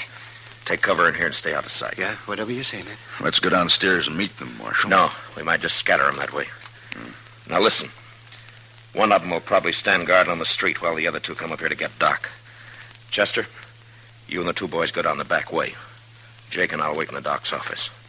But don't jump that man till we go into action up here. Do you understand? I got it, sir. All right, then move fast. Come on, Jake. Now what? Well, we'll just wait here in the dark. Good. I'll fix Doc's blanket on the couch here so they'll think he's in it. They're on the stairs now. All right, get back in the corner, Jake, or we'll be shooting each other. All right. Quiet now. And don't start shooting till I do.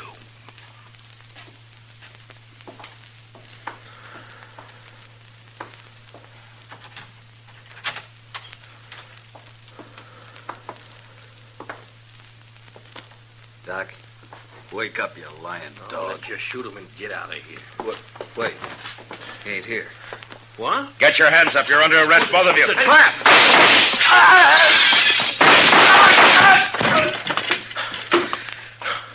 You all right, Jake? I got one of them. I'm all right. Doc? Doc, you can come on out now. Yeah, all right, man. They're dead. Light the lamp, will you, Doc? All right. Yes, you bet, Matt. I'd like the lamp.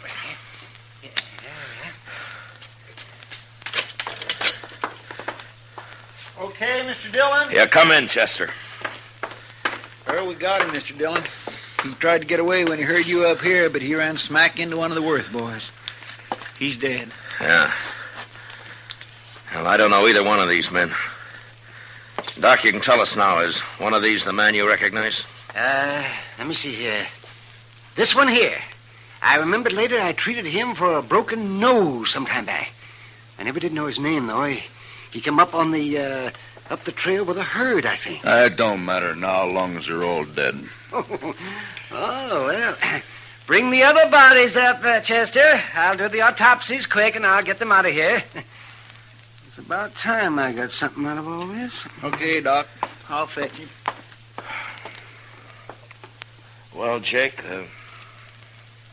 I'm satisfied, Marshal. Me and the boys will be getting back to the ranch now. Sure. Marshal, Yeah? I doubted you. I'm sorry for that. Forget it, Jake. No. No, it's best I remember. Man shouldn't make mistakes like that. Well, there was no harm done. The way it worked out. I'll buy you a drink before we leave, Marshal.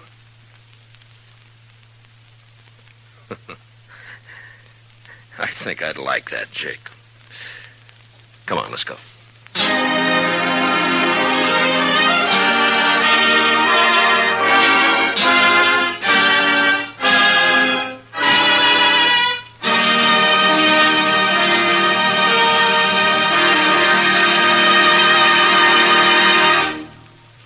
Gunsmoke, under the direction of Norman MacDonald, stars William Conrad as Matt Dillon, U.S. Marshal. Tonight's story was specially written for Gunsmoke by John Meston, with music composed and conducted by Rex Corey. Featured in the cast were John Daner with Lawrence Dobkin and Harry Bartell. Parley Bear is Chester, Howard McNear is Doc, and Georgia Ellis is Kitty. Gunsmoke is heard by our troops overseas through the facilities of the Armed Forces Radio Service.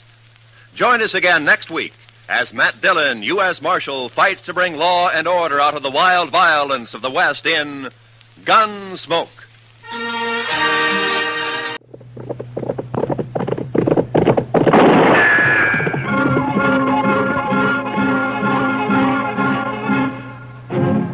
Around Dodge City and in the territory on West, there's just one way to handle the killers and the spoilers, and that's with a U.S. Marshal and the smell of Gunsmoke.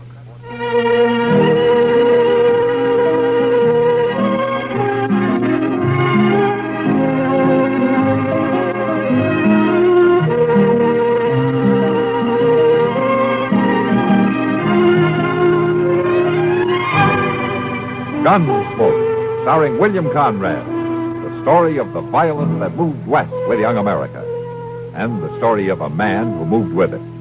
I'm that man, Matt Dillon, United States Marshal. The first man they look for and the last they want to meet.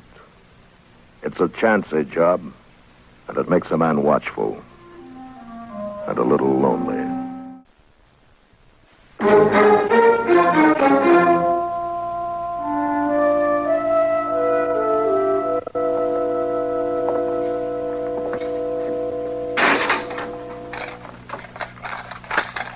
All right, Tom, he's all yours. And we'll take good care of him for you.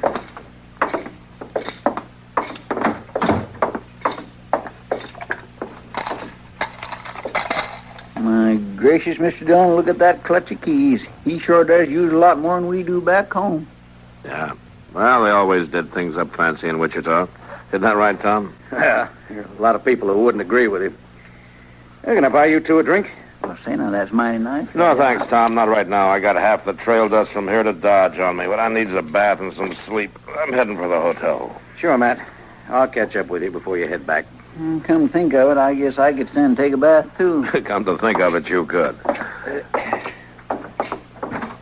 I'll see you at the trial tomorrow. Yeah, good night, Good night, Tom. Mr. Bagley. Well, I guess you're right about going to the hotel, Mr. Dillon. I sure will be proud to get these boots off. Yeah, it's been a long ride. Seems to me like they'd ought to pay extra for it, too. For what? Well, for doing all that traveling harnessed to a prisoner, you sure don't get a chance to enjoy the countryside much. There isn't much countryside around here to enjoy. Well, that's true, but even so, Mr. Dillon... You, want to talk to me? I believe so, sir. I believe so. If I'm not mistaken, you're the marshal from Dodge City. You're not mistaken. Matt Dillon, what can I do for you? I'm pleased to hear you offer your services, Marshal. I keep writing the folks back home, and some Yankees are gentlemen, but I swear I don't think they believe it. Look, mister, you're keeping me from a hot bath. You've got something on your mind. You speak it out, huh? My name's Clayton Morley.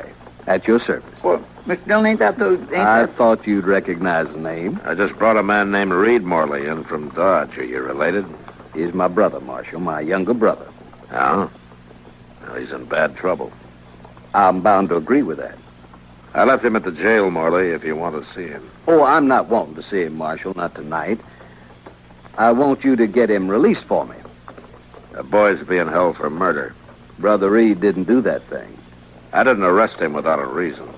Nobody with the name of Morley would kill a woman, Marshal. Your brother will be tried. He'll have his say. You'll be testifying, won't you? Yeah, I'll be testifying. Your words could have a powerful effect, one way or another. I'll be telling what I know. I think maybe you ought to know something else, Marshal. What's that? I think maybe you ought to know that if this stain on the family name isn't removed, if Brother Reed doesn't walk out of that courthouse a free man, you won't live to see him hung, Marshal Dillon. What? Don't threaten me, Morley. Why, I'm not threatening you, Marshal. This is just a simple appeal to your sense of justice and honor, that's all. A sense with which I know you are highly endowed. Good evening, gentlemen. Well, now just what did you think of that? Not much, Chester. Come on, let's get some sleep.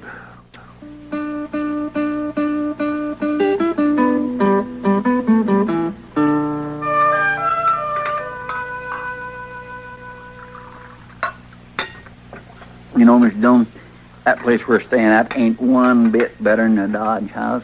Not much to choose from, I guess. And that smart alecky clerk don't have no right to go putting on airs, though. He been bothering you? Oh, well, he ain't done nothing, but he acts like anybody from Dodge City come right out of a hole in the prairie.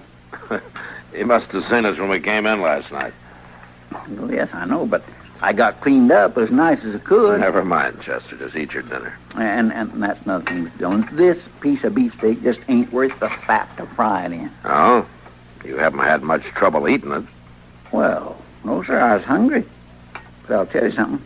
Back at Delmonico's, they really know how to fry up a piece of meat. That's not the way you talk back in Dodge, Chester. Yes, sir, and I've been thinking about that, Mr. Dillon. I'm sorry to hear that. I guess it must be all this traveling around the country that we do.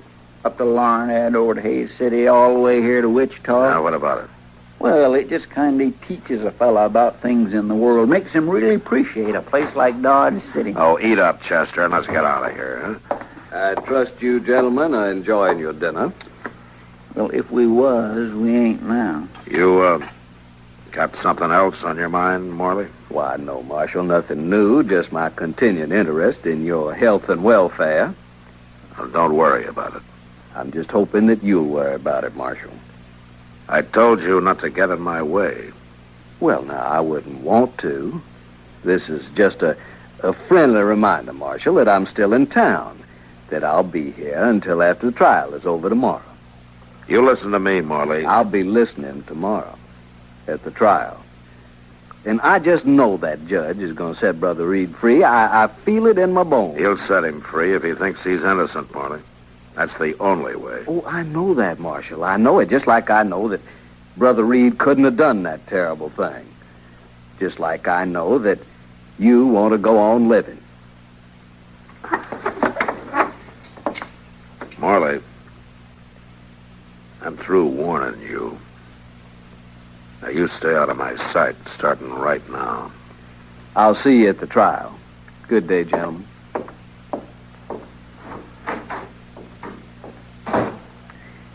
I swear he's acting clear crazy about all this. It ain't your fault if that boy gets himself hung. No, it isn't, Chester, but Morley thinks it is. That's enough for him. Well, it don't have to be enough for you, Mr. Dillon. I hope you're right, Chester.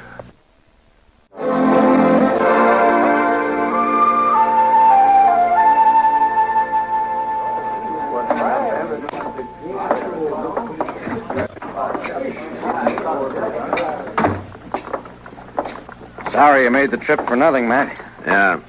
Well, old Bowers never has been a hanging judge. I thought this case would hold up, though. I was sure the boy was guilty. I don't think my testimony was much help to you. You couldn't help that, Matt. You weren't even in on it till a week after the murder. All you did was make the arrest when we asked you to. Yeah. And he didn't have any evidence on it. I hope he didn't do it. The law says he didn't. That's all we have to worry about. There's still a woman's death unanswered for. Sure there is. We meet again, Marshal. Stand aside, Molly. Well, now, that's not very manly of you, pushing aside a man who's come to thank you. I don't want any thanks from you. But you got thanks coming to you, Marshal Dillon. Brother Reed's a free man. And in the name of the family, I want you to know that we're grateful. Listen here, Morley. I didn't do anything for you or for your brother or for your family. That was very nice testimony, Marshal. Nothing incriminating in it at all.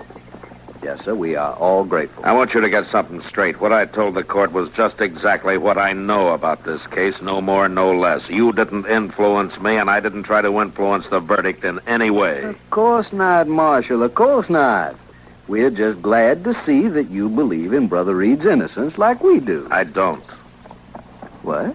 I don't believe in your brother's innocence or his guilt any more than I did before, but the judge says he's not guilty, so that's all there is to it. Now, you get out of my way. I don't take kindly. I'm through listening to what you take kindly. Now, Marshal.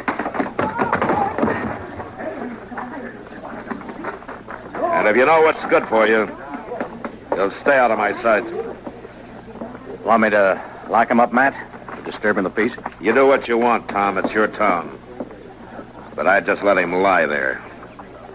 It may do something for his family honor.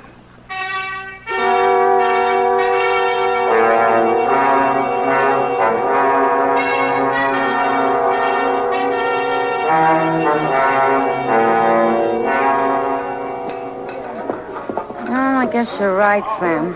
Better order some more glasses. I swear, it seems I just got some now. Customers ain't very gentle with him, Kitty. That's a fact. Customers aren't too gentle with anything around here. Oh, hello, Matt. Hello, Kitty. Sam. Hello, Marshal. You want to take your poison standing up or sitting down? Well, I think I'll sit down, Kitty. Yeah, pour a couple of beers, will you, Sam? Sure thing. How was the trip to Wichita, Marshal? Oh, not too bad, Sam. A little dusty is all. Here you are. Thanks, Sam. You want to carry him to the table, Matt? Sure, Kitty.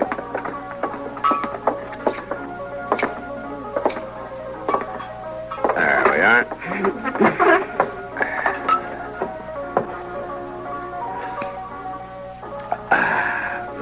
That's good. You look tired, Matt.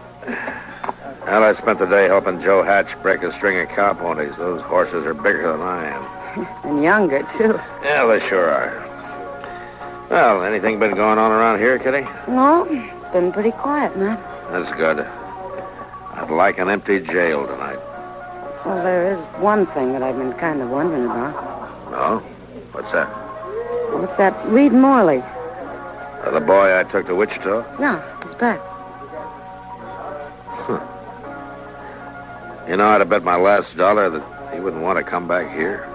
You didn't? What do you mean? His brother, that Clayt. Do you know him? Yeah, we've run into each other.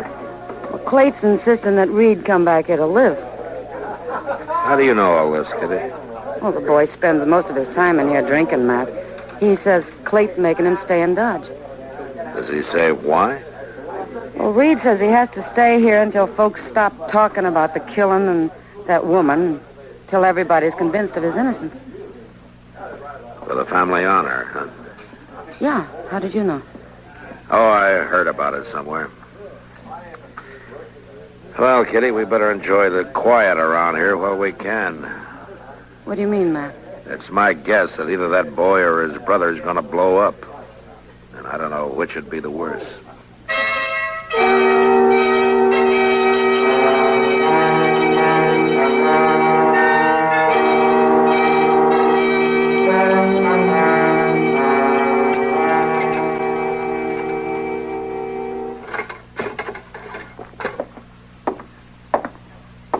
Here you are, Mr. Dillon. Burning good and bright now. Thanks, Chester. I'm sorry it fizzled out on you that way. I could have swore I put coal oil in it just yesterday. No, that's all right, Chester. No, sir, it ain't all right at all. Fellow ought to do the job he's being paid for, my way of thinking. Mm-hmm. Of course, some jobs that's got just too many little details in them for a man to keep up with proper, no? You might sleeping out, reading up, making coffee, and fetching mail, all that stuff. Sometimes it just gets to be too much of a chore. Chester, but what are you muttering about? I was just saying, Mr. Dillon, that there's an awful lot for a body to do around here, keeping up the office and all. Oh? You think there's too much work to do you?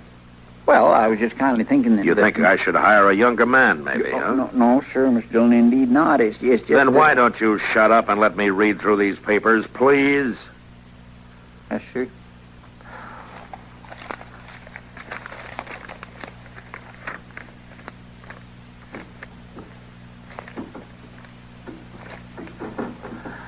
Chester, quit that rattling. Will you settle down someplace? It ain't me, Mr. Dillon. I am not doing nothing at all. All right, Chester. I guess it was the wind. No, sir, Mr. Dillon, that ain't the wind. There's somebody working the door that way. We'll see who it is. Yes, sir. Yeah. Oh, my land, Mr. Dillon, somebody laying there. Look. What? Yeah, he's hurt bad. Here, help me get him in, Chester. Yes, sir, I will. Oh, my land. Easy. Easy now. Hey, we'll put him down on the cot here. Well, Mr. Dillon, it's Reed Morley. What do you suppose? I don't know, Chester. From the looks of him, he's not going to be able to tell us for a while either. Now go get Doc.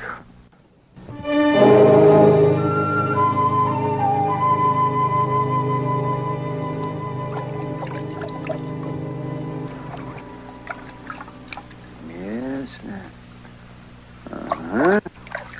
That's better. I tell you, Matt, that's about as bad a beating as a man can take. Yeah. Is he going to be all right, Doc? Oh, yes, I think so, but he's going to be sore for a while. Awful sore. Hey, look, Doc. Looks like he's about to come to. I shouldn't wonder with all that water I splashed on him. There we are. Now, that'll do. I won't be needing any more hot water, Chester. You can take the rest of these things out. Okay, Doc.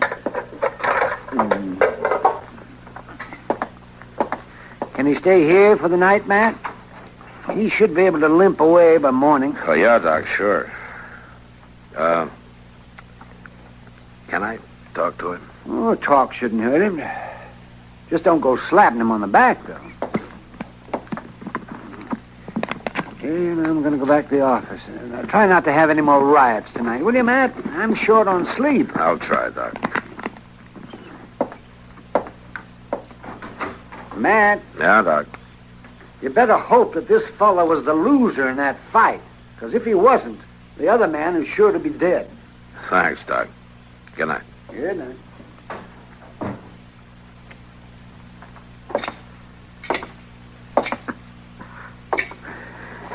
Reed? You better lock that door. You're all right, Reed. Just settle down. You'll be after me. No? Who'll be after you? You gotta protect me, Marshal. Now, come on, speak up. Who's after you? Clayton. Clayton? Your brother? He's gonna kill me. You gotta stop it, Marshal. Well, what happened? He beat me. And he says he's gonna kill me in the morning. He'll do it too, Marshal. Now, you gotta stop him. He was trying to save your neck back in Wichita. Yeah. He found out. Well, what did he find out? About that woman. Oh. You killed her. Didn't want to tell him, Marshal. I bet you didn't. I was drinking. I ain't been able to do nothing but keep on drinking since I got back to Dodge. Every place I go, I see her face, except when I got drunk enough. And Clade was making you stay here? Yeah, Marshal. Yeah, I didn't want to. I wanted to go anywhere else. That's what happened tonight. Go on. I was trying to get him to say I could go away. Just move on. He was being bullheaded the way he's always been. Going on about the family name the way he does. Well, I wanted to shut him up about it. So you told him? Yeah, I told him. I thought he'd throw me out, tell me never to come back. That's what I wanted. Looks like you did a pretty good job of it. Well, he's not finished, Marshal. He's coming after me. Now, you got to protect me. Now, that's where you're wrong. Now, what do you mean? I don't have to protect you. Well, you don't understand, Marshal. He's crazy. He'll kill me. Now, the law's got to take care of me. The law tried to take care of you once. Yeah, but I was acquitted. I'm all square on that, ain't I, Marshal? Yeah. All you got to worry about now is the family name. Now, you can stay here tonight, but that's all.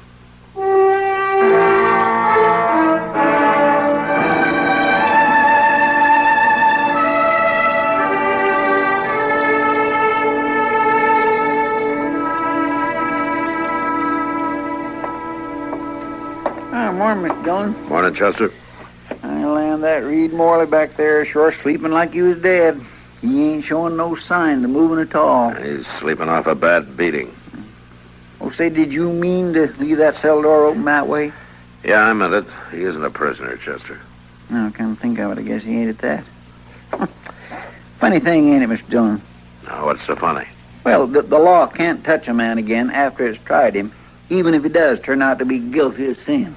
Now, the law's stood up for a long time, Chester. I guess it knows what it's doing. No, it still don't make no sense to me. Oh, you be needing me for a little bit, Mr. Dillon? No, Chester. You can go ahead and eat. All right, sir. Ain't you coming? No, not yet. All right, I won't. Oh, say, you want me to close the door into the back? No, never mind, Chester. I'll do it. All right.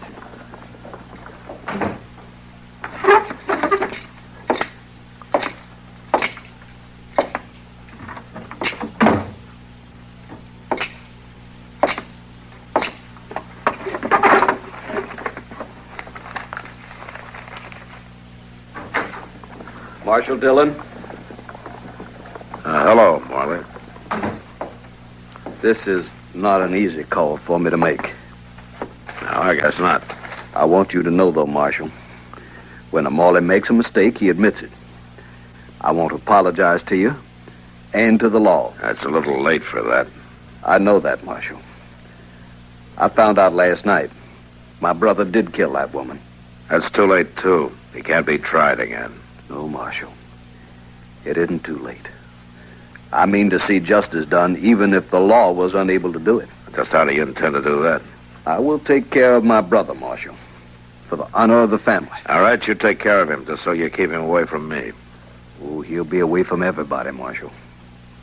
What do you mean? He'll be dead. Now, listen here, Morley. I don't blame you for wanting to skin him alive. I don't blame you for beating him the way you did. I got no mind to protect him, but I can't stand still for a killing. You better understand that. Did you just mention a beating? How did you know about that? I saw him. He's here, isn't he? He came to you for help. I should have known. Yeah, Clay, he's here. I didn't expect you to hide a killer, Marshal. Stay out of there, Clay. I'm not hiding. Not anymore, you're not. Clay, no. No.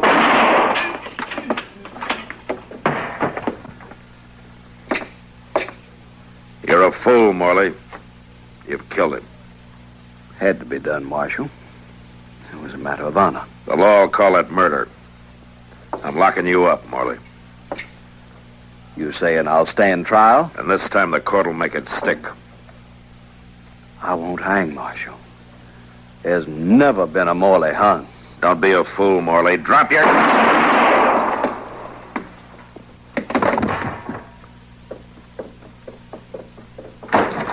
Mr. Dillon? Mr. Dillon, I heard them shots. I would... my gracious, are you all right? Yeah, I'm all right. They both dead? Yeah. It's like he was saying. A Morley is never hung. It's a matter of family honor.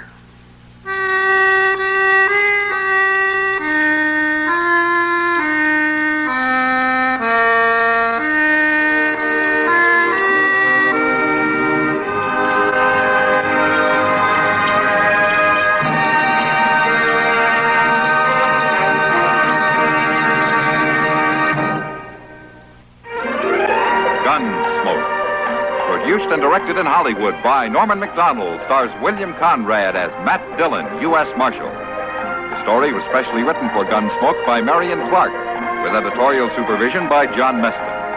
Featured in the cast were Harry Bartell, Vic Perrin, and Jack Moyles. Farley Bear is Chester, Howard McNear is Doc, and Georgia Ellis is Kid.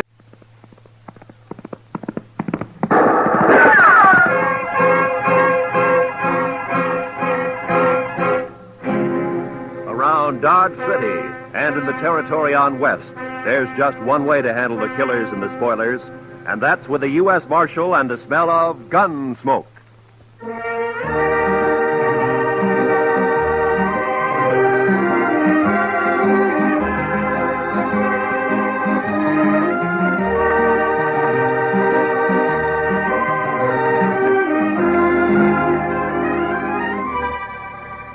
Gunsmoke, starring William Conrad.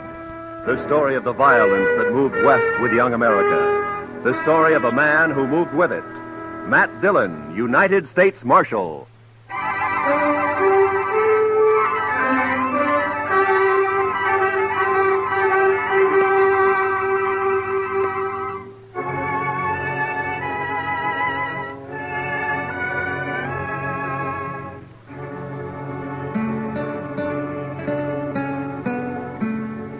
Chester and I had left Dodge about 9 that morning. It was a good day, clear with a snap in the air. The horses felt it too, and they wanted to move fast. Not in the lope that we were holding them to. Chester took a couple of deep breaths and liked what he smelled. It surely is a fine day, Mr. Dillon. A fine day. I had some government papers to take over to Bill Holton at the post office in Pierceville, a place about 40 miles west of Dodge. Chester and I figured we'd stop overnight and ride back the next day. We followed the trail along the Arkansas and stayed with it as it left the river at Cimarron and cut across the prairie. Looks like a big wagon train up ahead there at the crossing, Mr. Dillon.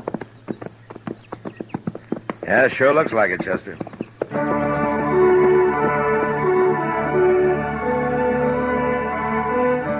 Chester was right. The dust cloud we'd seen became 30 and more wagons taking the Cimarron crossing. It was a shortcut of the Santa Fe Trail leading on southwest toward Raton Pass. We passed them, and our trail swung back to the Arkansas again. We rested, watered the horses a couple of times, and by afternoon we could see the warehouse, the store, and the post office, and a few of the other buildings of the town. It wasn't a big place, Pierceville. Maybe 50 people regular living there. Funny. Oh? I don't know. It looks peculiar. Yeah? I just don't rightly know, sir. Just funny. It's peculiar. You mean nobody around? Yes, sir, that's what I was thinking. And that's what I thought.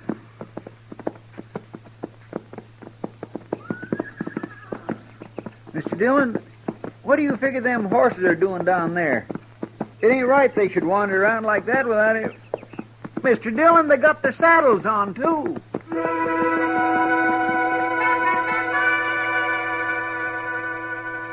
The horses were down the street, and as they heard us, their heads jerked up and they wheeled about and trotted off away and around out of sight. And we stopped. We listened. There was nothing to hear. An empty place, nothing to see. But there was a feeling in the town. You couldn't figure what. We walked the horses over to Bill Holton's post office.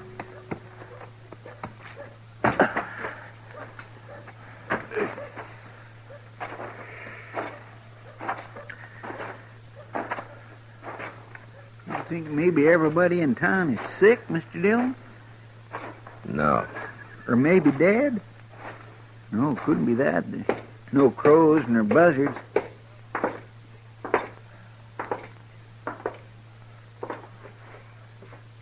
Bill. Hey, Bill. Mr. Dillon, look yonder. The safe's open. What? What?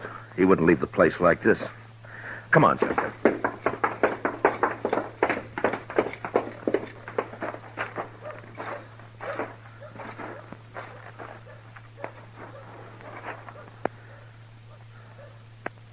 Sure is a funny thing, Mr. Dillon. I swear it gives me the willy-was. I never seen anything like it. Not a living soul in the whole... Hold it, Chester. Did you hear something? I'm not sure. Just wait a minute.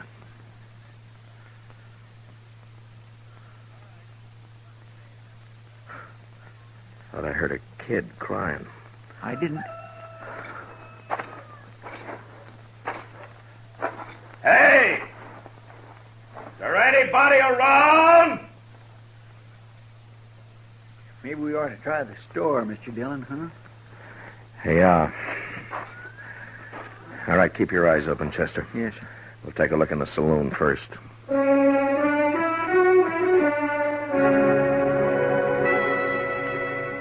The saloon was about 200 feet back up toward the end of town.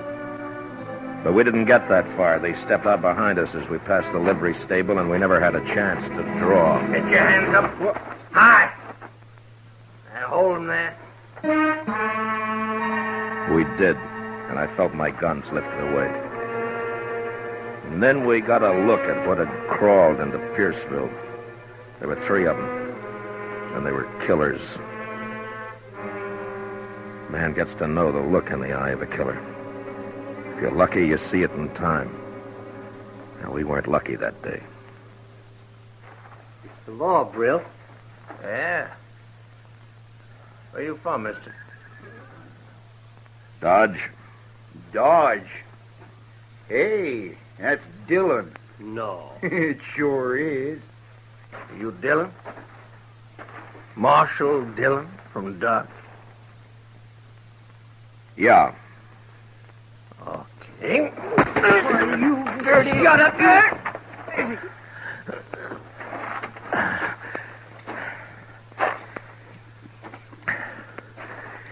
You want to try that again? We will. Don't fret yourself about that, Dillon. You move in.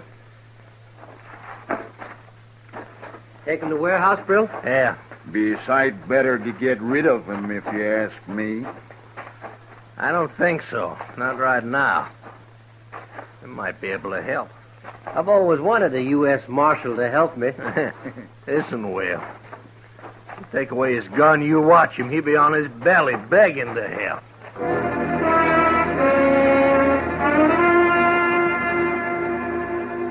They took us to the warehouse, and we found out what had happened to the folks who lived in Pierceville. They were all in there. The kids, the 6-month-old baby, the women, and the men. Inside, there were 6 more hard-faced men leaning against the wall near the door, their guns held lazily in their hands. They'd taken over the whole town, and for some reason, they were holding it.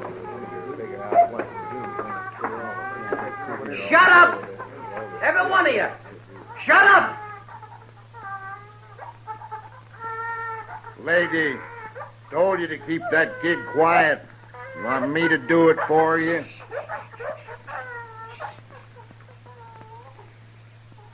Mr. Dillon, Be you quiet, know what Chester. Yes, sir. Now, asking you again. Which one of you shot my kid brother? You hear what I'm saying? Which one? All right.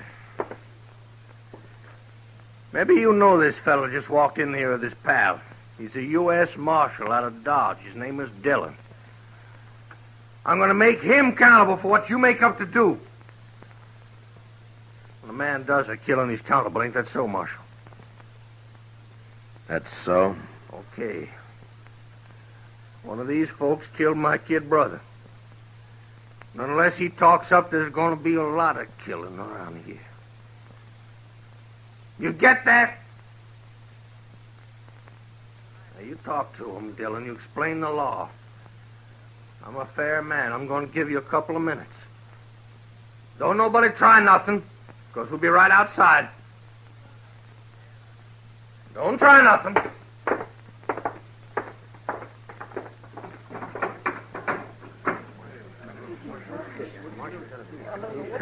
Chester, there's Bill Holton over there.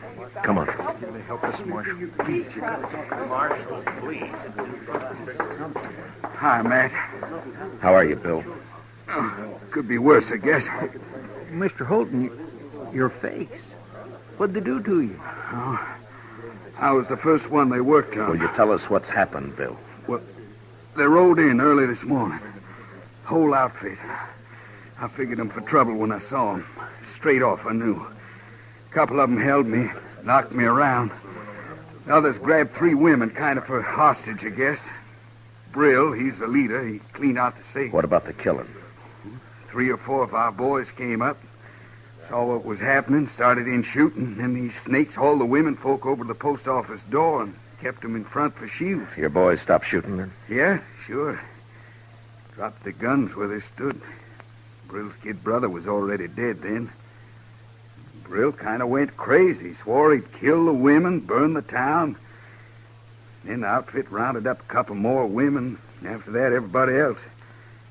None of us wanted to see the women hurt. I guess we gave up too easy. On account of his brother, huh? He calls it murder. You heard. They've kept you locked up in here ever since. Yeah. He says he'll take us out 2 at a time and shoot us if we don't tell. Do you know who it was? No. Like I say, 3 or 4 fellas were shooting. Even they don't know which one of them it was. Listen, Marshal. I'm Dave Maxon. I got a place outside of town. Listen, we got to do something quick. Yeah, sure. Take it easy, will you? My wife, that's her over there. She's got the baby. We come in this morning to get something at the store. You got to do something. All right, Mr. Maxim. Now just take it easy, will you? Look, there's 30 of us. The men, we could rush them. Some of us would get killed. Now listen we to me. got to get to the marshal. I'm thinking all of us will get killed. And that's not the way. We got to do something. Yeah, I know.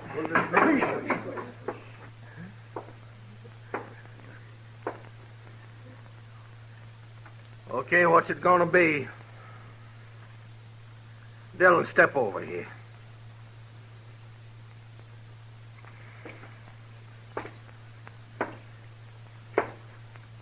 Well, what do you say? I don't know. Seems to me you came here and broke the law. It's the chance your brother took when he got killed. That was murder. He was shot in the back. Maybe he got turned around looking for somebody to kill himself. It was murder. I ain't gonna stand here arguing with you, mister. Who did it? You think I'm bluffing? I tell you I ain't bluffing. If I have to wipe out this whole stinking town, I'm gonna do it. That doesn't get your brother back. You in the habit of killing women and kids? You shut up. Okay. Sanders, Carger, start with 2 of them. Take them outside. That fella. You. And him. No. Oh, no, not Dave. Oh, no, you can't. No, not Dave. No. Brill, you're crazy. You do this and they won't even hang you. You'll be torn to pieces. You won't be around to see it. All right, go on, get him outside. Well, anybody got anything to say? Anybody gonna say who killed my brother? I'll tell you something, you yellow, gutless coyote! Yellow, gutless,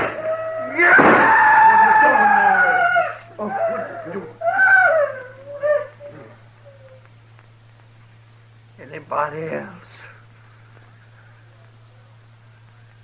Okay. He don't count. We still need 2. You. Get away with him. Go on. They both of them outside. They took the 2 men out, and we stood there. Some of us looking at the body of Maxim with his wife sobbing over him. Others staring at the closed door. It had happened so quickly there wasn't time to think, to figure anything. And there wasn't any way to shut out the sound of what happened outside. Oh, no. I gotta do something. No, Bill, don't.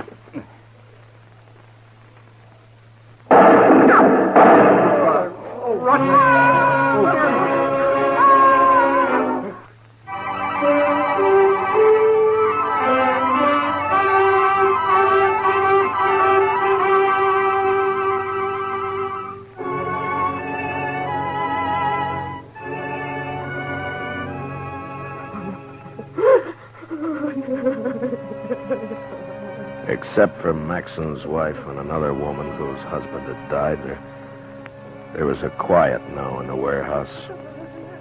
The killers didn't come back in again. Maybe for what they'd done, they didn't have the nerve right then. It takes nerve to look at the faces of the ones who are left. I found out that there'd been 12 of them who'd ridden in. Now with the one who was gone, there were 11. I talked to the boys who had done the shooting at the gang. 2 of them were willing to give up, but 2 others weren't, and I didn't blame them. We waited, Chester, Bill Holton, and me in a corner trying to make a plan. An hour went by. An early evening chill found its way into the warehouse. I think they'll do it again. 2 more of us. Not for a while, maybe. That kind will get liquored up first. It makes them brave. I still think that maybe now's a chance to get outside, Mr. Dillon. Yeah, it might be. What scares me, though, is they'll start with the women and kids. Yeah. There's always a chance somebody will ride in, maybe see what's happening and send for help. Like us, huh? Mm-mm. Besides, it'll take too long. Mr. Dillon, let me try it. I don't want to hear no more of these women doing that. Just let me think, Chester. They're coming back. All right. Come on, quick. There's 2 of them. You can see through the crack. Yeah. It's the ones that got our guns. Brill isn't with them. Chester, get on the other side of the door. Yes, sir. You, Mister, and Bill, behind me. Okay, right. Now, when they come in, grab them in time. Now, look. I want everybody to keep real quiet. Do you understand? Yeah. Yes. All right, now wait until they're inside. You think the others might be around the back? I don't know. We'll take the chance. Now, whoever gets hold of them, don't let them yell.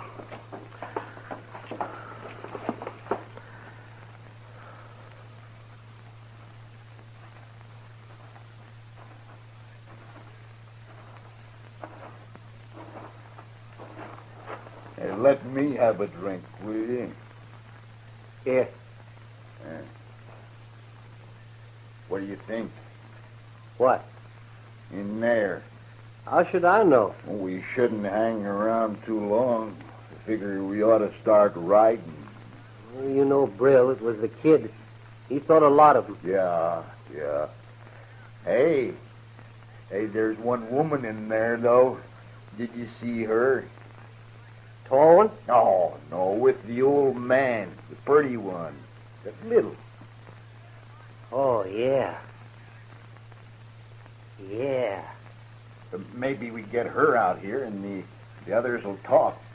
Might be. I ain't saying it will make them talk, but a lot of men in there are soft about women. What about Brill? Nah, he don't care. He wants to find out who killed the kid. Maybe we can get him to talk. Sure. Might be fun.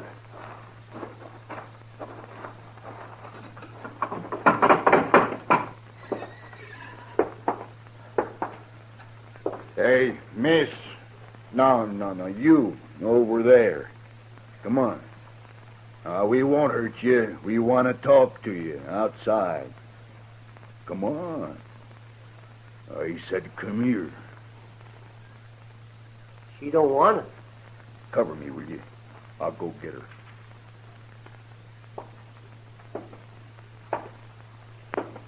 All right, now.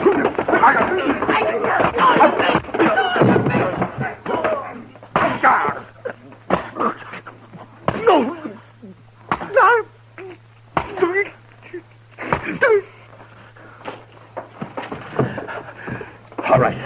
Get the door closed. Mine only had but 1 gun, Mr. Dillon. Yeah. Well, this one's got 2. All right, which one of you here can handle a gun right? Frank's the best here. Donnelly? Yes, sir? Here. We'll split up the cartridges. Chester, get over by the crack there and keep a lookout. Yes, sir. One of the kids found an axe behind those empty crates, mate. Good. See if you can find anything else. Yeah, mate. Well, it's 3 of us now. 9 of them with guns. Yeah, except that we know that and they don't. Donnelly, you're going to have to stay here. Chester and I'll try to get some more guns. Now, you got a good chance to knock out a couple more of them if they come in. Shoot to kill them, you understand? I understand. Wait a minute, Matt.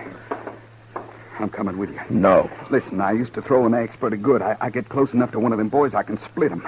I'm coming with you. It's our only chance. You start shooting and the whole bunch will be on your neck. This is quieter. Okay, let's go. You see anybody, Chester? No, sir. He must be up the saloon. All right, then open the door. Now, if we hear any shots back here, Donnelly, we'll come running. Take it easy now.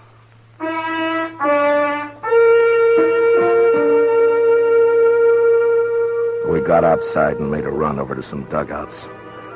Up the street, we could hear the killers still drinking their courage back. If it had just been the three of us against them, we might have taken a chance, but with the women and kids in the warehouse, we couldn't do that. We'd have to pick them off if we could, one by one. And the first shot we fired, there was going to be trouble. Out to the left of the warehouse in the evening shade, I saw the bodies of the two men they'd shot down. A dog was moving around, whimpering. A couple of minutes went by, and then we started around the back and made our way up behind the saloon.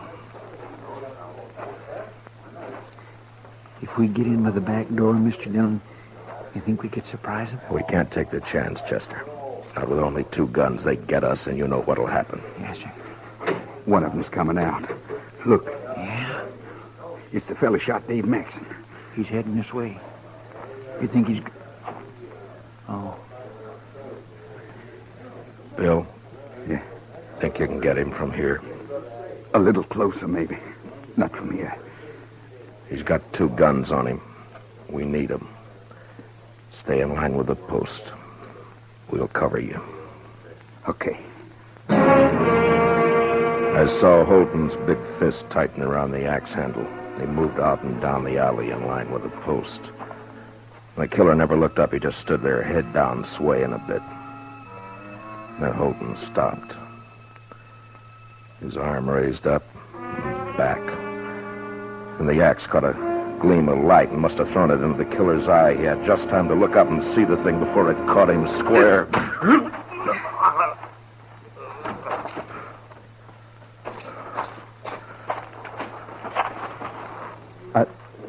I haven't done that for a long time.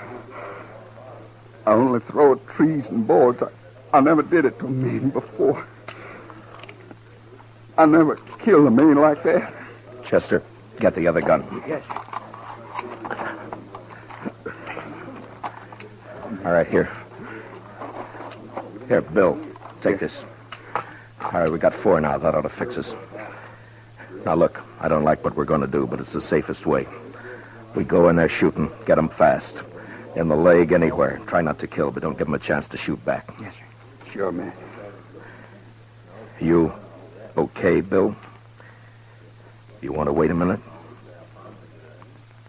I'm okay.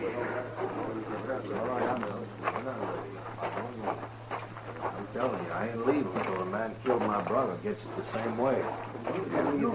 No, sir, I won't hear that. How long was that? Drink up, we'll go on back now and see if they change their mind. It's all right with me.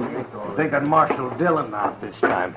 Yeah. And that deputy. Yeah. Too many marshals around this country anyway. Sure.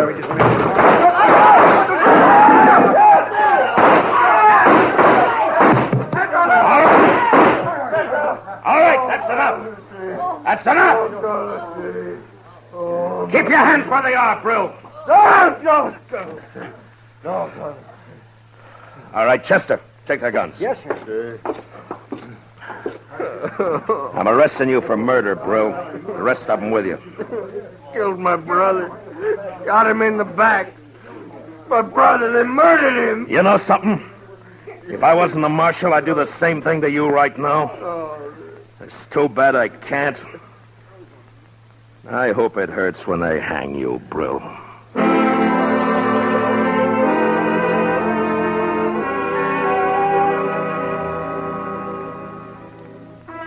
And it was over.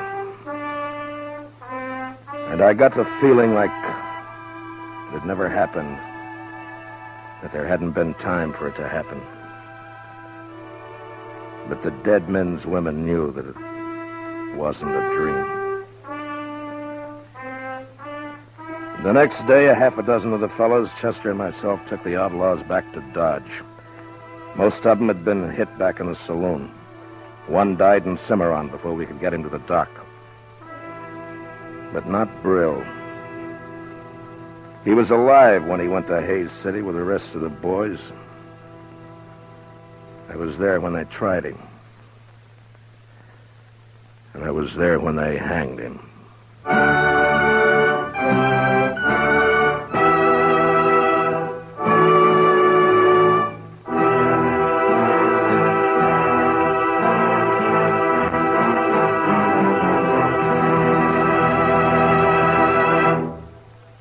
Gunsmoke, under the direction of Norman Macdonald, stars William Conrad as Matt Dillon, U.S. Marshal. Tonight's story was specially written for Gunsmoke by Anthony Ellis, with music composed and conducted by Rex Corey. Featured in the cast were Lawrence Dobkin, Vic Perrin, Bob Sweeney, John Daner, Lou Krugman, Michael Ann Barrett, and Ted Bliss. Parley Bear is Chester. Gunsmoke is heard by our troops overseas through the facilities of the Armed Forces Radio Service. Join us again next week as Matt Dillon, U.S. Marshal, fights to bring law and order out of the wild violence of the West in Gunsmoke.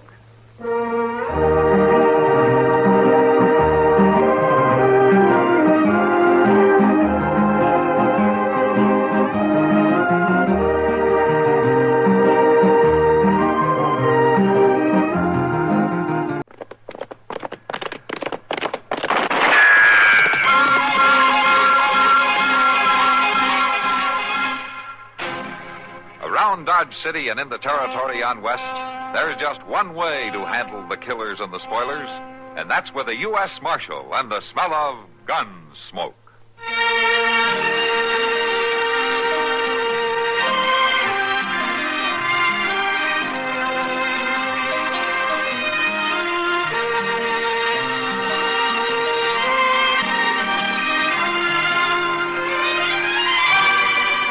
Gunsmoke, starring William Conrad, the story of the violence that moved west with young America, and the story of a man who moved with it.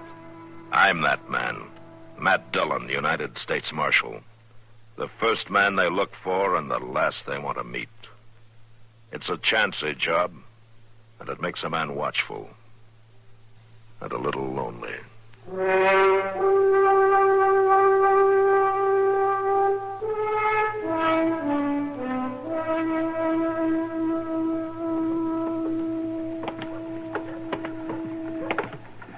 Man sure needs his dinner.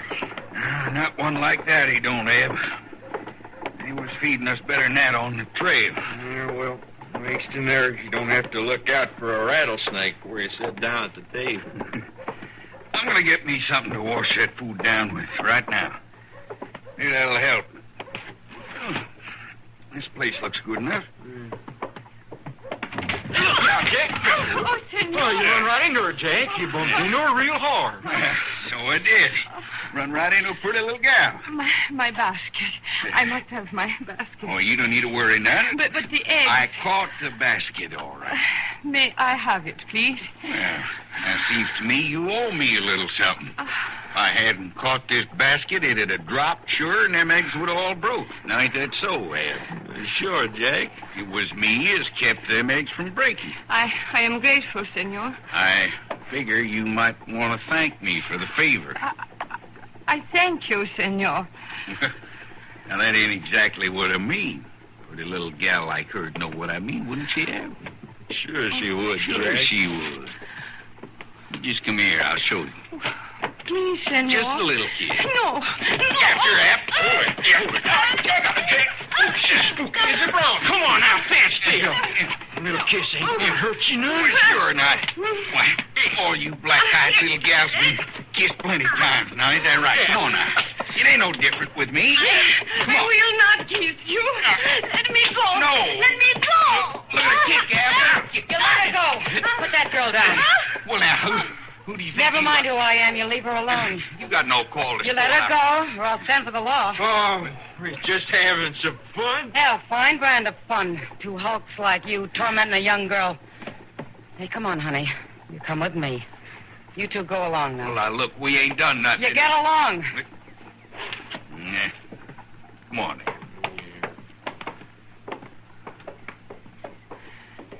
Senorita.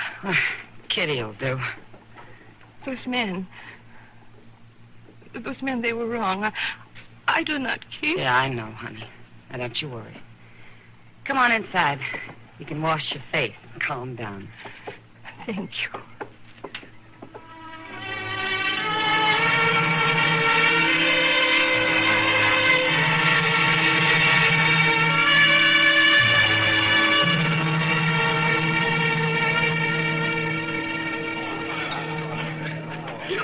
Well, she's still around here, Kitty? I left her up in my room, Matt. She was pretty upset. Did you find out who she was? Yeah, her name's Josefina. Josefina Ramirez. Yeah? She and her father have taken over the old Grimes place west of town. Oh, that's a pretty run-down outfit, as I remember it. Yeah, I guess they're having a tough time of it. They haven't been here very long. Probably won't stay long either. That's pretty mean land. Matt? Yeah, what? Well, I was wondering if you had something awful important to do the rest of the afternoon. Nothing too important, I guess. Why? Well, she's a real scared girl, Matt. I'd hate for those two brutes to get their hands on her again. Well, what do you want me to do? I thought you might drive her out to her place. You think chaperoning young girls home is part of my job? No, Matt. All right, Kitty. I'll be glad to do it. I'll have Chester hitch up a buggy and we'll get her out there in time for supper, huh? Thanks, Matt. I'll have her waiting out front. Guess there's no use looking for those two men, though. Why not?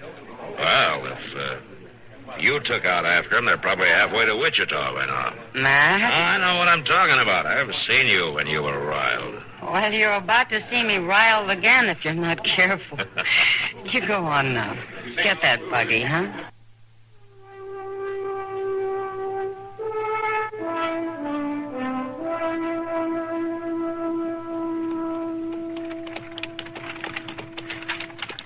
I think we can catch us a shortcut along here pretty soon, Mr. Dillon. Is that right, Josephina?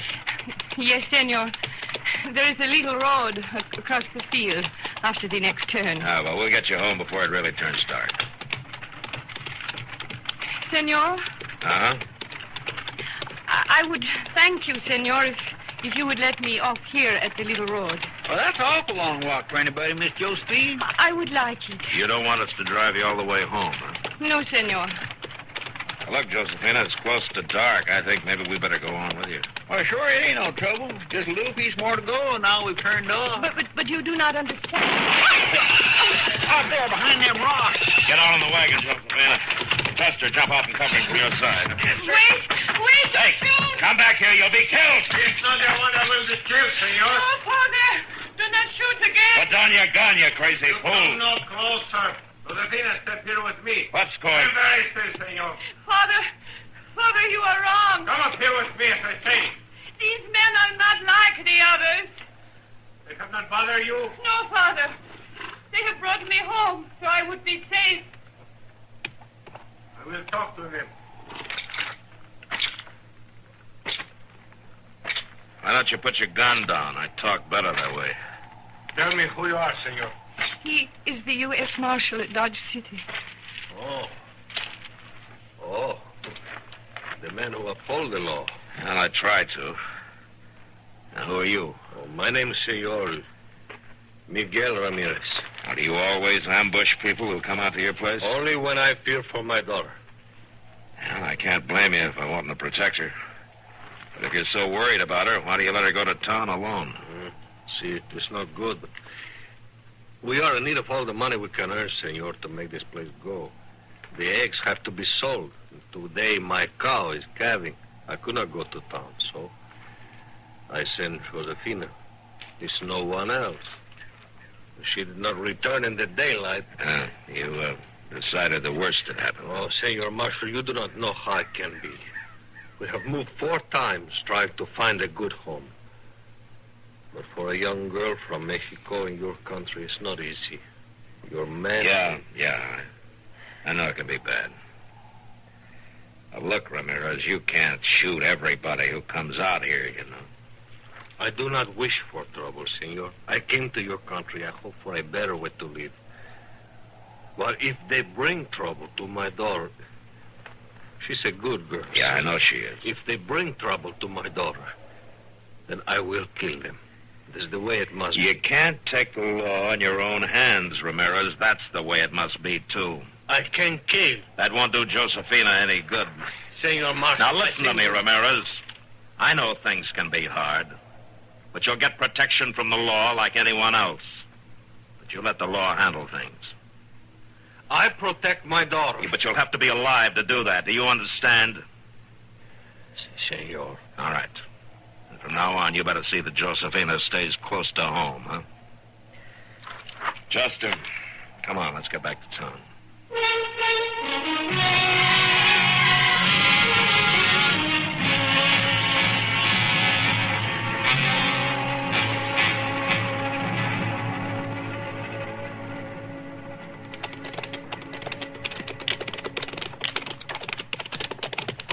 Here's where she lives, Hap. Here's the Mexican's place. It ain't much. Sure ain't. You stay here. I'll go in and get the girl. Now, get off your horse. It's old man. You got a gun. There's no need for the gun, old man. We just come to pay a little visit to your daughter. You get off my land. We just come to pass the time of day. Yeah. We seen her in town yesterday. Figured we'd like to see more of her. I order you once more. Turn your horse. Right back. Now, it seems to me you'd take kindly to us coming to call. We're a lot better than your girl's been used to, and we got money. Check. No fool. Shoot. Watch out, old man. Next time I don't waste a shot in the air. Now you go. Look at here, you old... Come on, let's get out of here.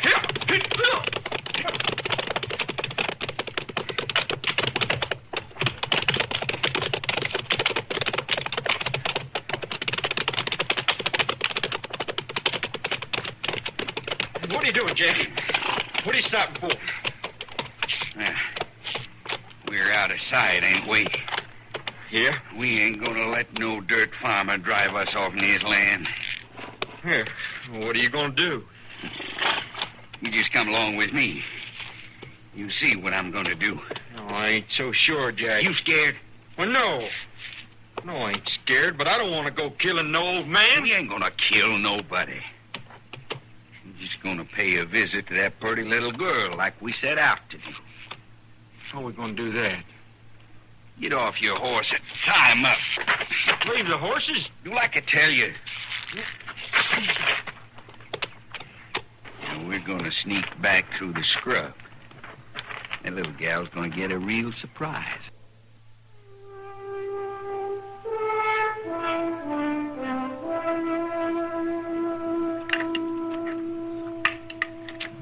Now then, Doc, you don't think food like this can hurt you, huh? Well, now I've got a theory about it, Matt. It better be good. Possibly scientific.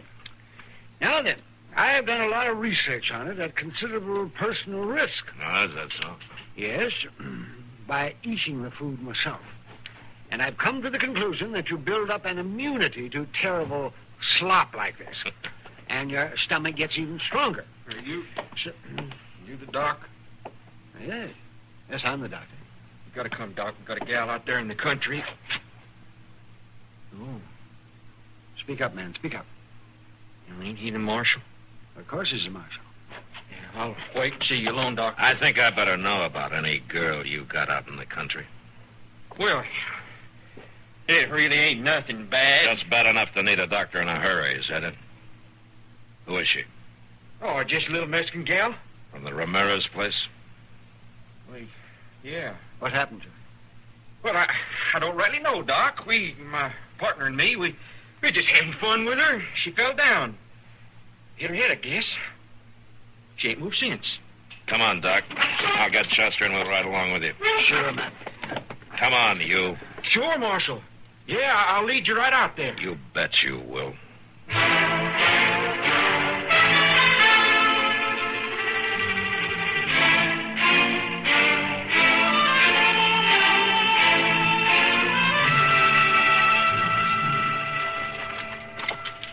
I left him right over there under that tree.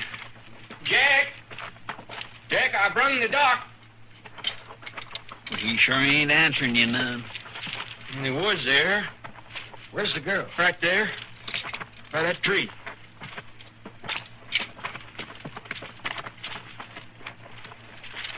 Josephina. Do not touch me. Oh, my head. It hurts. It's Marshal Dillon, Josephina. Doc Adams is here, too. Yeah, let's see now. Chester, would you hold the lantern? Sure, Doc. You just lie still, Josephina. This isn't going to hurt.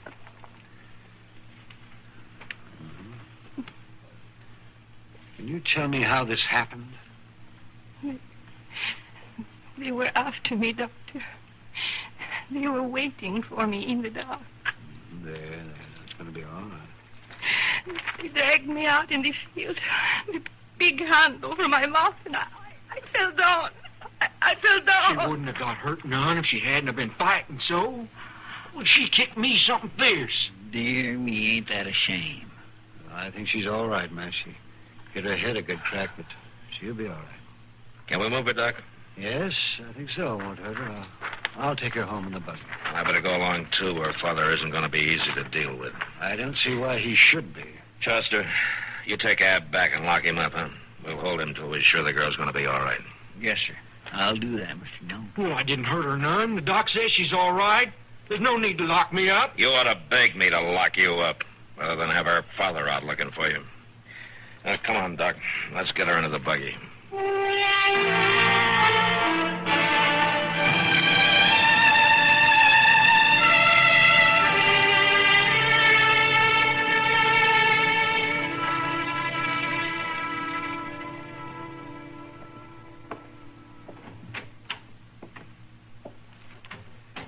She's sleeping just fine. Now, you see that she gets a lot of rest for the next couple of days, Ramirez. She's all right. How did you hear him, Ramirez? The doctor says Josephina's all right. She just needs a little rest. I hear the words, Marshal. Yeah, sure. I'll wait for you out in the buggy. Yeah, all right, Doctor. I'll be along in a minute. Ramirez, I want to say a couple of things to you. Hey, Ramirez, are you listening? I will listen. Good. Because I'm not asking you to do anything. I'm telling you. Now, you let me handle this. Your daughter's all right, and we got the man locked up. There were 2 men, Senor. I know.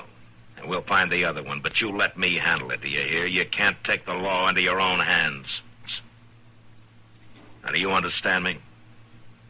I hear the words. Well, you better hear them. And you better remember them.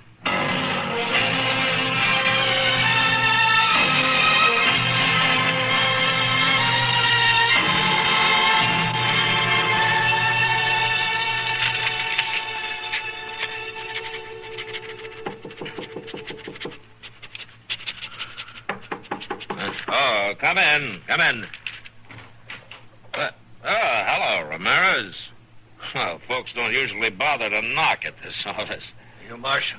How's Josephina? Oh, she is well. Ah, good. Well, don't you want to come on in?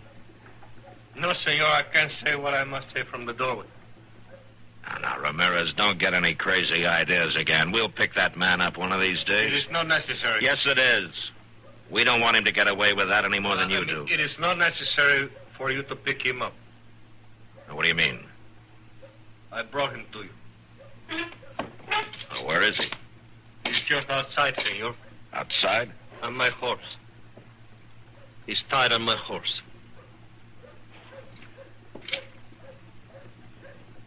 Yes, I see. I killed him, Senor. Now I have come to bring you both of us.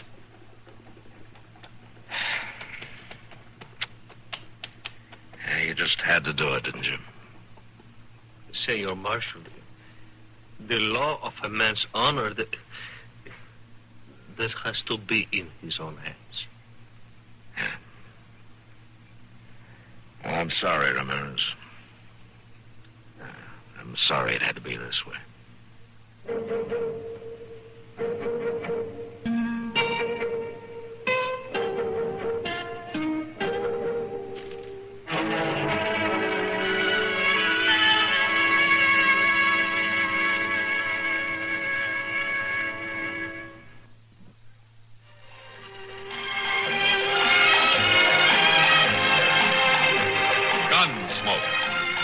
and directed by Norman McDonald, stars William Conrad as Matt Dillon, U.S. Marshal. The story was specially written for Gunsmoke by Marion Clark, with editorial supervision by John Meston. Featured in the cast were Lynn Allen, Lawrence Dobkin, Vic Perrin, and Dick Crenna. Harley Bear is Chester, Howard McNear is Doc, and Georgia Ellis is Kitty.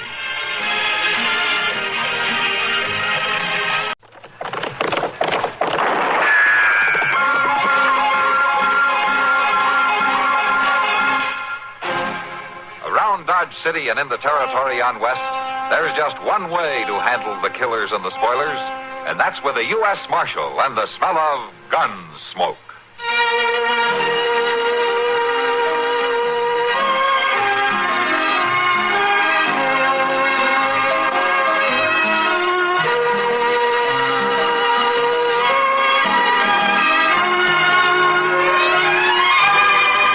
Gunsmoke, starring William Conrad. The story of the violence that moved west with young America. And the story of a man who moved with it. I'm that man. Matt Dillon, United States Marshal. The first man they look for and the last they want to meet. It's a chancy job, and it makes a man watchful. And a little lonely.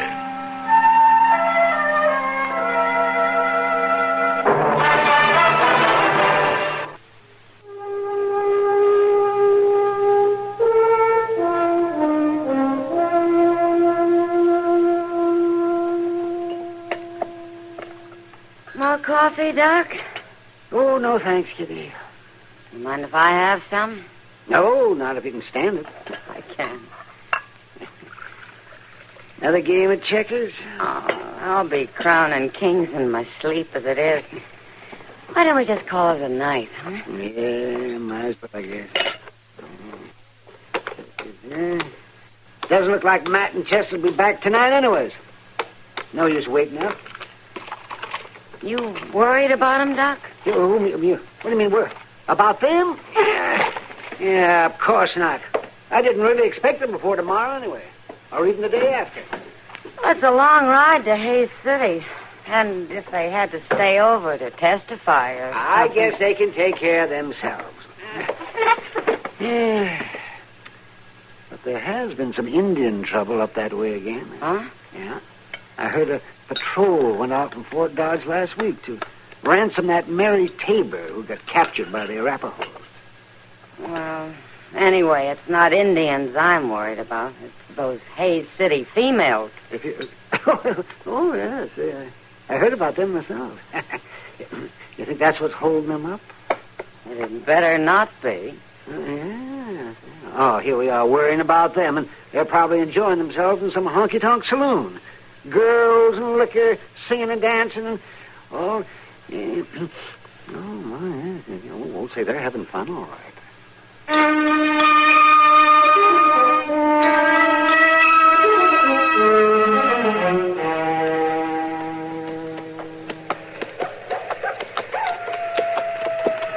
Mr. Dillon, you reckon that's a coyote singing? That sounds like a coyote, Chester. Yeah, but it might be an Indian. Yeah, it might be. What's the matter? Are you worried? No, sir. Just kindly dry. We ought to be about to the river, don't you think? Yeah, any minute now. I sure will be glad to get there. Oh, I ain't complaining, you understand. And you was perfectly right not to camp back there at them rocks. Well, the horses need water. Yes, sir, I said I ain't complaining. You was right to come on to the river, even if 'tis pitch dark. Only thing I declare I could eat me a buffalo, hide, hoop, and horn. But I'll settle for bacon and biscuits. Wait a minute, Chester. Yeah, looks like we're going to have company at the river. Sure enough. They got a campfire going. Reckon it might be Indians? No Indian ever built a fire that big, Chester. Yeah. What do you think it could be way out here? Only one way to find out.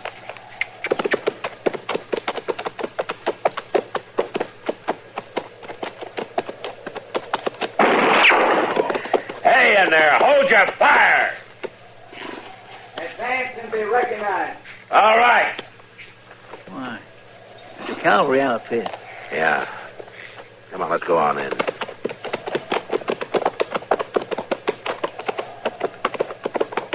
They got guards posted out. Must be expecting trouble. Ain't very many of them.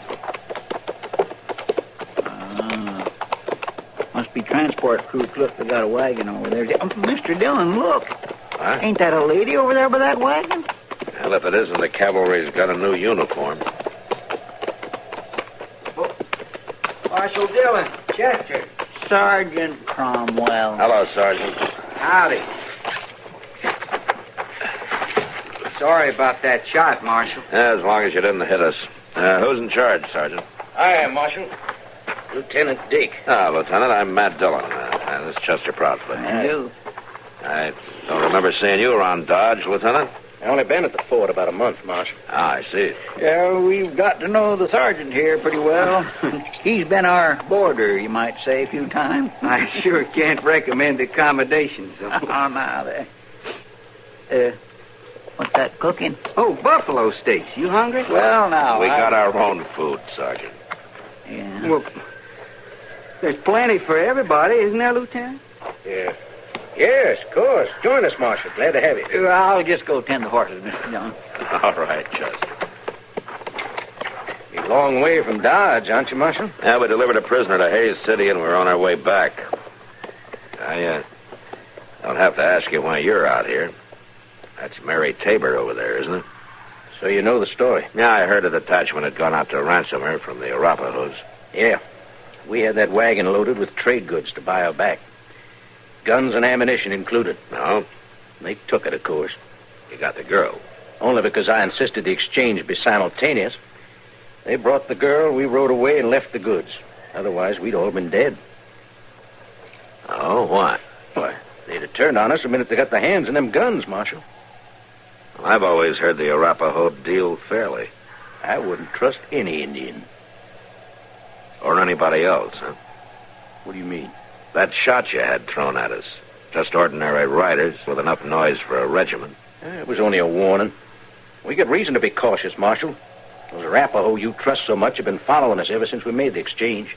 How do you know? We've seen sign. Even caught a glimpse of a scout on the horizon a couple of times.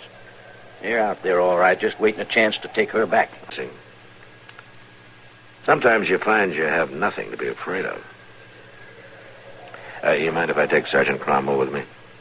Go ahead. Thank you.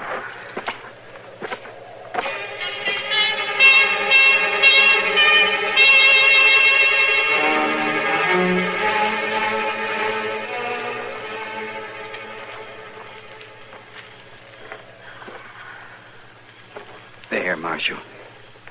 Yeah. He brought his horse down the water.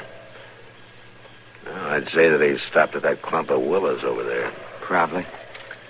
But only one Indian. You know, come to think of it, it's always only one. We've seen sign for 3 days, but always only one rider at a time. Today I got a close look. It's an Arapaho. Now, what do you think that means? Maybe that there is only one, Sergeant. Well, what's he doing here? I don't know. But somebody might. Who? Mary Tabor.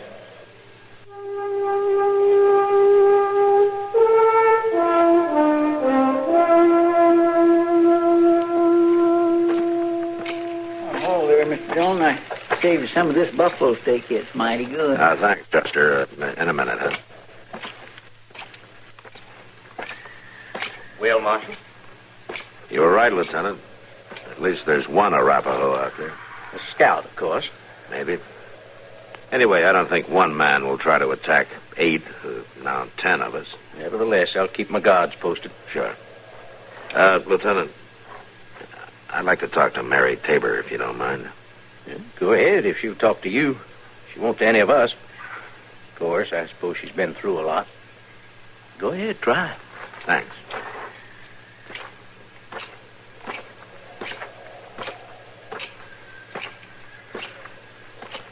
Hello, Miss Tabor. I'm Marshal Dillon. I know. I've seen you around Dodge, Marshal. Now? Now, folks back there will be mighty pleased that you're safe. Will they, Marshal? Well, sure. They thought you were killed like the rest of that wagon train. When the word came that you were still alive, everybody's mighty happy about it. Your father got together that wagon load of goods. I noticed he didn't come out himself. Well, it's a hard trip, ma'am, and he's not too young, you know. Besides, only 8 men were allowed to go into the Arapaho camp. Look, Miss Tabor, your father isn't wealthy.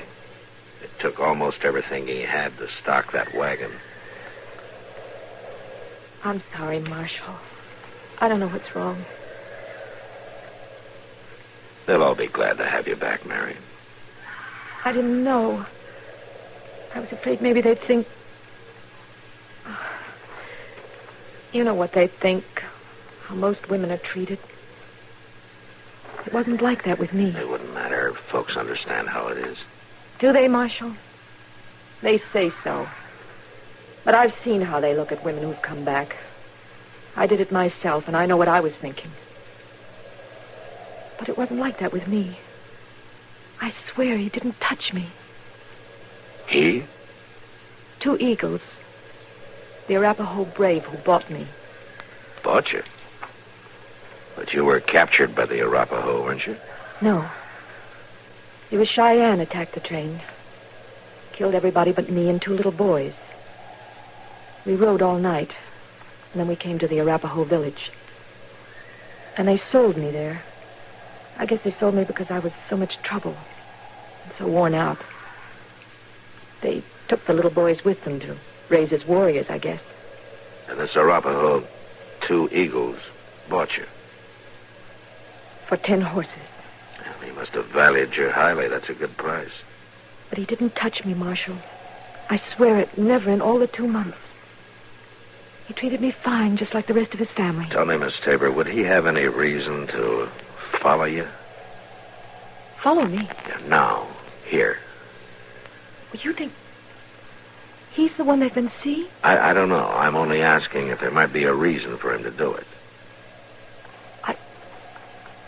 I don't think so, Marshal. I don't think so. Well, thanks, ma'am. And don't worry about the folks in Dodge or your father. He's going to be mighty glad to see you. Thanks, Marshal. Sure. Marshal? Yes'm? That Indian out there, they won't hurt him. No, ma'am, not if they don't see him.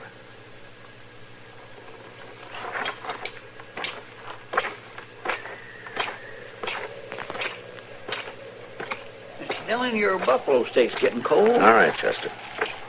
Sergeant Cromwell says you found a sign. Mm-hmm. Oh, well. One Indian can't make too much trouble, can he? Well, that depends on the Indian, Chester. And why he's here.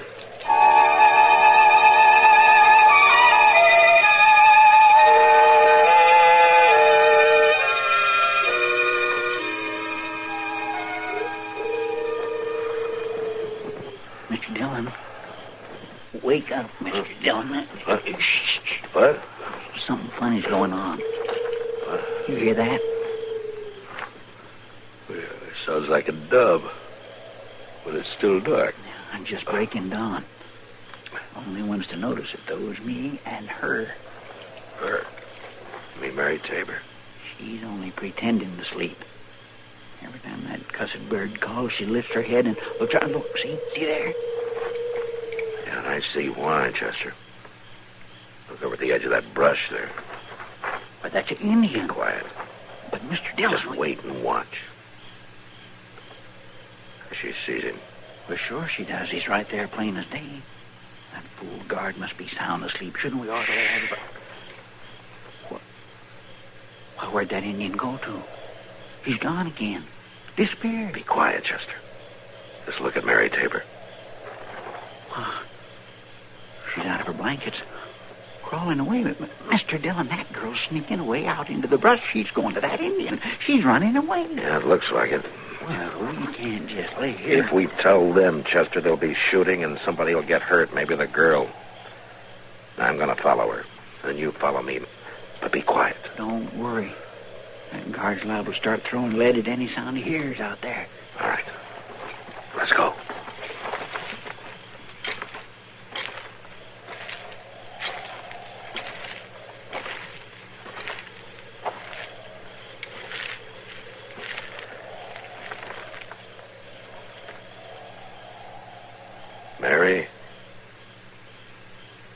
Mary Tabor.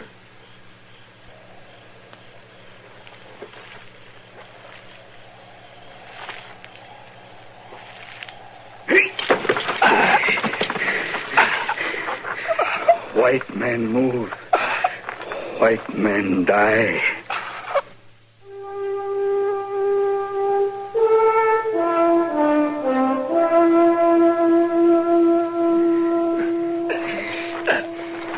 No, stop. Don't kill him.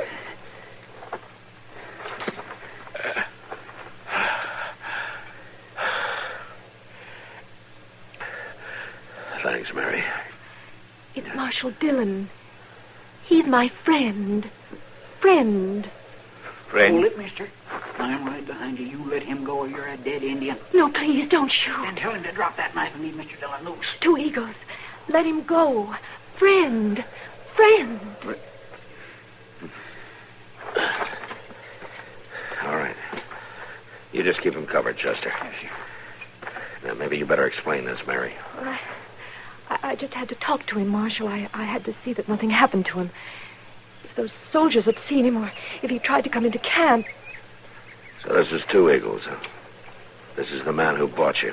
Yes, Now, he's young, yes, and he's handsome, yes.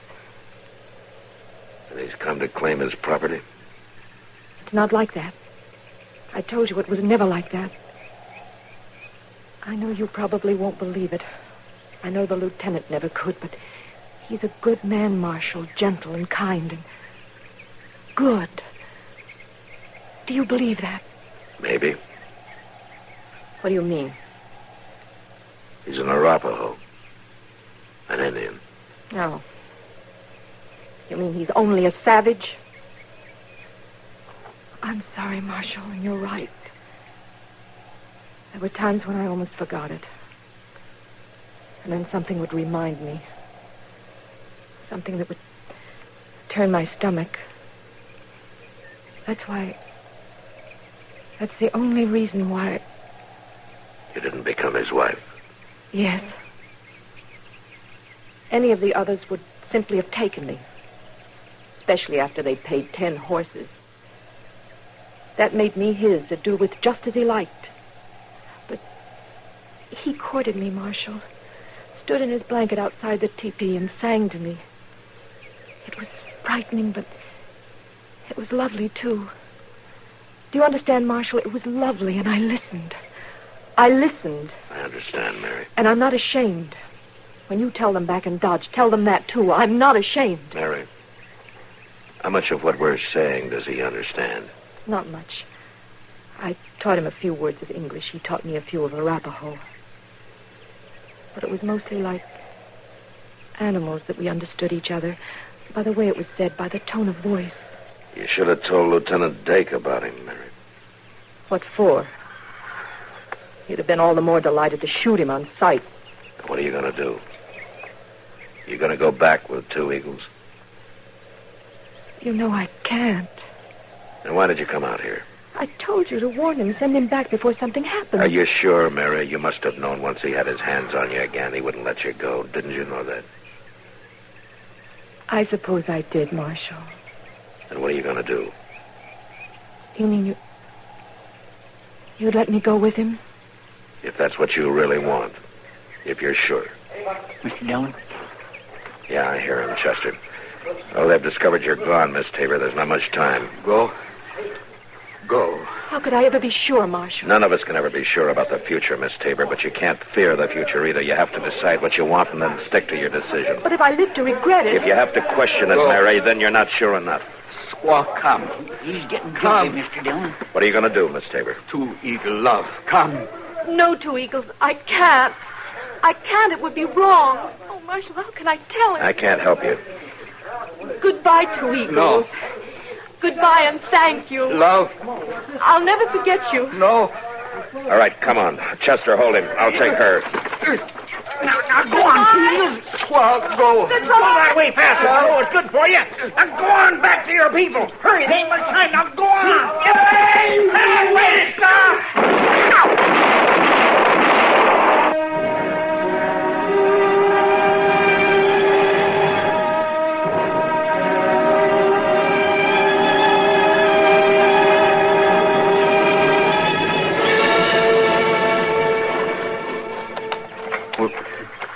He just ran right at us, man. I don't know what he thought he could do against 8 men, though. It's almost like he wanted to die. I understand, Sergeant. He must have been crazy to follow you all this way. But you never know about Indians. Don't you worry, miss. There's nothing more to fear. Your ordeal is over. We'll be in Dodge by nightfall. Thank you, Lieutenant. Here, let me help you on the wagon.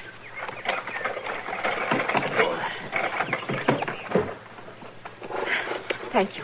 I'm sure once you're safely back in Dodge, we'll be able to make you forget all this. I'll make it my personal project to help. Before long, the whole thing will be just an unpleasant nightmare. Will it, Lieutenant? Why, well, yes, of course. Excuse me. All right, men, ready to move out? Yes, sir, Lieutenant. We'll be ready to move out in just a minute, Marshal. All right, Lieutenant. Get your gear together.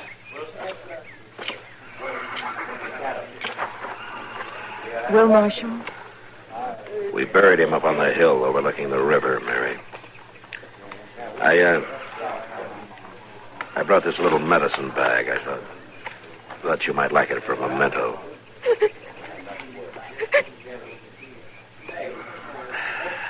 Maybe it all happened for the best, Mary. Someday it'll be forgotten. Will it, Marshal? Will I ever again find a man who loved me that much? That I don't know, Mary. That I really don't know.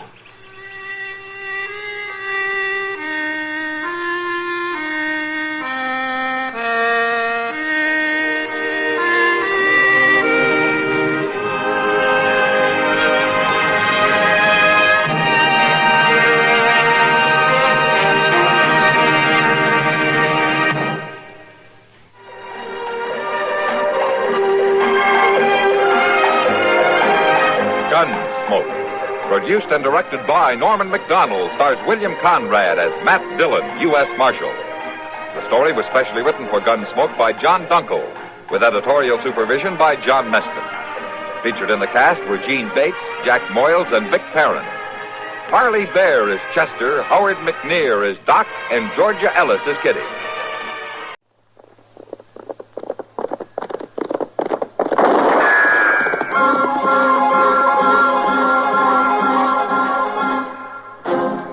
Around Dodge City and in the territory on West, there's just one way to handle the killers and the spoilers, and that's with a U.S. Marshal and the smell of gun smoke.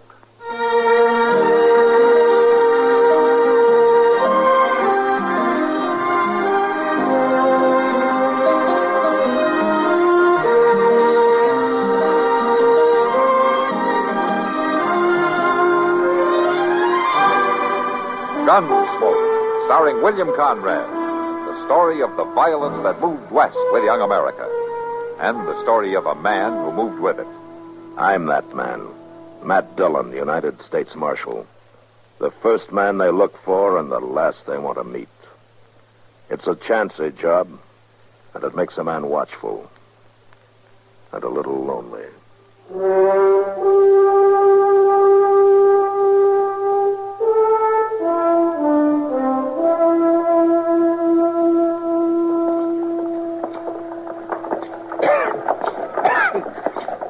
Well, Mr. Dillon, there ought to be some way to lay the dust along the plaza here. That old man Briscoe waters it down once a week, Chester. Sure, and there's mud up to your knees for 2 days and dust all the rest of the time. Well, I guess that's the price of civilization. What is? Dust. What civilization got to do with dust? Well, Dodge is growing, Chester. More people coming west all the time. Yeah. Maybe we ought to move on west ourselves. Oh, where to? Oh, I don't know. Colorado Territory, maybe. Hey, looky there. What? Oh, that sign there in that store there. Laughing gas show tonight. Phenomenon. Huh? That's phenomenon, Chester. Oh, well, Stafford's laughing gas show. Amazing, hilarious admission, 25 cents. Yeah, it looks like Dodge is getting some entertainment. You see, I told you it was getting civilized. My, if I could get me the loan of 25 cents, I sure would be there tonight. Yeah, and you'd probably enjoy it, too. Well, there ain't nothing wrong with them shows. No. 25 cents, well, That ain't a whole lot of money. No, you're right. It isn't. And I could pay back whoever loaned it come Saturday. Sure. Sure seems a pity to miss that show. Oh, all right, Chester. Here's your money. 25 cents, no, a I quarter. wasn't hinting or nothing like that. Well, thank you, Mr. Dillon. Thank you.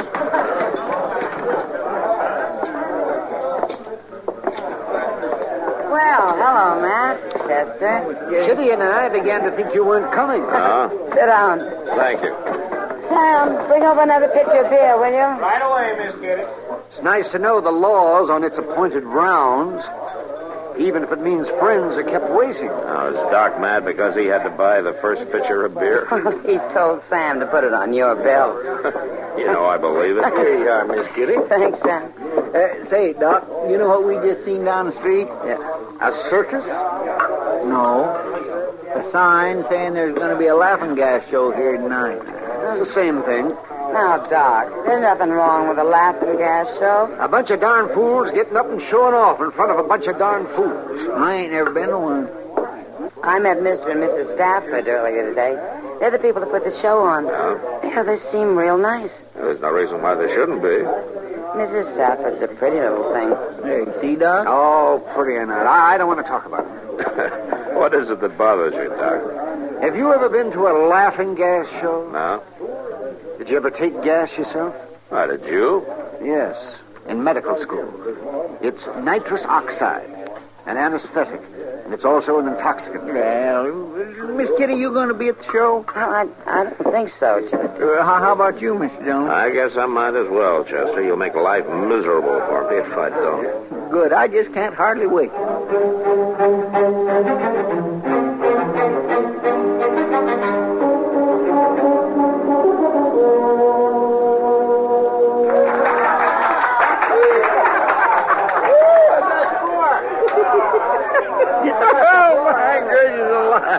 Oh, sounds like you're enjoying it, Chester. Oh, Mr. Dillon. Well, I never laughed so much in all my born days. Yeah, they had Lorne Teeters up there on the stage, and they give him this gas to sniff, out of that contraption with all them bottles and burners and things. He got drunk as a lord. Lorne Teeters? Yeah, he sang and he danced and he laughed and cried all at one time. He's kind of old to be carrying on like that, isn't he? Well, I'm just as glad he ain't going to be shaving me tomorrow. And the next volunteer is Mr. Cloud Marsh. Don't be scared.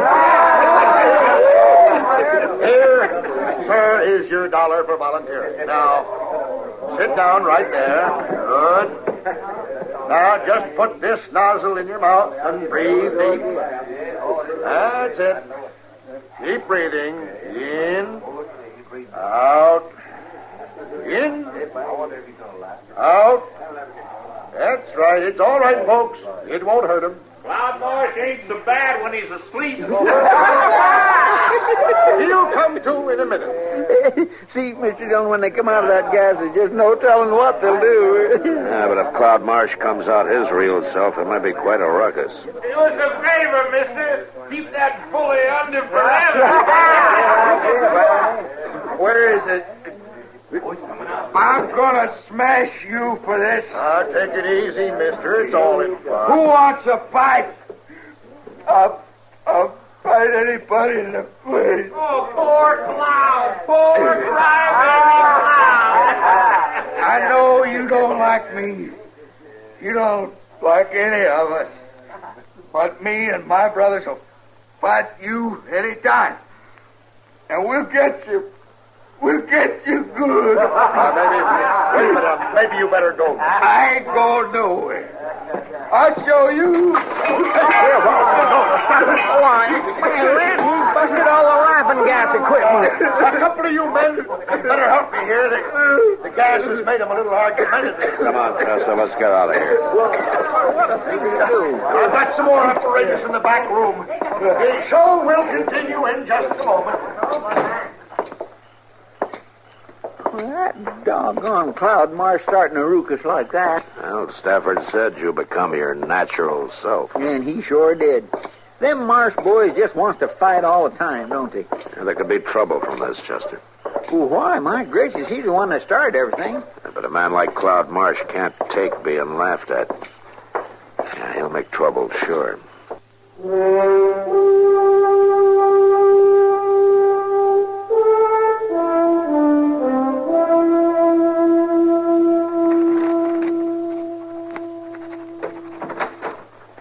Hello, Matt. Yeah? Oh, morning, Doc. There's some coffee on the stove. Help yourself. Yeah, thank you. And how was the show last night? Well, I got there late, so I didn't see it all, but Chester said I was fine. I suppose Chester got up on the stage and made a fool of himself. Well, he probably would have, but he didn't get the chance. Cloud Marsh took some of the gas and wanted to fight everybody in the place. Then he started crying and busted up all the equipment. It's a good thing those ornery brothers of his were down at the Long Branch instead of at the show. They'd have busted up the whole store. Yeah. You know, Matt, nitrous oxide's a dangerous thing to mess with. Too much can be fatal. I remember this boy at medical school who took this... Hey, Doc. Doc, I've been looking all over for you. Yeah? What's the matter, Chester? It's Mr. Stafford. He's been hurt bad. What? How? Well, Miss Stafford didn't say. Just that he got beat up and she needs Doc down at the store right quick. Take me a minute to run up and get my bag, and I'll meet you out in front. All right, Doc. Where'd it happen, Chester? When? Oh, I don't know, but it couldn't have been too long ago. Miss Stafford said her husband was out back of the store with a wagon, and she heard a ruckus and run out, and she seen all three of them running off. All three who? Yeah, Cloud Marsh and them two brothers of his. He just ought to be tarred and feathered, Mr. Dillon. All of them should. Yeah. What in the world was they after, beating Mr. Stafford near to death? Well, I told you last night that some men can't stand being laughed at. Come on, Matt. Let's go. Chester, you better come along, too.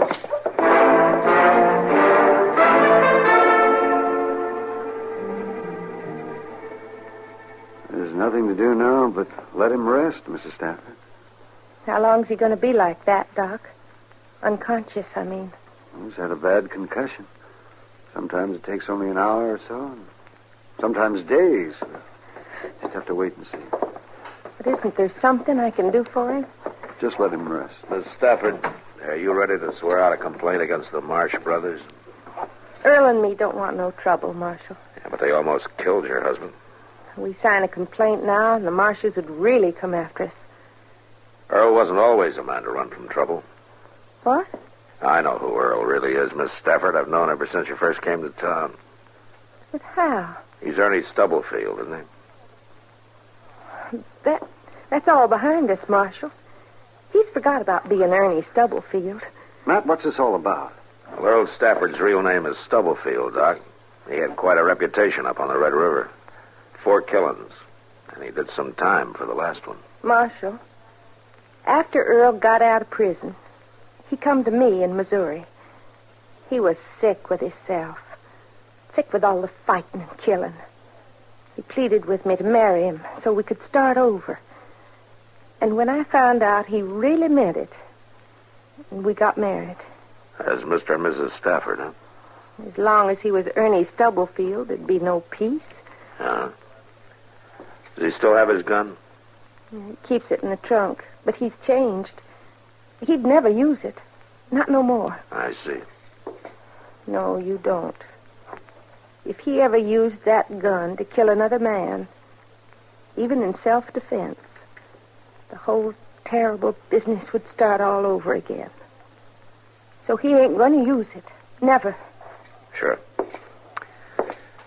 Well, I take it you're not going to sign a complaint then, huh? Marshal, I ain't going to sign nothing. All right, ma'am. But I'm still going to throw Cloud Marsh in jail until you leave town.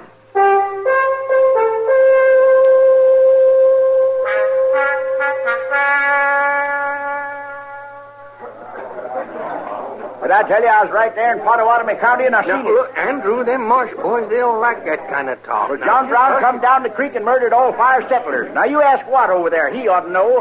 That's what he was named for, Pottawatomie County.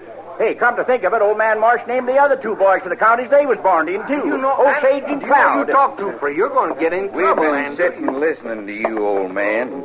You sure feel your liquor, don't you? Well, I didn't mean nothing against you and your brothers, Cloud. No. You didn't mean nothing, but you do like to drink, don't you? Well, just one or two to get started in the morning. I don't figure one or two's enough for an old man. So I'll just give you this whole bottle. Hold him, Walt. Oh, no, Don't now, take oh, in his no, arm. stop it now, Cloud. I'll pour enough Let go liquor of me. down his gullet that he'll... All right, hold it. We ain't doing nothing, Marshal. Just giving old Andrew his morning bottle. Let go of him. Okay. You're coming with me, Cloud. Where? Jail. Well, what for? Disturbing the peace, breaking up the show last night. Now, do you want to walk or you want to be carried? Okay, I'll go with you, Marshal, but I'll tell you something. You ain't gonna keep me in jail long.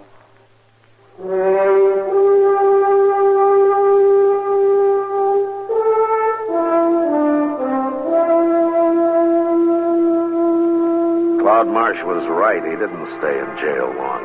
Within an hour, Watt and Osage walked into the office with a writ from Judge Bent. They paid his bail, and I had to turn him loose. There was nothing I could do. I had hoped to hold him in jail till the Staffords got out of town, but since I couldn't, I told Chester to keep an eye on him. Well, nothing happened all that day, and that evening I was sitting over coffee with Doc and Kitty at Delmonico. Well, nothing like a good dinner to cheer you up. Even if it is a little greasy. You always see the bright side, don't you, Doc? Of course. How's Mr. Stafford tonight, Doc? Well, I guess he's coming along all right. He opened his eyes for a couple of minutes late this afternoon, and then he dropped off again.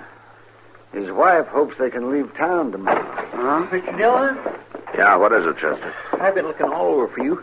I thought maybe you'd be over at the Long Branch, but you wasn't. Well, you don't mind if Matt buys me a dinner now and then, do you? Oh, my goodness, no, but I sure did waste a lot of time trying to find him, and they already left the Texas Trail 10-15 minutes ago. Who left? It's them Marsh boys, all three of them. Were they drunk? Oh, my, yes, and they was talking about giving somebody some of that gas, a dose of his own medicine, they said. Stafford. Matt, that could kill him in his condition. Oh, Matt. Yeah, come on, Doc. Chester, let's go.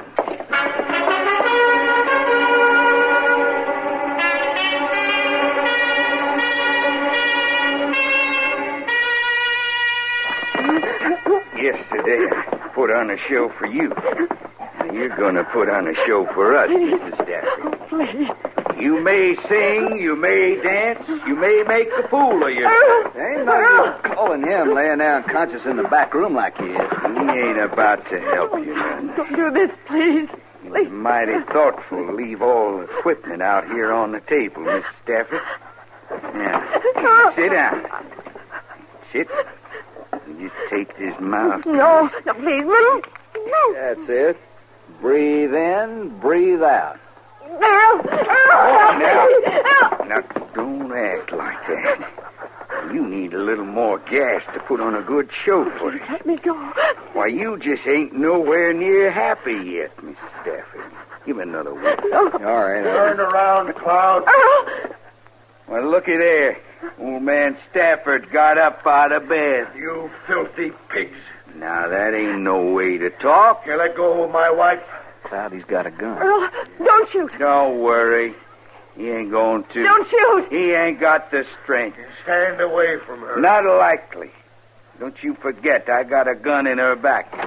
All right, hold it, all of you. I'll handle this, Stafford. You stay out of it, Marshal. Put up your guns, both of you. There's three of us, Marshal. Don't be a fool, Cloud. Now turn her loose. All right. I'll turn her loose.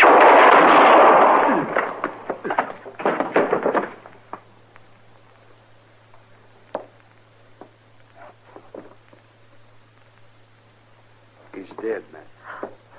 Cloud's dead. Earl, you killed him. No, he didn't, Miss Stafford. It was my bullet that got him. Is that true? You shot him? Yeah, that's true. Your aim was off, Stafford. Afraid of hitting your wife, I guess. All right, you two. Watt, Osage.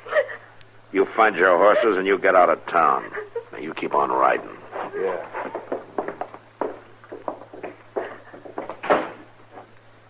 Mr. Stafford, you'd better get Earl back to bed. Yes.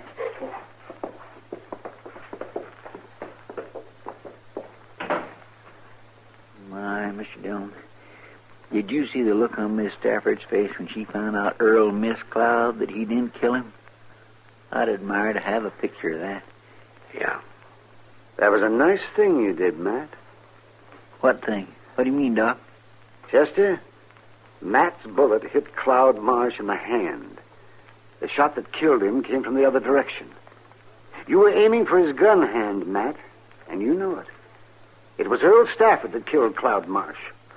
Well, I'll be doggone. Yes, sir. It's a mighty nice thing you did. For both of them.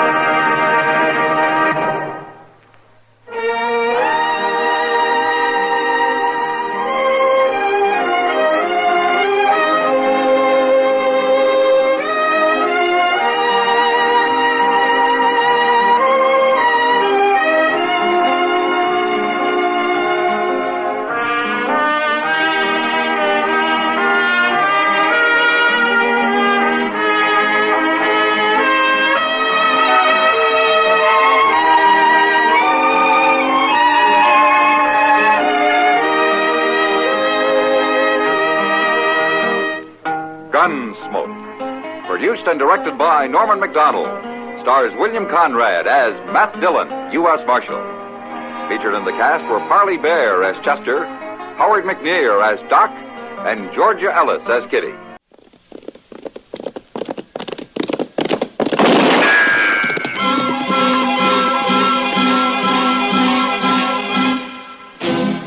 Around Dodge City and in the territory on West, there's just one way to handle the killers and the spoilers, and that's with a U.S. Marshal and the smell of Gunsmoke.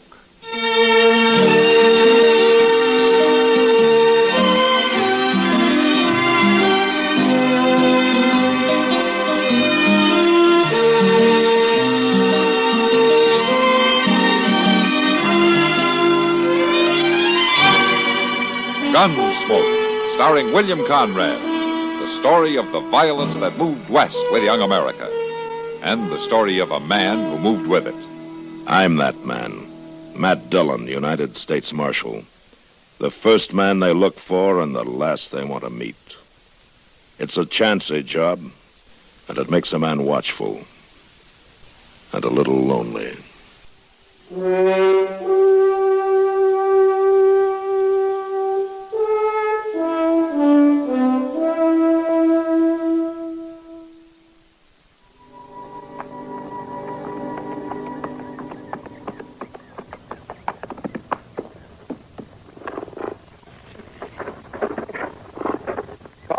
I got the mail, Paul.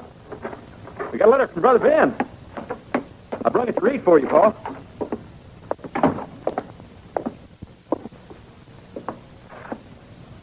Paul? Where are you?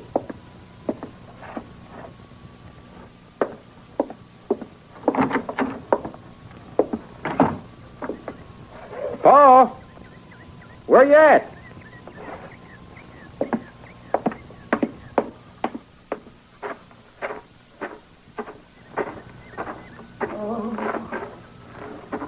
Paul?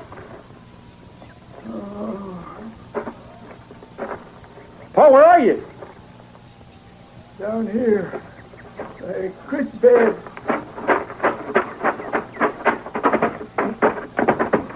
What are you doing here, Paul? Paul, you sick? Fetch me to the house. You've been beat. Who done it, Paul? The house. Fetch me there, boy. Sure. Sure, Paul. I'll do that right now. Up. Oh.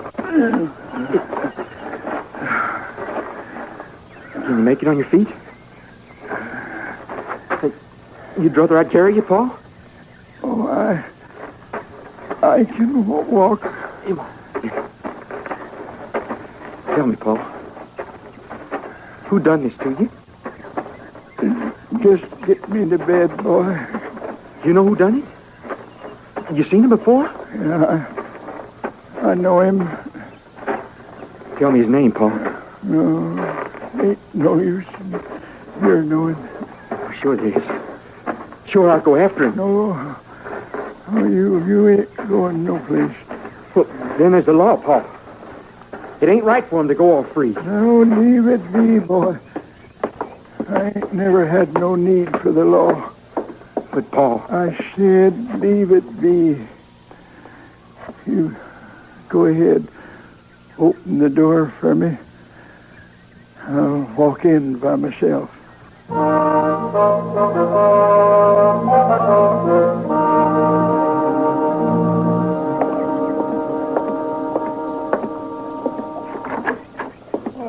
hello there, son. What can I do for you?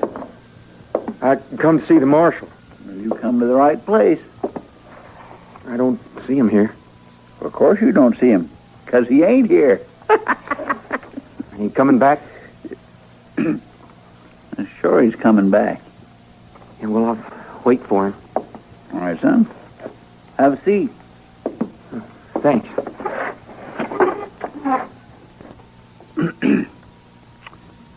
Might be that I could help you. Me being the marshal's assistant, you might say. I'll wait.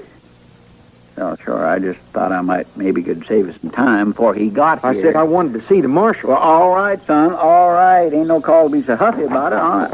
Oh, Mr. Dillon, I'm glad you come. You got trouble, Chester? It ain't exactly trouble, but this young fellow is mighty all-fired serious about seeing you. I couldn't do nothing for him at all. Is that so? You want to see me, son? Yeah, Marshal. Yeah, I sure do. Oh, what's your name? Jess Burris. Burris? Are you Luke's son? Yes, sir, I am. Well, what can I do for you? I want you to arrest the man that beat my paw. You can do that, can't you, Marshal Dillon? Well, you better tell me more about it. Yeah, well, I found him yesterday, laying down by the creek, all beat and bloody. I'd have come sooner, but he needed tending. Did he tell you who did it? No, sir. No, he wouldn't. But I know right enough. It was Smed Moley. Well, if your pa wouldn't tell you, how do you know? I've been asking questions. See, Pa had some bad dealings with Smed, Marshal. He seen him here in Dodge yesterday morning and called him down good. He called him a cheat and a liar and a horse thief. Oh, Pa can give it to you good when he's of a mind. That's right, Mr. Dillon. It happened right out there on Front Street while you was over in Hayes City. Mr. Burris really give it to him good, all right. Yeah, and Smed got himself liquored up and come out to our place and beat up Pa. He might have died, Marshal. Yeah. Well, I'm sorry to hear it, Jess. Your father's a good man. You can arrest Smed, can't you, Marshal Dillon? Well, yes, I can arrest him if your pa will swear that he's the man. Oh, he ain't going to do that, Marshal. Well, why not? Is he afraid? Pa ain't afraid of nothing. That's most of the trouble. Well, how's that? Well, he ain't never needed to call on nobody for help. He don't figure to start now. He's root stubborn. Oh. There's not much I can do to change that. Maybe not, Marshal. But maybe you could stop a killing. You figure that this isn't the last of it, then, huh? No, it sure ain't the last of it. Unless you lock Smed Moley up for a while. All right, Jess, huh? I'll go talk to your pa.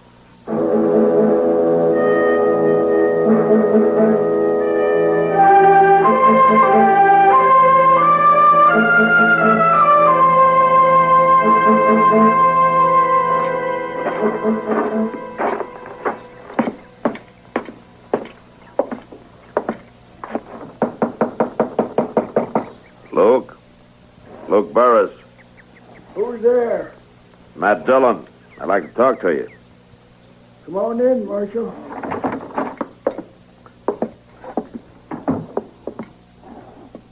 I'm back here.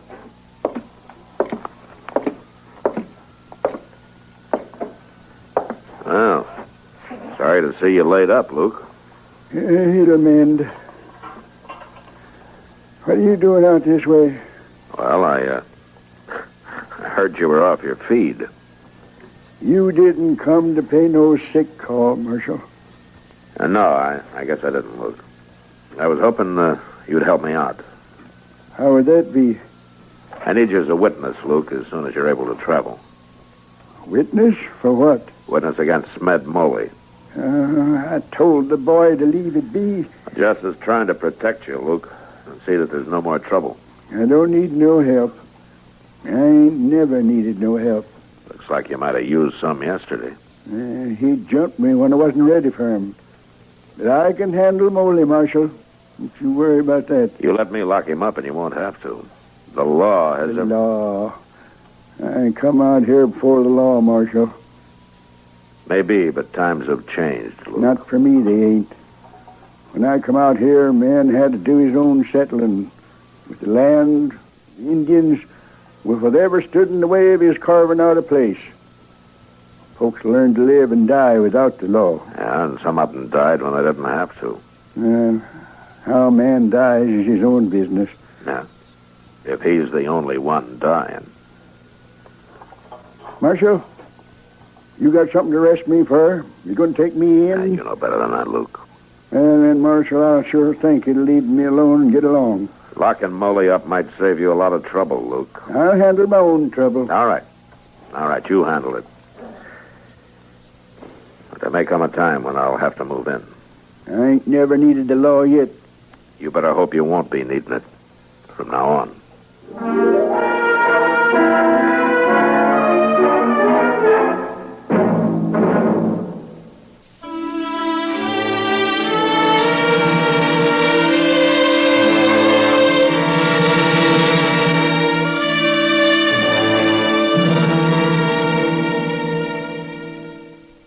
Pete? Hello, Matt. Hello, Kitty. Sit down. Thanks. Well, the law business must be pretty good. Oh? How's that? You're usually in here earlier than this. Yeah. Well, it's not that business is good, I can tell you that. Matter of fact, Kitty, I'm having a hard time selling the law.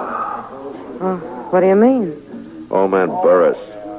He got beat half to death yesterday. And he won't let me haul in the fellow that did it. Smed Moley. Yeah, Smed Moley. How did you know? Everybody knows. He's been here at the bar all day bragging about it. How the old man got uppity with him and how he fixed it. Oh, yeah, he's still here. Down at the far end there. Yeah, I see him. Well, I guess I better have a talk with him. All right, man. I showed in. All right, I showed. Ain't nobody gonna talk about horse whipping Smed and Moley. Moley. Well, now, the marshal. Yeah. I want to talk to you. All right, you go right ahead, Marshal. You go right ahead. Ain't nothing you can do to me. Don't count on it. I know ain't nothing you can do, Marshal. I seen the boy. What boy? Luke's boy, Marshal. Big fella like him nearly to crying. You take to beating him, too, like you did the old man? Oh, sure not, Marshal, sure not. He feels bad enough. Uh-huh. Now, you know why he feels so bad, Marshal. I suppose you tell me. He feels so bad because he come running to you for help, and he can't get none. Because his old man won't take no help from the law. Well, that's lucky for you. We got us a big marshal around here, and he can't do nothing. Molly. Well, you know that's true, Marshal. You can't arrest me if the old man don't say so. And he ain't gonna be saying so. Well, that's the old man's business. Yeah, I know. And I'll tell you something. If you ever go out there again, he means to take care of it. I ain't worried. You should be. Because if the old man doesn't handle you, I will. Well, Marshal, you can. Yes, Molly, I can. But if you're smart, you won't make me prove it.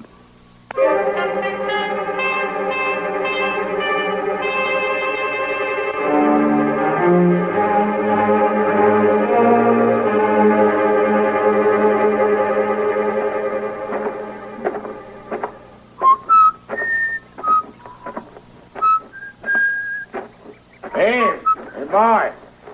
You there.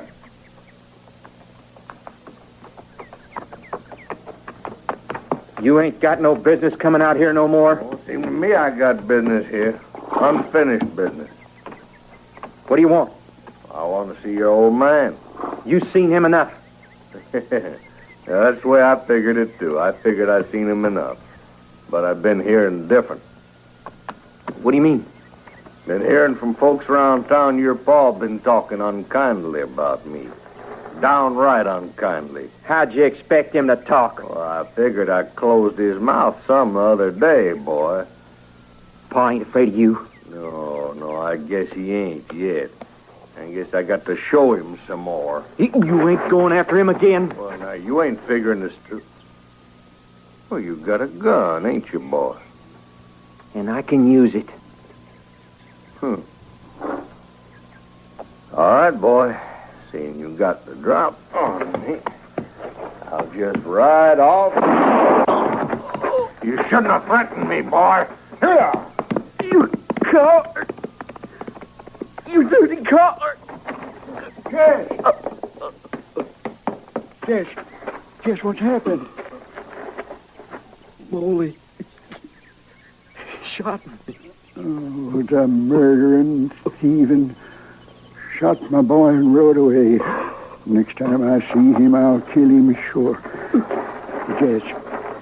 Jess, are you hurt bad, boy? Oh, it ain't nothing, Jess, nothing at all. Now, I'll get you to the doc, and he'll fix you up in no time. Don't you fret none. I'll go and fetch the wagon.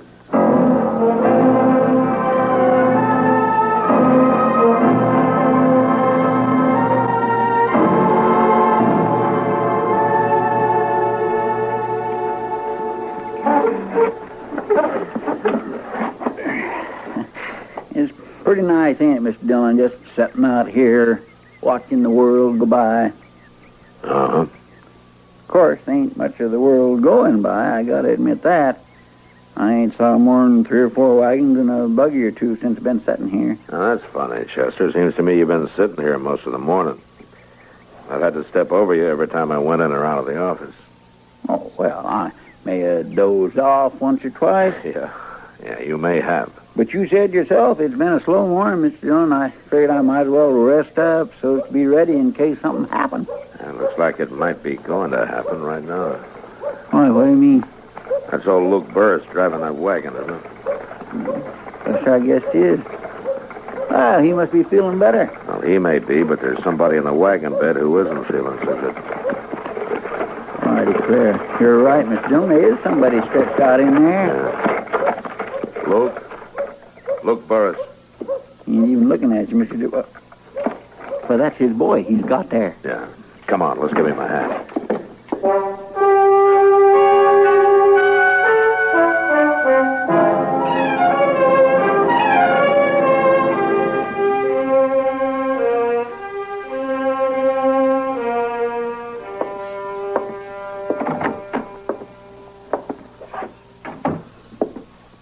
How is he, Doc?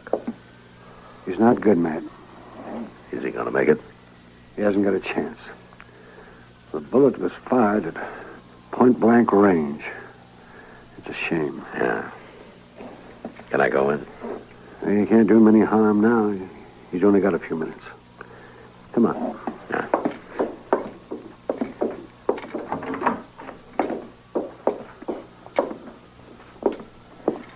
I'm sorry about this, Luke. Oh, leave us be, Marshal. This time I can't. Can I speak to the boy, Doc? Be easy, Matt. Yeah, sure. Jess? Jess? It's Marshal Dillon. Marshal. Can you tell me who did it? You don't have to talk to him, Jess. I can get him if you tell me, Jess. I can lock him up this time. Yeah. Lock him up. Now, you tell me his name. He ain't got no right to pester you, Jess. You don't have to tell him nothing. I want to tell him, Paul. Marshal. Yeah, Jess. It was Molly. Smed Moley again. You get him this time. Yeah, I'll get him. And then... Jess. He's gone, Matt. I'm sorry, Luke. I did the best I could. I seen you try to save him, Doc. I thank you. Luke. I still ain't got nothing to say to you, Marshal. I could have asked that you'd let him die in peace. I'm sorry you feel that way, Luke. But I had to step in. This is murder. I gotta get into this now, whether you want me to or not. I can't stop you, Marshal. No, you can't stop me. But I'll tell you something. What's that? Nothing's changed. I can't stop you from coming into this thing. But we don't need you, Marshal. Jess and me. We don't need you any more than we ever did. We can take care of our own.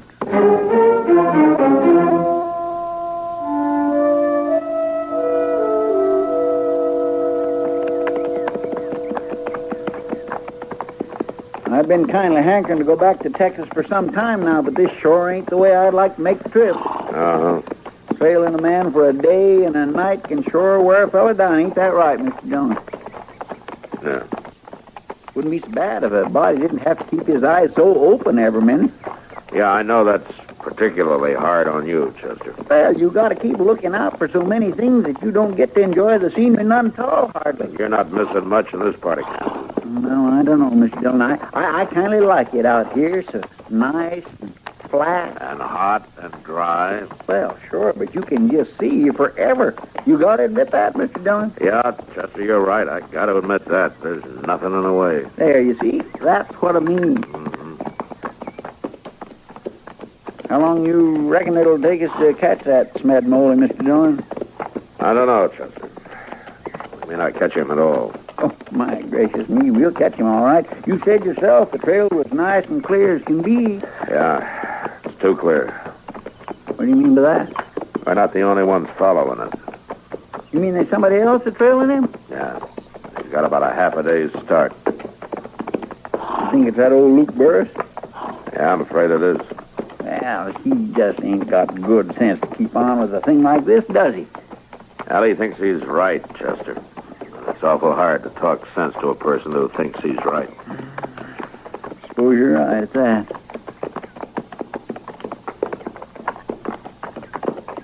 What yonder, Mr. Dillon? Seems like it's a shack stuck way out here. Yeah. Now let's head for it.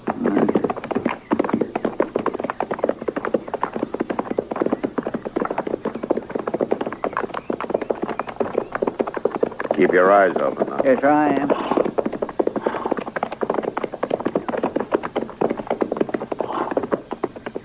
All right, we'll leave the horses here.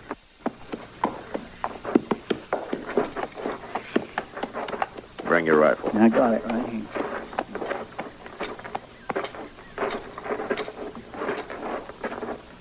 Don't worry, Marshal. You won't need your guns. That's old Luke. Yeah, come on.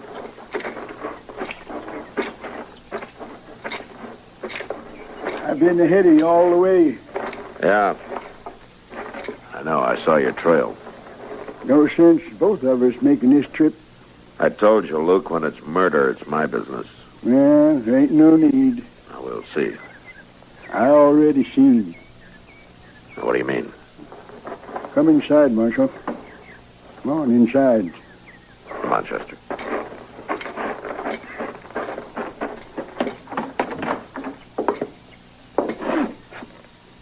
Why, Mr. Dillon. Yeah. Stand back, Burris. Sure, Marshal. I'm all done. Mad moly. He's hung him right here inside. Yeah. I told you, Marshal, I got no need for the law. He's been dead quite a spell. Yeah, since sunup. All right, Chester. You better start digging. We'll have to bury him. Yes, sir. You should listen to me, Marshal. I meant it when I said we took care of our own, that we had no need for the law to do it. Yeah. Now the law has to take care of you. Yeah, that don't matter now. My boy's dead, and I took care of the man that killed him. I took care of it, Marshal, like we always done, without no law. Yeah, you did that all right. And your boy wouldn't have had to die at all if you'd let me move in the first place. All right, come on, Luke. You can help Chester dig the grave. Like you helped dig the grave for Jess.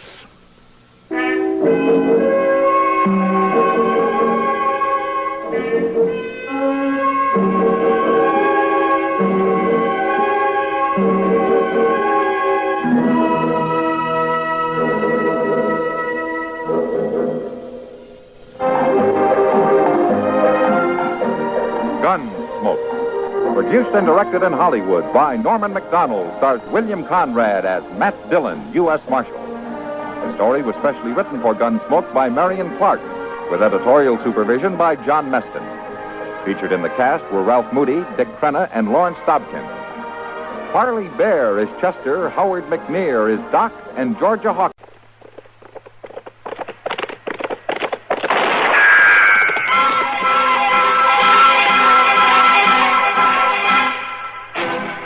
Around Dodge City and in the territory on West, there's just one way to handle the killers and the spoilers, and that's with a U.S. Marshal and the smell of gun smoke.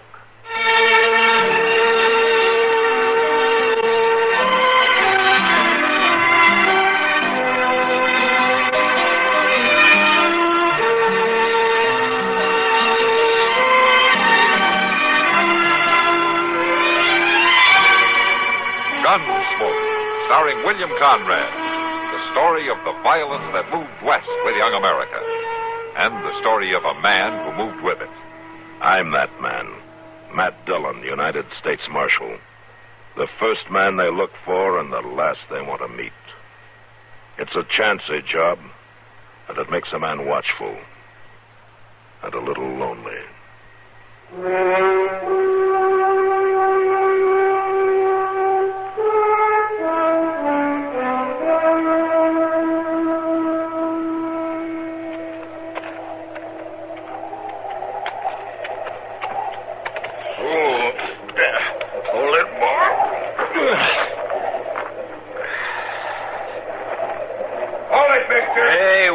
Don't shoot.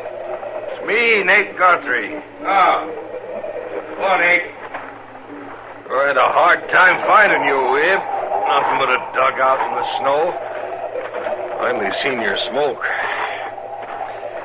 Now, can I come in? I ain't stopping you. Yeah. Ooh. At least it's something warmer. That's about all I can say for it. What you doing way out here anyway, Guthrie? Come pay a call on my hired hand, that's all. Well, ain't you even going to ask me to set or offer me some coffee? Here's a pot. Help yourself. You lived alone like this too long, Whip. Got no manners. But then I never seen a wolfer that did. Just pigs, all of you. You want some? I've finished feeding. Feeding? It's like a pig.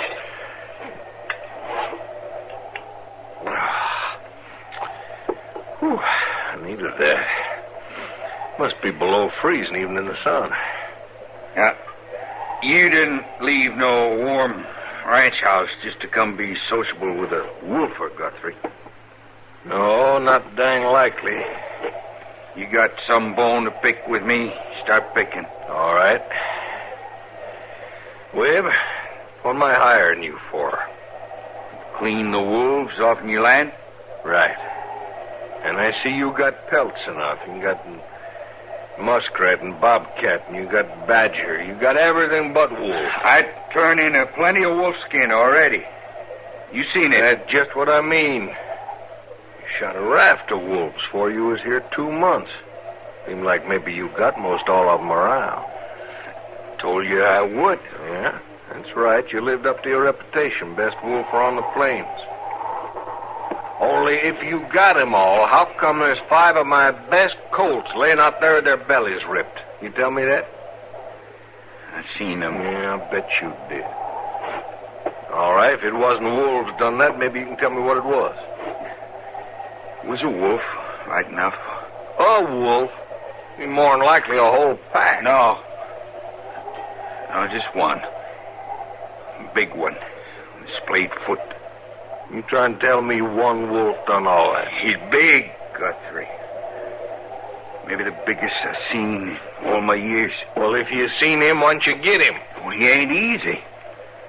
He's big. He's smart. And that splayed foot, he'd been trapped before. There's other ways to take a wolf. A mean one to track, too. You don't get but a glimpse. Not enough for a sure shot. Where you trying to tell me there's a wolf that you can't catch? Maybe. This one's white, Guthrie. White? What's that mean? Cheyenne say. Oh. Cheyenne say the white one's his big medicine spirit. Oh, dang Injun talk. Comes to you're being raised by the Injuns 20 years. Well, you're more Injun than white. Maybe. Maybe you're dreaming this wolf up. Maybe that's it. What do you mean? It's almighty suspicious. You clean out every wolf but this one. And he kills mighty near as much as all others did. Say it out, Guthrie. All right, just one wolf. But you've got to stay and hunt him till he's caught. Him pocket my money and eat my grub. And for one lone wolf, it ain't a bad way to spend a cold winter, is it? You saying I let him live on purpose? I'm saying maybe there ain't no wolf. Maybe it ain't a wolf at all ripping up my colts. Man could do that, a man like you. Cold-eyed half-breed ain't got no feelings. You get out of my camp, Guthrie. Oh, no, it ain't me. It's you that's getting out, William. Off in my land, and right now. You can't run me off, Guthrie. This here's free land. Not for no killers, it ain't. I seen your kind before. It's easy for you to kill, and it don't matter, wolf or colt. Or man. I ain't killed me one for time, Guthrie. But it won't go very hard. So you better get along now. I'm warning you, Wib. You get off of my land. Not till I finish what I come for. I'll have you run off. How? I'll send to Dodge for the marshal, you'll see. And if you stay, you'll end up dead, Wib. Somebody will. That's for sure.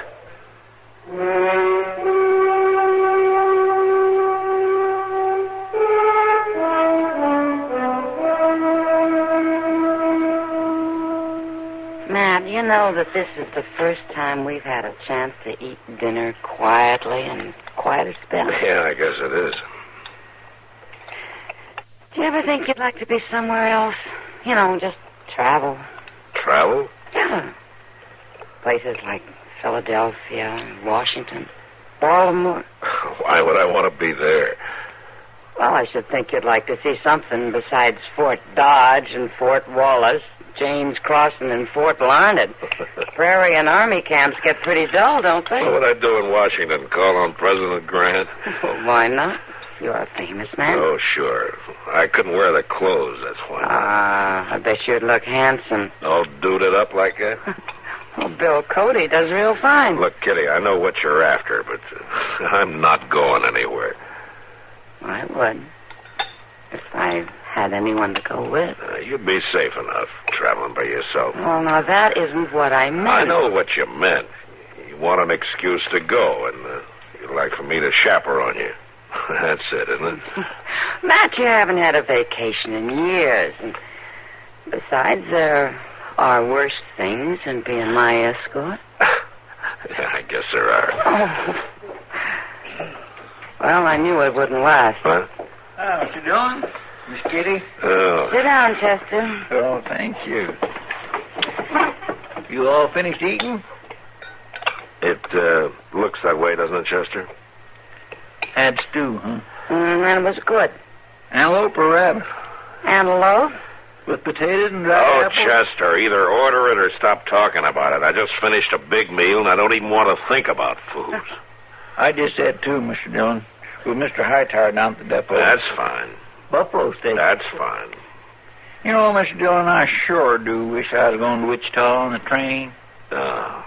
Everybody wants to go somewhere. What? Matt's been out all during dinner. Never mind him. Now, why do you want to go to Wichita?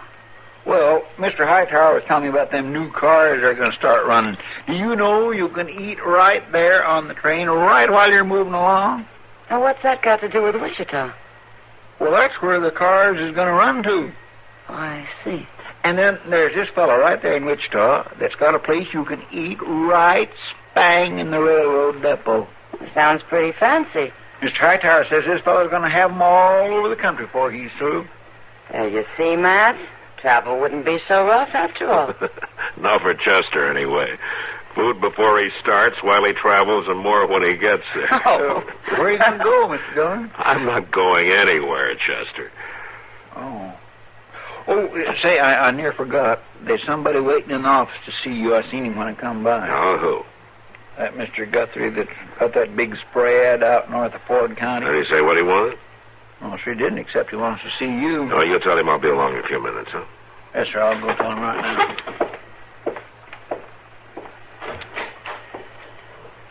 Well, we almost made it, Matt. What, Kitty? I thought for once we'd get clean through a meal without your being hauled away. Oh, we did pretty good. I might have weakened, you know. I might have agreed to take that train somewhere. Come on, I'll walk you back. No, thanks, Matt. I'll just sit here and finish my coffee. Okay, I'll see you later.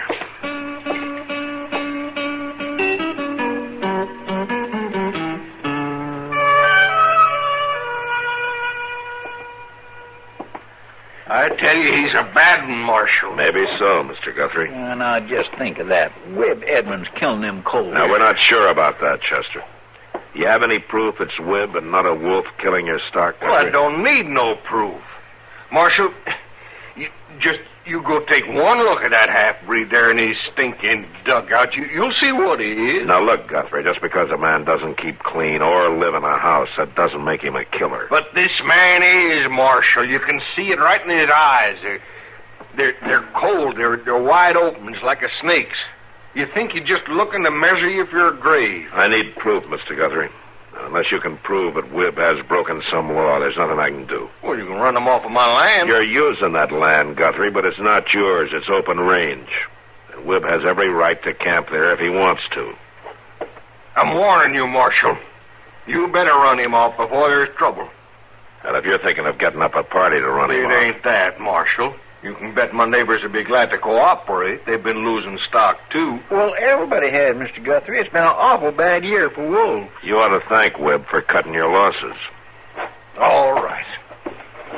All right. But it'll be on your head, Marshal. Don't say I didn't warn you. About what, Guthrie? That man hates me, Marshal. He's threatened me. He even said it was just as easy to kill a man as a wolf. Now, you think I'm going to wait for that half-breed to come shoot me in the back? That's murder you're talking about, Mr. Guthrie. I'm talking about self-protection, Marshal. Now, if you don't want trouble, you get him off my land. Reason or no reason, just get him off. My. Now, there's a riled-up man, Mr. Dillon. He might just do it. Yeah, he might. Say, is it really true about Webb being part Cheyenne? Well, I know he doesn't look at Chester, but it's true. He lived with him till he was about 20. Maybe he should have stayed with him. Well, any man wants to get back to his own people. You ask me, Webb Edmonds don't quite fit in with any people, white or Indian. Well, I'll admit being a wolfer isn't a very fancy way to make a living, no matter what, man. Anyway, we better ride out and have a talk with him. In this weather? Would you rather wait till somebody's murdered, Chester? All right, come on.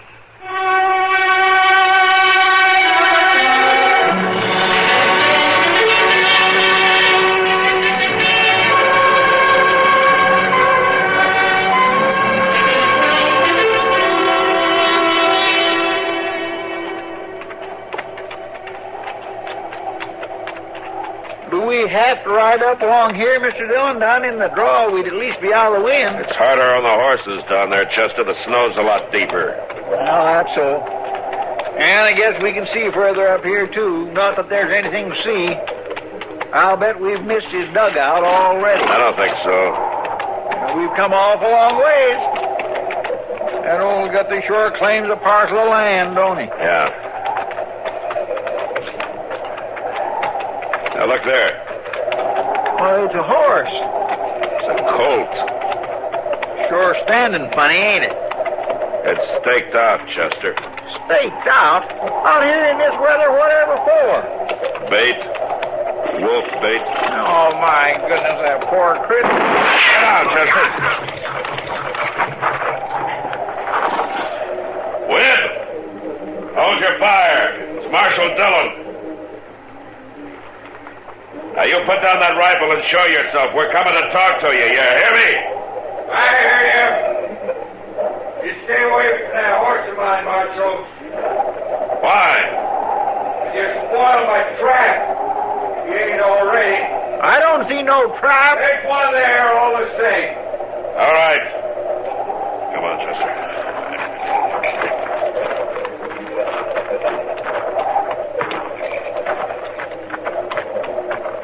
You was heading right for it, Marshal. So you tried to shoot us, huh? I'd only warn you. I wanted to down you, I could have, easy enough. If man smell around a trap, it's spoiled. Well, you don't have much trouble with that, do you, Webb? That may be, Chester. I don't care much for man smell myself nowadays. I didn't ask you to come here. We came to talk to you, Whip. You can talk. That's all. Dugout's over the crest. Follow me. You gonna leave that poor colt tied up to get at? He won't get hurt if the trap works.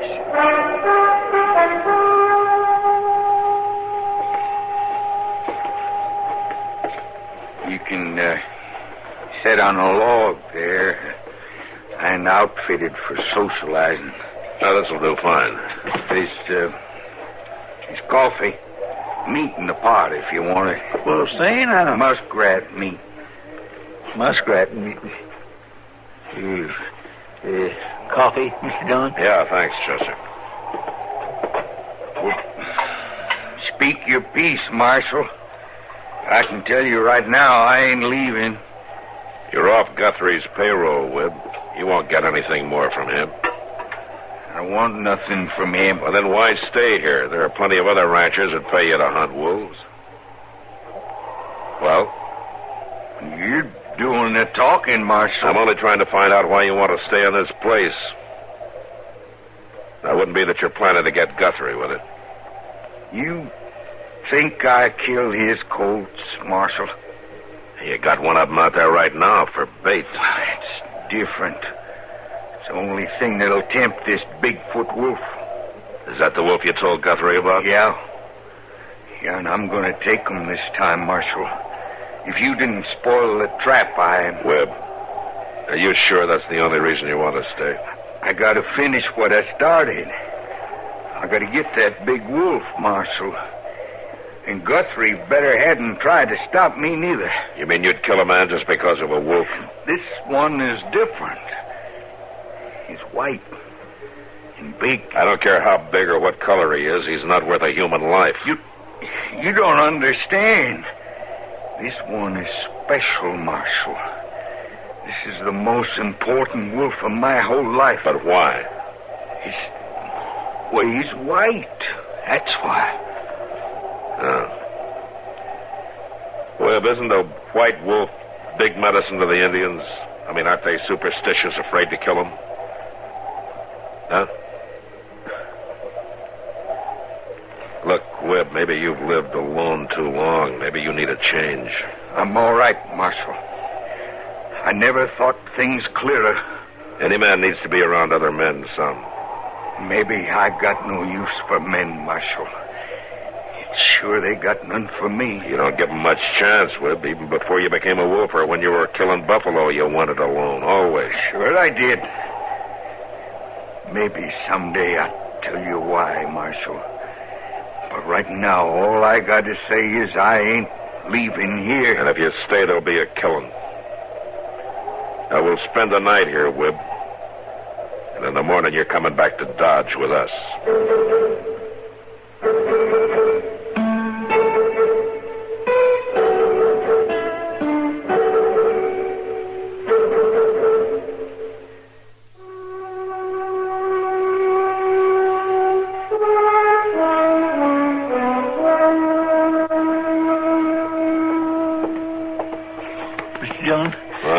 Mr. Dillon, wake up. What is it? He's gone. What? Wib's gone. I don't know how it happened. I just closed my eyes for a minute, and when I looked up, he was gone. Well, when was this? Just a couple of minutes ago. I didn't fall asleep. I swear I didn't. He just slipped out. All right, Chester.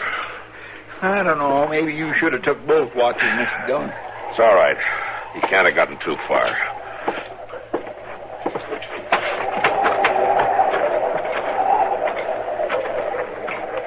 Well, there's our horses. At least he didn't take them. Wait a minute.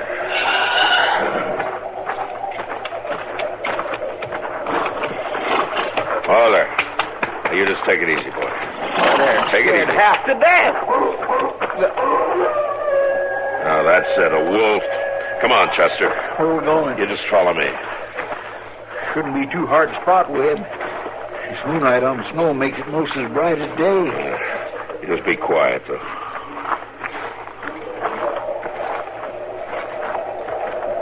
Wait a minute. What is it? Over there. Why, it's Webb. Going down to that trap of his. Yeah. You reckon maybe he's caught that wolf? I don't know. Come on.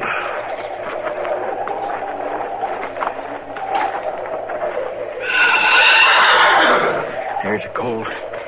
He's still all right. Yeah, listen to that. That's a wolf. Where is he? In that pit in front of the colt. The wolf's in it? Yeah, has to be the way the colt's acting. Yeah, listen to him. He's trying to jump out.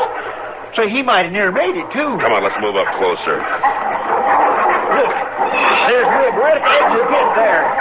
He's got a rifle. Why doesn't he use it? Don't get that animal jump. He's gonna Shoot him, Webb. Shoot him. Oh, he's just standing there. What's the matter with you? Shoot him. You got a rifle? Use it. We should have brought ours. He's out. The wolf's got him. Stay back, Chester. I'm going over there with a 6-gun.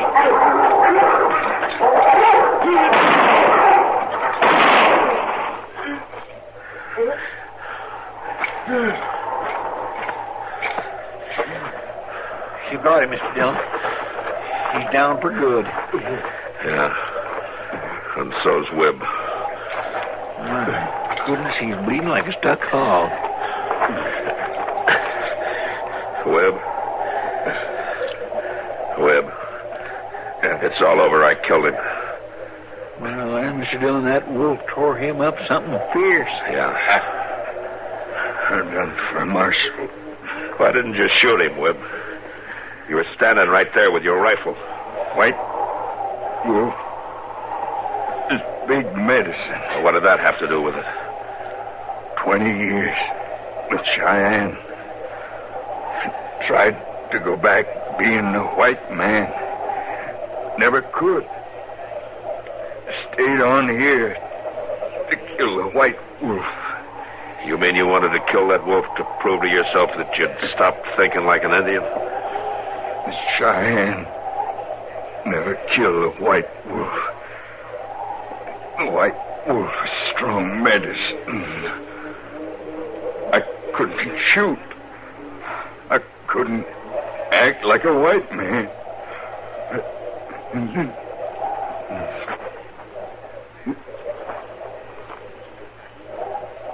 Poor devil. Well, Chester, you remember how you said Webb didn't fit in with any people, white or Indian? Well, then, I didn't know what he was up against, Mr. Dillon. No. Well, he didn't fit in then. Not until tonight he didn't. What do you mean? Tonight he found his people. Webb was born with Cheyenne. And tonight he died like a Cheyenne.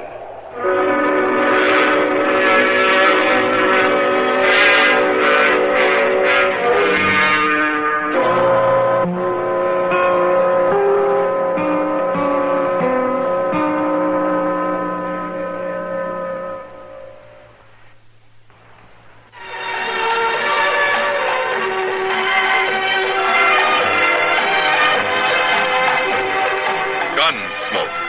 Produced and directed by Norman McDonald, stars William Conrad as Matt Dillon, U.S. Marshal. Harley Bear as Chester, Howard McNear as Doc, and Georgia Ellis as Kitty.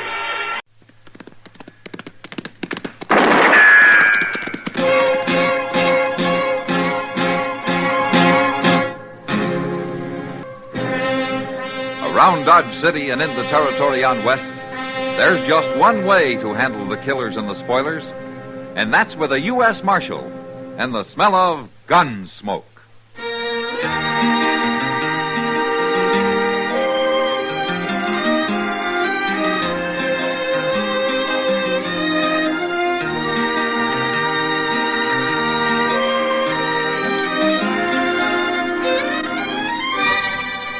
Gunsmoke, starring William Conrad. The transcribed story of the violence that moved west with young America, and the story of a man who moved with it. I'm that man, Matt Dillon, United States Marshal. The first man they look for and the last they want to meet. It's a chancy job, and it makes a man watchful and a little lonely.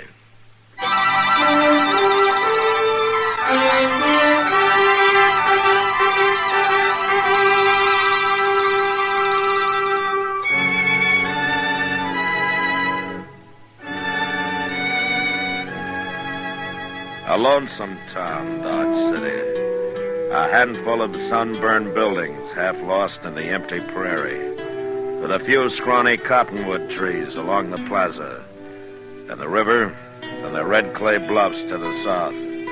A frontier town like all the others, except for one difference. We're on the railroad.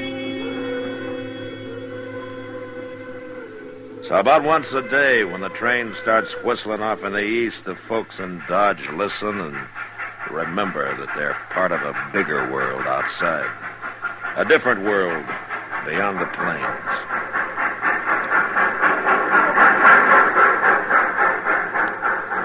Well, just looky there, Mr. Dillon. A brand new record this time, pulling 4 coaches in a baggage car. Yeah, they keep getting longer all the time, don't they, Chester? Why, in 8 or 10 years, I bet we'll see 6 and 7 coach trains rolling into Dodge. It'd be more surprising if they'd ever get them in on time. Yeah, come on. Let's pick up that strong box and take it over to the bank, huh? Look at there. Dudes by the dozen, oohing and awing around. Just look at them. Dressed fit to kill. Now, they'll get over it. Some of them, at least. The rest of them will go back east. Well, there's one I sure hope don't. My. What? If you want to meet her, why don't you drop into Long Branch Saloon? She gonna work there? Well, do you know her, Mr. Dillon? No, but she's got that look. Hey, Ed! It's Matt Dillon. Open up. You know, this is what I ought to have been, Mr. Dillon. A baggage clerk. Oh? Just one run a week to Kansas City and back and collect your pay. Yeah, it sounds pretty easy, doesn't it? Hey, Ed! He's probably asleep. Nothing else to do the whole trip. Yeah, I suppose so. Let me get up there, Chester. Maybe I can see through the window. See anything? No, not much. This glass is so dirty that... Chester. What's the matter? Go find Doc. I gotta break the latch on this door now. Hurry.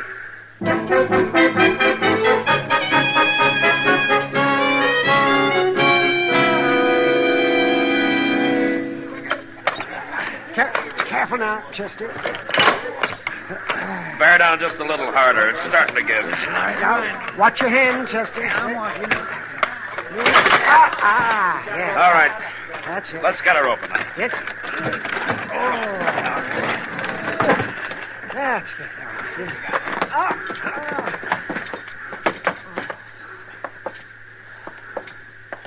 There he is. Laying over there in the corner. Yeah. Ed? I guess he won't be answering, Matt. 2 bullets. Right over the heart. Either one of them would have done the job. Yeah, but the baggage car was locked. Whoever done it couldn't have got out. Probably stepped out on a ledge there, slid the door shut behind him. The latch catches by itself. Oh, Matt. Yeah, what is it, Doc?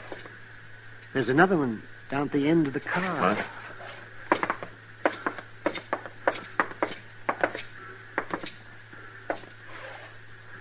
What? It's just a kid. He's not over 10 years old. And he's been shot. Same as the baggage clerk. Why, that's Ed's own boy, Billy Barton. Ed must have took him along on this Is one. he hurt bad, Doc? No, just grazed his head the way it looks. He'll pull through all right. Good. Look, I want to talk to the conductor and the train crew. You stay here and give Doc a hand, will you, Chester? Yes, sir, I will. Oh, Chester, by the way, that soft job is open now if you want it.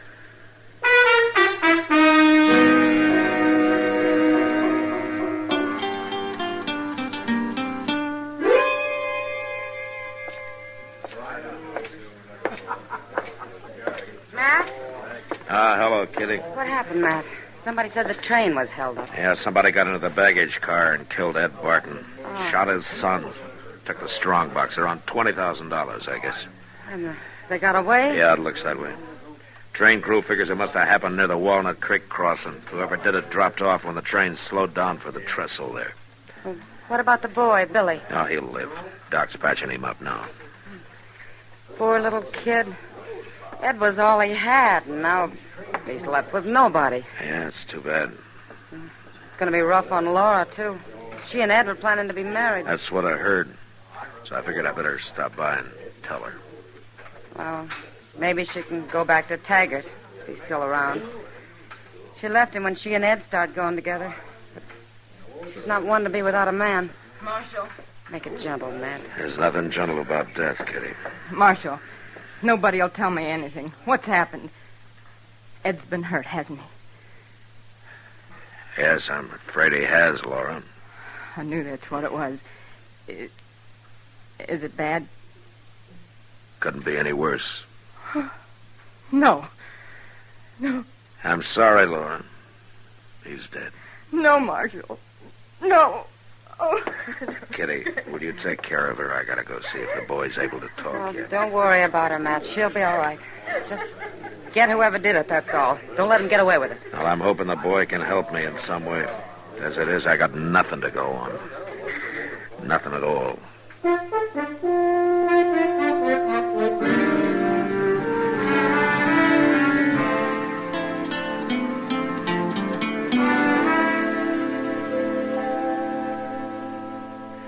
There now, son, I got you all fixed up. Oh, now you're going to be all right. There's nothing to worry about. Well, I bet you've been hurt worse just from bumping your head. Oh, it ain't so hurting, Doc. I know, son.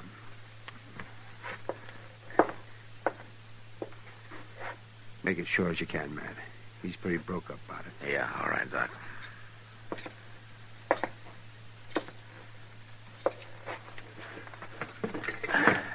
Well, Billy, you, feel like talking? I'm all right. What happened, Billy? Well, we was maybe 3 or 4 miles the other side of Walnut Creek, and somebody knocked on the door of the car. The one that goes back toward the coaches. When Dad opened it, this man come in with a gun. Anybody you know? You ever seen him before? No, he had a handkerchief over his face.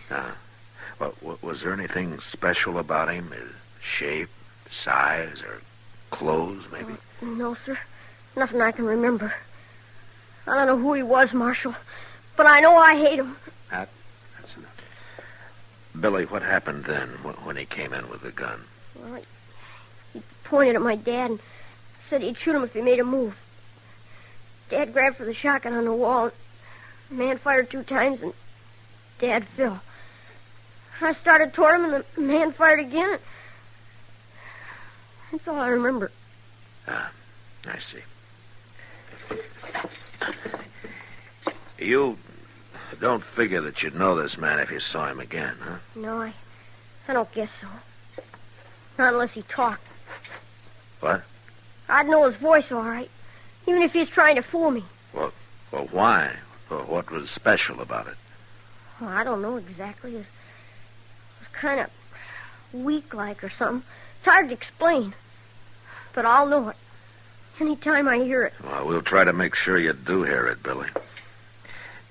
Hey, you take it easy now. You get that head all healed up. Huh? I will. Okay. Chester. Yes, sir. Fix up one of the cells over at the jail, huh? I want to get the kid moved over there right away. Oh, why so, Mr. Dillon? But now the whole town knows Billy's alive. He's the only witness who can identify the killer. And the killer knows it.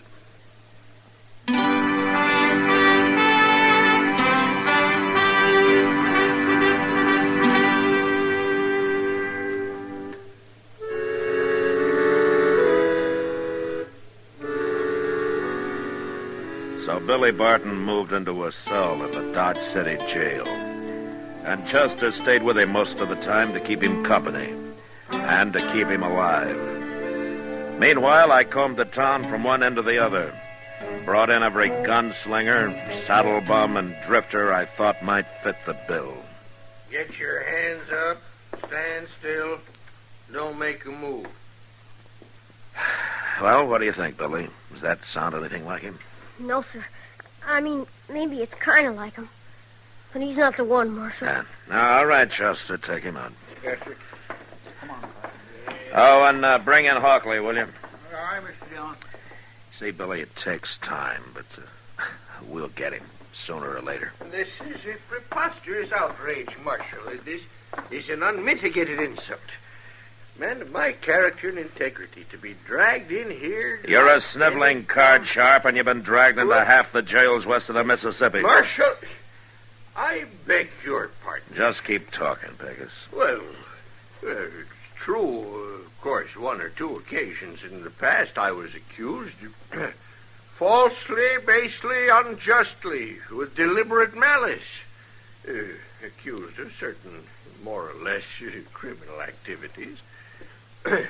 Of which it goes without saying I was entirely innocent and blameless. It ain't him, Marshal. Regardless. His voice ain't nothing like it. Yeah, that's too bad. I've been trying to nail him on something for the last year. Libel proceedings. All right, Pegasus. You can shut up now. Well, I've only begun. I said that's enough. Throw him out, Chester, then bring in the next one.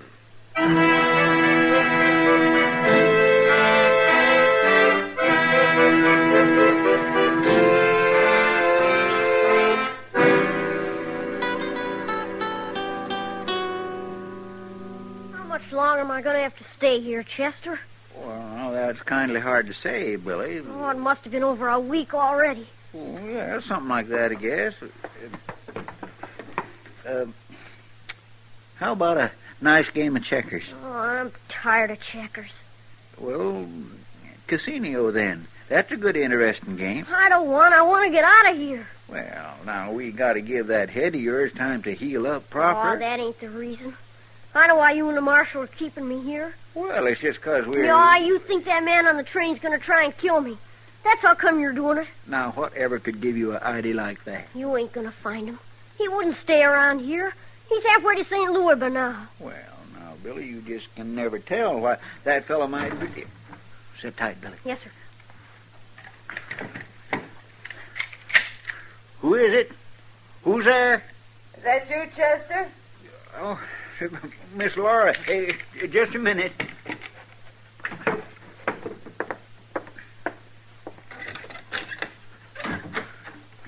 Sorry to keep you waiting, Miss Laura. Well, that's all right. Well, how are you, Billy? All right, I guess. Well, do you suppose I could interest a couple of hungry men in some home-cooked food? Oh, yes, ma'am, you sure could. Here, let me take that basket. Oh, look at that. Why, that's better than last year's church social. How's your head, Billy? All right, I guess. Well, I've got something here that's going to make it better in a hurry. Oh, what's that? Slice of rum cake. One of the girls I work with had it sent all the way from New York, and I talked her out of a piece of it. Just for you. Well, now, what do you say for that, Billy? Thank you. Ah, you're welcome, Billy. You'd better sit right down here and help us eat up some of this good food, Miss Laura. Well, I'd like to, Chester, but I got a change to get on over to the Long Branch. My work day's just starting, you know. Well, we sure do appreciate this. Well, I'll see you later. Billy, I know it's sort of understood that you're going to go live with Miss Austin over at the boarding house when you leave here, but, well, I've always wanted a little boy. One all my own, and I'd kind of like for it to be you. Well, you don't have to answer now, but think it over, Billy. Yes, ma'am. Well, good night, you two. Good night, Miss Laura. Well, now, what do you think about that? It's all right, I guess. All right? Well, I think it's just fine. Billy, let me get a knife from under my mattress, and we'll try out these victuals of yours.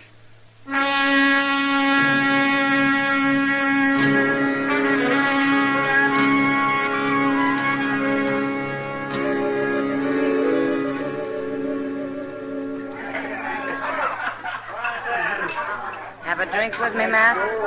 No, not right now, thanks, Kitty. It's Ed Barton's murder. Still bothering you, huh? Yeah, I guess so. Well, you can't win every hand. No, Matt. but this one's different, Kitty. Ed was killed in cold blood. And Billy, a kid of that age, shot down and left to die. Somebody's going to pay for it, Kitty. Well, you could be following a cold trail, Matt. Might have been a drifter, someone who never even came near Dodge City. No, I don't think so. For one reason. Only 3 people were ever told when those money shipments were being made. Me and Ed and Mr. Botkin over at the bank. And that killer knew exactly which trip to hit. Now, it was somebody from this town. Had to be. Well, it sounds that way, all right. The killer's here in Dodge and the money's here. And sooner or later, I'm going to find them both. Well, I hope it's sooner, Matt. You're beginning to look like a scarecrow. I'll make out. How's Laura getting along? Oh, not too bad, I guess. She's kept it to herself mostly. Hasn't talked about it. Might be better if she would. I suppose. I've heard that she started hanging around with Taggart again, though. Taggart? Uh-huh. I thought he went to Kansas City. Well, he did a couple of weeks ago. I guess he's back again. Anyway, one of the bartenders claims he saw him night before last over on the south side, and, of course, that's where Laura lives. Taggart, huh? Yeah, she's even started talking like him again the last few days. She's a regular parrot. You know that voice of his? Soft and sort of husky-like. Yeah. Yeah, I know. Thanks, Kitty. For what? I'll see you later.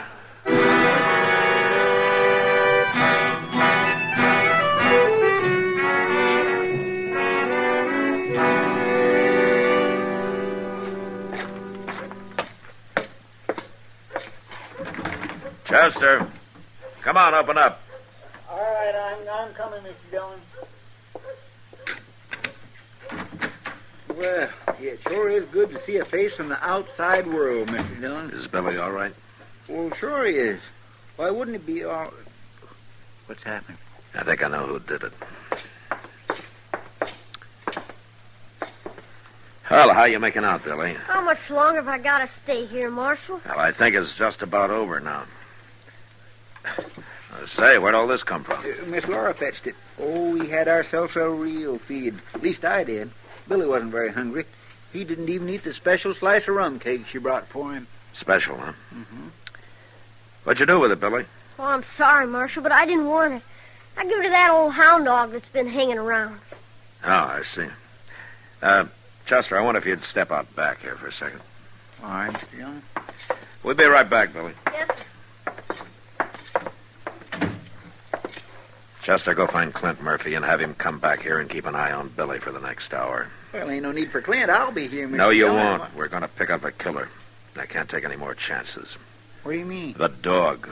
The one Billy gave his special cake to. Flying out there by the edge of the street. It's been poisoned.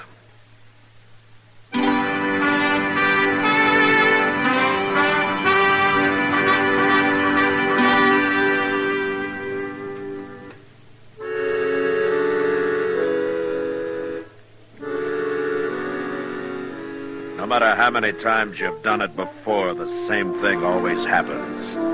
Every time you start out to bring in a killer, you know what's waiting for you. And the muscles under your belt knot up, and your heart starts to pound. But after a few minutes, you go cold and loosen up. And then it's all right. You stop thinking then. Stop feeling anything. You just go out and do the job.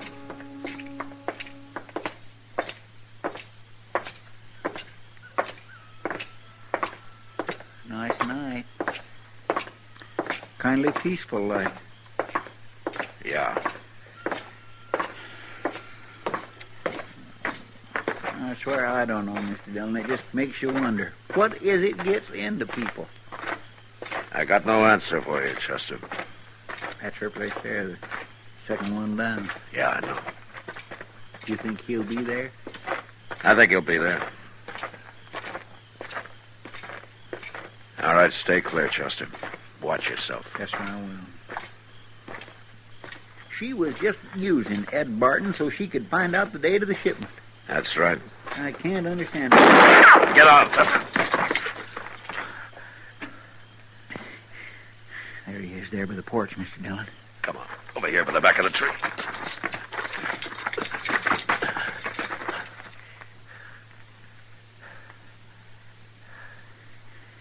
He ain't got much cover there. We must have caught him unexpected. He won't stay there. He'll make a run for it. We'll wait him out.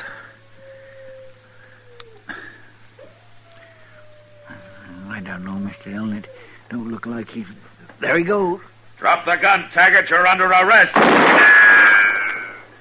Your last chance, Taggart!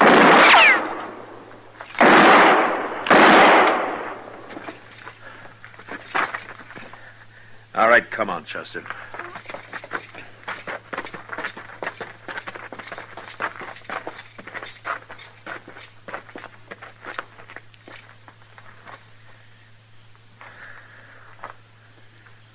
Well, I guess that's the end of it. No. Not yet. What? You wait here. Yes, sir.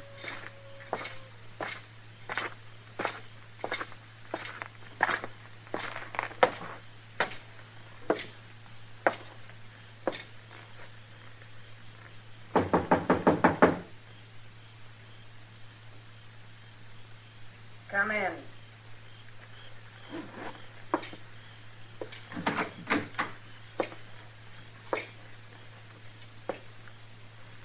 You killed him, didn't you, Marshal? Put that gun down, Laura. The only man in this world I ever cared about. And you killed him. You'd never stop me with one shot, and you know it. I'd still have time to draw and kill you. You're not the man to draw a gun on a woman. I never have before. But a little while ago, I saw a dog lying dead in the street. And if you'd have had your way, it'd have been a kid instead. So you better put that gun down and take your chances with a jury. Because you got no chance with me.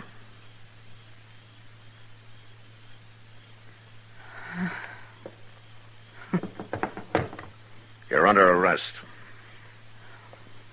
That kid. That's what beat us. The minute I heard he was alive, I knew it was starting to go wrong. It started long before that, Laura. What do you mean? When?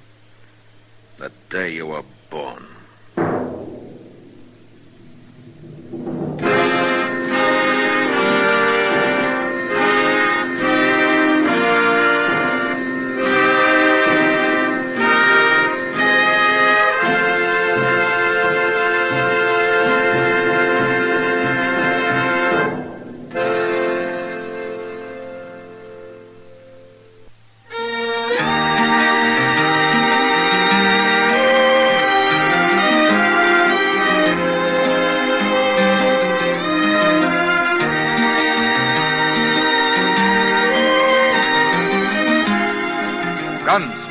Produced and directed by Norman McDonald, stars William Conrad as Matt Dillon, U.S. Marshal. The special music for Gunsmoke was composed and conducted by Rex Corey. Sound patterns by Tom Hanley and Ray Kemper. Featured in the cast were Virginia Christine, Richard Beals, and Lawrence Dobkin. Parley Bear is Chester, Howard McNear is Doc, and Georgia Ellis is Kitty.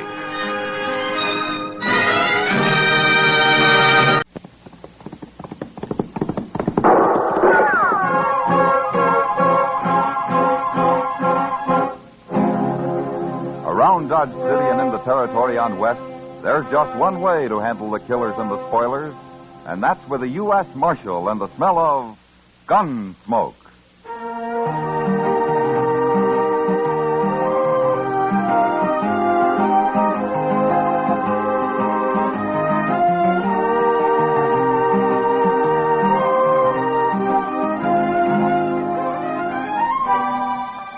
Gunsmoke, starring William Conrad. The story of the violence that moved west with young America. The story of a man who moved with it. Matt Dillon, United States Marshal.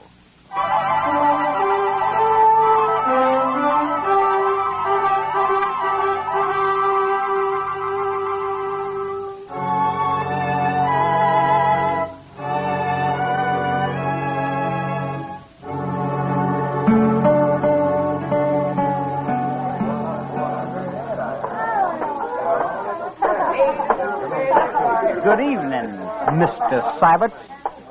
Oh, hello. Hello, Henry. Have a drink? No, thank you, sir. Well, what do you come into a saloon for if you ain't going to drink? No offense, Mr. Sybert. I just don't feel like a drink. Well, man's free to do what he feels like, Henry. Up to a point he is, sir. You're all alike, you Southerners. We keep our word.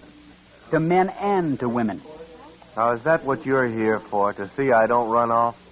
No man's going to shame my sister, sir. Oh, what are you talking about? I'm going to marry her in 2 days. Yes, sir. You are. Now, look, Henry. We postponed the wedding last month because I had to go to Abilene on business. I run a big ranch. It takes a lot of hard work and time. And the ranch comes first. Can you get that through your head? I understand. I just hope for your sake you don't have to go anywhere this time. Polly wasn't proud having to call off the wedding last month. Well, suppose you leave that to me and Polly and keep your puppy nose out of this. I don't care for that remark, Mr. Sybert. Oh, no? Well, then let's see what a young Confederate gentleman does about something he don't care for. Go ahead. You're wearing a gun? You can't bluff me, sir. All right, hold it, you two. Oh. Get this little whippersnap off of my back, Marshal, before I shoot him. That's enough, Sybert. I don't want any fighting here. Especially between prospective brothers-in-law. You two ought to be ashamed of yourselves. Now, Henry, you go on. Get out of here, huh? Go drink someplace else tonight. I'm not drinking, Marshal. You're still ahead. Get out anyway, huh? All right, sir. But don't you forget what I said, Mr. Sybert. Oh, those hot-headed Virginians. I don't know if I ought to marry into a family like that or not. Well, marrying's your problem, Sybert. Just don't kill any of them, that's all. Have a drink, Marshal. I got one at the table over there, thanks. Well, later, maybe. Maybe.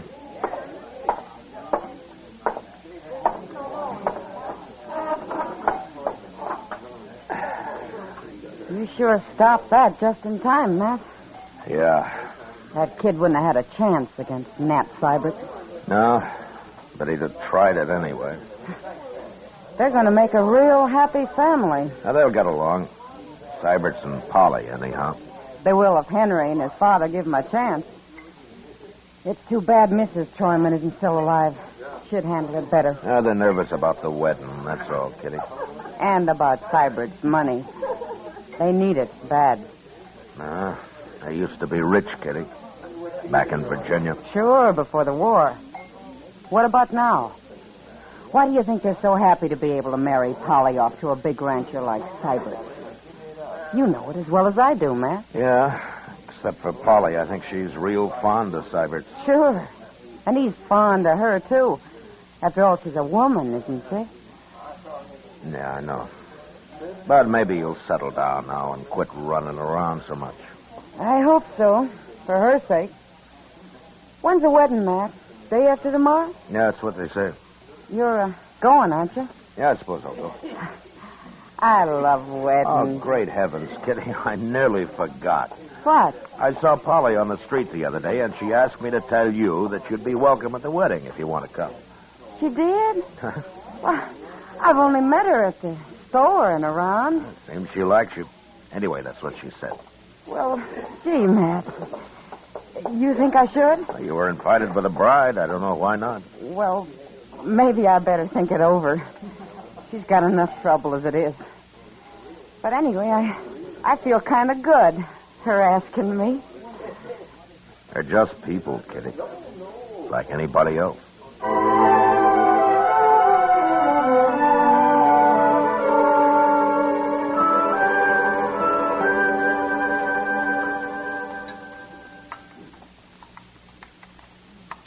Oh, if there's anything I hate, it's a liar, Matt. What's the trouble now, Doc? These eggs. The cook swore they were fresh, and I know darn well they've been put down in water glass. Why don't you raise some chickens, Doc? I would. But it just create a whole new class of thieves. Chicken thieves. You're in for a bad day, Doc. You started feeling this way. I'd sooner trust Crazy Beulah over there than most people I know around here. Crazy Beulah? Oh, yeah. I haven't seen her in a long time. You know, that's the funny thing about her, Matt. She's still sort of pretty. To you look in her eyes, she is. You know, Doc, I can't help feeling sorry for her. Well, I know, but there's nothing anyone can do to help her. No, I guess not. She came to see me a couple of weeks ago. Had the ague. No. And she paid my fee, too. And if Crazy Beulah can pay up, you'd think the more prosperous citizens around here could, too. Oh, I sometimes wonder about these people, man. Really, I do. Maybe you charge too much, Doc. If I charged nothing, they'd still cheat me somehow. Good morning, Mr. Dillon. Chester, Hi, how are Doc. you? Chester. Hey, looky here at this. Read it. No? If Nat Syberts marries that Tryman girl, there'll be a killing. I'm warning the law to stop it before it's too late. No, there's no signature. Where'd you get this, Chester? It was under the office door when I opened up this morning. What do you make of it? Let me see it, Matt. Here, Doc. Oh, it's printed. Thought I might recognize the writing. Well, that's why you printed it, I guess. I see. I wouldn't want to be in Nat Sybert's boots. Young Henry is going to shoot him if he doesn't marry Polly. And here somebody is going to shoot him if he does. Well, all in all, it'll make for a lively tomorrow. Chester, I think we better talk to Syberts about this. Yes, sir. He's staying at the Dodge House till after the wedding. Yeah, I know. Well, so long, Doc, and be sure and have a pleasant day, huh? Oh, surely, Matt. So long.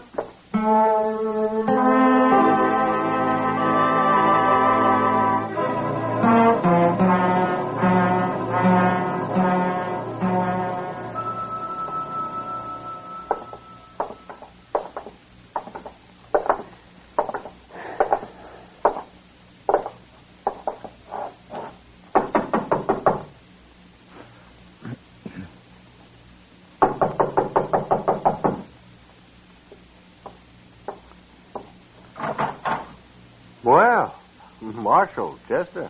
Oh, Mr. Syberts? I'd like to talk to you, Syberts. Why, sure, Marshal. Come in. Thank you. Chester found this note at the jail this morning, Syberts. What in the... Who wrote this? And I thought maybe you could tell me. No, I've got no idea, Marshal. Oh, can you think of anybody who doesn't want you to get married, Syberts? You was there last night, Marshal. Sure don't look like it. Yeah, I know, but I was thinking of somebody else, some enemy of yours who maybe wants to cause trouble. No. I've got enemies, sure. What man hasn't? But they don't have nothing to do with me and Polly. What'd they care if I get married? Well, say, maybe it's just a joke somebody's playing on you. Mighty poor joke under the circumstances. Yeah, I suppose it would be. The old man told me to stay away from women a long time ago. I should have listened to him. It's a little late now, isn't it, Sabbats? Yeah. If you got any ideas, let me know, huh? Anyway, we'll be at the wedding. We'll do what we can. And I'll be wearing a gun, too, Marshal. You can count on that.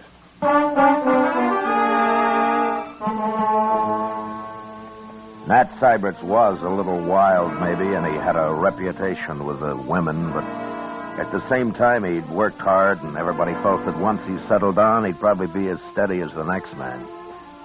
In any case, I didn't like the idea of a groom having to wear a 6-gun at his wedding, and even less the fact that a shooting might take place in the church. So I went out to see the Troymans. Polly came to the door and ushered me into the front room where her father and Henry were sitting. Can we fetch you something, Marshal? Glass of bourbon? No, thank you, Mr. Troyman. It wouldn't be very good bourbon, I'm afraid. Prices are up, money's down. Things haven't been easy lately. Not for this family, anyway. Please, Father. Polly, I hate to bother you this way, but, well, it's important. Nothing's happened to Matt. If he's run off, I'll... Quiet, Henry.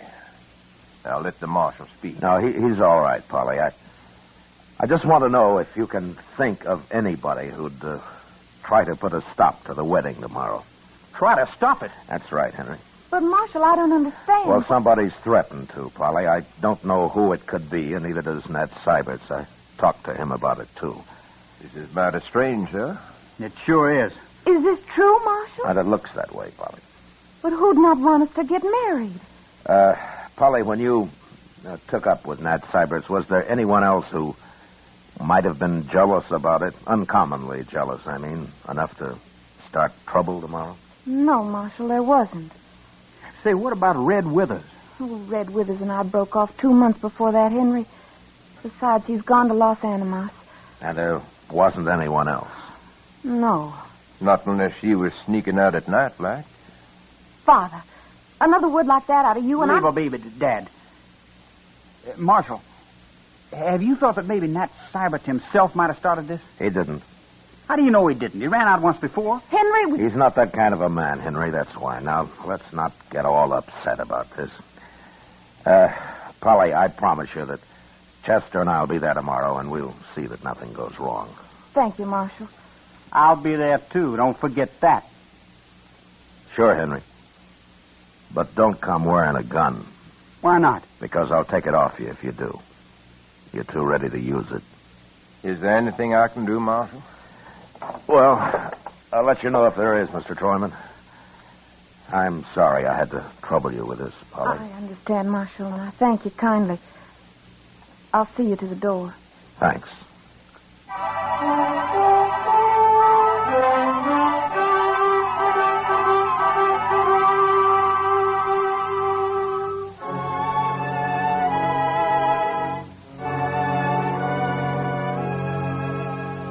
The next day was the wedding day, and Chester and I waited outside the church till Polly and Nat Syberts had arrived.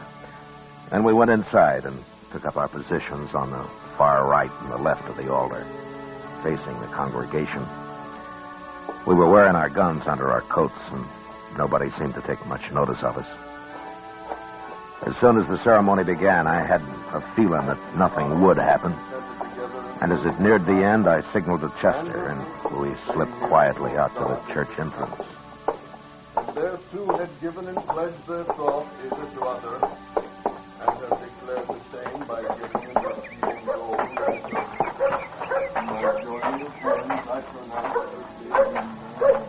All I could see in there was a lot of real friendly faces, Mr. Dillon. Yeah. There's nobody outside here. That's Mr. Sybert's buggy right there, isn't it? Mm-hmm. He's driving Polly out to the ranch right after the ceremony, Chester. She didn't want a celebration of any kind. Well, it looks like there won't be any trouble after all. I sure hope not. On their wedding day and all.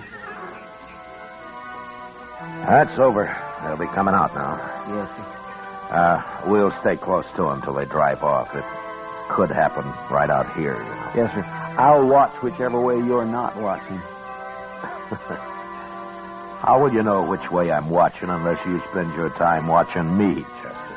What? Oh. Well, now, I didn't exactly mean to... Oh, looky, here they come. Oh, my, don't they look proud?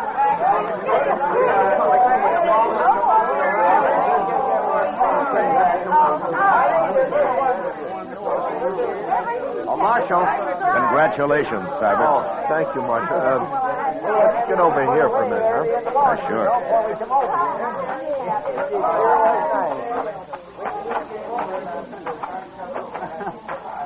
I guess that warning wasn't much to worry about after all. It looks that way. You got nothing but friends here, as far as I can that see. sure unsettles a man, though, a note like that. I think you can forget about it now, Cybert. I'll forget it when I find out who wrote it, Marshal. Look, that's what I wanted to ask you. What? If you learn anything about it, let me know. You promise me that? What would you do if I did find out? I'd kill him. That's what I thought. Look, Cybert, you're married now, and you got more than yourself to think about. I'm a peace officer. I'm paid for it. It's my job. And if I find out who wrote that note, I'll run him out of the country. And I'll try to keep you from finding out who it was. I'm not a boy, Marshal. I'm not sure I appreciate your trying to protect me. Well, what about Polly? Polly? Yeah. Yeah. Think I see what you mean, Marshal. You're just not used to being married, Cyrus. No. But go on. Start getting used to it. Polly's looking for you over there. Thank you, Marshal. Sure.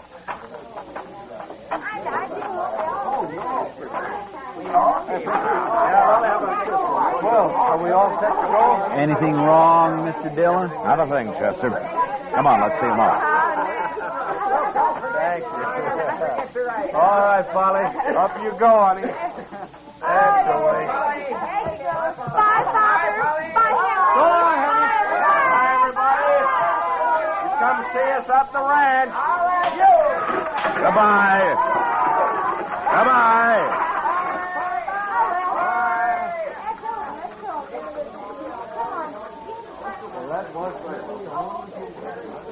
Oh, my goodness, Mr. Dillon. What, Chester? Oh, I'm just like an old woman at a wedding. You know, they ought to have more weddings here. Well, if you like him that much, Chester, why don't you do something about it? Well, what could I do? Get married.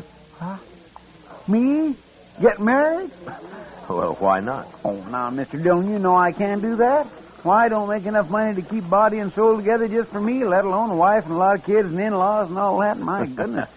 Well, you could start with just a wife. Did you hear that? Yeah. It's down the road Cyberts took. Come on, grab a horse. Anybody's horse, Chester. Pardon me.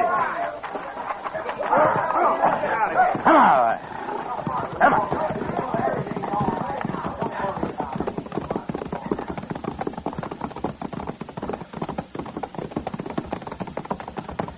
There's the buggy.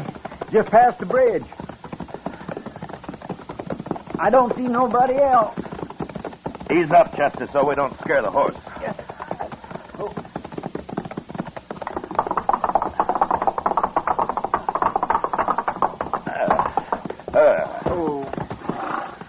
All right, take a look under the bridge, Chester. All right.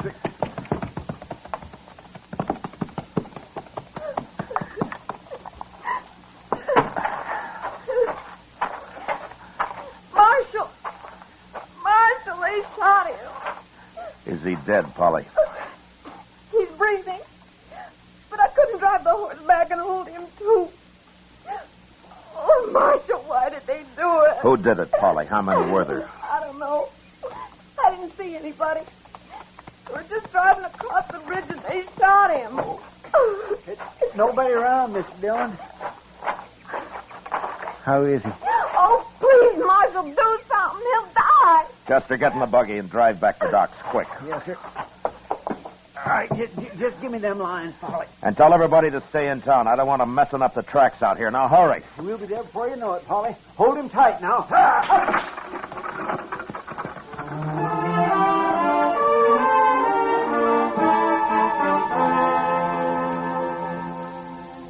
As soon as the buggy had gone and the dust had settled, I looked around. Everywhere, but could see no one. Then I walked back and followed Chester's horse tracks down off the wagon road. His were the only marks on that side of the bridge, so I crossed over to the other side. And there I found the footprints of what must have been either a child or a woman. They led off in the direction of a small cabin about 300 yards away. And I followed them, gun in hand, at a slow trot. When it was clear that whoever it was had gone straight to the cabin, I left his trail and approached the door from a right angle.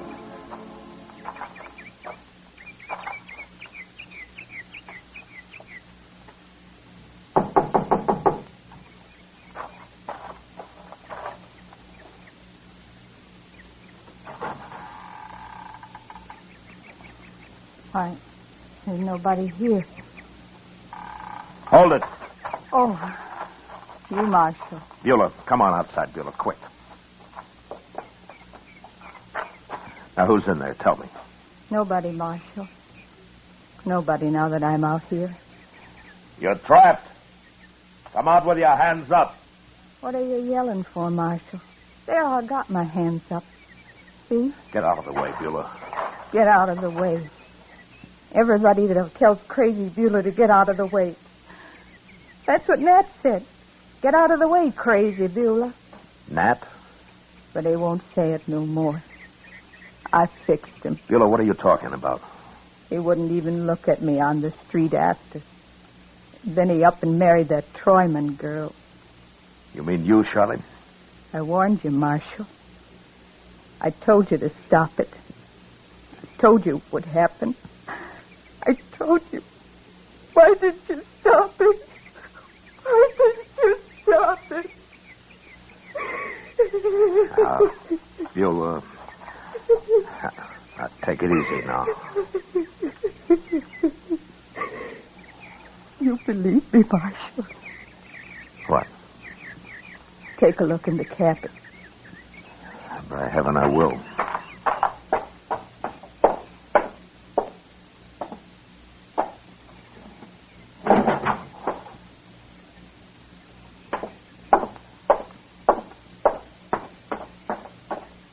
What's this all about, Beulah? There's nobody in there.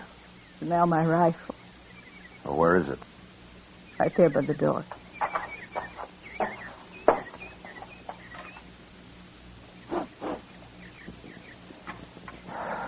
Yeah, it's been fired, all right. Did you really shoot Nat Syberts, Beulah? I want the truth now. Said I would, didn't I? I hate him. But why? Why did you do it? Tell me. No. I won't tell you. I don't have to. Well, it's clear enough that you did it. All right, Beulah, get your things and let's go into town. I don't need nothing, Marshal. I got all dressed up and everything. See? See? Yeah. Yeah, you look fine. I feel better now, Marshal. Now that it's all over. He's dead. I feel a lot better.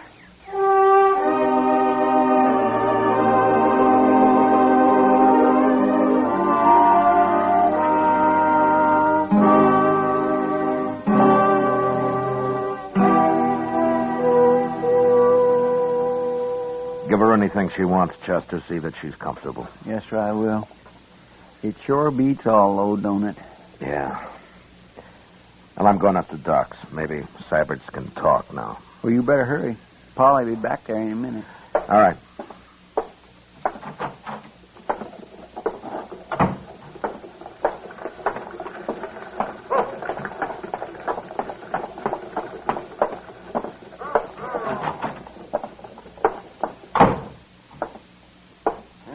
Hello, Matt. How is he, Doc? I can't tell yet, but don't wear him out. No. Hello, Syberts. Marshal? I guess we should have stayed with you a little longer, huh? I don't even know where it came from, Marshal. He was under the bridge there, I guess. Got me right in the back. It wasn't a he, Syberts. It was a she. A woman? Crazy Beulah. I just locked her up. What? How do you know it was her, Marshal? I trailed her to her cabin, and she admitted it. Did she say why she did it? She said you wouldn't look at her on the street. Told her to get out of the way or something. Doesn't matter much. Unless you want to tell me.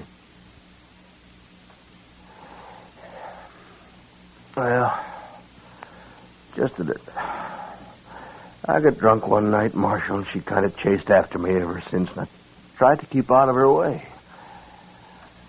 I see. Well, what are you going to tell Polly? If I live. If you live. I don't know, Marshal. Might even tell her the truth.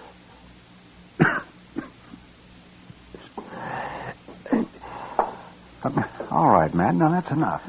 Yeah, sure, Doc. So long, Sabbats. Bye, Marshal.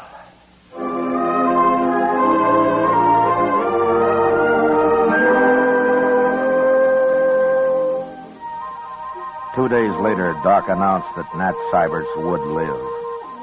And the next day, they moved him up to the Troyman house where Polly could nurse him.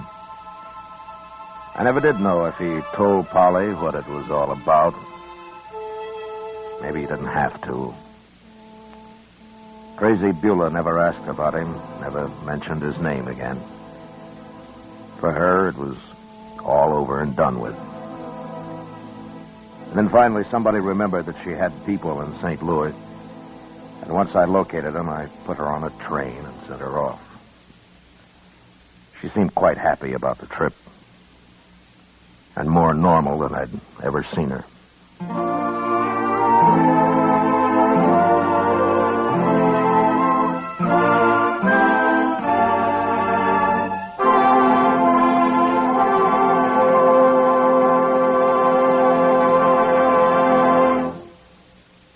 Gunsmoke, under the direction of Norman McDonald, stars William Conrad as Matt Dillon, U.S. Marshal. Tonight's story was specially written for Gunsmoke by John Meston, with music composed and conducted by Rex Corey. Featured in the cast were Lawrence Dobkin, Sam Edwards, Joyce McCluskey, Joe Cranston, Elaine Williams, and Pat McGeehan. Parley Bear is Chester, Georgia Ellis is Kitty, and Howard McNear is Doc. Gunsmoke has been selected by the Armed Forces Radio Service to be heard by our troops overseas. Join us again next week as Matt Dillon, U.S. Marshal, fights to bring law and order out of the wild violence of the West in Gunsmoke.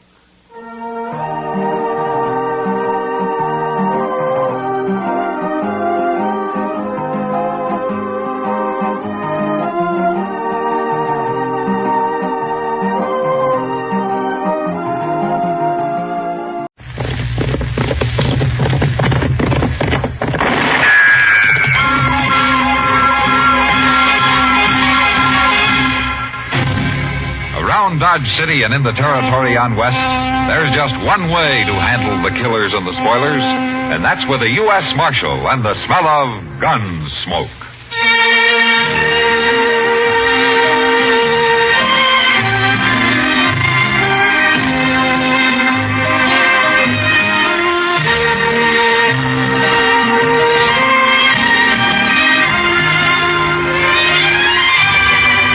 Gunsmoke.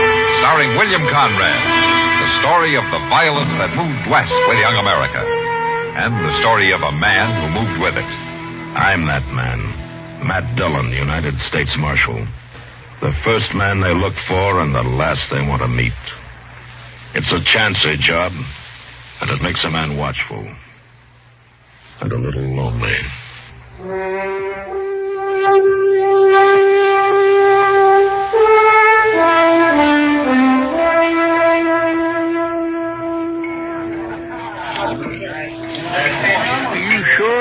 Slow with that beer, Doc. Here, I'm ready for another. Oh, yes. Well, you had enough last night, Chester. Matt told me you was still asleep at 9 o'clock this morning. Yeah, I was, and it was mighty kind of him not to wake me up, too. Say, Doctor, you sure? He said he'd be back this afternoon. Well, that's what he told me. Now, what in the world is that fella? Who? Just came in the door, you see? With Tyler and Short there? Oh, him. Well, that's Weed Pendle. He rode in on a mule a couple days ago. Well, which has the bigger ears? Him or his mule? He is funny looking all right, and he acts pretty peculiar, too. That is scrawny mule, Pendle. I seen you on him this morning. Yeah, Pendle here, he's kind of scrawny himself, Short. Maybe some beer fattened him up a little. I'd like some beer, all right, but I got no money. Well, why don't you just sell that guitar of yours? Sell my guitar? No, I'd never do that. Pendle, you must have a nickel at least. Last money I had got stole. Who dare steal money off a tiger like you, Pendle? I was asleep. I started to wake up, but they kicked me in the head. Oh, now, Pendle, you call that thing a head? Looked to me more like your neck just growed out and haired over. I ain't very handsome. You sure ain't. Hey, bartender, 3 beers. Yes, You sir. buying, Tyler? Oh, I'm proud to buy. Fine old soldier like Weed Pendle. How'd you know I was a soldier? Well, now, I didn't. Where was you a soldier, Pendle? 3rd Illinois Cavalry? Illinois. You're with the Yankees. Here's your business book. I never done much. We had hard luck and never got to see no real Confederates at all.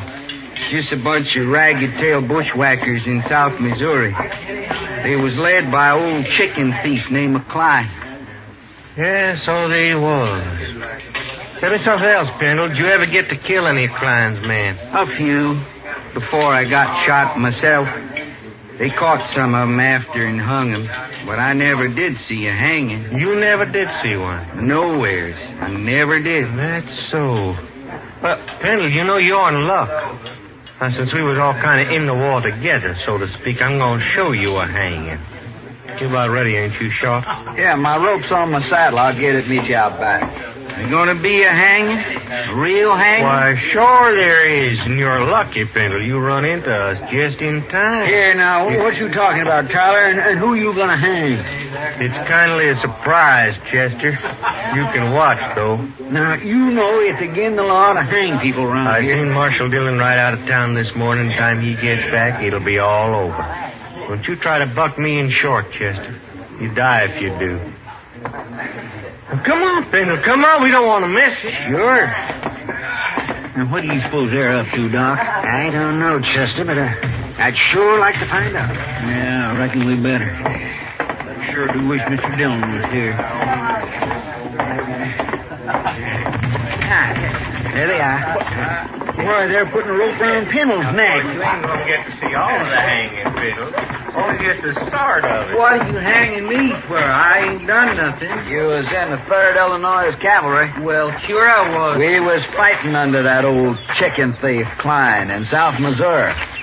It's a real pleasure to hang a Yankee like you. But I only done what they told me to. I didn't kill nobody on purpose. Now, you just wait a minute, you two. You've gone far enough. Shoot him, Tyler. You go shooting anybody, and you'll be the ones to end up on a rope. Doc ain't armed. It never is. Go on, Tyler. All right, you tried, but you're sure going to have to kill me before you hang I'll anybody. kill you. You'll have to kill me, too, Tyler. Mr. Dillon. Where'd he come from? Take your rope off that man's neck, Short, and you do it quick. Sure, Marshal. Sure. I told you you shouldn't hang me. We were just funning him, Marshal. We wasn't going to hang him. What's this all about, Short? He's a Yankee, Marshal. Killed a lot of us in Missouri during the war. We was going to scare him and then run him off. You forget about that. You forget about the war, too. It's over. Next time I catch you up to anything like this, you'll go to jail. Go to jail? Over a dumb Yankee who don't own nothing but a skinny mule and a guitar? Get out of here, Short. You too, Tyler. Well, this Yankee better get out of here, too. Clean out a dog. Shut up. Get moving. See you later, Penny.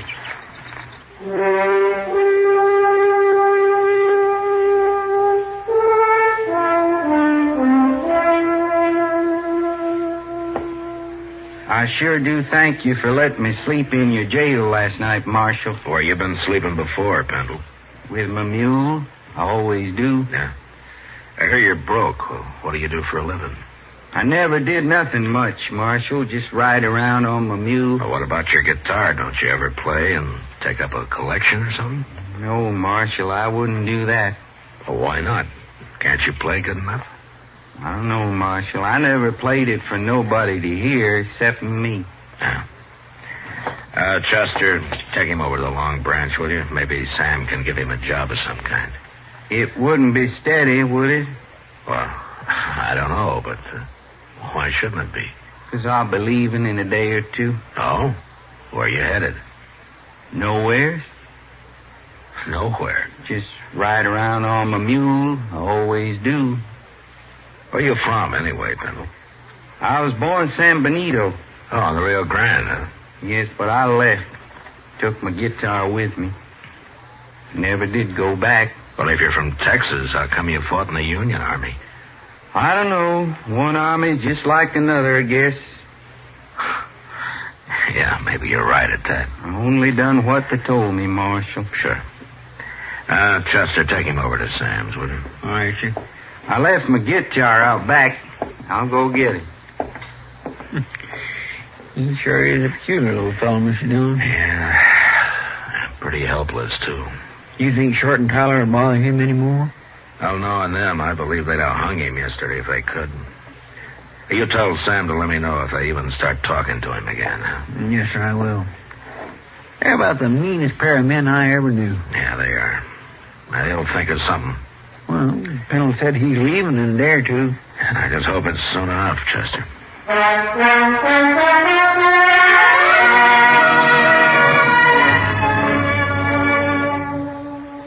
Sam gave Weed Pendle a job sweeping up the saloon and let him live in a tiny shack out back. He tried to get him to play his guitar, but Pendle wouldn't do it. We all began to think that he probably didn't even know how. It's kind of hard to believe that anybody as simple as he was could learn to do anything. I looked up Short and Tyler, and I warned them again to leave him alone. And they did. Until one morning, a couple of days later, Chester and I just come out of Delmonico's. We were walking up Front Street. Look yonder, Mr. Dillon, across the plaza there. Yeah, I see him. Now, let's go over. Pendle and his mule. Yeah, and Tyler and Short, too. I told them to keep away from him. Hey, what they laughing at? They're laughing, and he isn't. What do you suppose they've done to him? Look at his mule, Chester.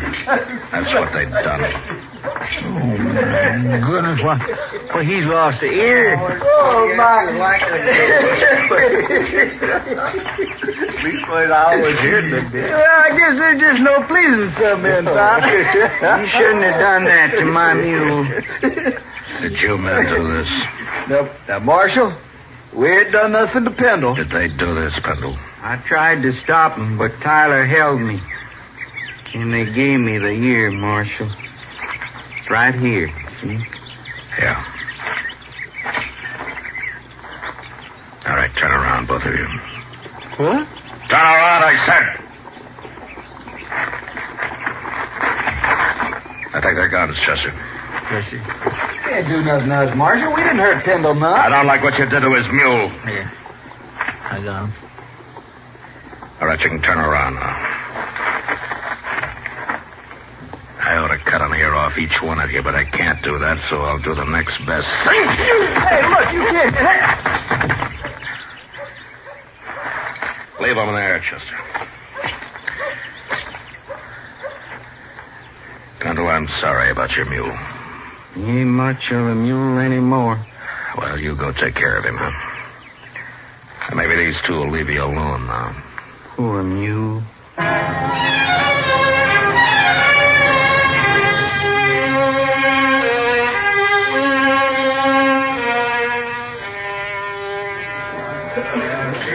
You know what Weed Pendle told me yesterday, Matt? Yeah, that could have been most anything, knowing him, Kitty. No, this kind of made sense. I asked him if he was ever lonely. He said, no. He never stayed anywhere long enough to get to know anybody that well. Maybe he's not so strange after all. Oh, now what are they up to? Who? Tyler and Short. They just came in with Pindle. Look, Matt, he's got his guitar with him. Yeah. Hey, listen, everybody. Now, wait a minute. The little Yankee's going to play his guitar for us. At least he's going to try. Ain't you, Yank? Don't shoot my mule. You're not shoot your mule. Not if you play good enough. Go on, get started. If you know how. All right. I'll play. Oh, they're threatening to kill his mule, Matt. You got to stop him. Now, wait a minute, Kitty. Just sit quiet. They haven't I seen heard you those yet. Yankees get out of here.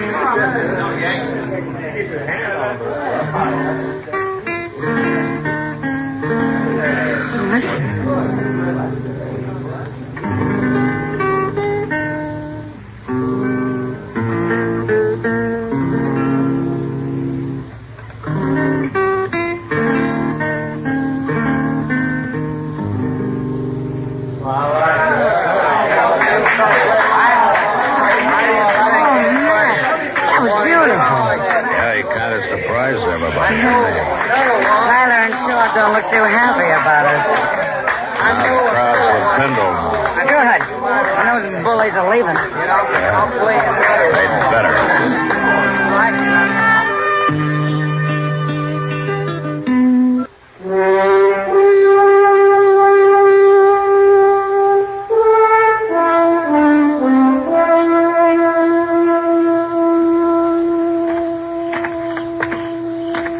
Hello, Yankee. Been playing that guitar a long time in that saloon there, ain't you, Pencil? They wanted me to. They liked it. Me and Short, we've been waiting to tell you how we like it, too. Yeah, let me see a guitar, Pendle. No. You hurt my mule. Give it to me. I got a gun in your belly, Pendle. Don't you move. I want my guitar. You can have it. I just want to sort of tune it for you first. Yeah. And, you know, there's another thing that's wrong with this guitar. It's a little bit too big for a man like you. But I can fix that, too. There you are, Yankee soldier. All right, that ought to alert it. Let's go now, Ken.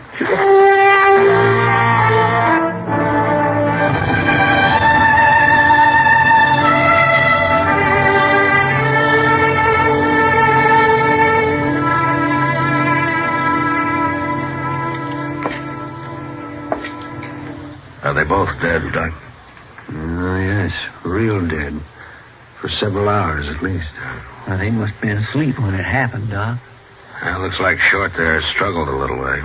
Guess Tyler got his first and it woke Short up for a minute. They wasn't with very long, then. Just long enough to see who was cutting his throat, probably. Well, they can't talk now. I'm all through here. What do you want to do? We'll let the hotel worry about him. I guess it's Weed Pindle I want now. Oh, man, and him such a mild little fellow, too. Any man can take just so much, Chester. I sure hate to see poor Pindle hang for killing these two buzzards, Matt. Chester, wait for me at the jail. I'll bring him over there as soon as I find him.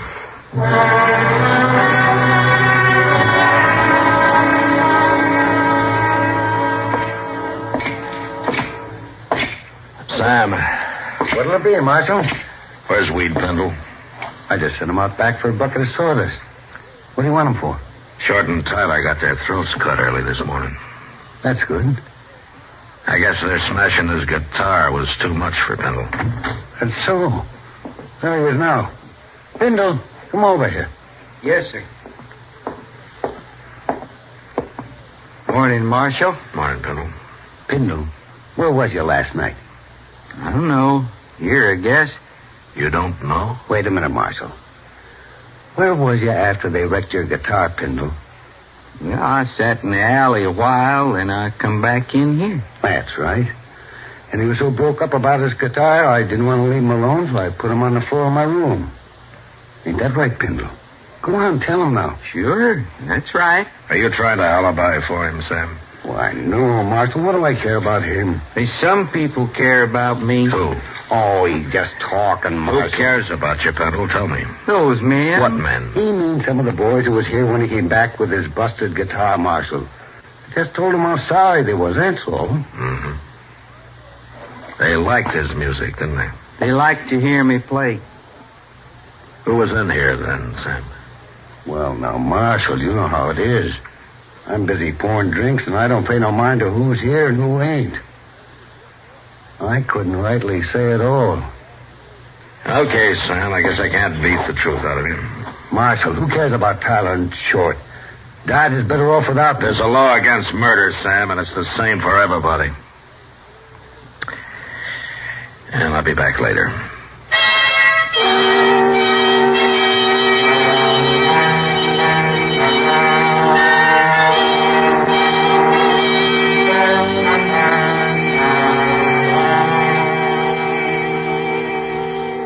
What you gonna do now, Mr. Dillon? Well, I've done all I can, Chester. The whole town's just plain quit talking. Nobody knows anything. I reckon they're all protecting Pendle. They are. But he didn't do it. Who did? And if I could prove who did it, Chester, I'd have him in jail. You know that... Chester, come over here a minute.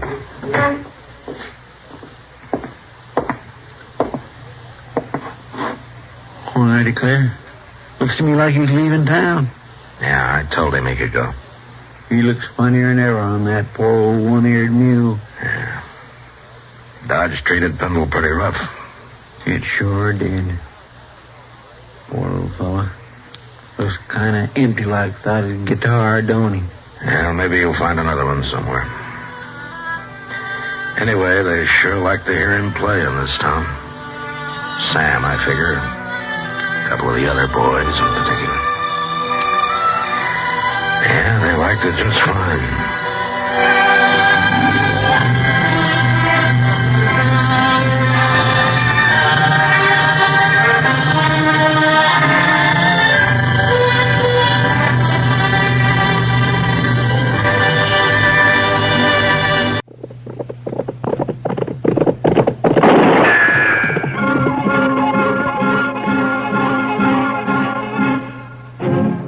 Around Dodge City and into territory on west, there's just one way to handle the killers and the spoilers, and that's with a U.S. Marshal and the smell of Gunsmoke.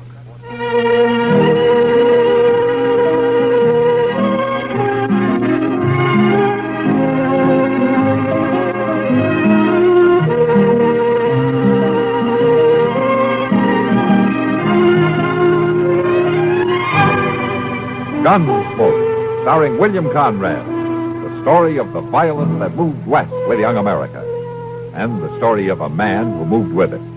I'm that man, Matt Dillon, United States Marshal. The first man they look for and the last they want to meet. It's a chancy job, and it makes a man watchful and a little lonely.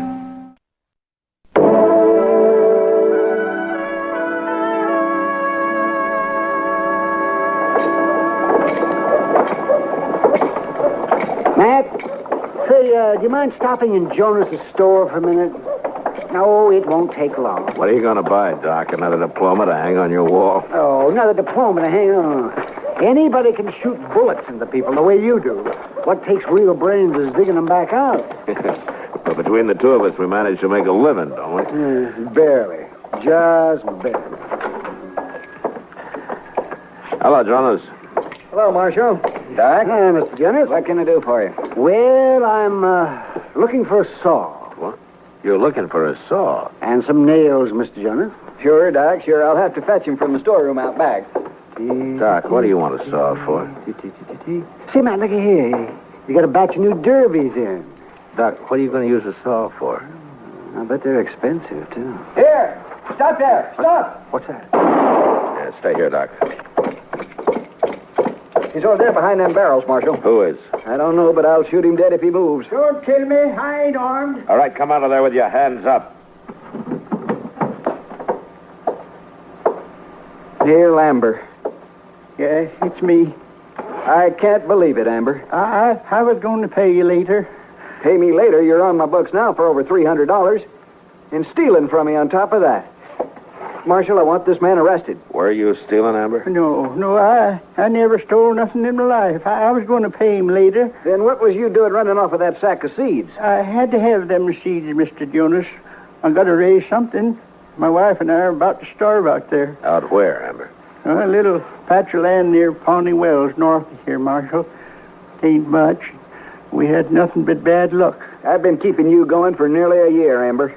This is a fine show of gratitude. Well, how can I pay you unless I raise something? The man's desperate, Mr. Jonas. He owes me money, too, Matt, but I don't hold with stealing to pay off your debt. Well, I'll pay you, Doc. Someday I will.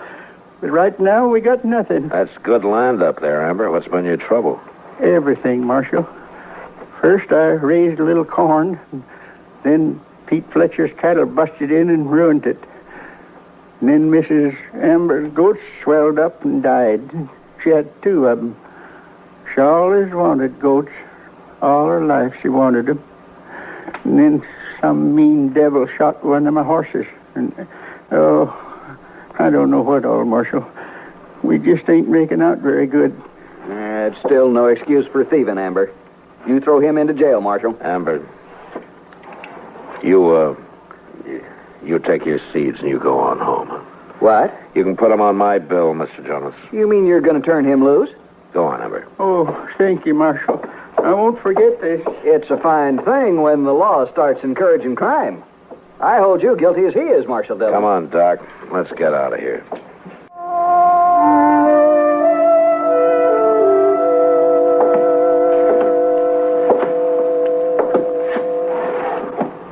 You know something, Mr. Dillon? Oh, what, Chester? If the government would maybe cough up a little expense money, I got an idea. No, the government won't even supply me with ammunition, Chester, but go ahead. Well, sir, if we was to buy 2 or 3 buffalo hides and kindly sew them together, we could make a nice rug for this office, and it wouldn't make so much noise with people clomping around all the time. Well, I tell you, Chester, I'll have to take that up with Washington, but in the meantime, you work on some other ideas. All right, sir, I got a whole... Hello, Marshal. Chester? Well, if it ain't Pete Fletcher. Oh, Pete. Marshal, I heard about your refusing to arrest Neil Amber yesterday. Oh? Seems like a lot of people have. I'm a cattleman, Marshal, and I got no use for sodbusters, especially when they don't know when to quit, like them Ambers. There's room enough out there for everybody, Pete. Not for thieves, there ain't. I don't think Amber will try to steal anything again. I come to tell you you're wrong, Marshal. Oh, why? Well, one of my riders, Jim Baird, found a calf in Amber's shed. Been stole, slaughtered, and half skunned. One of your calves? Wearing my brand. Baird standing guard over it right now. Look, Pete, the Ambers are nearly starving. What's one calf to you? Now, is there a law against cattle thieving, Marshal, or ain't there? Yeah, there is. Then you do something about it. All right. I'll ride out and have a look. I want that woman arrested, Marshal. Woman? Well, it happened yesterday while he was in town. And if Mrs. Amber wasn't a woman, I'd have shot her.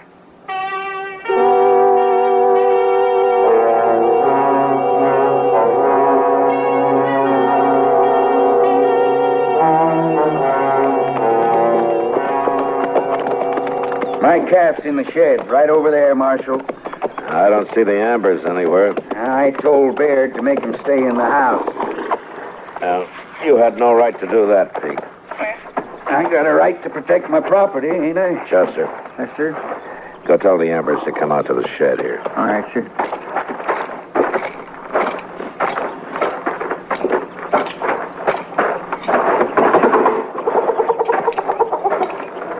I was thinking you'd never get back, Pete. This is Marshal Dillon, Baird. Where I come from, we hang car thieves ourselves. Well, it's been done around here, too, Baird. Good. The man that headed the last lynching got 25 years in prison. You trying to scare me, Marshal? I hate lynching, Baird. I hate even the talk of it. All right, Pete, where's the calf? Right over here, Marshal.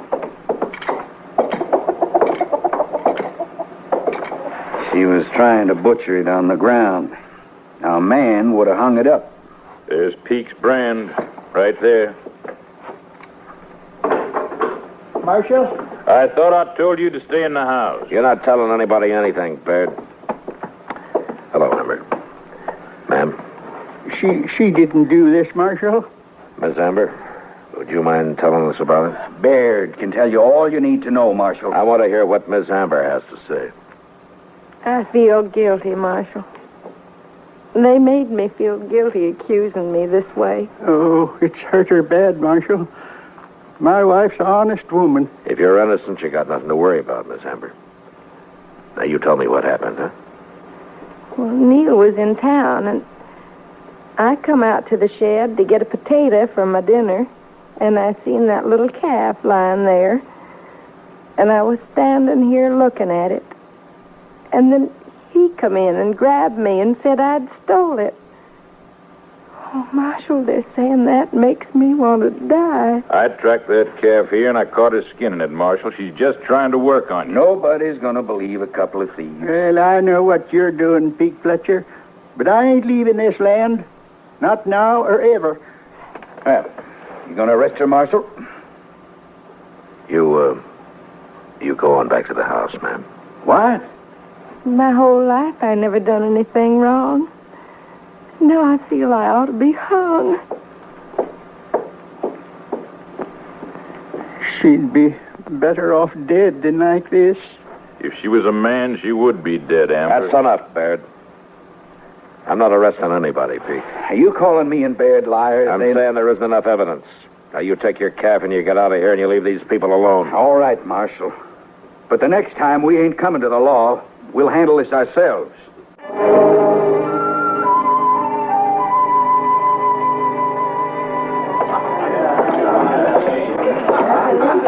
Evening, Matt. Ah, hello, Kitty. Matt, I want you to meet Lucinda. She's new here. Oh? Hello. Welcome to Dodge, Lucinda. Kitty's told me a lot about you, Marshal. I was hoping you'd come in tonight. Where are you from? Well, I've been in Abilene the past 2 years. Yeah. Abilene? Why, you must know Bill Hickok over there, huh? I sure do. He told me to look you up when I got to Dodge. Said you'd keep me out of trouble. Well, I can't do that, but I'll tell you what, if you ever do get into trouble, you come see me. Thanks, Marshal. Mr. Hickok said Dodge is a lot wilder than Abilene. Is that true? And I don't know, but you'll soon be able to judge for yourself. But I won't be here very long, Marshal. I'm working my way out to California. She's got a man in California, Matt. Oh, well, fine. I hope you make it, Lucinda. Thanks, Marshal. I'll see you later. Sure. She's a nice girl. Yeah, all girls are, Kitty. Look, I just made $50. Yeah. I hope you're not going to put it back in the game. No. I'm through with Phil. I might buy into that poker game a little later, though. Well, you can have Chester's seat in a few minutes. I'm going to put him to work. Chester was telling me about the Ambers, Matt. I feel awful sorry for that poor woman. Yeah, so do I. Kitty, there's nothing I can do about it. You don't think she's guilty, do you? Well, it can't be proven either way.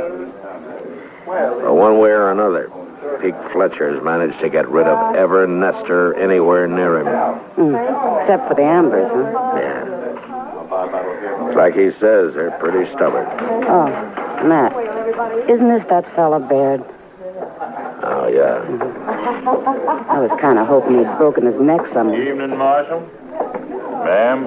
It's Miss, not that it matters. All right, Miss. I come by the Amber place today, Marshal. You made a big mistake the other day. Oh, did I? Yeah, you sure did. You remember how Amber kept saying his wife would be better off dead? Well, he's sitting out there now, and he won't even look at you or talk, and the woman ain't nowhere around, Marshal. I think Amber's gone and killed her, that's what.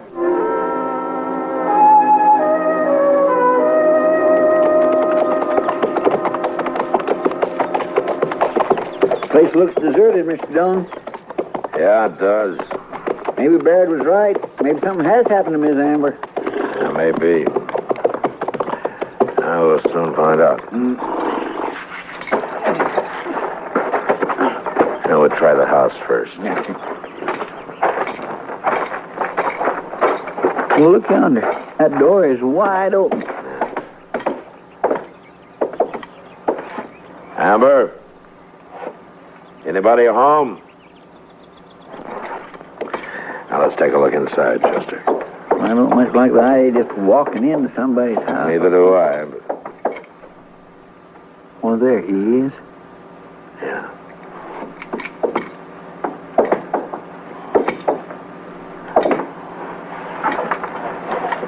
Hello, Amber. You all right? Hello, Marshal. Chester. Well, how long you been sitting here like this? I don't know.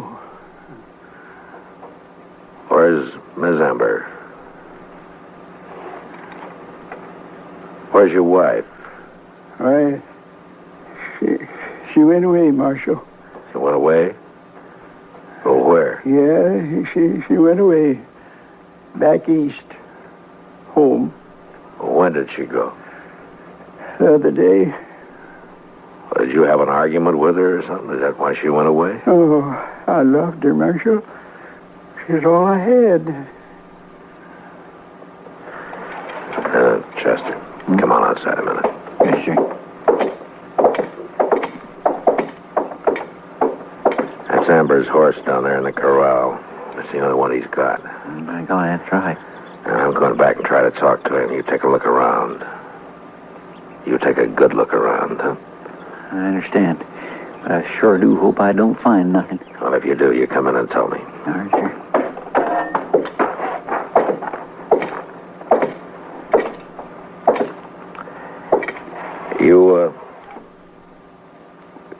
You won't tell me what happened, Amber?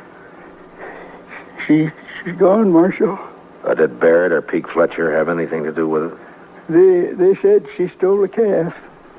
She didn't do that, Marshal. No, I don't think she did either. There hasn't been any more trouble like that, has there? Has there? Baird come by yesterday, but he didn't do nothing. Oh, I'm ashamed about my wife, Marshal. Ashamed? I mean, her not being here. It's just too much for her. She just couldn't take it no more. But she shouldn't have gone off like that. Well, how did she go? We was married 30 years, Marshal. I was real proud of her. Of course you were. Tell me, when she left here, how did she go? She rode away. You mean she took your horse? Yeah, she took my horse. Dillon? Yeah. Did you find anything? Yes, sir, I sure did. Laying under a blanket right out in the shed there. He didn't even bury her. She'd been shot, Mr. Dillon. Who shot her, Amber? I couldn't bury her. I couldn't get that near her yet. Did you shoot her? Tell me. I shot her, Marshal.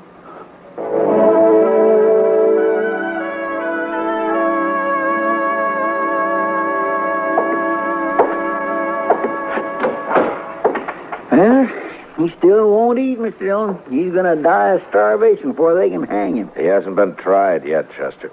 Well, no, sir. You keep taking his meals, and he'll eat sooner or later. Hello, Marshal. Hello, Peak, Baird. Guess you'll believe me next time I tell you something, Marshal. What do you want here? When they going to hang Amber? When and if a judge in a court of law says so, Peak. He'll hang. Meantime, I'm going to burn that house and shed of his down before some other nester takes a notion to move into that place. You do that, and I'll throw you in jail. What? You've done enough to Amber. Both you and Baird. Are you accusing me of anything direct, Marshal? If I could, I'd have you both tried. Now, you better be careful what you're saying. Oh, never mind, Peak. Looks like we won anyway. All right, get out of here, both of you. Come on, Baird.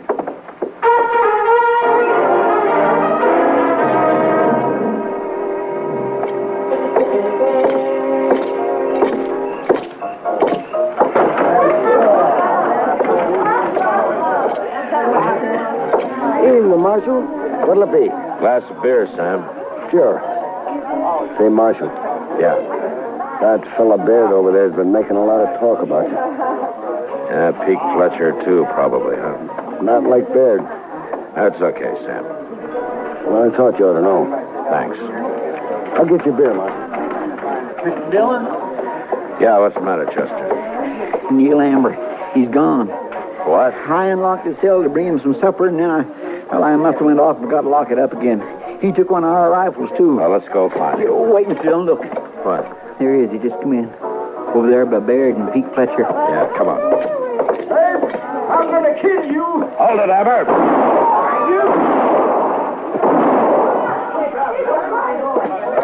All right, put that gun away, Pete. He killed Baird, Marshal. He was going to kill me. You shoot him again and I'll kill you. He's unarmed now. I ain't going to shoot him.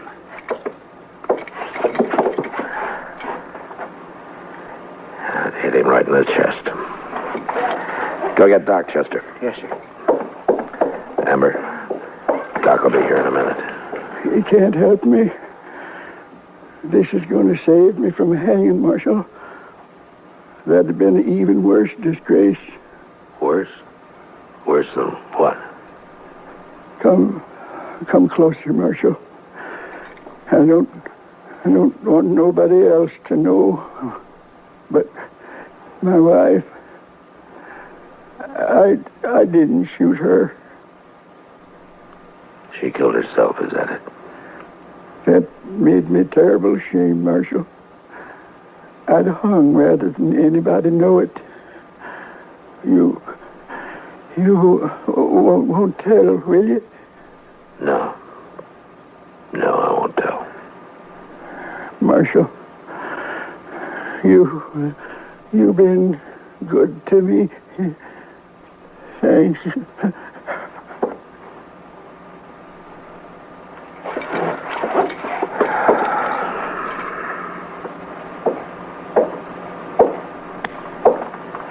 Dead, huh? Well, you ought to thank me, Marshal. Saved the law the expense of a rope. He didn't kill his wife, Peek. What? You did. You were trying to double him off her land, making her look like a thief did it. And I'd see you hung for it if I could.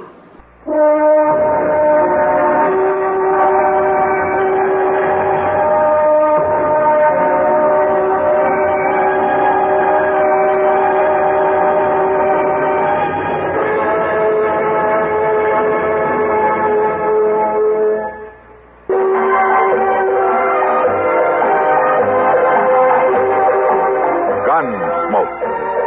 Produced and directed in Hollywood by Norman Macdonald, stars William Conrad as Matt Dillon, U.S. Marshal. The story was specially written for Gunsmoke by John Meston. Featured in the cast were Ralph Moody, Vic Perrin, Barney Phillips, Virginia Gregg, Harry Bartell, James Nusser, and Gene Bates. Harley Bear is Chester, Howard McNear is Doc, and Georgia Ellis is Kitty.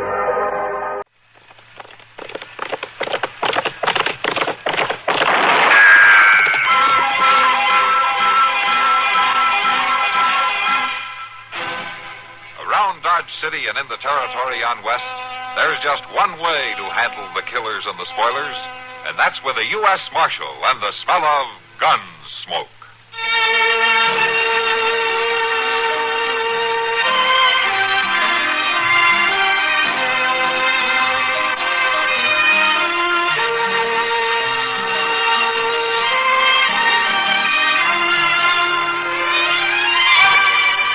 Gunsmoke, starring William Conrad, the story of the violence that moved west with young America, and the story of a man who moved with it.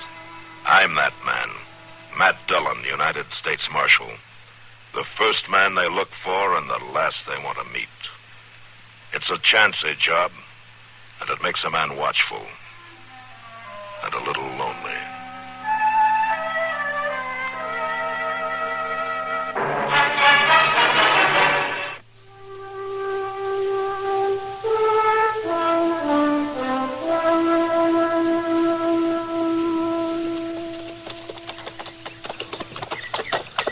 Mr. Dillon?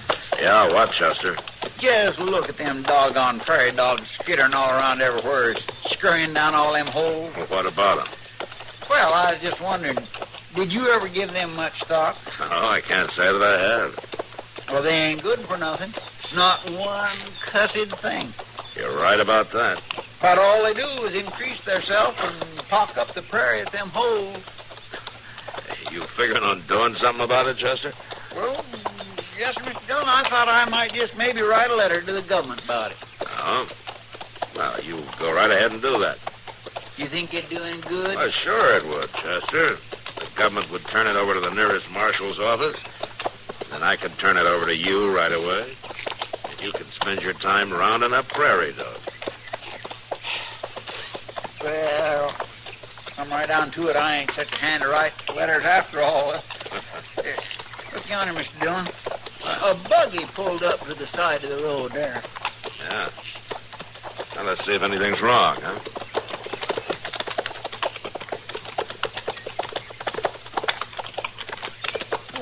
What in the world would a lady be doing way out here all by herself? Now, let's see. You need any help, ma'am? It's that rear wheel. It just seemed to give way. We'll have a look. In Wichita, they said this was a sound buggy. You come all the way from Wichita? Alone? Without no man? Well, I hope to meet him in Dodge City. Well, but it just ain't safe for a woman to go driving all over Kingdom Come without no man. Chester. Well, yeah, I know, but it's just plain foolish. Chester, let's have a look at the wheel, huh? Yes, sir. Yeah, let's see here. Yeah, look at there. The pin that holds the wheel on the axle's gone. Uh-huh. Wonder that wheel ain't rolling way across the prairie till yet. Yeah. No, there's not much we can do about it out here. No, sir. That needs some first-rate blacksmithing. Well, ma'am, looks like you're stuck here. Can you ride a horse? Well, I've ridden a horse, certainly, but never on a saddle like that. Well, don't worry about it. We'll lift you up and you can sit sideways. We'll walk the horse in. It's not too far to dodge. I'm not sure. I'm not accustomed to traveling with gentlemen I don't know. Well, I'm the marshal out of Dodge City, ma'am. Marshal, I suppose it's all right then. My name is Sarah Howell. Oh, Mrs. Howell. There's Chester Proudfoot. I do, ma'am. It's Miss Howell, Marshal. I'm not married. Yet. As a matter of fact, you might be able to help me about that. Oh, how's that? I'm coming to Dodge City to find my fiancé, Marshal. And maybe you can help me find him. Maybe you even know him. Well, what's his name, Miss Howell?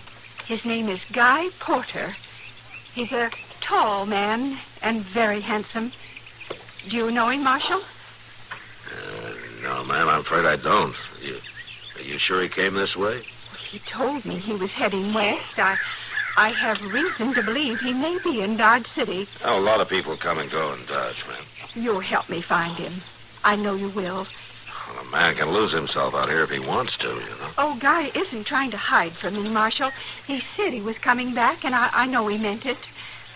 No, I'm afraid something's happened to him. I'm afraid there's trouble. Well, if there's trouble, ma'am, I'd stand a better chance of locating him for you. Yeah, come on. Let's get going.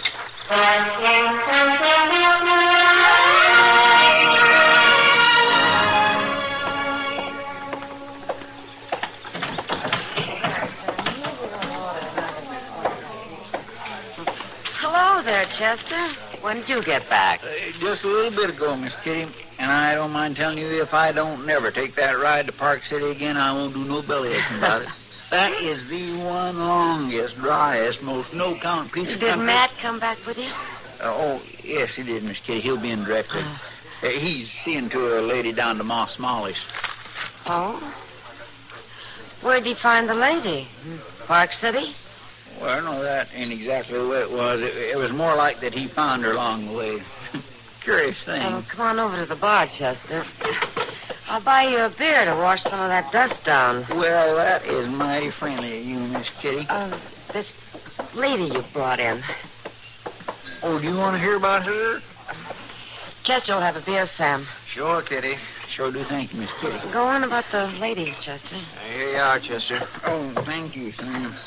Chester, the lady? Oh, yes. Well, she come from Wichita, Miss Kitty.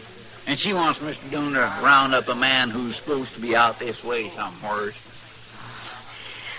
Well, does Matt know who he is? No, he don't, but he wouldn't have no trouble recognizing him if he seen him. Tall and tow-headed. Followed him all the way from Wichita, she did. I guess women folks can do that better than anybody. Do what, Chester? Recollect what a fellow looks like. Why, they can take just one look at a man's face, and they got it stored away in their minds forevermore. How his teeth was set, the way his hair growed out. Why, man don't hardly have a chance. Well, I wouldn't worry about it. What do you mean? An awful lot of you get away. Oh, why, hey, there's a stage going down the street, ain't it? Oh, it sounded like it to me. Yeah, well, then I better get down for the mail. Thank you for the beer, Miss All right, Chester. See you later. Yes, ma'am, I'll sure be back. Sam, I'll be upstairs for a while. All right, Kitty. Kitty. Huh? Can I see you a minute? Oh, sure, Rance. What's on your mind? Well, that woman Chester was talking about. He say what her name was? No, Rance, he didn't. Why? Well, I just thought I might know her. I got kinfolk in Wichita. They was talking about a cousin coming out here. Oh, well, I can tell you where she's staying. You could go down there and find out about it. That'd help, all right. Matt took her to Moss Smalley's, the boarding house in the south end of town. Thanks, Kitty. I'll go down there right off.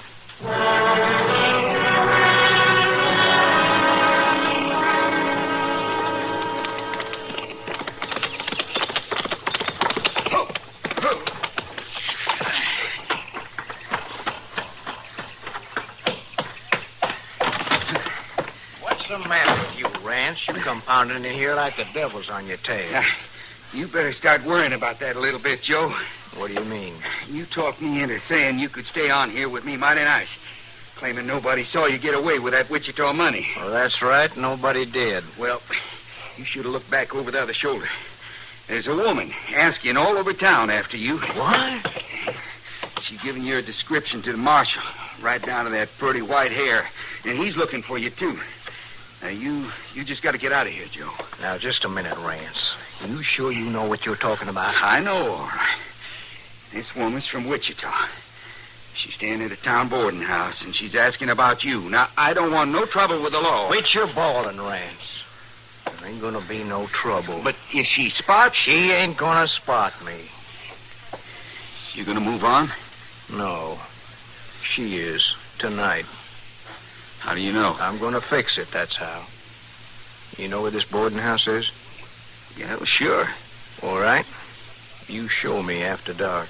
But now, you ain't gonna do nothing... You want her to show me to the marshal? Well, no. Well, then leave it to me.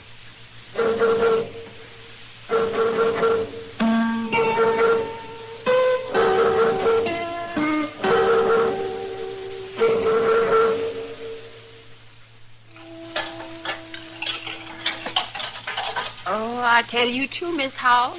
Tain't often one of my lodgers takes it in mind to help out with the chores. Oh, I'd sooner not have idle hands, Mrs. Smalley. I am grateful to you.